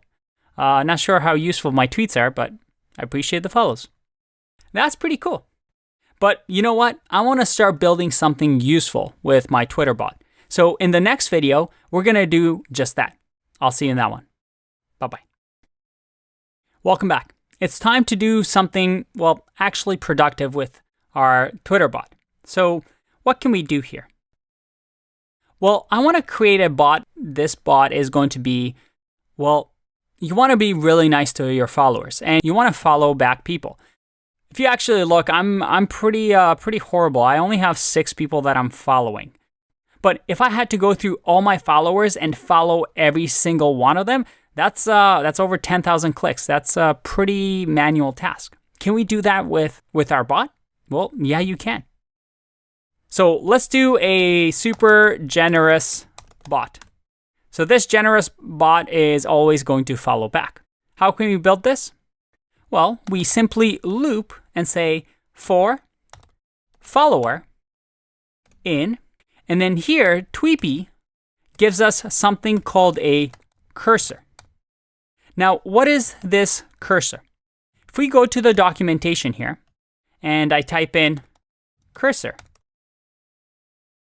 we'll get, well, an actual cursor tutorial. If we read here, we see that we use pagination in a lot of Twitter API. So whether we're going through timelines or user lists or messages, we have to click through different pages, right? Usually there's a lot of followers or a lot of timeline information. So the cursor allows us to, well, essentially in an easy way, go through everything on Twitter, whether it's through an entire timeline or through an entire followers list. And they even give you a nice tutorial of how to use it. You can see over here, for example, let's make this a little bit bigger. We see that we can use the tweepy.cursor to do API user timeline.items to grab all the items on the timeline. So with the Tweepy cursor, we can actually do API.followers to grab all the followers. And then we simply do .items so that we can loop through all the followers. Now, with this followers, well, let's just print them out. Now, I'm going to print followers, or follower in this case, because we're looping through here, and then just say .name. Now, the problem here is that when we do something like this, when let's say we're looping through a lot of things, we're going to be hitting the API over and over and over. And Twitter is not going to like that. I mean, this is a simple example, but when we constantly hit the Twitter API, that's hitting the Twitter servers, which Twitter has to pay for. And if everybody in the world hit the Twitter API over and over and over fast with, let's say, Python, that, as we know, on machines runs really fast, well, it's going to overload the servers and it's going to cost them a lot of money or crash the servers. So they actually implement something called a rate limit, where I'm only allowed to request the Twitter API, let's say every couple of milliseconds, so that it doesn't crash the server. And Tweepy actually allows us to work with this Twitter rate limit. So if I type in here, rate limiter, there's actually an error. You can see over here the rate limit error, which is raised when the API method fails due to hitting the Twitter's rate limit. Tweepy over here allows us to use the rate limit error to say, hey, if we hit this error, let's do something. So I'm going to create a little helper function. I'm going to say define limit handle. So we're going to handle here the limit. And we're going to pass it the cursor, which is, again, the cursor that's going to paginate or go through the entire data of API followers. And we're going to do a while loop that says, while this is true, just keep yielding cursor dot next. Because cursor is a generator. However, whenever we keep calling next here, which by the way, internally, this is what the cursor is doing, is just constantly calling next and just keeps going until we finish our followers. However, if this is not the case, well, in that case, I'm going to say except, and we're going to wrap this in a try block actually. So I'm going to say try here so we can catch this error. So try while true.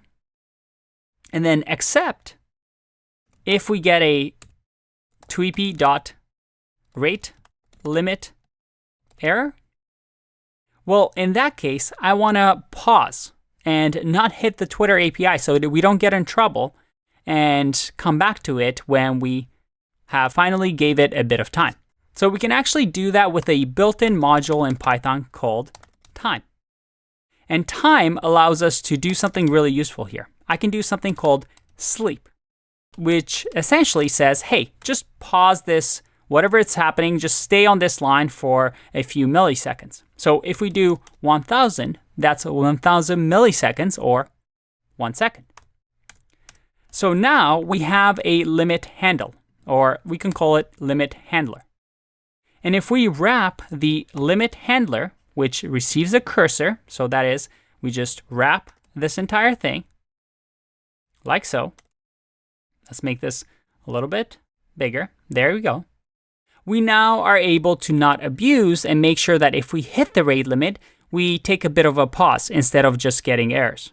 So let's see if that worked. I'm going to save and run our piece of code. Let's clear here and run this. All right.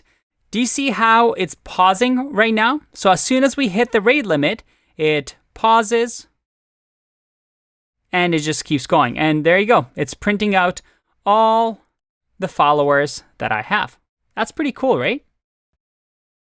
Now, I'm actually going to stop this because, well, it's still going through it. But what we can do now is we can actually follow back each of these individual people. Now, in my case, I'm not on Twitter that much, so let's just follow somebody here at random. Let's follow this user right here. I'm going to copy this user's name like this, and I'm going to do something fun here. I'm going to say if follower.name is equal to this person, well then, in that case, I want to follow this person. So I'm going to say follower dot follow, which allows me to follow the user. If I save this and run my code, it's running. Like I say, it takes a bit of time because it has to go through the entire list. But I'm going to pause the video, and when this is done, we're going to see if this worked. All right, I'm back. That took a lot longer than I expected, so I changed my sleep time to 300. And for some reason, while I was running the script, that user decided to unfollow me. So we had to select a different user, which was a JS Smith.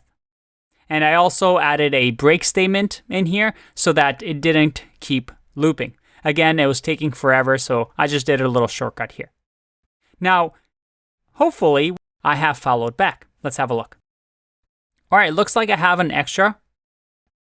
And yep, look at that. I have this person. I've just followed her back. So you can see how this might be useful. You might just follow everybody and remove this if statement. Maybe you're a little pretentious and you only want to follow back people based on their follow counts. So you might want to do something like if followers count is, let's say, higher than 100, then you follow back. So there's a lot of things that you can do here, but that's pretty cool. We created our first bot, the generous bot. In the next video, I want to do another little fun tool, what we call a narcissist bot. So let's see how that works in the next video. So we've created this generous bot that follows back, but what about a narcissist bot? Maybe a bot that loves your own tweets or loves a tweet based on some certain words. How can we build that? Well, let's remove this generous bot for now, or at least comment it out and leave it at the bottom. What we want to do is, let's say we want to search the keywords Python. For now, let's just search through number of tweets and we'll set it at 2. We'll get to what these mean in a second. What we're going to do here is I'm going to say for tweet in the tweepy.cursor. Again, this time around, instead of going through followers, I want to go through tweets. So in here, I can do something called api.search. If we go to the documentation here, and we go to the API reference, we see we have api.search that returns tweets that match a specified query. Again, if I go back, I can just say api.search to search the tweets, and we just search based on the term, which is right here, search. Let's rename this just so we know it's different, search string. Let's make this a little bit smaller. So this is going to be search string.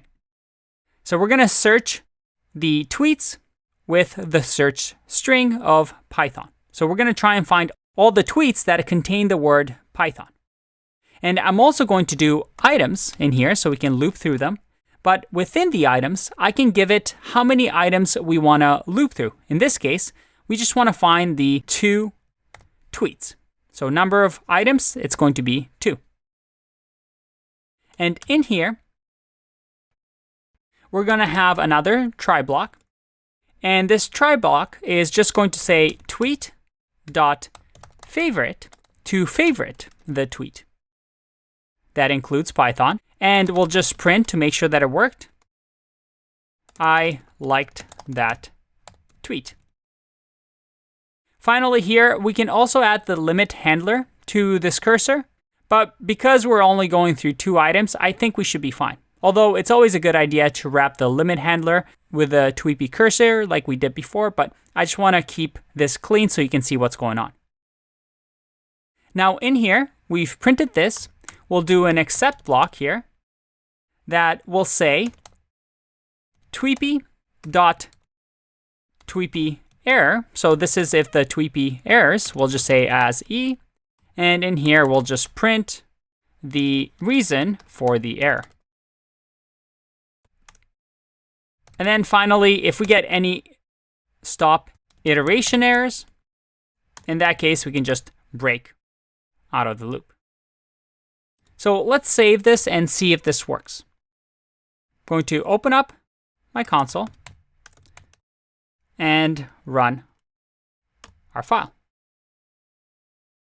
All right, we get an error. We have tweepy has no attribute tweepy error. And that's because it should be tweep error. Again, let's run this. And oh boy, we have another error here. This time around, there's no tweet.favorite. But if I go to the API and I do, let's say, favorite I don't get any results. And this is because I'm Canadian. And fun fact, if you're Canadian, this is how you spell favorite. But in the States, you spell favorite like this, with an O. There you go. We have a favorite method here. So again, fun fact, I'm Canadian, but also Romanian, and that was my spelling error because, well, Tweepy was obviously written by person speaking American English. All right, so let's give it a go.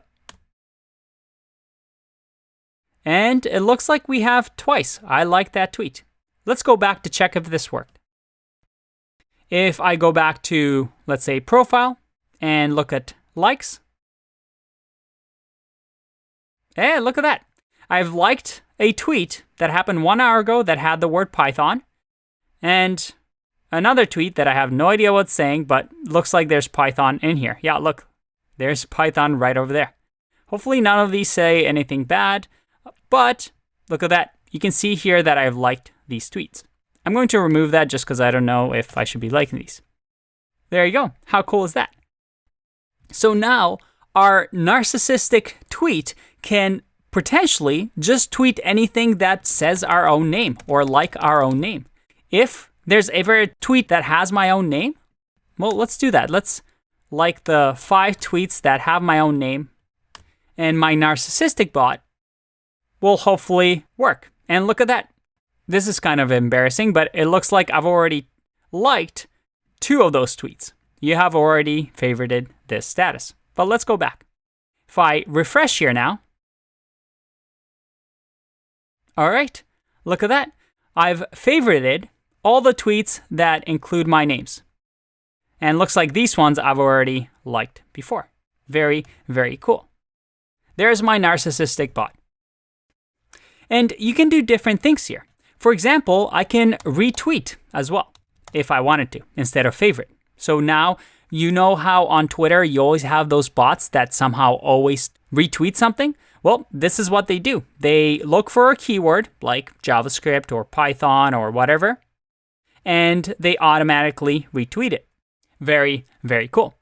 As you can see, this Tweepy library is very useful, and combined with the Twitter API, you can do some really interesting things. But again, you want to be responsible here because there's a lot of ways that you can abuse and just spam people with Twitter.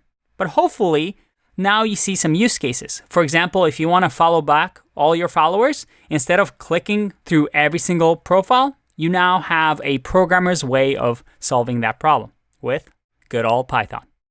I'll see you in the next one. Bye-bye. Hey, we have another project that we need to work on. Now, this project is a little unique because it's going to be a simple project, but I'm going to attempt to do this with no rehearsal.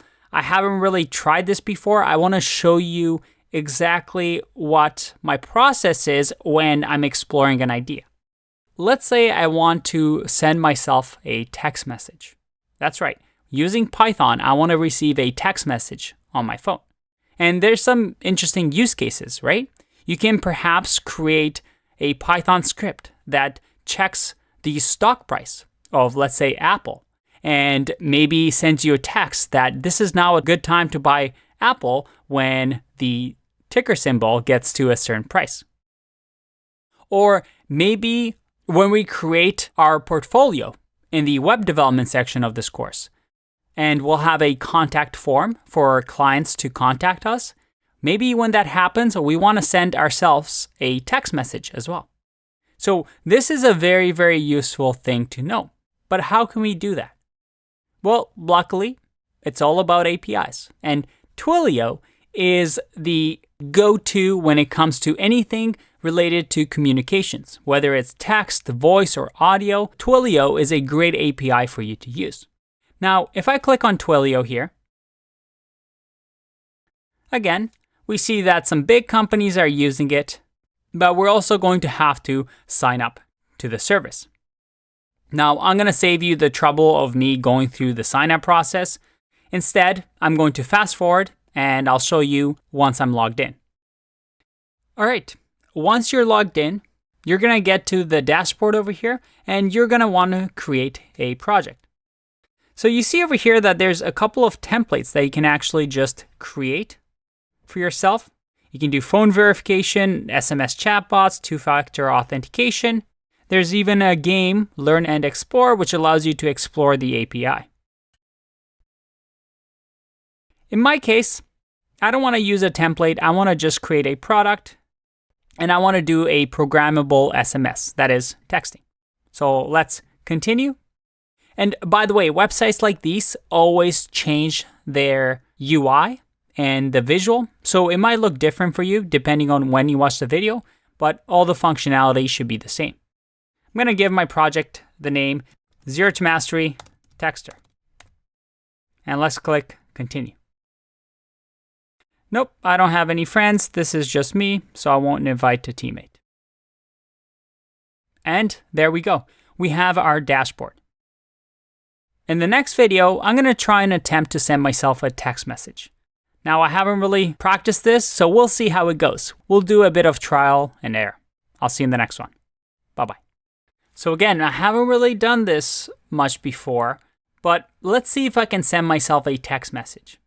I'm going to say get started with programmable SMS. All right, and I'm building my application. Looks like I can just click on just exploring. Let's see how I can do this really, really fast. Oh, first I have to get a Twilio phone number. So in order to send a message, I need a phone number. And this is my Twilio phone number. All right, so we'll choose this number. That's great. All right, I'm going to copy this number in case I need it. Let's click done. And by the way, a job of a programmer is to, well, most of the time, read documentation, Google around, and just figure out how things work in general. You're just a problem solver. All right, so we have send a message here. We have my phone number that I just received. And let's see over here in the right, request, it looks like, oh yeah, look at that. I can click on Python and it shows me exactly, how cool is this? Exactly what code I need to send my message. All right, and it gives me even the auth token and the SID. And it looks like the auth token I'll have to grab. All right, in the next video, we're gonna copy this code and try to send myself a text message. Let's see if it works. Welcome back. So I've just found exactly the code that I need to send myself a text message. Let's give that a go. I'm going to copy and paste into my sms.py file that I just created in my TextMe folder. And all right, that looks like it's the code that I need. Now, before I do this, it looks like this gives me a nice dashboard to test out my code before I actually run it myself. So I'm going to here in this to field actually put my phone number down. Now I'm going to blur this out. I don't want people texting me because I'm already bad at answering texts as it is. And the body over here will say, hey, or you know what, let's go, hello. There we go. And we see over here that it actually updates right over here. So let's make the request and see what happens. So I get a 400 bad request. The to number is not a valid phone number, and that's because I forgot the prefix. Let's do a make request again. All right, and I get an error. The number is unverified. Trial accounts cannot send messages to unverified numbers. So I have to verify my number that they gave me. That's kind of annoying, but all right, let's do that.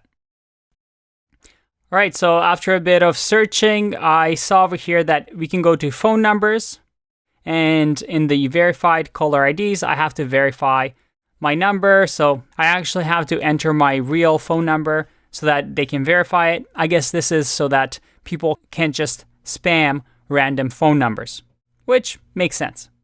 So let's see, where's Canada here? And I'm gonna hide my number again. And I guess, or we can, I don't want you to call me, so let's do text instead. Oh, I have to enter it again. All right, text me.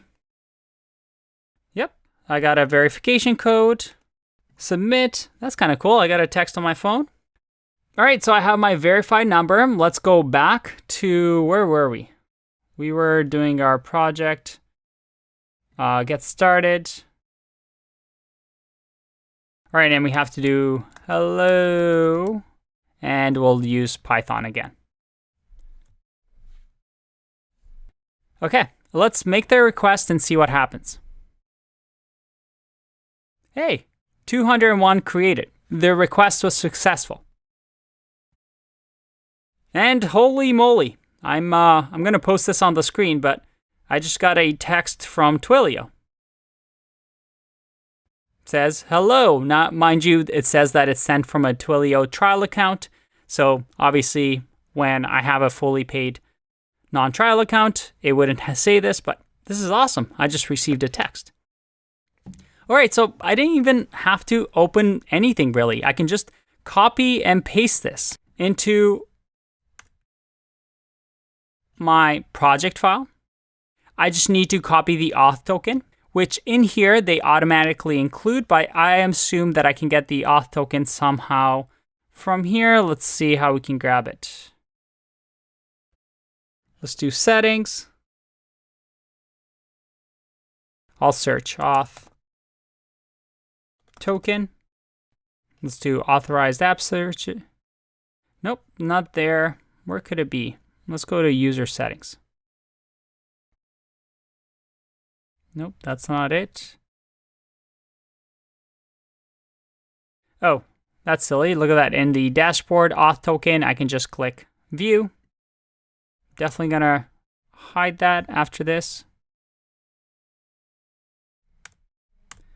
So now auth token, I can just paste it in here. And I can change the body to whatever I want. So I'll say, I can't believe this works. Now the other thing is we have to download the Twilio library. So let's just say pip3 install Twilio.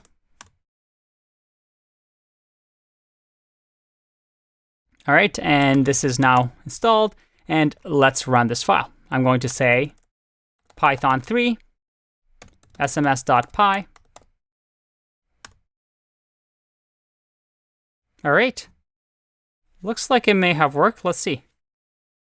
Oh boy, I'm taking a screenshot of this. That definitely worked. I just received a text message. How cool is that? Now, the reason I showed you this text tutorial is not because you really learn anything from it. I just wanted to show you my thought process when I work through things that maybe I haven't encountered before.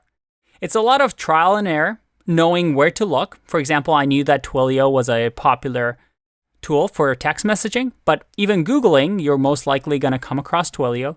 And then it's all about reading about their API and what you can do. And most of them, like Twilio, if they're big enough, have really good documentation where you basically don't even have to code.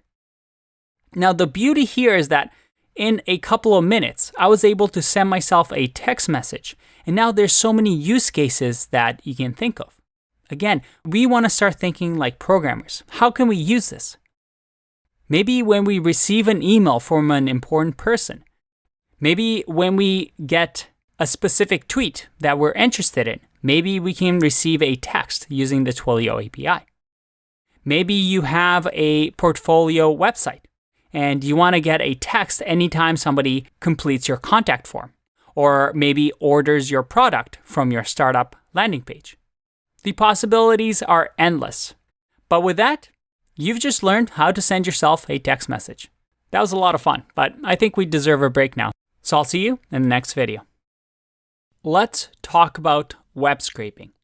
One of the things we can do with Python. What is web scraping? Well, web scraping simply means programmatically, using Python or any language, grabbing data from a website.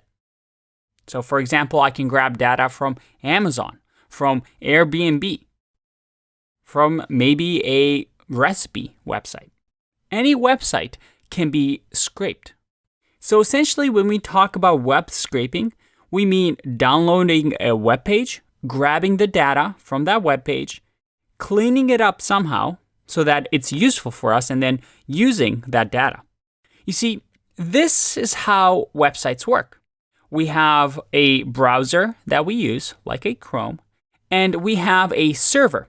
A server is simply a computer somewhere in the world that has 3 files that are needed to display a web page.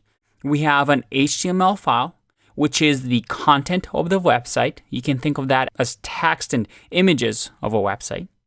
We have CSS, which gives us the colors and pretty styling that websites have. And then we have JavaScript, which allows us to have different behaviors in our website, like submitting forms or having drop-down menus. And all a browser does, like Chrome, is say, hey, if Andre visits this website, let's say FIFA.com, browser is going to know when I type in FIFA.com that says, hey, server, can you give me the FIFA.com HTML, CSS, and JavaScript files? And the server says, yep, no problem, here they are. And then the page gets displayed onto our browser. So these 3 files, well, the data in them is accessible to us, right? It gets displayed on a web page. So these files are now something that we can actually check out. For example, if we go to the FIFA.com website, you see over here that, well, we have a pretty page with a lot of information. That's great.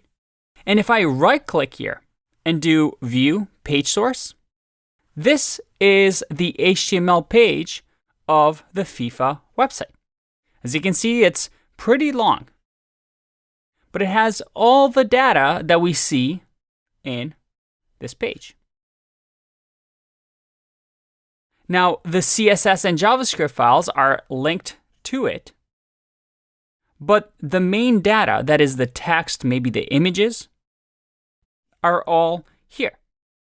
So, for example, we have latest news. We have top 10 goals from the Women's World Cup. Well, let's find out. Let's say top 10 goals from the Women's World Cup. You see, that's what we have. We have the text right here. And web scraping is simply this, grabbing this data and then removing all the parts that we don't care about and just keeping the parts that we care about. And web scraping works because this information is public. In order for a website to get displayed, it has to be public. Maybe you're still wondering why web scraping might be useful. Well, there are many, many cases for it. For example, I'll link to this resource where it talks about some of the big uses for web scraping. Why would we want to scrape a website? And you can see here there's many reasons. Maybe you want to get sale leads. That is, you want to collect all the emails that are on a web page, maybe a contact form. Maybe you have a yoga office software product. Maybe go to every single yoga studio's webpage and find the contact information, scrape that data so you don't have to manually do it. Maybe you want to find all the jobs and open positions on a website.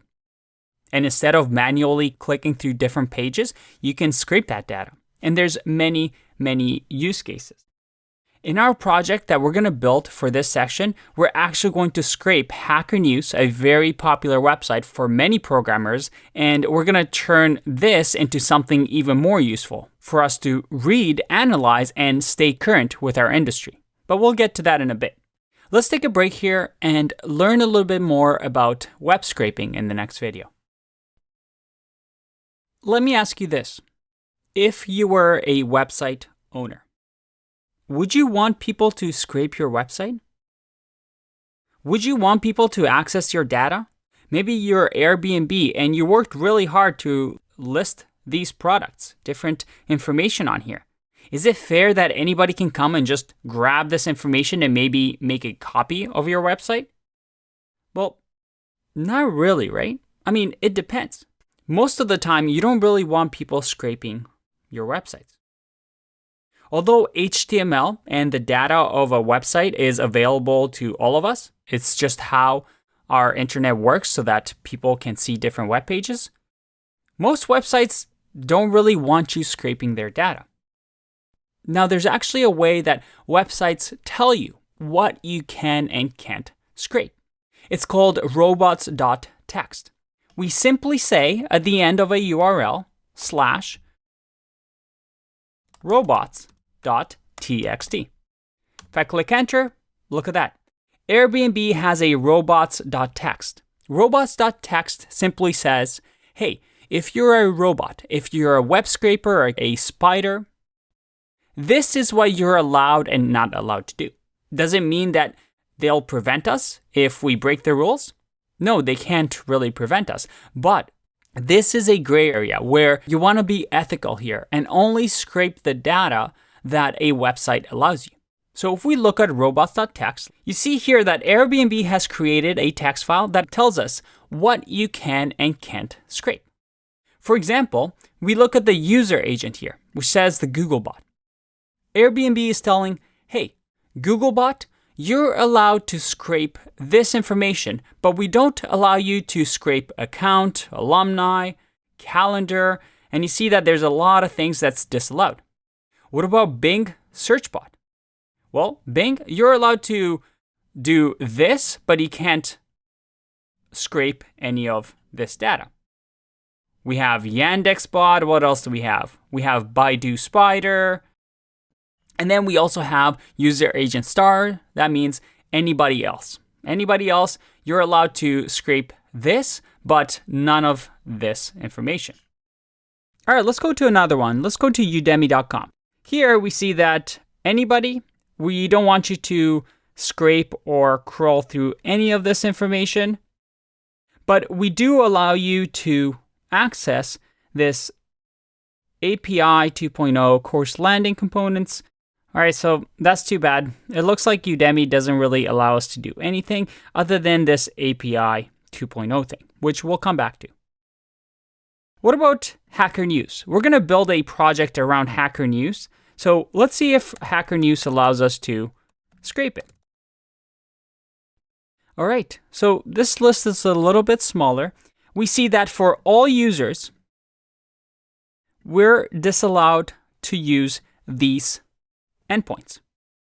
So it's saying as long as you don't use these ones, these URLs, we're good to go. That is, if we wanted to scrape just the homepage, which is right here, that's fine. If we're trying to, let's say, go to comments, that's fine too, because this one wasn't in robots.txt. Again, if you remember, if we go to robots.txt, that's fine. The only thing that they ask is that we have a crawl delay of 30. That is, if we're going to crawl their website, we should have a pause so that we don't constantly use programs to hit their website because, well, this is going to overload their servers and maybe slow down their website. So what did we just learn? We learned that there is ethical and unethical ways of scraping websites. Yes, you can scrape any website you want. And as a matter of fact, there's Chrome plugins. If you Google Chrome plugin web scraper, there's a ton of web scrapers that you can use that allow you to scrape websites without even writing a single line of code. It's a good thing to practice ethical programming. And that means checking a website's terms and conditions before you scrape it, checking the robots.txt to see what you can and can't scrape. Because usually the data you scrape from a website should not be used for commercial purposes because you're using somebody else's hard work to, well, perhaps make money. And this is why when we went to Hacker News, it asked for a crawl delay of 30 seconds, right? If you're requesting data from a website too aggressively with your program, that's essentially spamming because this may break Hacker News. Now, before we get into web scraping, I want to note one other thing, and that is this idea of an API. If you remember, when we accessed Udemy's robots.txt, they did tell us that there is some allowed areas that we can scrape or endpoints that we can use. You see, some websites actually allow you to access data. For example, Udemy gives us an instructor API. That is, if you're an instructor on Udemy, you can actually use their API. You can see it right here so that you can get different data. Maybe you can get a course review list, maybe a course questions list. But if I go here and I enter this in my URL, I'll get an invalid missing token. That is because right now I'm not an instructor, or at least I haven't verified that I'm an instructor on Udemy. It's going to say, hey, this data is only for valid instructors. So I need to pass it a token to prove that I'm an instructor on Udemy. And a lot of websites give you what we call API, or Application Programming Interface, access in a form like this called JSON to, well, give you the data that you need. And some websites only allow you to do this if you're a valid user. For example, one of the most popular APIs is this GitHub API, where you can access different information from GitHub. But in order for us to use it, we have to, well, create a user account and validate so that we are who we say we are. But then there's also websites like the Star Wars API that gives us free access. That is, anybody can use it. We don't need to verify that we're a user. We don't have to give a token when making a request. Instead, we can just request data. So for example, if I do the Swappy API and type in people and I hit enter, look at that. I get all this data for free. So that this, well, I can create an app around the Star Wars, which is what Swappy stands for. It stands for the Star Wars API. And we can grab all this information that we want. We also have things like the JSON placeholder, which I really like to use when building simple projects where we can get different information, like photos. You can see here that this is an API that gives us information with different photos that we can use. Maybe we have different posts that we can use. And again, these are what we call in JSON format, which isn't HTML, but just a cleaned up version of data so people can use it. The easiest way to get data from a website is usually using an API. Sometimes websites allow us to just access it easily. Or they might have an API, but it's only restricted to certain users. Maybe you have to register with their service. Maybe you have to pay for their API. Well, in that case, we have this. But then there's also web scraping, which is maybe a website doesn't give you access to an API. Maybe you want to just have that information. For example, Hacker News doesn't offer an API as far as I know. So instead, we might want to just scrape the HTML of the website and see what we can use. So how can we scrape a website using Python? Let's find out in the next video. Hey there, I want to add a quick note about what we just saw with Airbnb and how search websites like Bing, Baidu, and Google actually work. Now, you may have noticed that the user agent Googlebot is, well, what Google uses to index websites. What does that mean? Well, Google, the way it works, remember, is a search engine. What it does is it tries to figure out all the websites on the web and index them. That is, create essentially a database of all these web pages so that when I Google soup recipes, Google gives me a website that has soup recipes. Now, how does it know what websites have soup recipes? Well, it uses this Googlebot. And this is how Google got started. What they did was they had a crawler, that is a program that crawled websites and read websites, kind of like we're about to do with web scraping, to understand what the website is about.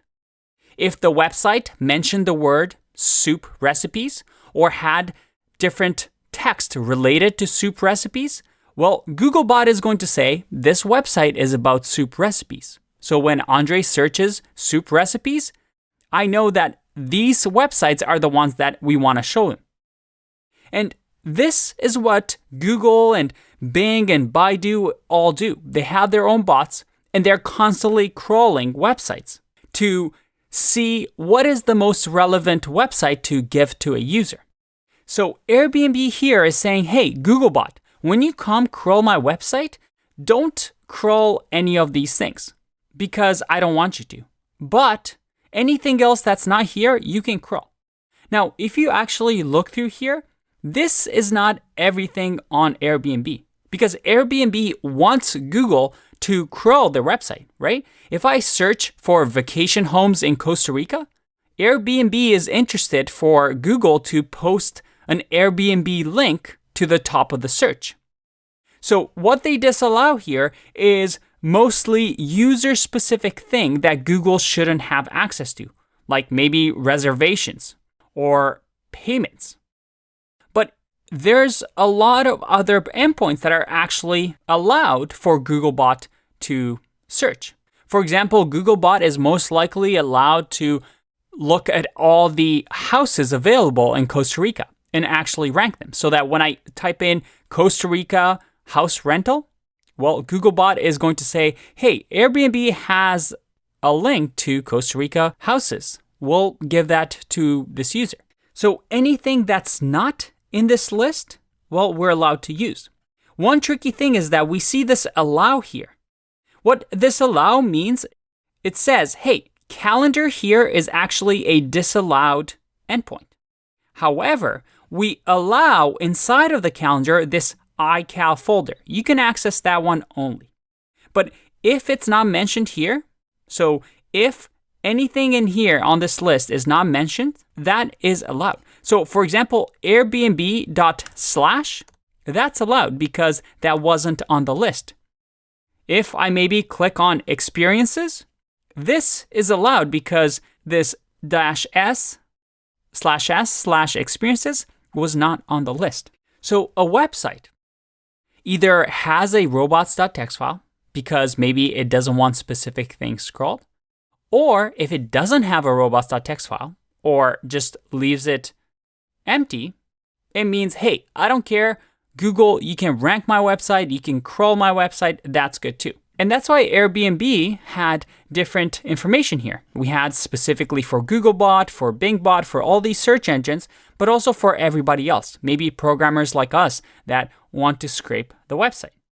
There you go. We secretly learned how Google and other search engines work. Pretty cool, right?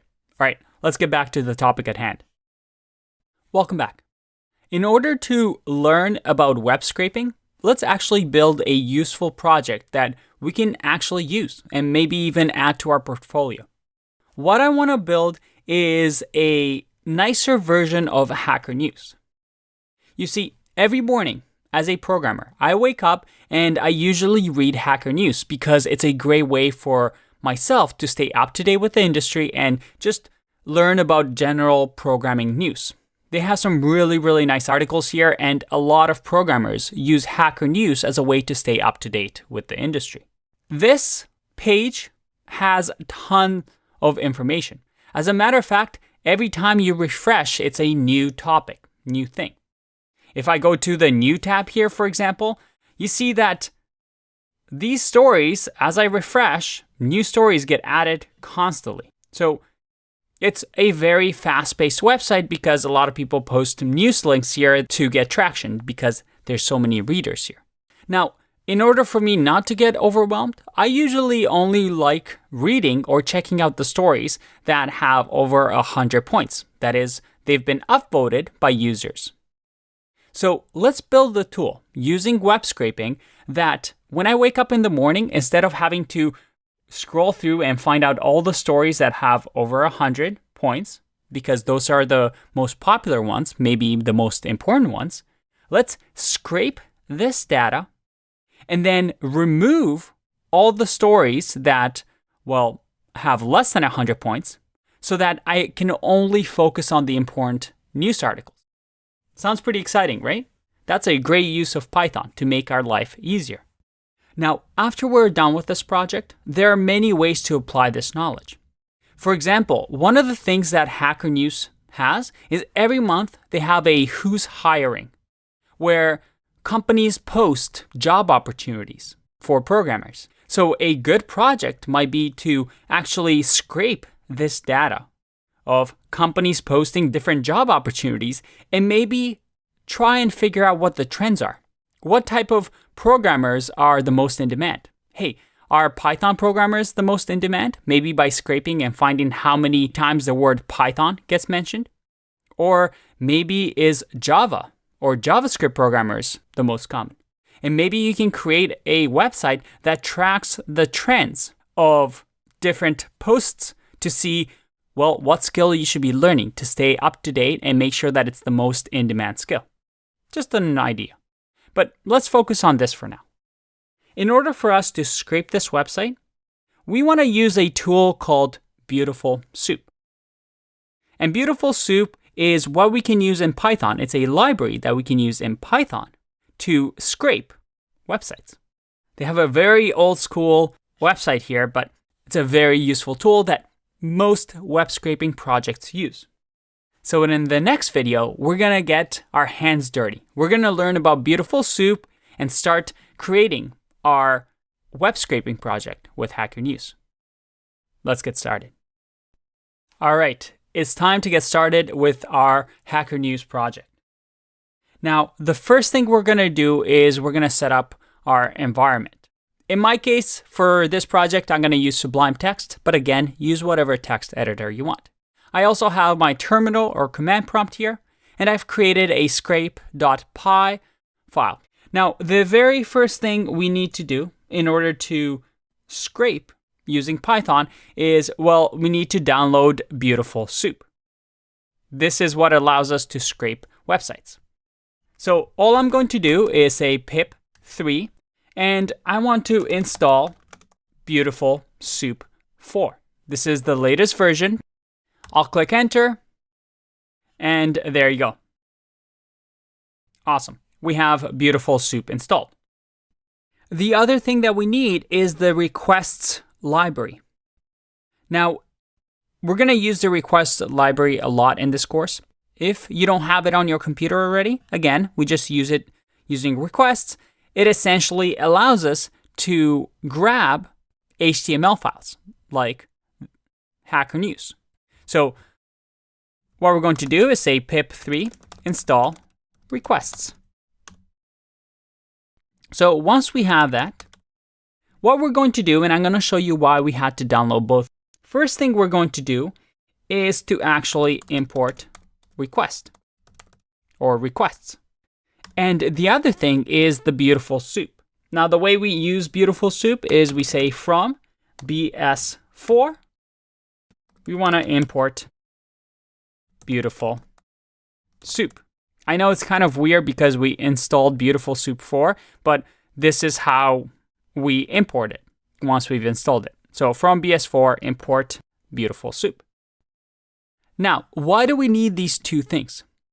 Well, Beautiful Soup actually allows us to use the HTML and grab different data. So it allows us to use that data that we've gathered to do whatever we want to it, to scrape it. But the requests module is actually what allows us to download initially that HTML. So let me show you what I mean. The first thing we're going to do is create a new response variable. And this response will be the requests and the URL that we want to grab the data from.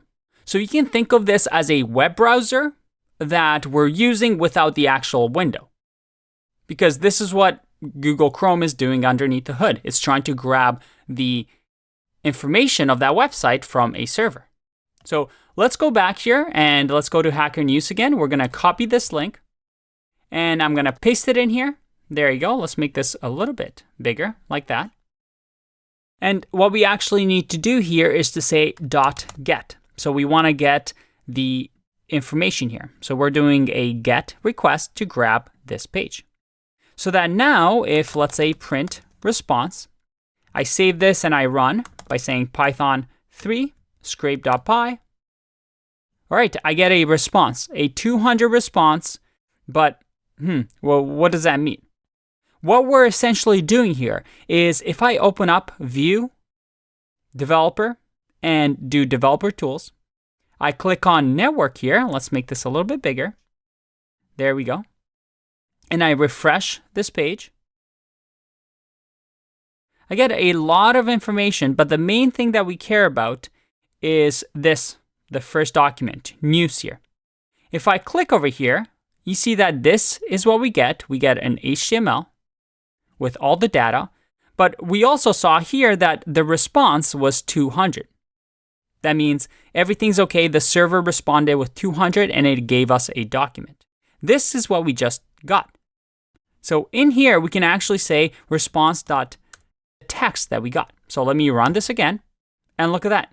We have our entire HTML file that displays the text in here because we don't care about styling, right?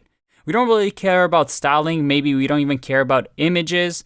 All we care about is the text.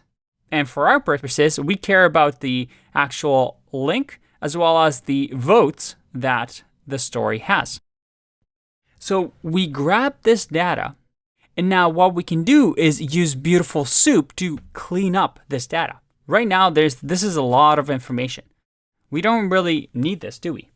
Or at least we want to remove all the information that we don't need, such as stories that have less than 100 points. For example, this one over here with 176 points, we definitely care about. So let's take a break and see how we can use Beautiful Soup next. Welcome back. So we just received all the data from Hacker News, at least on the page that we requested. And we saw here that we received all this HTML information, which is great. This is just a string that we received. What Beautiful Soup allows us to do is to do something called parse. That is, we can use Beautiful Soup to convert this from a string to an actual object that we can manipulate and use, using Python to modify this data to what we want. Let me show you what I mean. So we can now use Beautiful Soup. I'm going to remove the text here. And we can say Beautiful Soup. And then in here, I can give it the string that we want with all the data. That is response.text, like we saw, which is the one on the left here. And then we parse it. That is, we tell it, hey, this data needs to be modified into HTML that we can actually use. So the way we do that with Beautiful Soup is we simply say html.parser. And this tells Beautiful Soup that, hey, this is HTML and I want you to parse it. So convert it from a string to something that we can actually use. And this creates what we call a soup object. So I'm going to assign it to a soup variable, but I can call it whatever I want. Now, some of you might be asking what this really is. And the reason that we have to do this is that Beautiful Soup also parses another data called XML. And again, if we go to the documentation website, let's go to Beautiful Soup documentation, and let's just search for html.parser. You see over here that we can have different parsers, such as the HTML parser, which comes built in, but there's also the XML parser and other parsers that we can install. So again, anytime you have a question, always refer to the documentation and just Control F and you'll find any extra information you need. 99% of the time, you're just using the HTML parser as the default. But what does that mean? What did this just do for us? Well, let's have a look. If I print here the soup object that we just created, and let's go all the way down here. Let's clear this for now and run our Python code again, scrape.py. All right, we see here that we got the soup object. It's actually a little bit cleaner. It's no longer a string. You see here that it's in full HTML. We have the title, we have the head, we have the body tag. So we can actually manipulate this as if it's, well, a Python object. So for example, I can do soup.body, to grab just the body. So if I save and I run the script again, there you go. We now just received the body. Let me clear this so we can see it. I'm going to run it again. You see that now we have just the body. I can even do something like .contents. And if I run this, let's clear this again. I get the entire content, but you see here in a list form.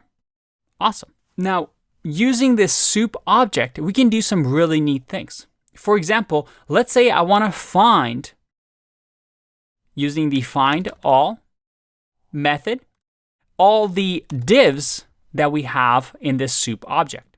So if I save, let's clear this and run our script. How cool is that? We get all the div objects in a list form that's contained on that page. What about all the links? Maybe we want to get all the A tags, which are the links of the site. Well, once again, let's clear this for now and run our script. And look at that. We have all the A tags. That is all the links on the page. And you can imagine there's different uses that we can do here. We can say title. If I run title here, we get the title tag of our soup object. If I do something like A here, which is the A tag, and I run the script again, I'll get the first A tag that comes up. Another one that we can do is something called find. So instead of find all, find finds the first thing. So again, if I do find A and I click run here, you see that I get the same thing. It finds the first item. Now, why is this useful? Because if we go to our Hacker News website, and what I want to do is, let's say, go to the first link here, right click it, and then do inspect. This gives us, this HTML DOM object that gives us all the information on the page, right? So looking at this, I know that for sure, I'm going to want this A tag that has the link and the title. But I'm also probably going to want the votes, right? So if I keep going down here to this part, you see here that right here is the score. And I'm probably going to be interested in how many points this is as well. For example, I can use the ID attribute here. So let's copy this score. I can even do something like find and give it an ID that equals this value.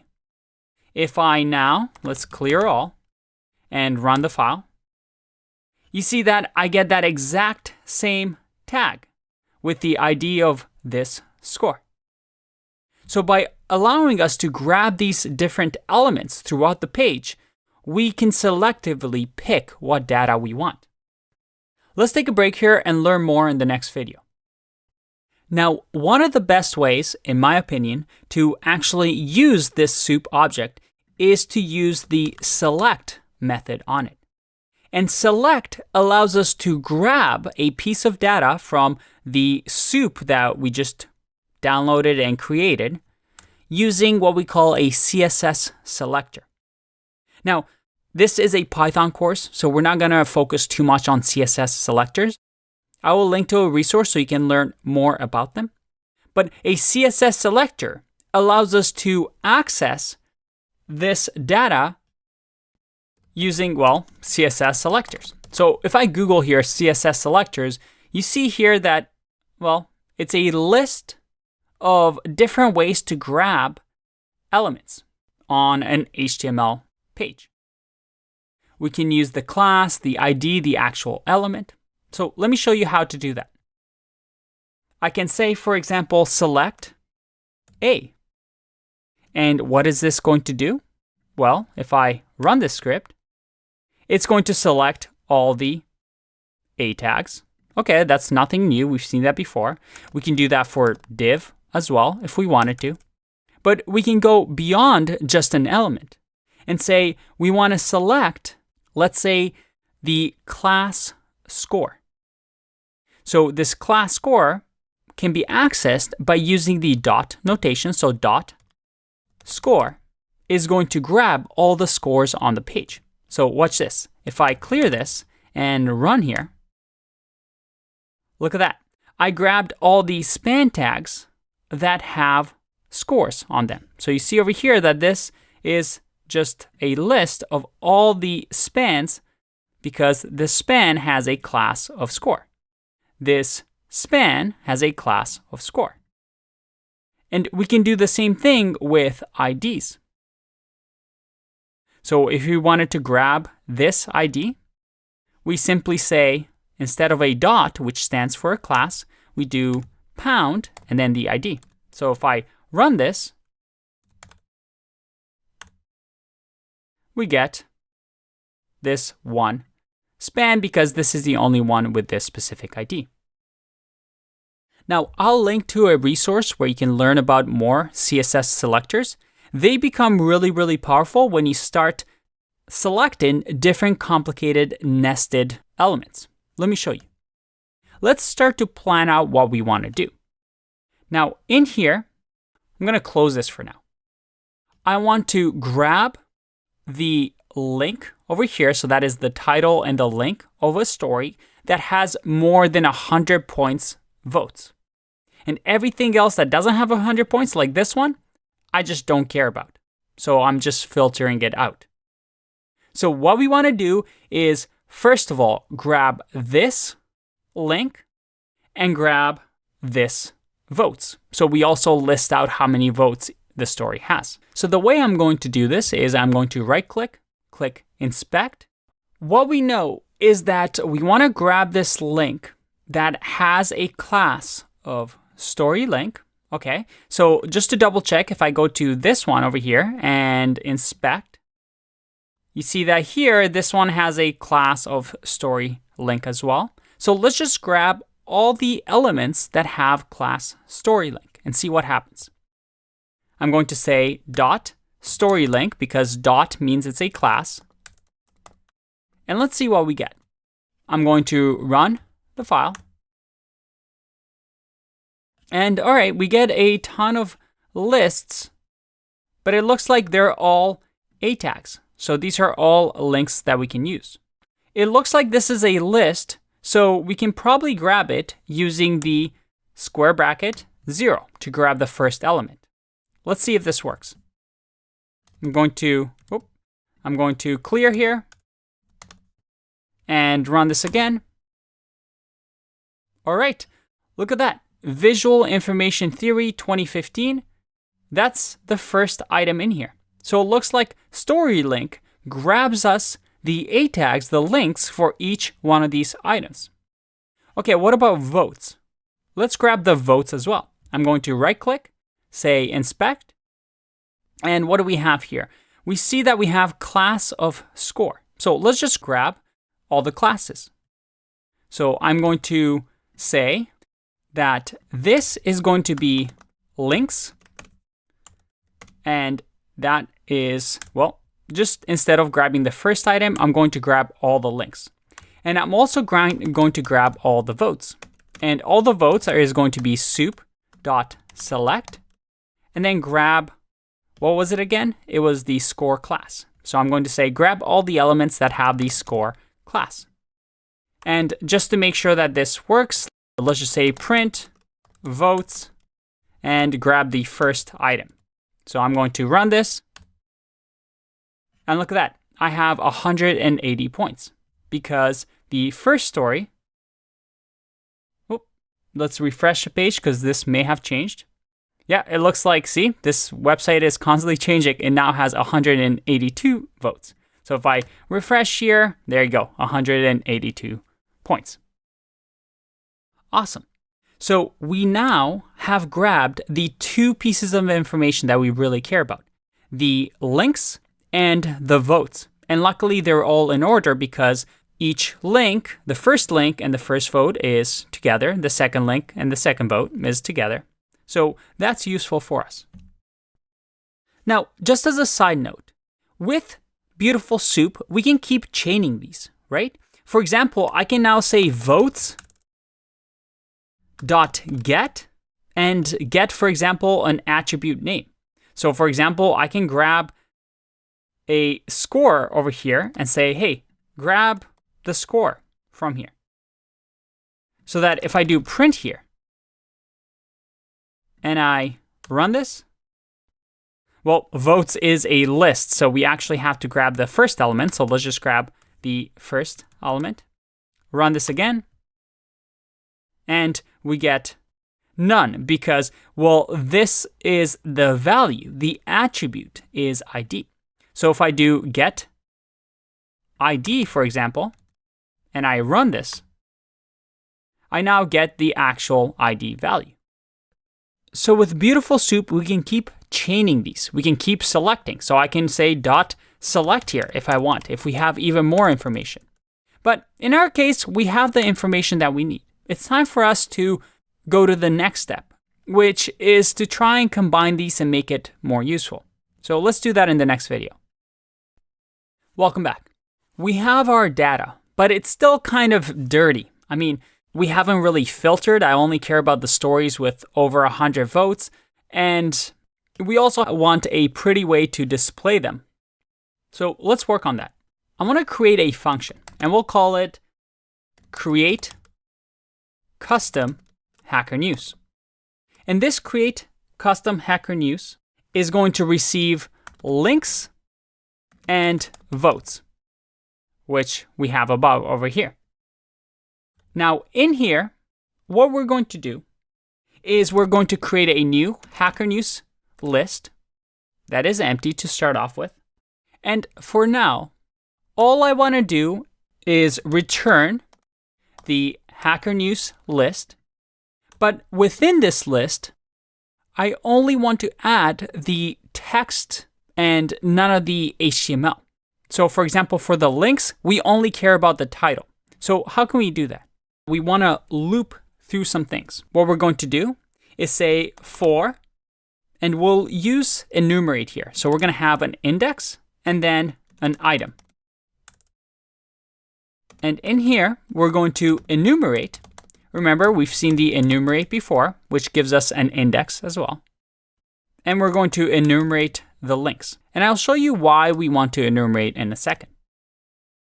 So in here, I want to grab the title of each link by simply doing this. We're going to say link of index, or let's change this to IDX. That's a little nicer. So we're going to grab the index of each link, and we can use something in Beautiful Soup called get text. And this is going to get the text inside of the tag. And just to get us started on this, I'm going to just simply say hackernews.append and add to the list the title. So let's see what happens when I call this. I'm going to say create custom Hacker News, and we're going to pass it the links and the votes. So let's save, run this. Oh, and it looks like I cannot spell enumerate here. So let's fix that. It should be enumerate with E. Let's try that again. All right, no errors, but we want to ideally print this. So let's just say print and see what we get. I'm going to run this. All right, look at that. We have all of the texts, the titles of our links. That's great. Okay, but these titles are useless without a link, right? And if you remember, a link in an HTML is defined with what we call an href. This href attribute is the link that we can click to go to the next page or to the page of this title. So we can also grab that and we can call it href, and this is going to equal links index. And this time around, we don't want to get the text. We want to get the attribute, right? So we can actually say dot get and then grab the href. And just in case there are no hrefs or maybe the link is broken, we can give a default in the second parameter, and I'll just say none. So that now, this Hacker News append, if we just append, let's say this time the href, and I run this, look at that. We have all the links on the page. That's awesome. But how can we combine the title and href now? Well, this should be fairly simple, right?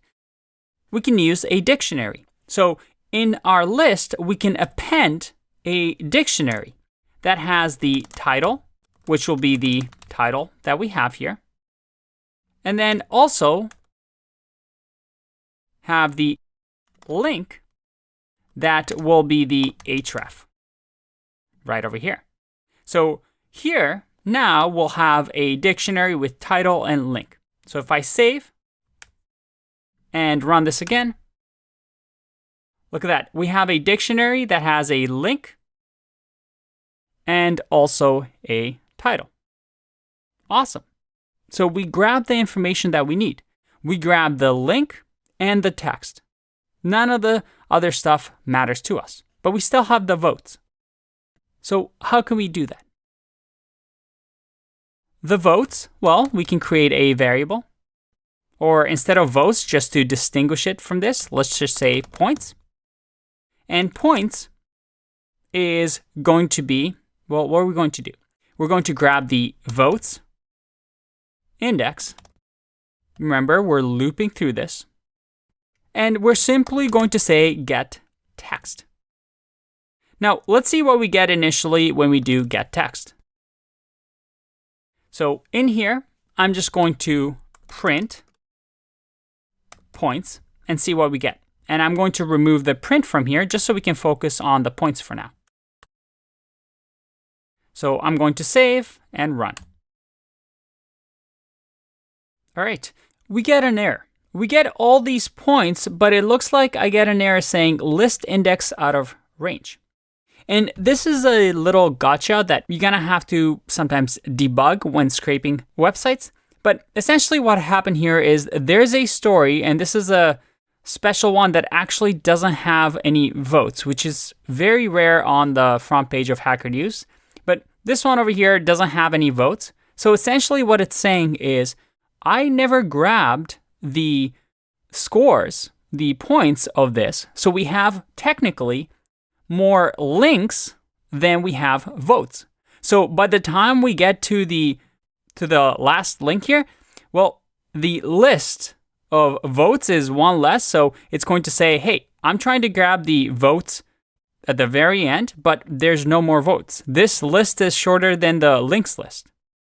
So we can just do a quick check here to make sure that when we grab these things, that we only care about stories with votes.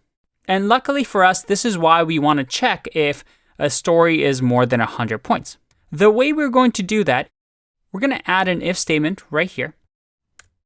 Now, before we add the if statement, we actually want to convert this into a number. So we can say, hey, if a story has more than 100 points, then we want to keep it and append it to our new Hacker News. So the first thing we want to do is to simply say that we want to convert this into an int, but we also want to replace the points here, the space points, into, well, nothing.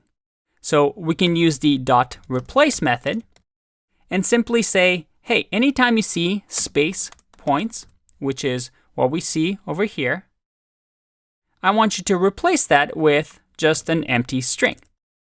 So this is going to return for us a string that is a number, and then convert it into an integer. So let's test it out. Let's close the bracket here, hit save, and run our script. And there you go. We have our numbers. That's great. But again, we still have this error. So what can we do here?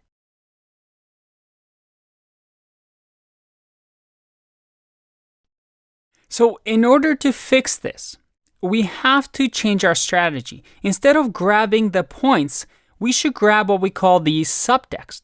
And the subtext is, well, what comes underneath the title, because every single title has these subtext. And underneath it, we have the score. Now, in our case, the top one over here doesn't actually have the score. You see here that we have the subtext, but there is no score.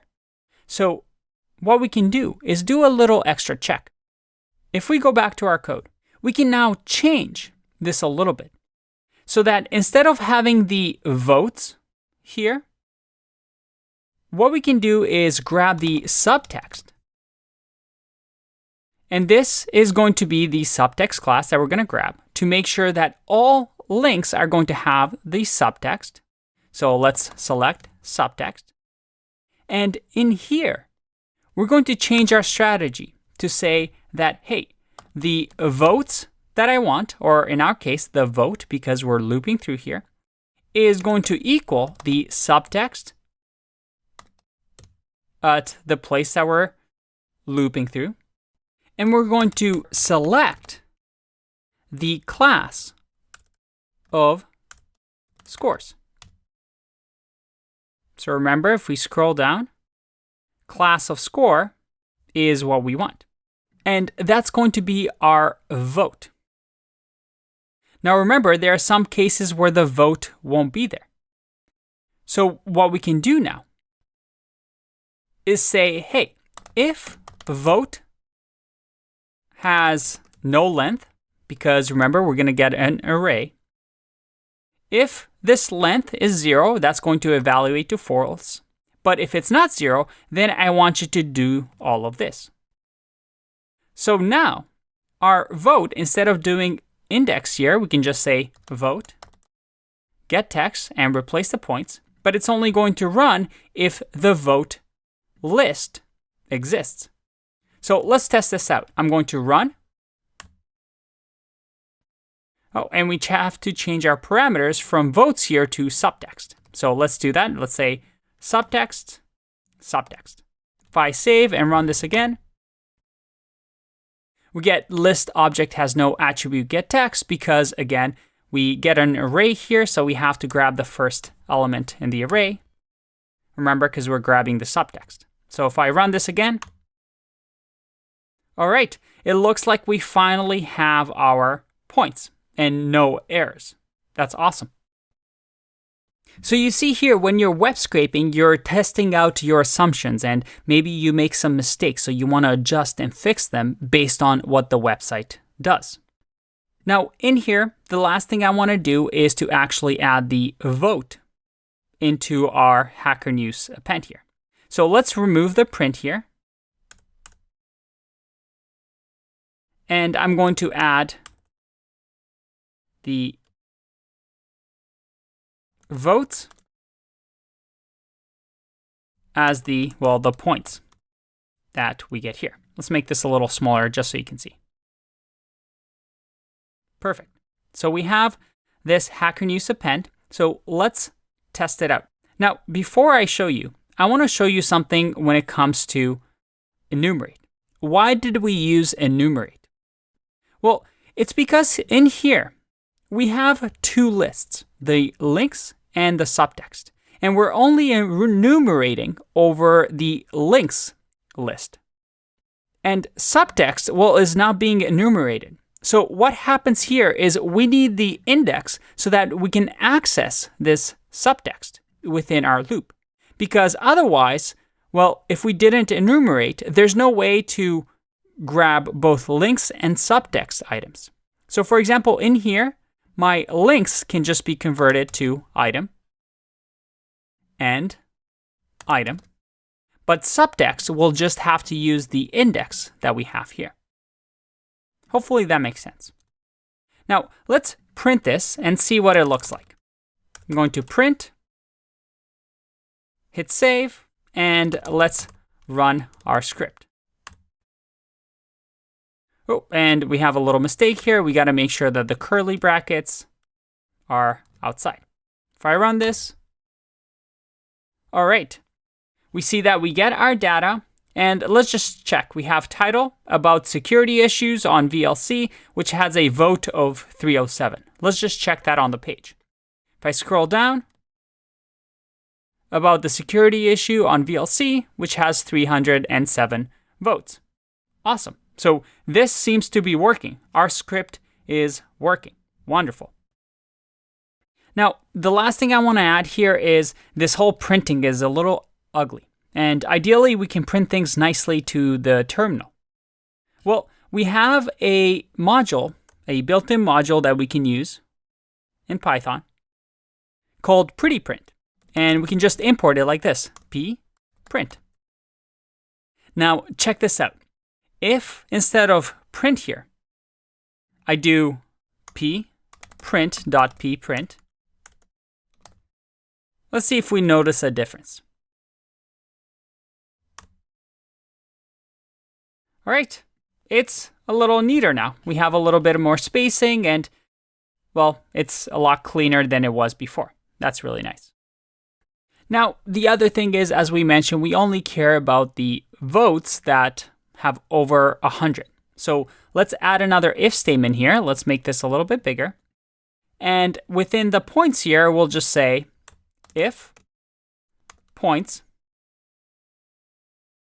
are higher than 99, then we'll append to our updated Hacker News. Let's save, give this a go. All right, it looks like we only have stories that have over 100 points. So it's nice and clean, a lot smaller now. Awesome. Now, there's a few more things I want to add to this. Ideally, these votes are ranked. So we have the highest vote at the top and at the bottom, the lowest vote. This way, it's easier for me to decide what story I should read first. Let's explore that in the next video. Bye-bye. Welcome back. Let's add another layer to our app, which is to sort the list of our links from top to bottom. And we can do that fairly easily. Let's here, instead of returning Hacker News that we have here, we'll create a new function called sort stories by votes. And we'll give it the Hacker News list. And we'll create this function up here. We'll say define sort stories by votes. And this will receive the parameter Hacker News list. And we're going to do just a simple sort algorithm here. So we're going to use the sort function that we have. We're going to give it the Hacker News list, and let's see what happens. I'm going to run this. Oh, and I have to do sorted here. That's the method. Let's run this again. We get an error here. And if we read the error, it says type error. Not supported between instances of dict and dict. What does that mean? Well, we're trying to sort items in a list, but they're all dictionaries. So Python is saying, hey, well, I don't understand. How do you want me to sort it? Do you want me to sort it by title, by link, by votes? You got to tell me. And this is a common pattern with sorted that you'll just have to get used to. We're going to use a lambda function. Our second parameter is simply going to be the key that we want to sort by. And that key that we want to sort by is, well, votes, right? So all we're going to do is say lambda and say key. And this key that we're going to sort by is going to be votes. So that if I save this and run this again, look at that. I have everything sorted by votes, as you can see. Now, if this is overwhelming to you with the lambda, you can go visit the section of the course where we talk about lambdas here. But this is just a common pattern that you can remember with sorting. Whenever you're sorting dictionaries, we use keys, and we can give it this syntax with a lambda and pass it the key that you want to sort by. In our case, it's the votes. The last thing we want to do is we want to actually have the reverse order. So the top item in the list should be, or the first item in the list should have the highest number of votes. So we can simply do that with the third parameter by saying reverse equals true, just like that. Now if I save and run our code, we see that we have a list of all the top links with the very highest one of 309 votes right here. Very, very cool. Now, the exciting part is that you don't even have to visit Hacker News website anymore. You can be a complete programmer and do cool things like just read the titles here, and we can read about, Facebook's $5 billion penalty due to privacy reasons by just selecting this link. And let's say you're using terminal, you can just say open selection as URL, and look at that. We can read the story directly like that. Very, very cool. So now you have a cleaned up, more efficient version of Hacker News that you can read every day, and all you need to do is just run this script in the morning and get your reading done. Now, there's many ways that you can expand this project. You can maybe display this on your own index.html file so that you can actually click on these links. You can do this with other websites. But my challenge and exercise to you is this. How can we expand this list so that it includes more than just the first page of Hacker News? That is, if we go back to Hacker News, so far we've only scraped these 30 links. But what if I click more here and I want to go to the second page and I want to scrape the first 2 pages of Hacker News? How would I go about doing this? In the next video, I'm going to give you the solution, but I challenge you to figure this out on your own and see how you might do it. If you get stuck, well, I'll see you in the next video. Bye-bye. Welcome back. This was probably an exercise that sounded a lot more complicated than it actually was. So hopefully most of you were able to solve it. If you didn't, by the time you watch this video, you're going to say to yourself, oh wow, that was so simple, I should have figured it out. So don't worry, we'll get there. Let's see how we can do that. Well, if we go to Hacker News, you might notice something when you click on More. When you click on More, you actually get a new URL here with, well, you see the query string, which is a question mark here that says P2. So if I do P equals 3 here, we go to page 3, we go to page 4, and so on and so forth. So all we actually need is just this link. And all we need to do is go all the way up to our code. Let's minimize this for now. And simply just duplicate what we've just done.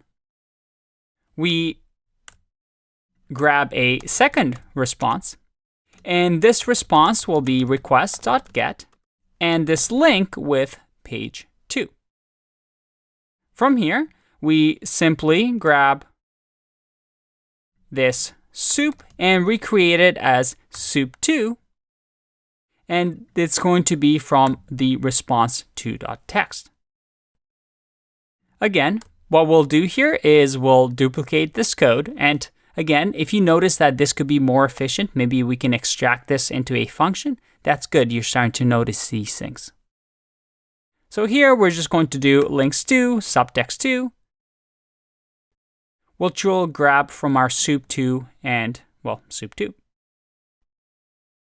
And we can now just combine these two things by simply calling, let's call it mega links, which will combine the links with the second links. So we're combining the 2 pages. And we'll do the same for mega subtext, which will be subtext plus subtext 2. And because we've written our code in nice functions, all we need to do now is replace our parameters, right? All we need to do at the bottom here is say mega links and mega subtext. If I save this, this should now work. Let's have a look.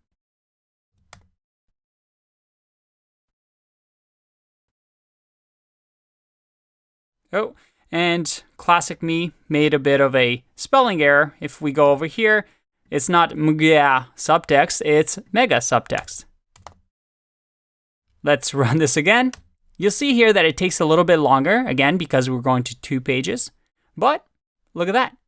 We have our Hacker News using 2 pages. You can see that it's clearly longer, and we have a story here with 951 votes. I should definitely read that. How to access quality of garments. Sounds very important. And there you have it. You have now just covered the basics of scraping. As you can see, it's very specific to a website that you want to scrape.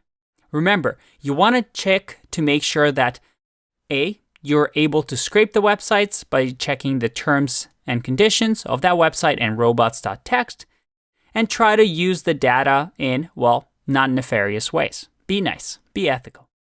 In the next video, we're going to talk a little bit about how to expand on this and what you might want to try if you want to get more and more involved with web scraping. I'll see you in that one. Bye-bye. You have just learned the basics of web scraping. It's pretty exciting, isn't it? A lot of power at your hands, at your fingertips. But let's say you want to go further, learn more, maybe become a professional web scraper. I don't know, maybe that's what you want to do. What are some things that I would recommend? Well, get more familiar with Beautiful Soup. But keep in mind what I said at the beginning of this section. Ideally, you don't even have to web scrape. Ideally, you can use an API. Maybe the website that you want to get data from actually gives you an API. For example, if I go to Airbnb API, you can see that Airbnb has announced an official API. So we can actually perhaps read about what data Airbnb just gives us access to. And that should be your first stop. Maybe if you don't have that, then you'll look at Beautiful Soup. The next thing you might want to look at is this framework called Scrappy. Think of it as Beautiful Soup, but with a lot more features. A framework is essentially an entire kitchen, an entire tool belt that you can use to scrape websites. And you use things like Scrappy when you want to scrape massive websites, massive amounts of data. A framework versus a library is that a framework almost teaches a new language in itself. It gives you all the tools necessary to do everything that you want when it comes to scraping data. Beautiful Soup, on the other hand, is smaller. It's a library, so it gives you a few nifty tools to do small things like what we've done here. Scrappy, the framework, well, is an entire thing in itself. You can go through their documentation and tutorial. It takes a bit of time to get used to, but if you want to do this maybe full time, Scrappy is something that you should take a look at. Finally, what do you do with all this data? Eventually, you might want to do something. Maybe store it in a text file, in a CSV file, something that we've talked about and we'll talk about in the course. But as you collect more and more data, maybe using something like Scrappy, you might want to start looking into using what we call databases. And databases allow us to store massive amounts of data and save it somewhere so that we can access it whenever we want. And there's a ton of databases, something that is beyond the goal of this course. But you may have heard of things like MongoDB, Redis, MySQL, Postgres. These are all ways to store data, store massive amount of data and access it. So you might want to learn about how to use a framework like Scrappy and collect that data and store it somewhere on a database so that other people on your team can maybe access it. The possibilities are endless. But if there's one thing that you're going to take away from this is, please be nice, be ethical, and don't do anything illegal because, well, I don't want to get in trouble. And I'm sure you don't as well. I'll see you in the next one. Bye-bye. Oh boy, we have an extra exciting section for you. This is a section that I absolutely love. I got into programming because of web development. And in this section, we're going to explore how we can use Python in web development. And actually, the way we use Python in web development will also work with mobile development. And this is a really exciting field because, well, as you're aware, there's lots of web applications. There's lots of mobile applications. And using Python, we can actually help build these applications. In this section, I'm going to give you a general overview of web development, what that involves, how websites actually work, how browsers work. We're also going to use Python to build our own server, our own portfolio webpage, where people can view our portfolios and actually submit maybe a request to work with you or send you a message and actually store it in places like a database.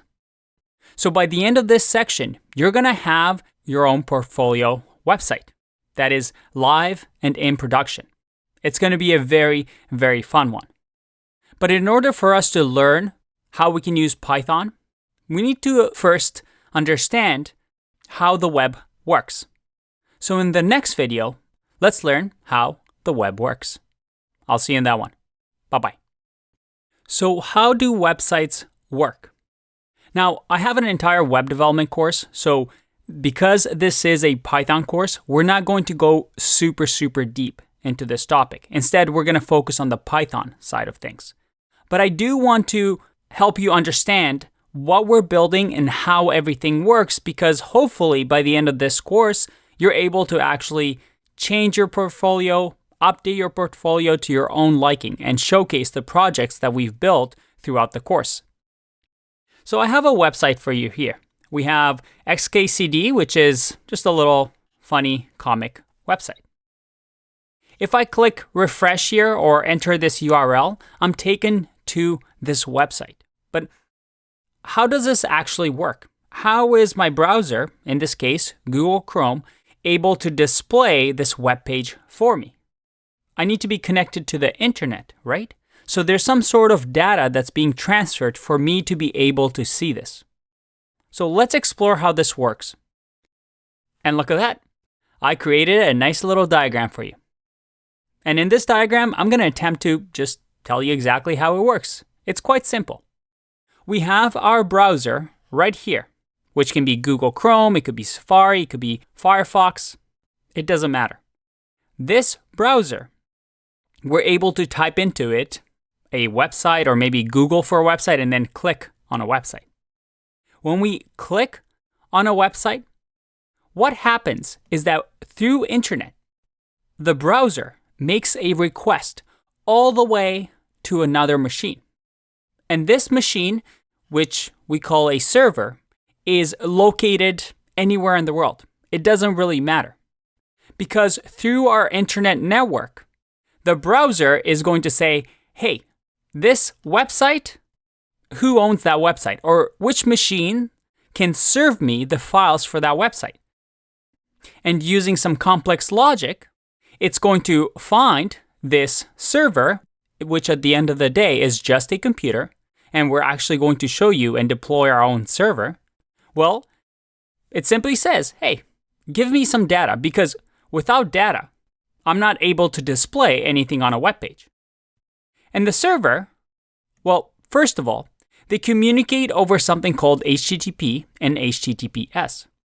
Because the browser and the server are two different machines, right? The browser is on my laptop right now. And the machine, which is a server, it can be anywhere in the world, they need to communicate some way.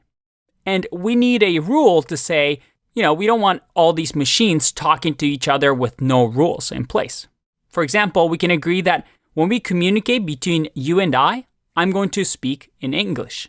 In the same way, HTTP and HTTPS, which is a secured, encrypted version of communication, allows me to say, hey, can you give me the data? And the server to understand, oh, this website or this browser needs the data that I have.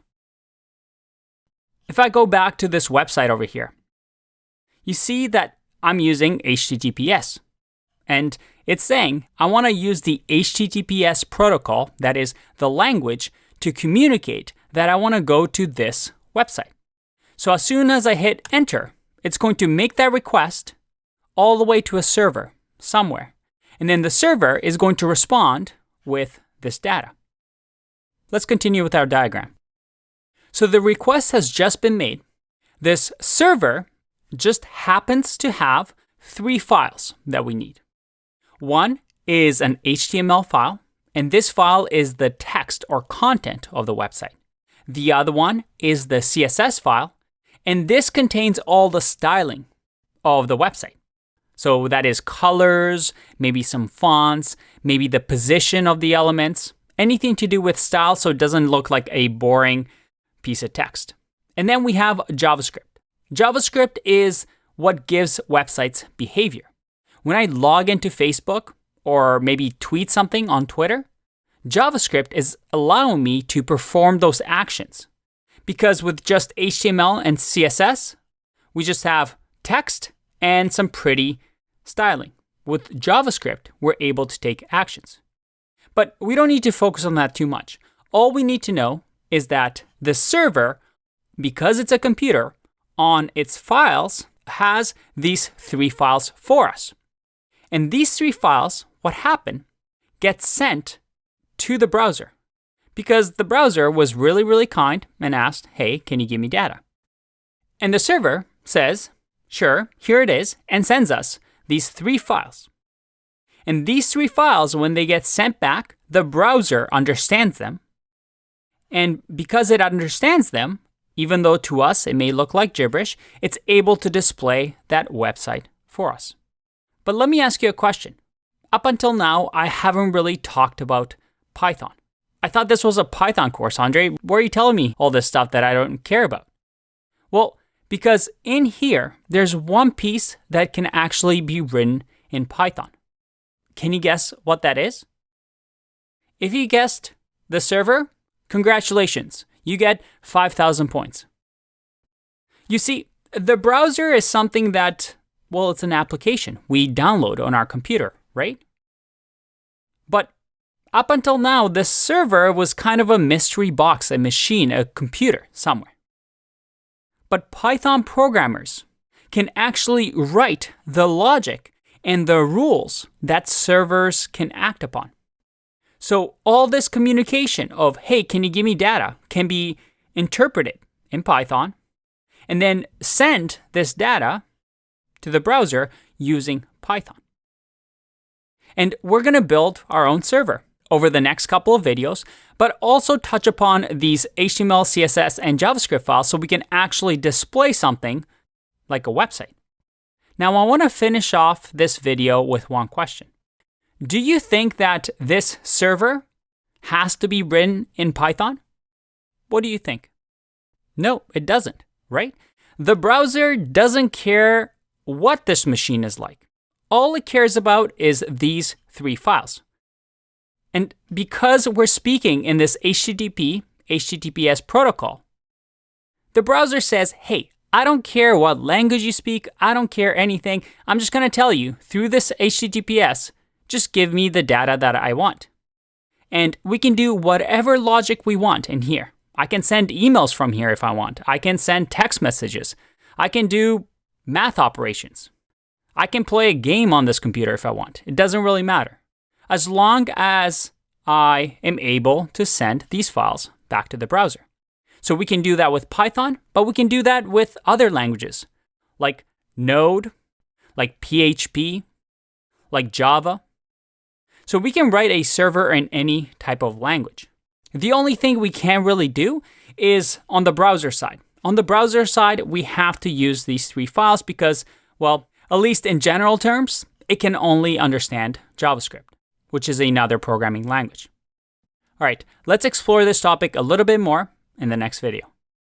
In the previous video, we learned that a browser simply sends a request to a server somewhere in the world over internet using the HTTPS protocol, and then it receives those JavaScript, HTML, and CSS files so that it's able to display a website.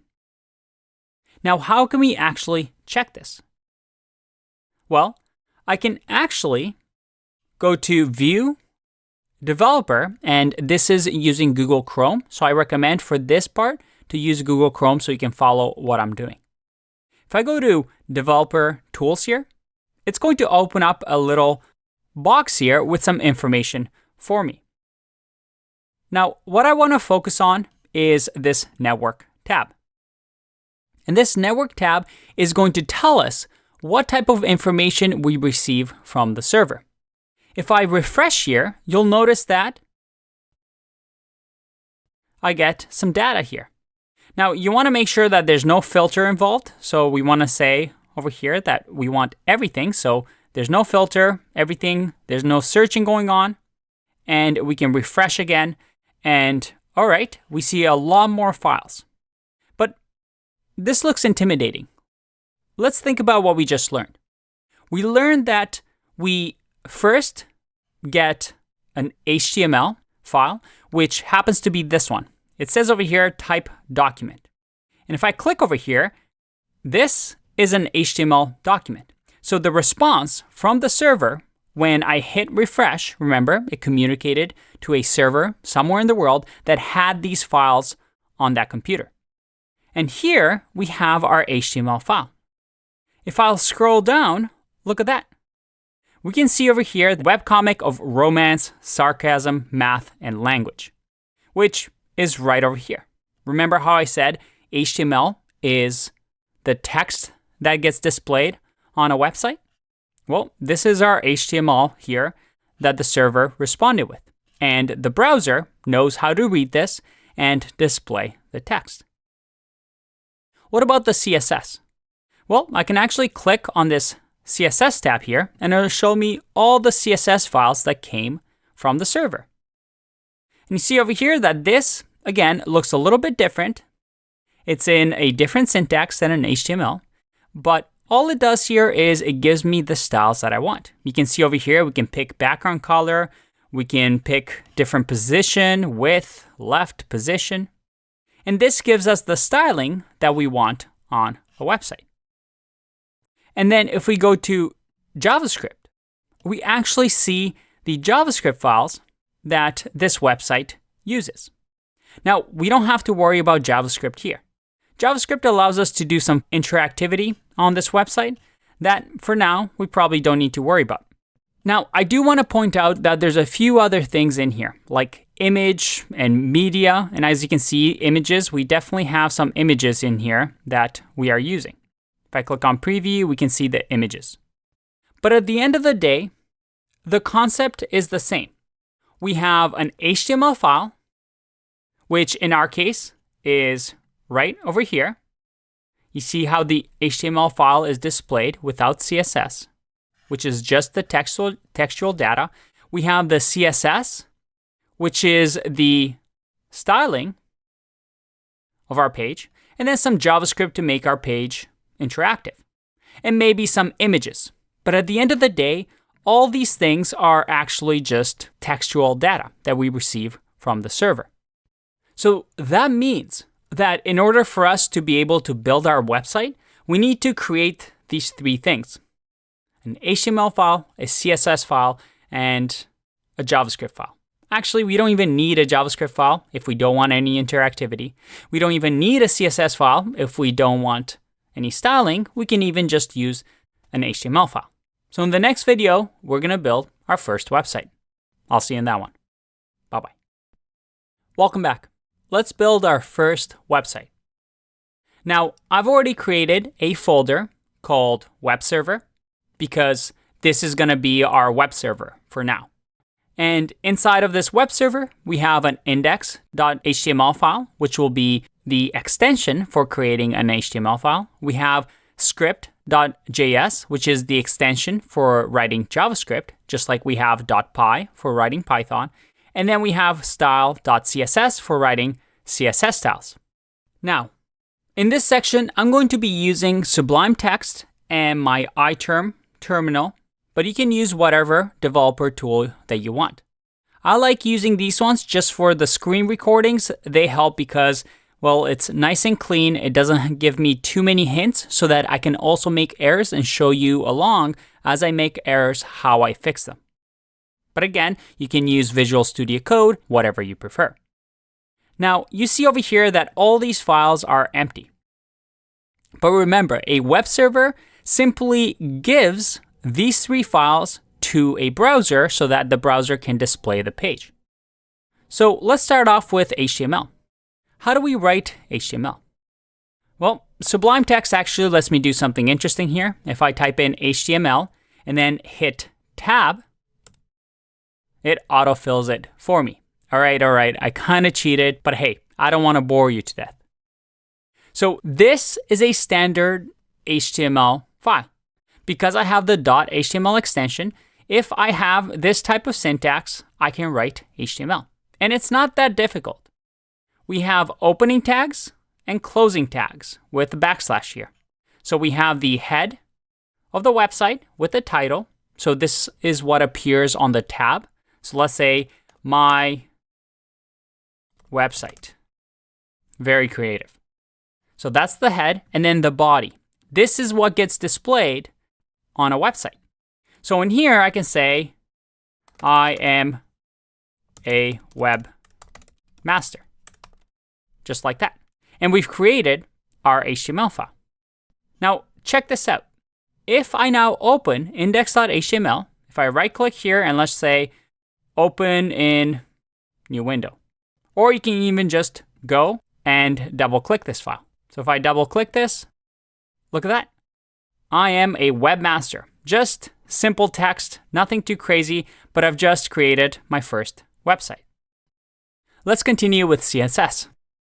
CSS has a different syntax than HTML. CSS syntax goes something like this. We can give it what HTML element we want to add some styling to. In our case, let's say body. And I can say body, then curly brackets. And in here, I want to have background, let's say color, and we'll go with, let's go with green. If I save this and I refresh the page, nothing happened.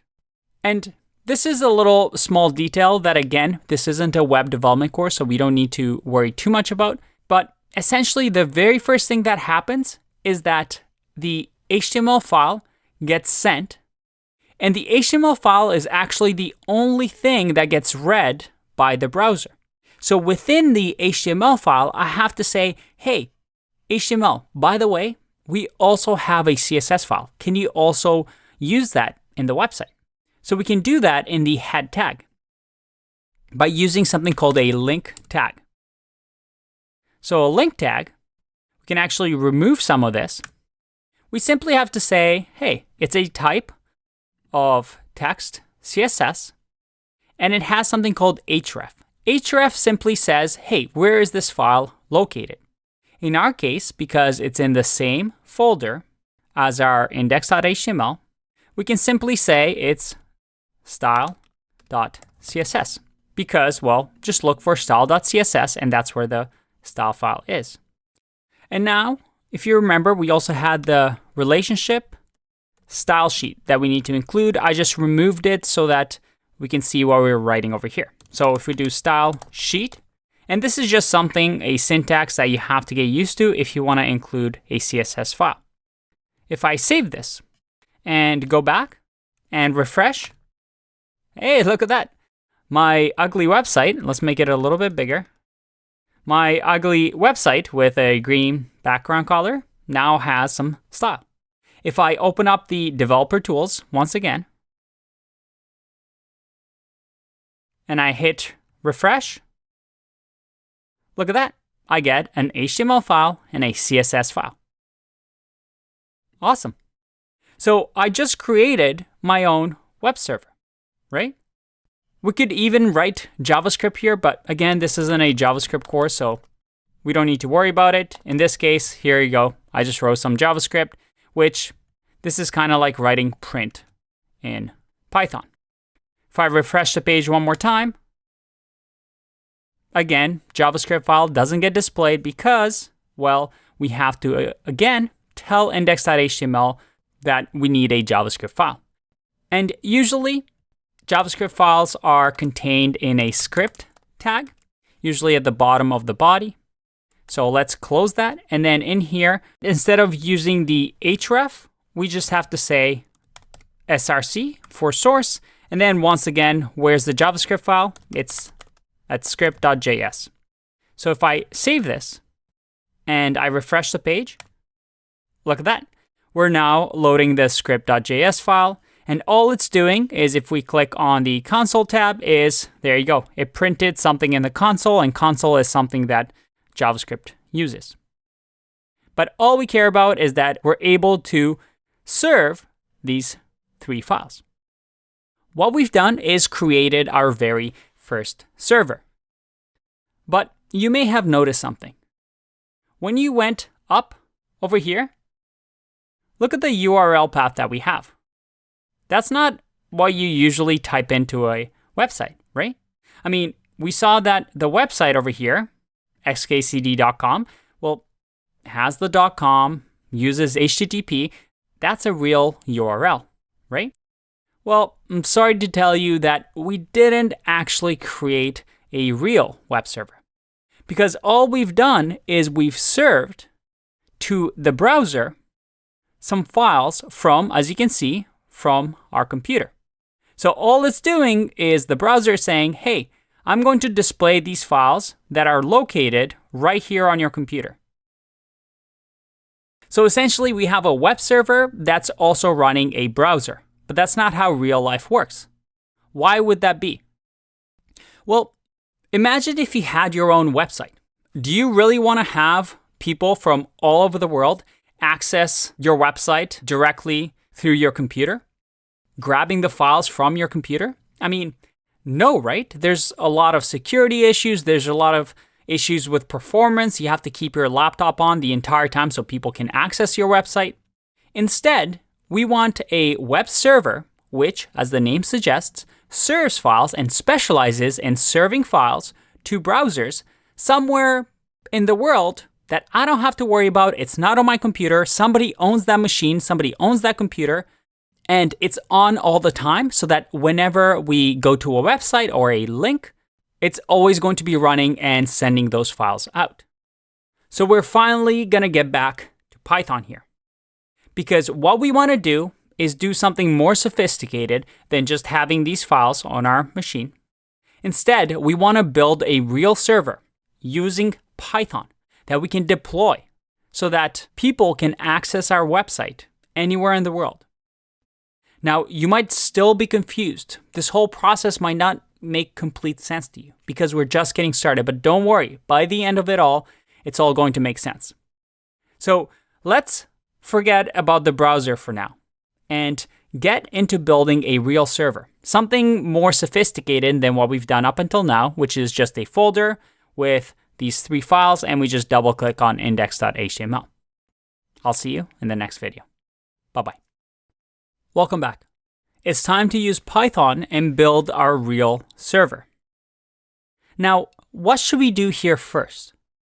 Your first intuition might say, I wonder if Python has a module already for that. Well, if you actually Google Python HTTP server, you see that, oh, look at that. Python seems to have an HTTP server. Awesome. And this module actually allows us to create a server.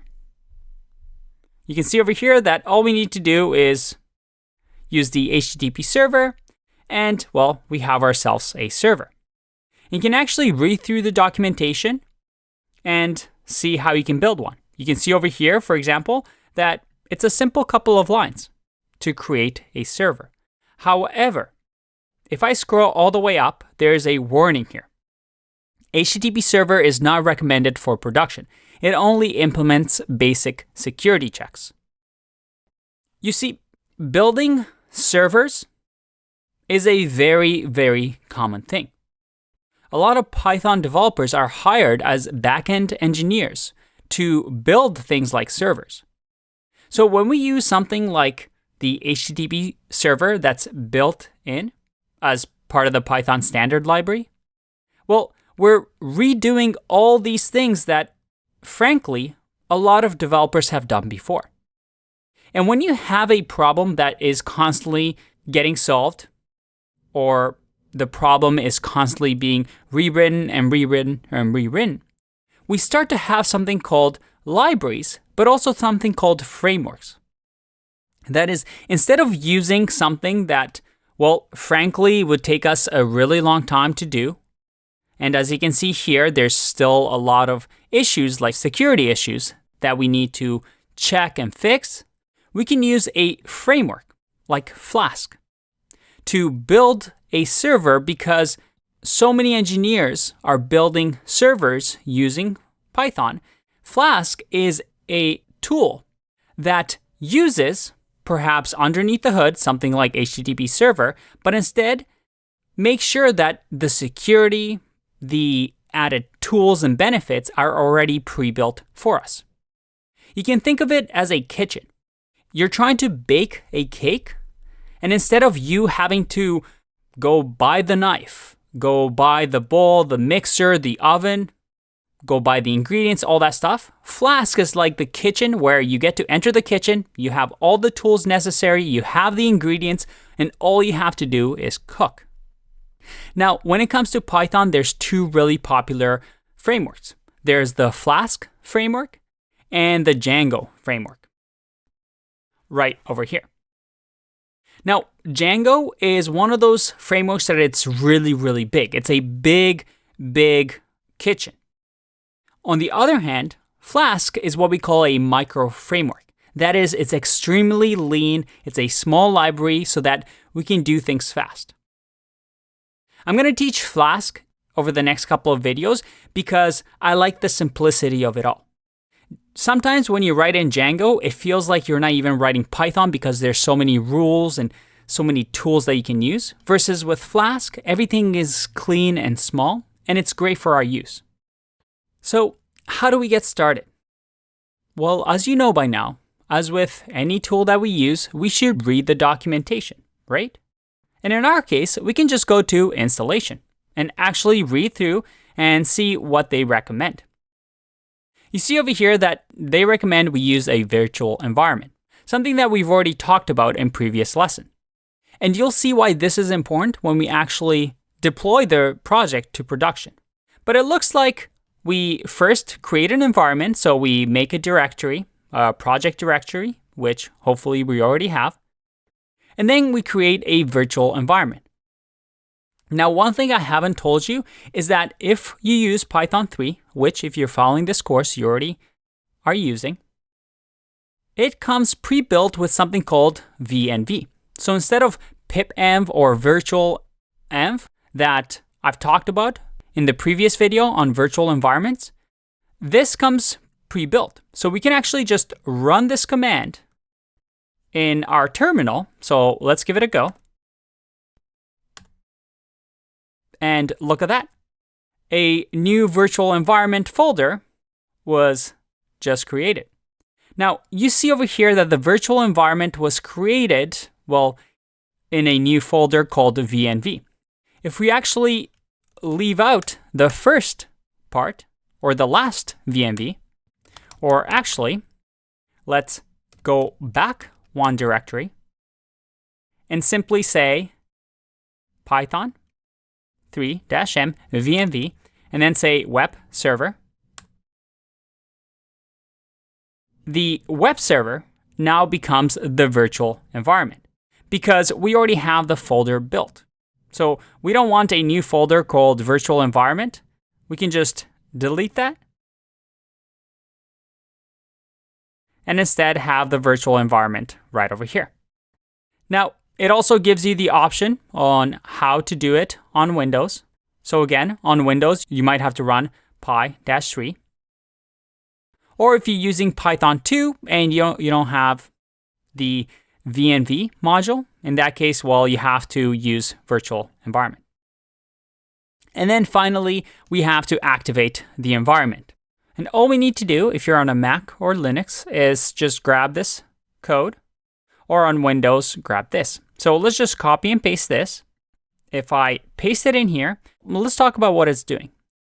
Here, we have to change this to where our folder is. In our case, we're doing the web server, right? So I'm going to say web /space server, because, well, that's the folder that we want to go into from desktop. And inside of the bin folder, right here, we have the activate executable. So all we're saying is, hey, run this executable. We don't need to worry about what it does, but if I run this, we get a bit of an error. Now, the issue here is that I'm using something called a fish shell.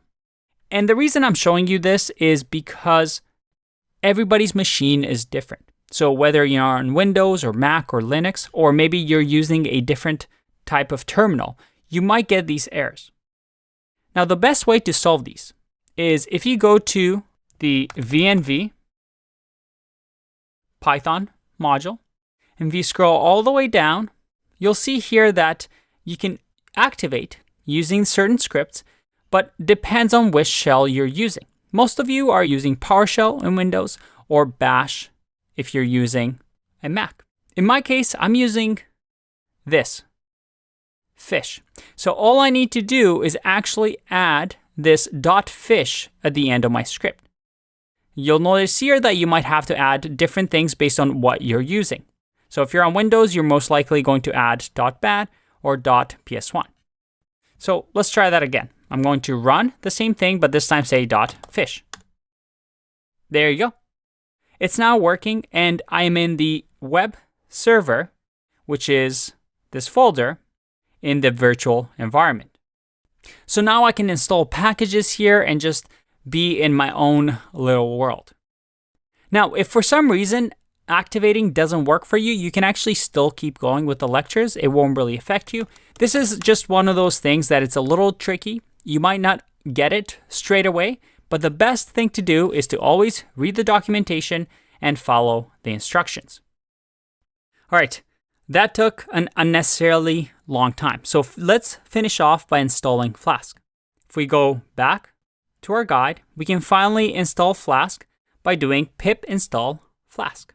Now again, we want to make sure that our pip, if we do version, is for Python 3.7. But for some of you, you might have to use pip 3. So based on your needs, make sure you use the appropriate pip installer. Let's clear this. And just copy and paste and install Flask. Awesome. We've just installed Flask, so we can start using it in our project. But that was a whole lot of setup and a lot of downloading, so let's take a break, and I'll see you in the next video. Bye-bye. Oh boy, wasn't that last lesson super fun with all that installation and setup and errors? Hopefully things will be a lot better as we move along. That was, I'd say, the hardest part. We're back here at the Flask framework. And the next thing we want to do is we want to go to the quick start guide. And I know I could just code along and show you exactly how it is, but I really want to show you the process of how you work as a developer, because once you're done with this course, you're going to be out in the world and you should know how to learn something new. Let's say at the next job, somebody says, hey, I want you to use Django instead of Flask. How do you learn it? Well, you read the documentation. So I just clicked on the quick start because I just want to build a server really quick. And you see here that the minimal application is, well, it looks like this. So let's just copy the code from here and we'll talk about it line by line, don't worry. So I'm going to close off these index files, the script files, and the CSS files. We're in our virtual environment. Let's clear this. And we can actually just create a new file. So in our web server, let's just say new file, and I'm going to say server.py. So we have a new Python file, and we're going to copy and paste that code. So we're installing, or we already installed Flask, so I'm going to import Flask from Flask. And then we do this funny thing called app equals Flask, and we use the Flask class to instantiate an app. And we do this underscore underscore name. Now, when something is confusing, I always like knowing what's happening. So I'm just going to run underscore underscore name here and actually just print it up so we know what it is. And for now, let's just comment out the bottom part of this. Just click save. I want to find out what this name is. So let's see if we can run this file. I'm going to say Python 3 and simply say server.py.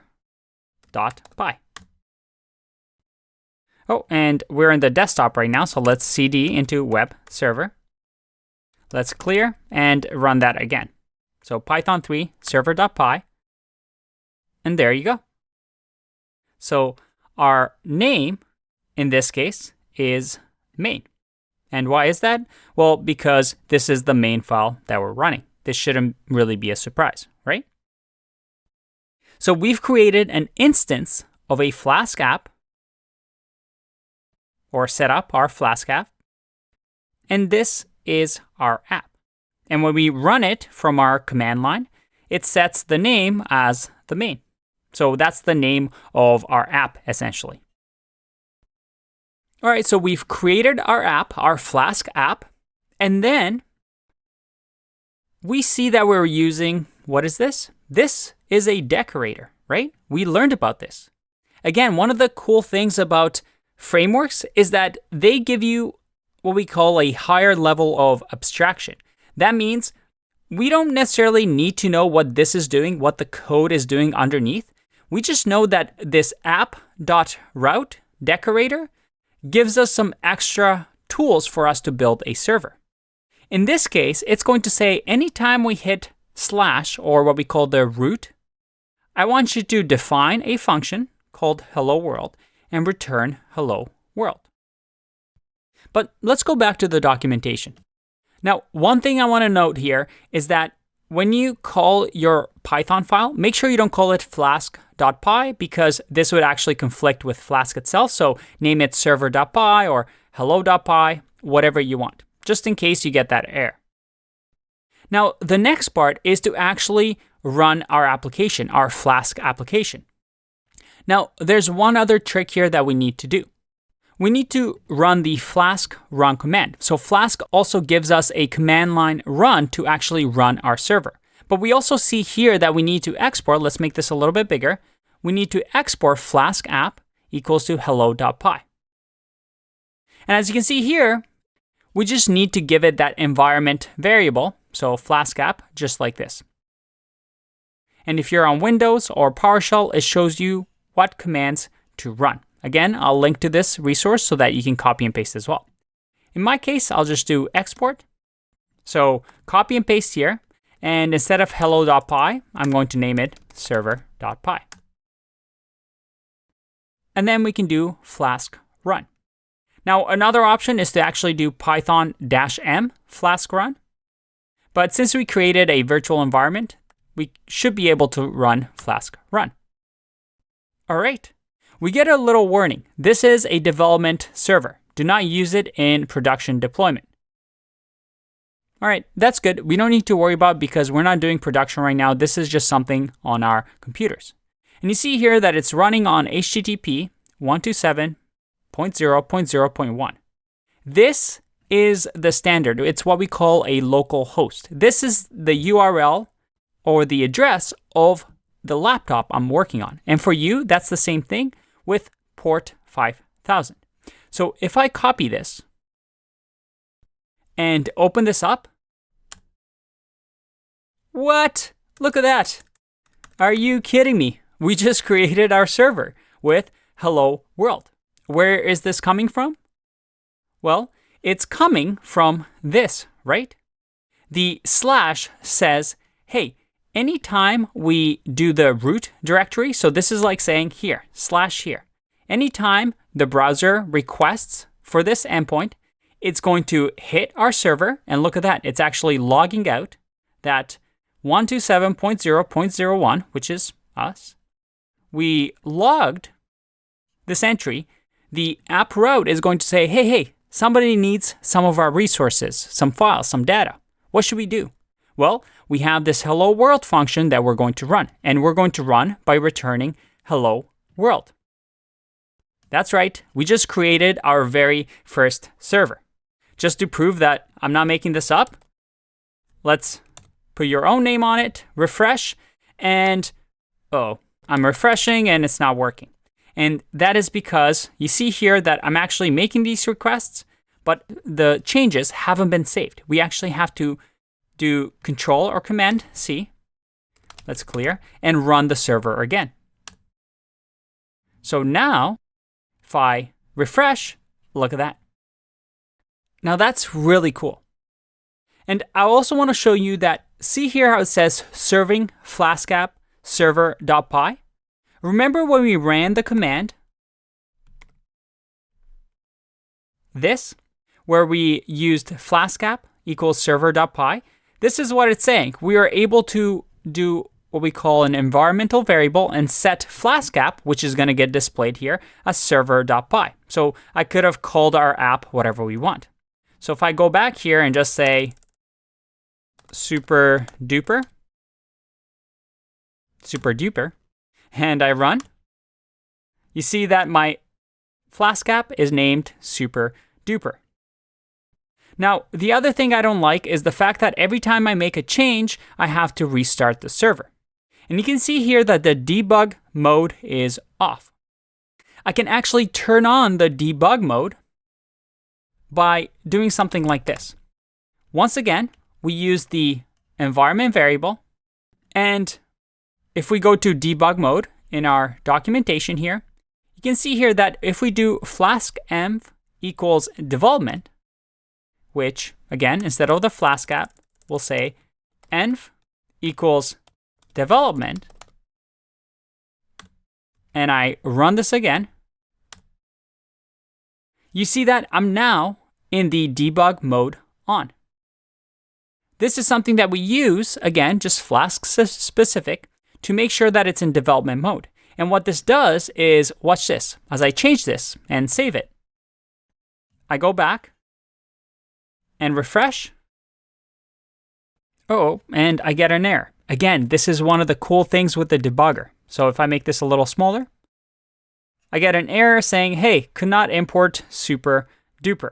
Well, that's because I just changed the name from super duper, but it's actually trying to import this server.py, and well, we should probably name it server.py because it doesn't work. I only changed it just to show you what it does. So we can actually fix that. Again, the debug mode, as you can see, gives us a lot of information. So I'm going to close the server, fix my silly name from superduper to server.py. All right, we're all good. And then we're going to Flask run. All right, let's go back and refresh. And there you go. Everything is all good. But the cool part is that now, if I change this to just hello, save, notice how the server noticed the changes. You see over here, it detected changes and automatically changed things for me. So if I refresh, look at that. I don't have to restart the server and everything is working. Awesome. We have our basic server, but we still have a bit more to go because we want to get to the point where we can actually serve important information like HTML files, CSS files, and JavaScript files. Let's explore that a little bit more in the next video. Welcome back. So we have our, well, frankly, really boring website, but we've created our server. But what else can we do? A server usually accepts a request from the browser, right? Now, up until now, we've done what we call a root route. That is the home route, because in here, we haven't written anything. But sometimes in a website, you might see something like blog, right? And if I hit enter, you see that not found. The URL was not found on the server. Again, that's because right now our server is only waiting to hear for the root request.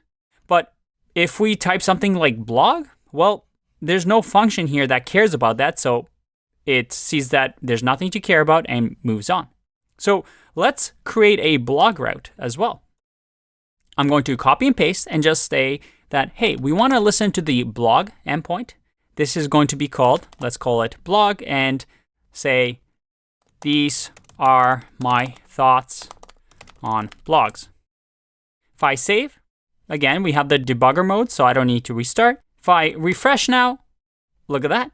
These are my thoughts on blogs. And if I go to the root directory, I get hello. We now have multiple routes. How cool is that? By the way, if we open up the developer tools, go to developer tools, open up the network and just refresh here, you see that we're getting a document. Ignore this part. This is just the developer tools and the plugins that I have. But this is what we get back. We just get a simple document, a response, which is a text. And if I go to headers and I actually scroll down, you see that I requested this URL. I got a status of 200. And I see here that the content type that the server responded with was something called text HTML. Now, this is something that Flask does for us. You see over here that I just sent a string, but Flask automatically converts that to HTML so that the browser can understand it. As a matter of fact, if I go to Elements here, you see here that I have my HTML with a body of hello inside of it. So that's something that we get automatically, which is really, really nice. But now we can start doing some really neat things. For example, let's create another route. And this time, let's say I want the blog from, let's say, 2020 about dogs.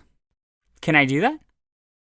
Well, yeah, absolutely. Let's say blog 2. And this says, this is my dog. Very engaging blog post there. So now, if I go back, I do blog.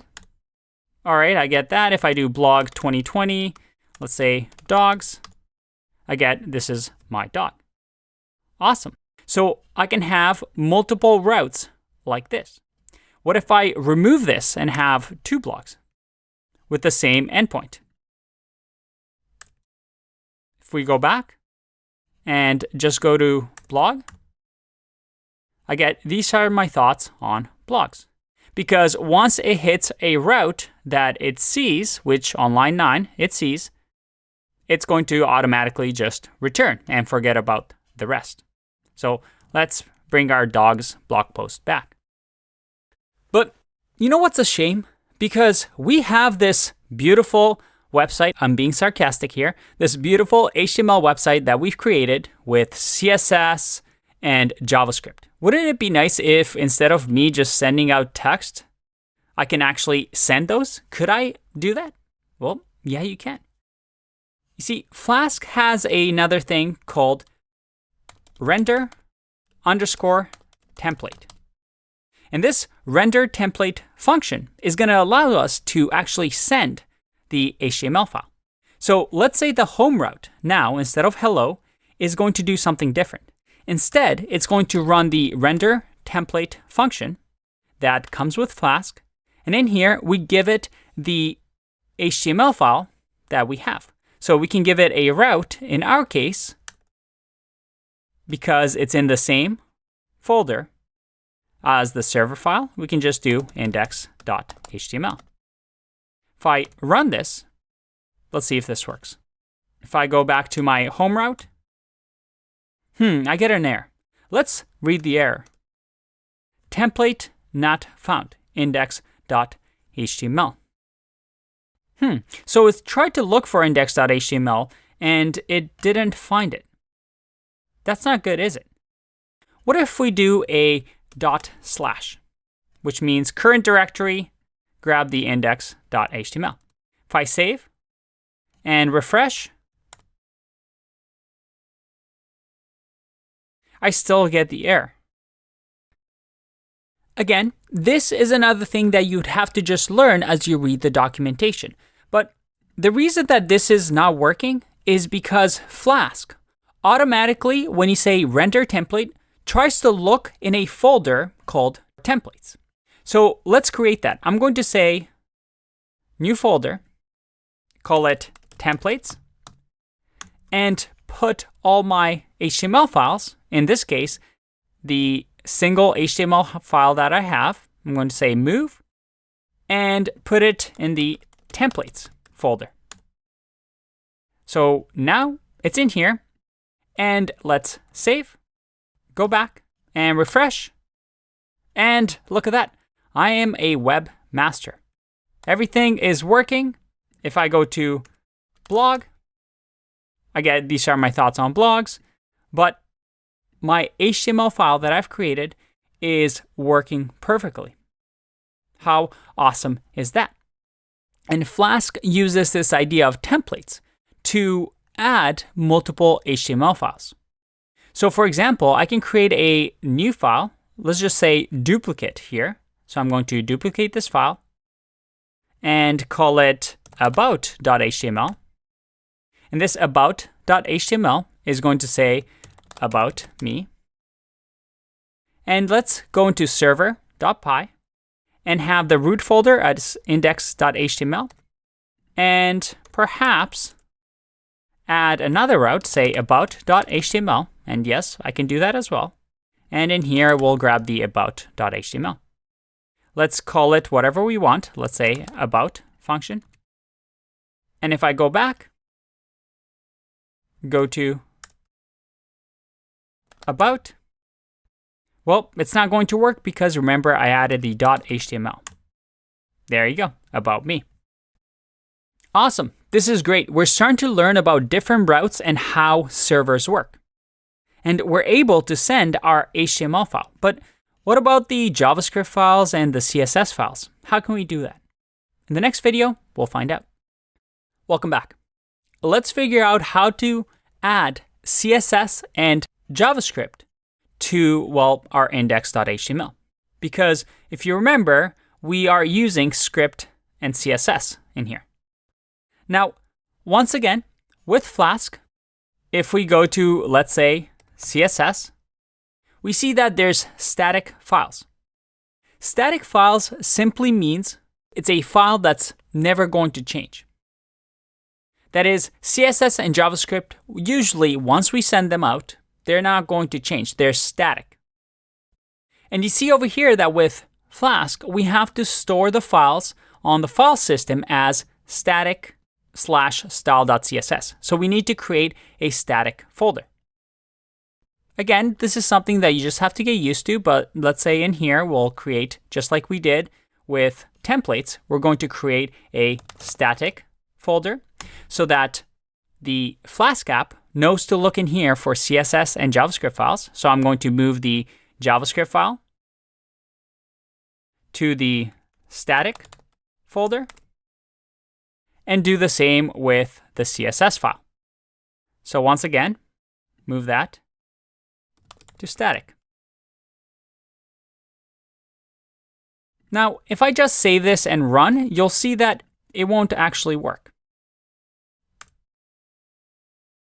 Well, why is that? Can you figure it out? Again, because we haven't talked too much about HTML and CSS and JavaScript. Don't worry if you didn't get this. But if you remember, in our index.html file, we reference these files inside of here. But the file paths have now changed. They're now in the static folder like this. So I have to say static script.js. If I now go back and refresh, hey, look at that.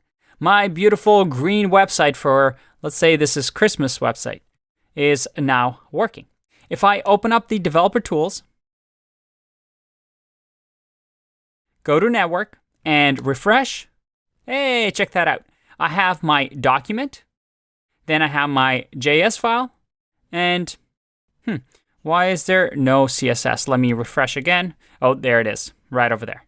We have style, CSS, we have JS, and we have the document. Awesome. If you're wondering why we're getting this little favicon error, favicon is the little icon that shows up on tabs over here. So we can actually even add our own favicon if we wanted to and send images.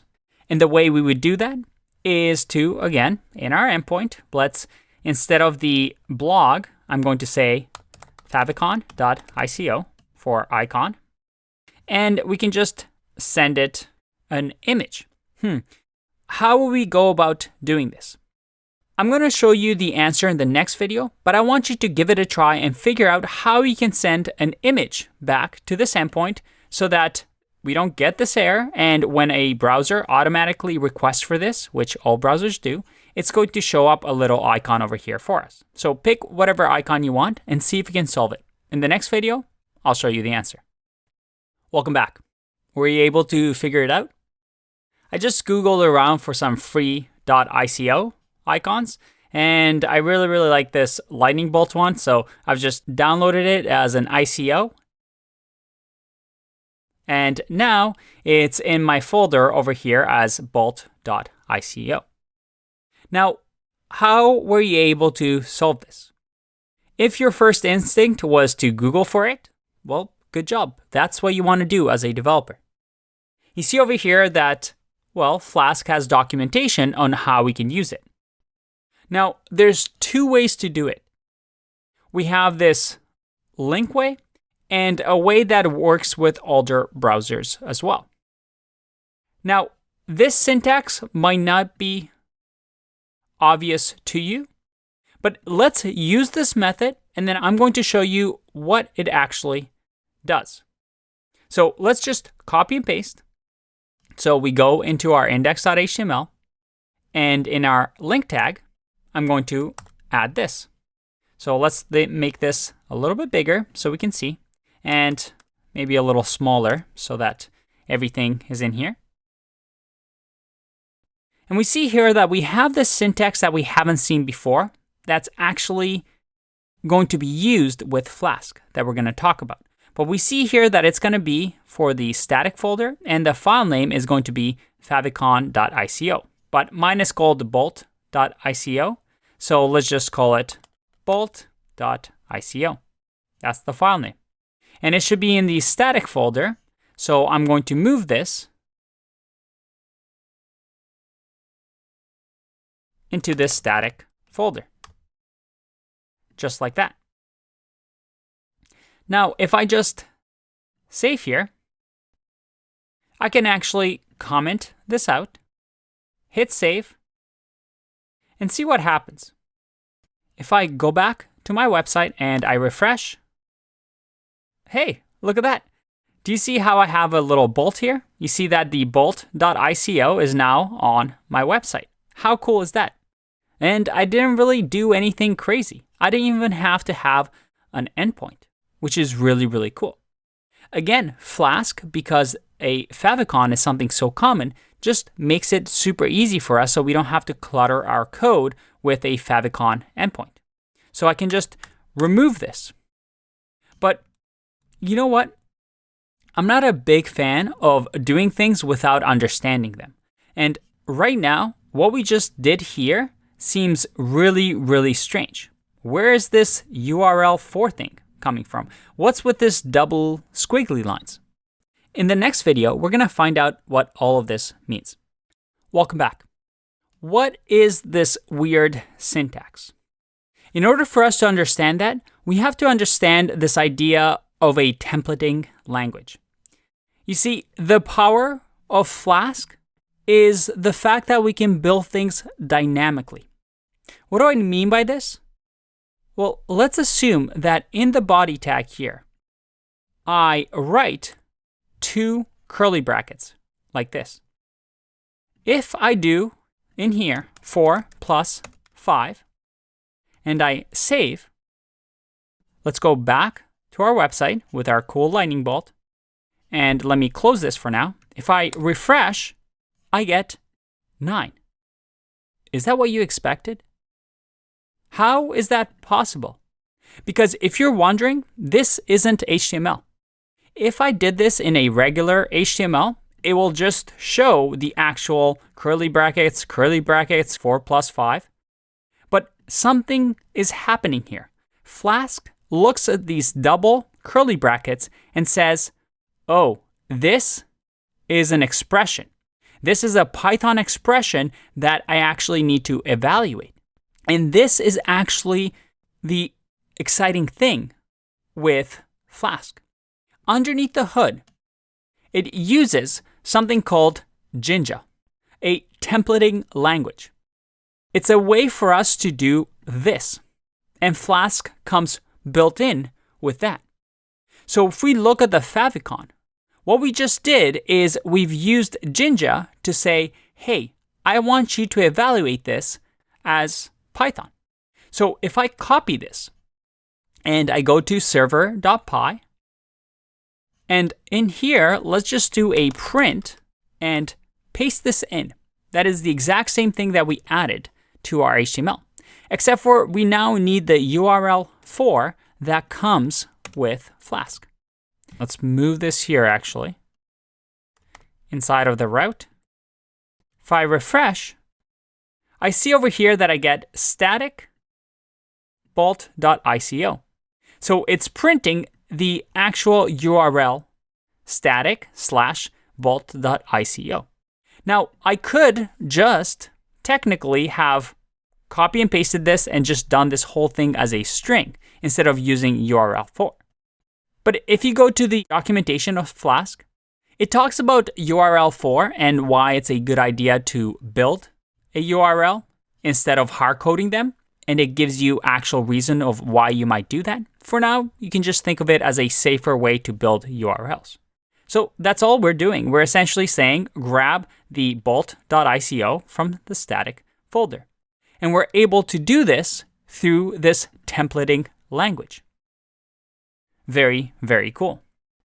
And now we have an extra power in our tool belt. That is, we're now able to dynamically update parts of the page. What do I mean by this? Imagine if our super cool website, when I actually refresh here, gives me the username of that person. For example, if I request for the blog of Andre and I hit run, ideally it'll say, hi Andre, and then maybe show my blog post. Using Flask, we can do that. And let's find out how to do that in the next video. Welcome back. Flask has this other tool called variable rules that we haven't talked about. And what variable rules allows us to do is to do something like this, dynamic. So for example, /user/ with these greater than and less than signs and the username. Now, we'll get back to this in a second and some of this syntax.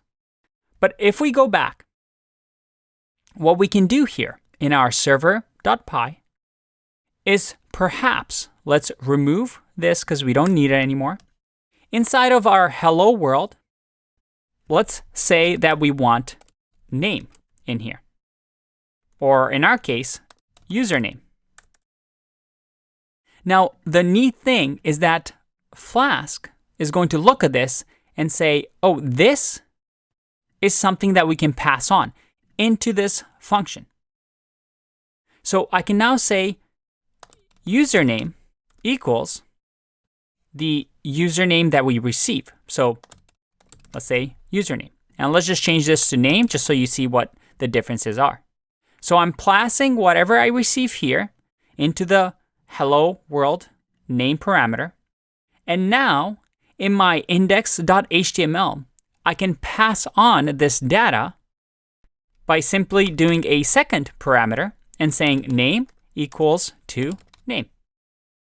So now if I save this, go back to my index.html and put in name in here. And if I go back to our homepage, if we go to our homepage, and I made a little mistake here, this should be over here. So it's saying username from up here is going to equal a default if we want. So it's usually a good idea to have a default. I'll just do none for now. So that username now is going to be username in here, like this. If I save, go back, I get a not found because we don't have a home page anymore. But anytime I do, let's say, Andre, I get, look at that, Andre on my page. I get Bob and my good friend, Sally. How cool is that? So it's able to read the URL and pass in data this way. And if we go to our Flask documentation and we go to variable rules, you see that we have different rules that we can apply. For example, we can actually require to accept a positive integer or a string or a float, a path, so it accepts slashes, or something called UUID, which is kind of like a unique identifier.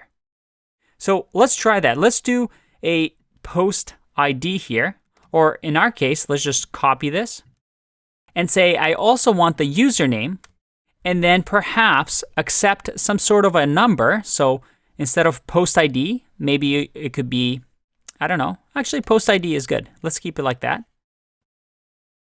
And let's make this a little bit bigger. Now in here, the second parameter can be the post ID. That's going to equal to none to begin with. And we're also going to pass this as post ID. That's going to equal the post ID. If I save this, go to index.html, and in here, let's do name, and then we'll also do the post ID in here. If I save, go back, and I refresh, well, again, because we've made our URL very specific, we'll just have to give some sort of a number. And look at that, I have Sally2, so that's her second blog post, then the fifth blog post, so on and so forth. And if I do something that's not a number, so if I do some string, I get not found because I've made the rule using this syntax, so int with the colon, saying that this has to be an ID. And I passed data down this way. So now we've created a full-out server. We now are able to use URLs to communicate with the server and ask for specific data for it to receive. Our server, based on what URL parameters we give it, or endpoints, is able to decide what resource to send to the front end so that it can display the appropriate information. But we can also do something interesting, like perhaps when we submit a form, to actually send perhaps the user's name with the form, so that when we send back a thank you note, we can say, thank you, Andre, or thank you, whatever the username is. Very, very cool. Now, these variable rules, as you can see, there's a few of them, and you can read through the documentation. You might also notice this syntax here, which is the %, or %s, or %d. This is actually another feature of Python that you can read about. But again, it's not critical to your understanding of Python. For now, though, I think we have the basic skills necessary to start building our portfolio website. Because up until now, frankly, this website doesn't look that great. So starting in the next video, we're going to build a really, really cool website. Something that looks, well, more like this. So that by the end of it, we can have a fully fledged portfolio website. And even though it seems like you haven't learned that much yet, you actually have learned all the skills necessary to build something like this. Well, kind of. Let's go explore some more in the next video. Hey, welcome back. I want to take a quick second to talk about this idea of data transfer from servers to the browsers. Now, we saw that when we open the developer tools, we can go to the network tab and actually see what type of data gets sent from the server. And here we saw that there's different types, but we mainly talked about HTML, CSS, and JavaScript. But we also see that there's a few other types in here. If I click on, let's say, the HTML, there's this field called content type that says it's a text HTML file.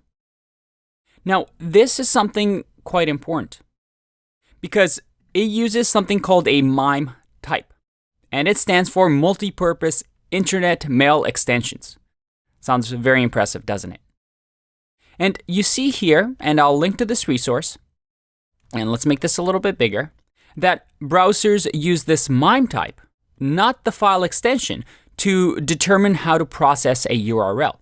So they look at the content type that our Flask app actually automatically sends to the browser to determine what to do with that file.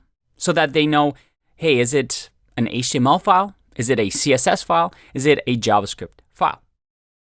Now, at the end of the day, all this data that we're transferring, it's all just text. But they can be in different forms, and the browsers can interact with them in different ways.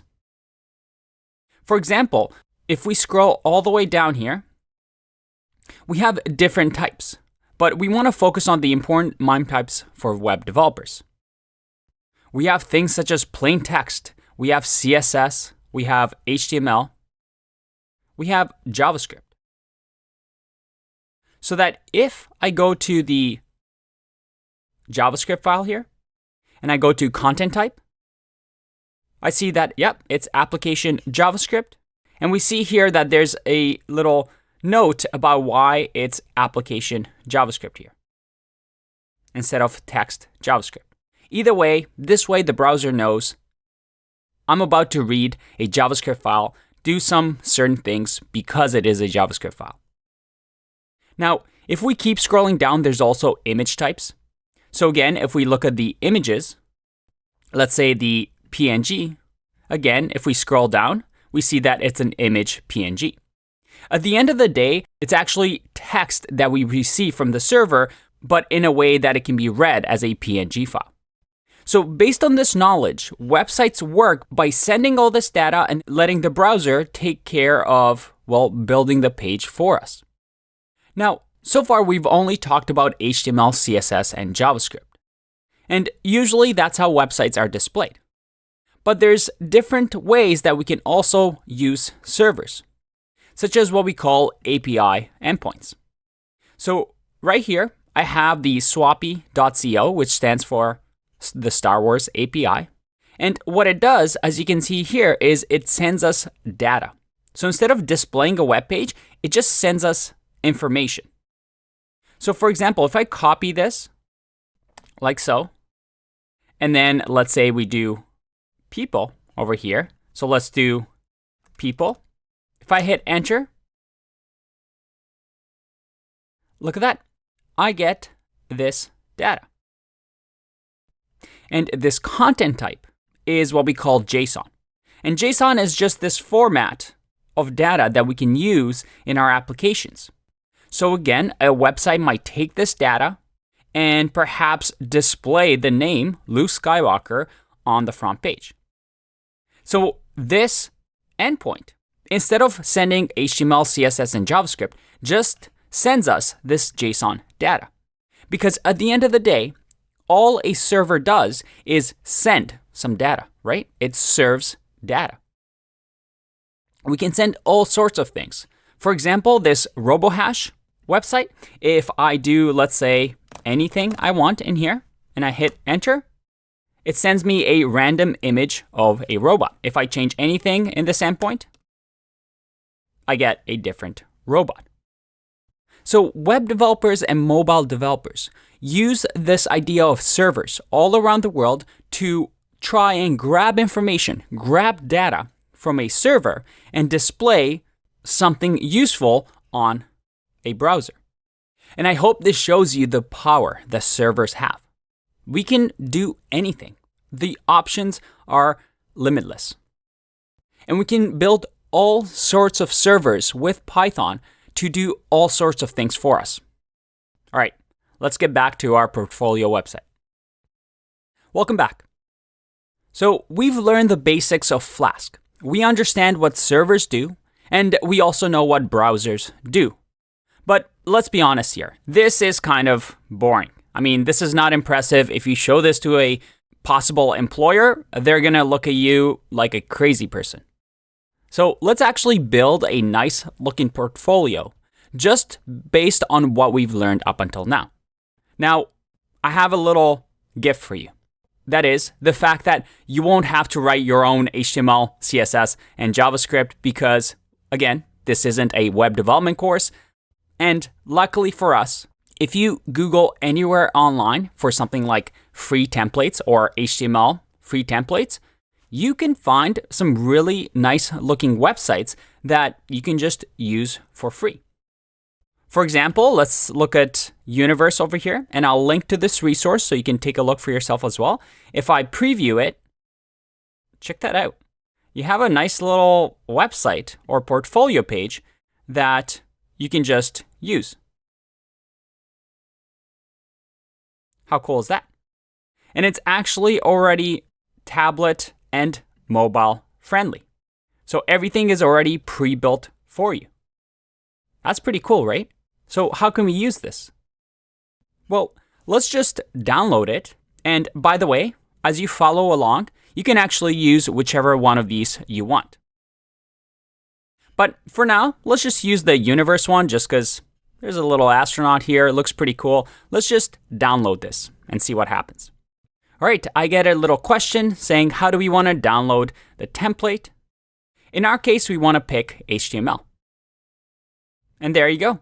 We get a nice little zip folder, and now we have this downloaded. So let's open this up. And oh boy, that's a whole lot of files and folders.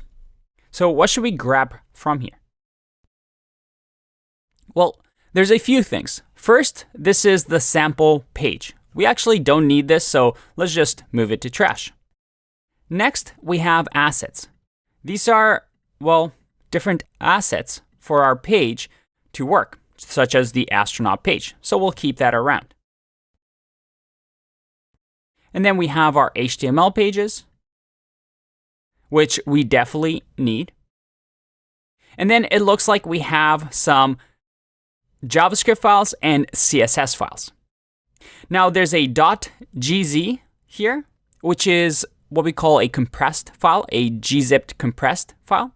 So this is just a way for the server to send a file or the JavaScript file, which you can see is 138 kilobytes, but in a compressed form, so 44 kilobytes. So this way we're sending less data to the front end. And then we also have something like map, which actually helps us during debugging. But in our case, we don't need to worry about this for now. So let's just remove all the gzipped and map files. So we'll move those to trash so that we only have one CSS file and one JavaScript file. And then all the other ones are HTML files for our different pages.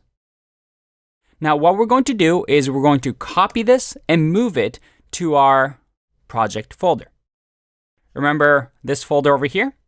So ideally we move the HTML files into the templates and the static files, that is the CSS and JavaScript files, and maybe the assets in here. So that is the images in here. So let's do that. I have my web server here. I'm going to first just copy and paste what we just copied. And let's move all our HTML files into our templates. And you know what? Let's remove our existing templates as well because we don't need them anymore. We have the pretty HTML file now. And then just have all of these. We have a new index.html that is going to be a lot prettier than our old website, so we want to use that. So let's move all that into templates. And then let's do the JS and CSS file, as well as the assets folder into the static. Awesome. So now that we have that set up, let's go back to our project, and look at that. We have a lot more HTML that we haven't written, but luckily it's already created for us. Now, the last bit of setup is that because we moved our files around, we need to adjust the links between the HTML, CSS, JavaScript, and all the asset files. So if we go to index.html, we see that we're looking for the favicon in assets favicon. But because this is in static folder, we have to add static in here. So let's find where else we're using the assets in here. All right, so it looks like, let's make this a little bit bigger. So it looks like here for our background image, we're once again looking for the space image, but that's, as we know, in the static folder. And let's see where else we have. Oh, we have over here as well. Let's do static. Let's keep going. Static. All right, everything is all good now. We have the static folder. Oh, and we have to make sure we add a slash in front of the dot. Dot just means current directory, and then look in the static folder. So let's go back. Make sure we do that for everything. There we go. And there we go. Now let's save this. And I don't think we're completely done yet, but for now, let's go into our server.py. And for our home route, let's remove what we've had before. And let's just call it my home function. That takes no parameters. And instead, it's just going to return for us our index.html with no passed in parameters.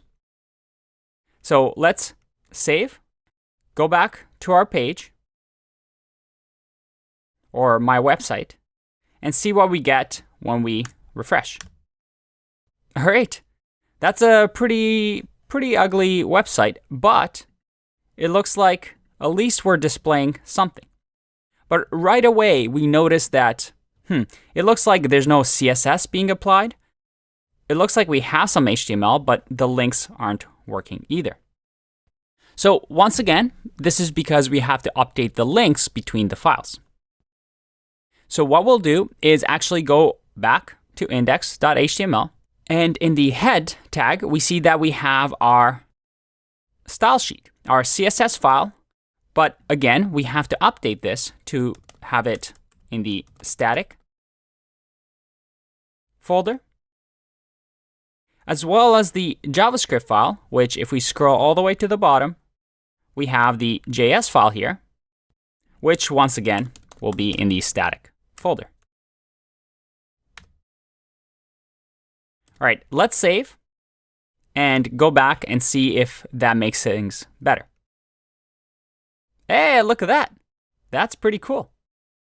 Mind you, this looks a little big because I increased the size of my website by doing command plus and minus, just so we can see better.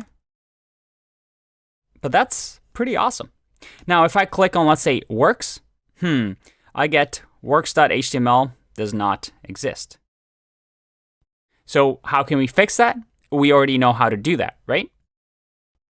All we need to do is to update these different routes so that it points to the appropriate template. Now, in the next video, I'll show you how to do that, but I want you to attempt to do this yourself because we've learned this by now. So try to make the website work exactly like we had it over here on our mashup templates, and I'll see you in the next video. All right, were you able to get that? If not, don't worry. Let's go over what we need to do to get everything on our profile working. So we obviously have an about.html page. So that can just stay the same as it is now. We can call it about. And if we copy and paste here, do another one. Let's say, what else do we have? We have work.html. So let's do work.html, which will be work.html. And let's just check that this works. I'm going to remove the old route just so we have the home, about, and work HTML. If I go back, and let's go to home. Oh, looks like we have a bit of an error. And I did not change the function over here. You see that I have both about, so let's just call this work. If I go back and refresh, all right, let's go to works. Oh, it's works.html. Why isn't that working? That is because it should be works.html. Silly me. All right, let's go back. Let's refresh. Works.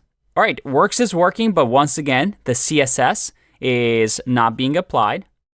If I go back and let's go to About Me is working as well, but the CSS isn't being applied. And we know why that is. Once again, if we go to Works, we have to update this to include the static folder.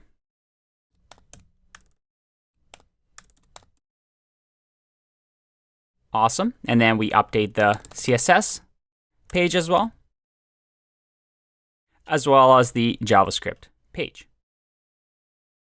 So this is a lot of repetition, but I'm just showing you so you understand what the thought process is and why we need to do this. Again, we'll just fix these as well.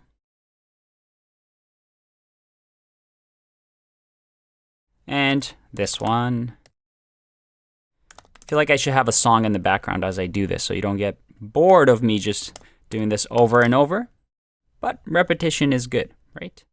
All right, last one, the JavaScript file. Let's save. Go back to our server. Let's refresh. All right, let's go to home.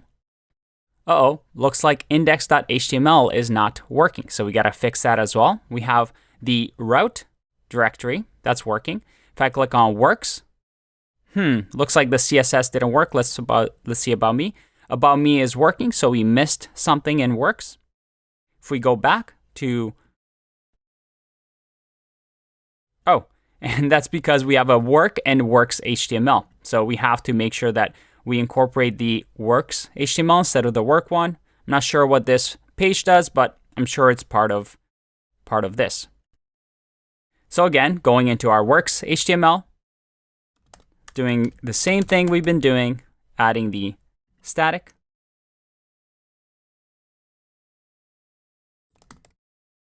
Like so.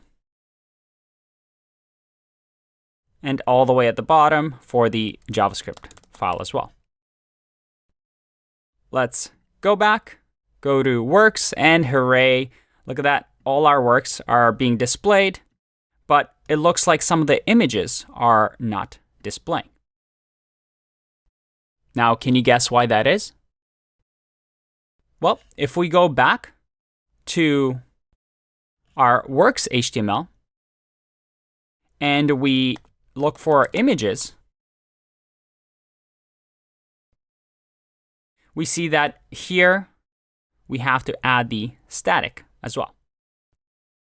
So again, I'll add those to the images, and just to make this faster, I'll just copy this and do Command F or Control F to search for all instances of images and make sure that we add the assets in here.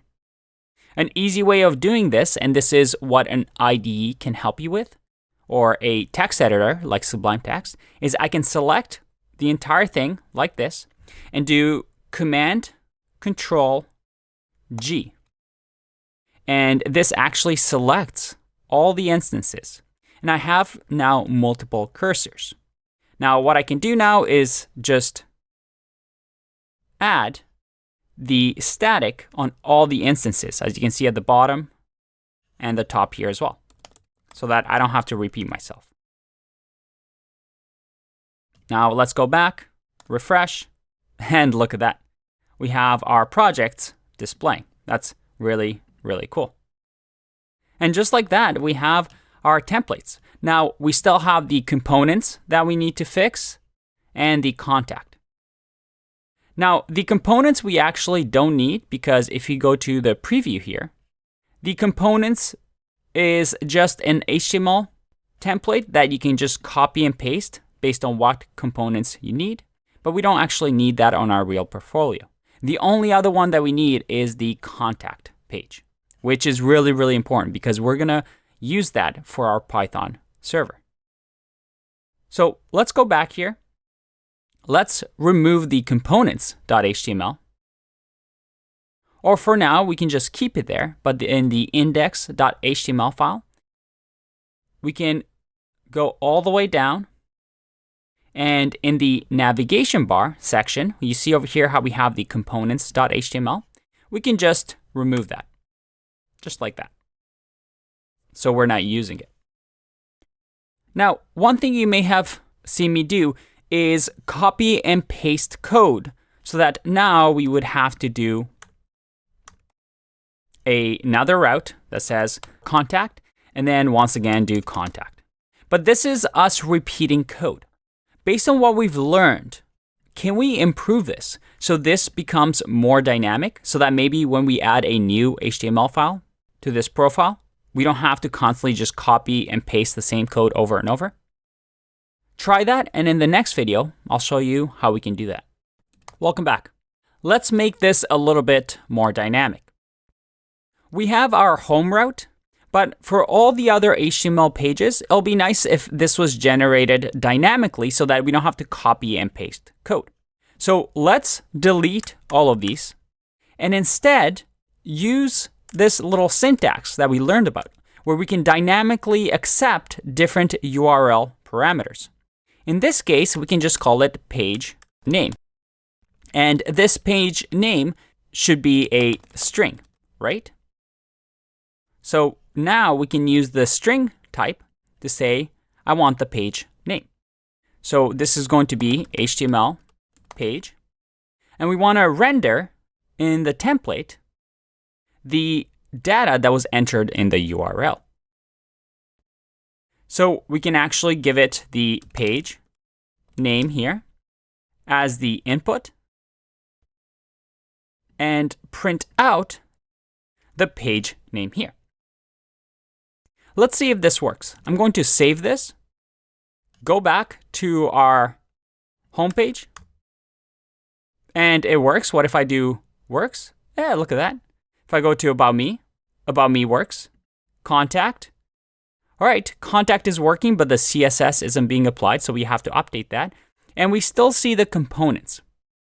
All right, so there's a few things that we need to fix, but everything is working dynamically, which is great. And you see that even index.html that we had issues with before is now working, which is great. So let's fix a few things.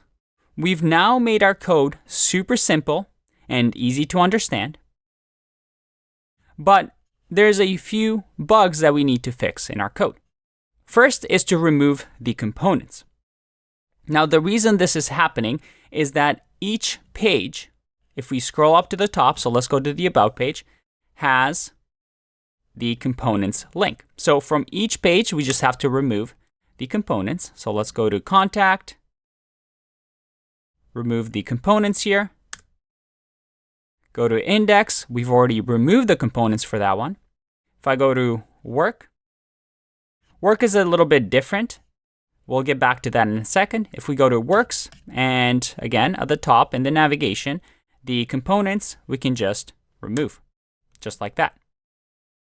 We also saw that the Contacts page doesn't have CSS added to it. So again, we go back and we add the static folder here. Same with the favicon. Right over here. And then the JavaScript file at the bottom. If we save, go back, let's refresh, and go to Home. If we go to Works, that works. About Me, that works. Contact, look at that. How pretty is that? All right. Now, a few things that I want to fix here. One is that we see that the numbers don't match over here. We want them to ideally match, right? So we have this working, but then About Me and Contact, that's kind of weird. Let's see why that is. If we go back, we go to Contact, we see that in the navigation, we have 1, 2, 3, 4, which looks great. But then at the bottom, we see that the numbers contact me are a little bit off. So let's just do 04 for contact me. If we go to about, making sure that the about page or about me is 03. So let's do that. And now if I save and refresh, we have contact me, about me, works, and home. All right, 2 last things, and then we're going to get back to Python, I promise. One, I want to change this text so that it says my name, and maybe I'm a Python developer. So all we have to do is, once again, go to index.html and look for this text. Add your site or app content here. So we can see here it says, hello, I'm James Dean, French designer. So let's just say I'm Andre Nagoy. And let's say Python, let's say expert. Sounds cooler. Working as a freelancer. Let's do an instructor, because I am an instructor after all. So that if I save and refresh, how awesome is that? Super, super simple. That looks pretty neat. All right, the last thing is the works part. If you look at my works and I click on discover, all right, so here you can add your own projects that you want. If I go to 06, I guess the links here aren't working since we only have one work. But let's say you wanted to add a different project. All we have to do is simply say work2.html and link in 002 here with work2. Let me show you how that's done. So let's go to work.html. If we do Control F and do 002, we see that these are the links. Look at that, 002, 003. So all we have to do is perhaps change the link here to work2.html so that it links to work2. Now, that's something that you can do on your own. Again, we don't want to focus too much on HTML and CSS because it's outside the scope of this course. But as you can see, we have a pretty neat website, pretty fast. It only took us a couple of minutes, and you now have a portfolio webpage. But there's one big piece missing, and one thing that Python can really help us with. That is this contact form. It wouldn't be a real portfolio website unless people can contact you, right? Maybe employers or people that need work done can actually send you a message. So over the next couple of videos, we're actually going to explore this, where we're able to send information to our server in the backend and actually capture it and save it and store it somewhere. I'll see you in the next one. Bye-bye. All right, everybody, this is going to be really, really fun. We're going to create an actual contact page where users can submit contact information and enter a message so that they can contact you online. Now, if we go to the Quick Start Guide on Flask and we go to accessing request data, this actually shows you how to handle it. And right over here in the request object is the code for us to actually grab information from the browser. Now, there's even things like file uploads, so we can get people to load their files and actually send it to our server. But for now, let's just focus on this.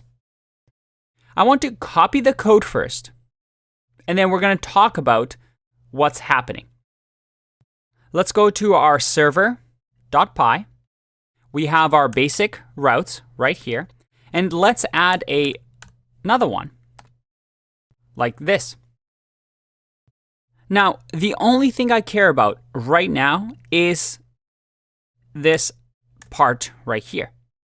I want to create a new route that I'll name for now submit form. And this is something that we'll actually have to create. It's going to have methods post and get. And again, this is just the default. Get means the browser wants us to send information. post simply means that the browser wants us to save information.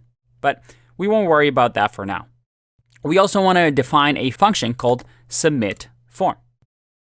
And finally, I want to just return for now a form submitted hooray message. So that's our submit form endpoint. But it's not doing anything right now. We're never calling this on the front end, on the browser. So how can we get this to work? Well, let's go to the contact.html and figure out when we click the button, what happens. And actually, let's just search for it. If I go to title page, you see that we have the send button. So when we hit send, we ideally send some information to the server. So let's Command F and look for the send text. And look at that. It looks like it's over here. Let's make this a little bit bigger, just like that, so we see what's going on. We see that we have a button of type submit, and this is the button that we're clicking to send. So it's on line 74. Now, at the top here, we see that we have something called form. And with form, we have an action that we can take. This is standard HTML. When HTML was created, the idea was to display pages, but also using this form, be able to send data to the server. And we do that using this action attribute. And in here, we can put post or get. And if you remember, that's exactly what we have here.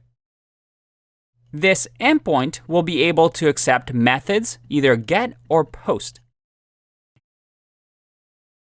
Now, we don't need to get into the details of what get versus post is, but a good way of thinking about it is we can send data with get by simply attaching the information to the URL.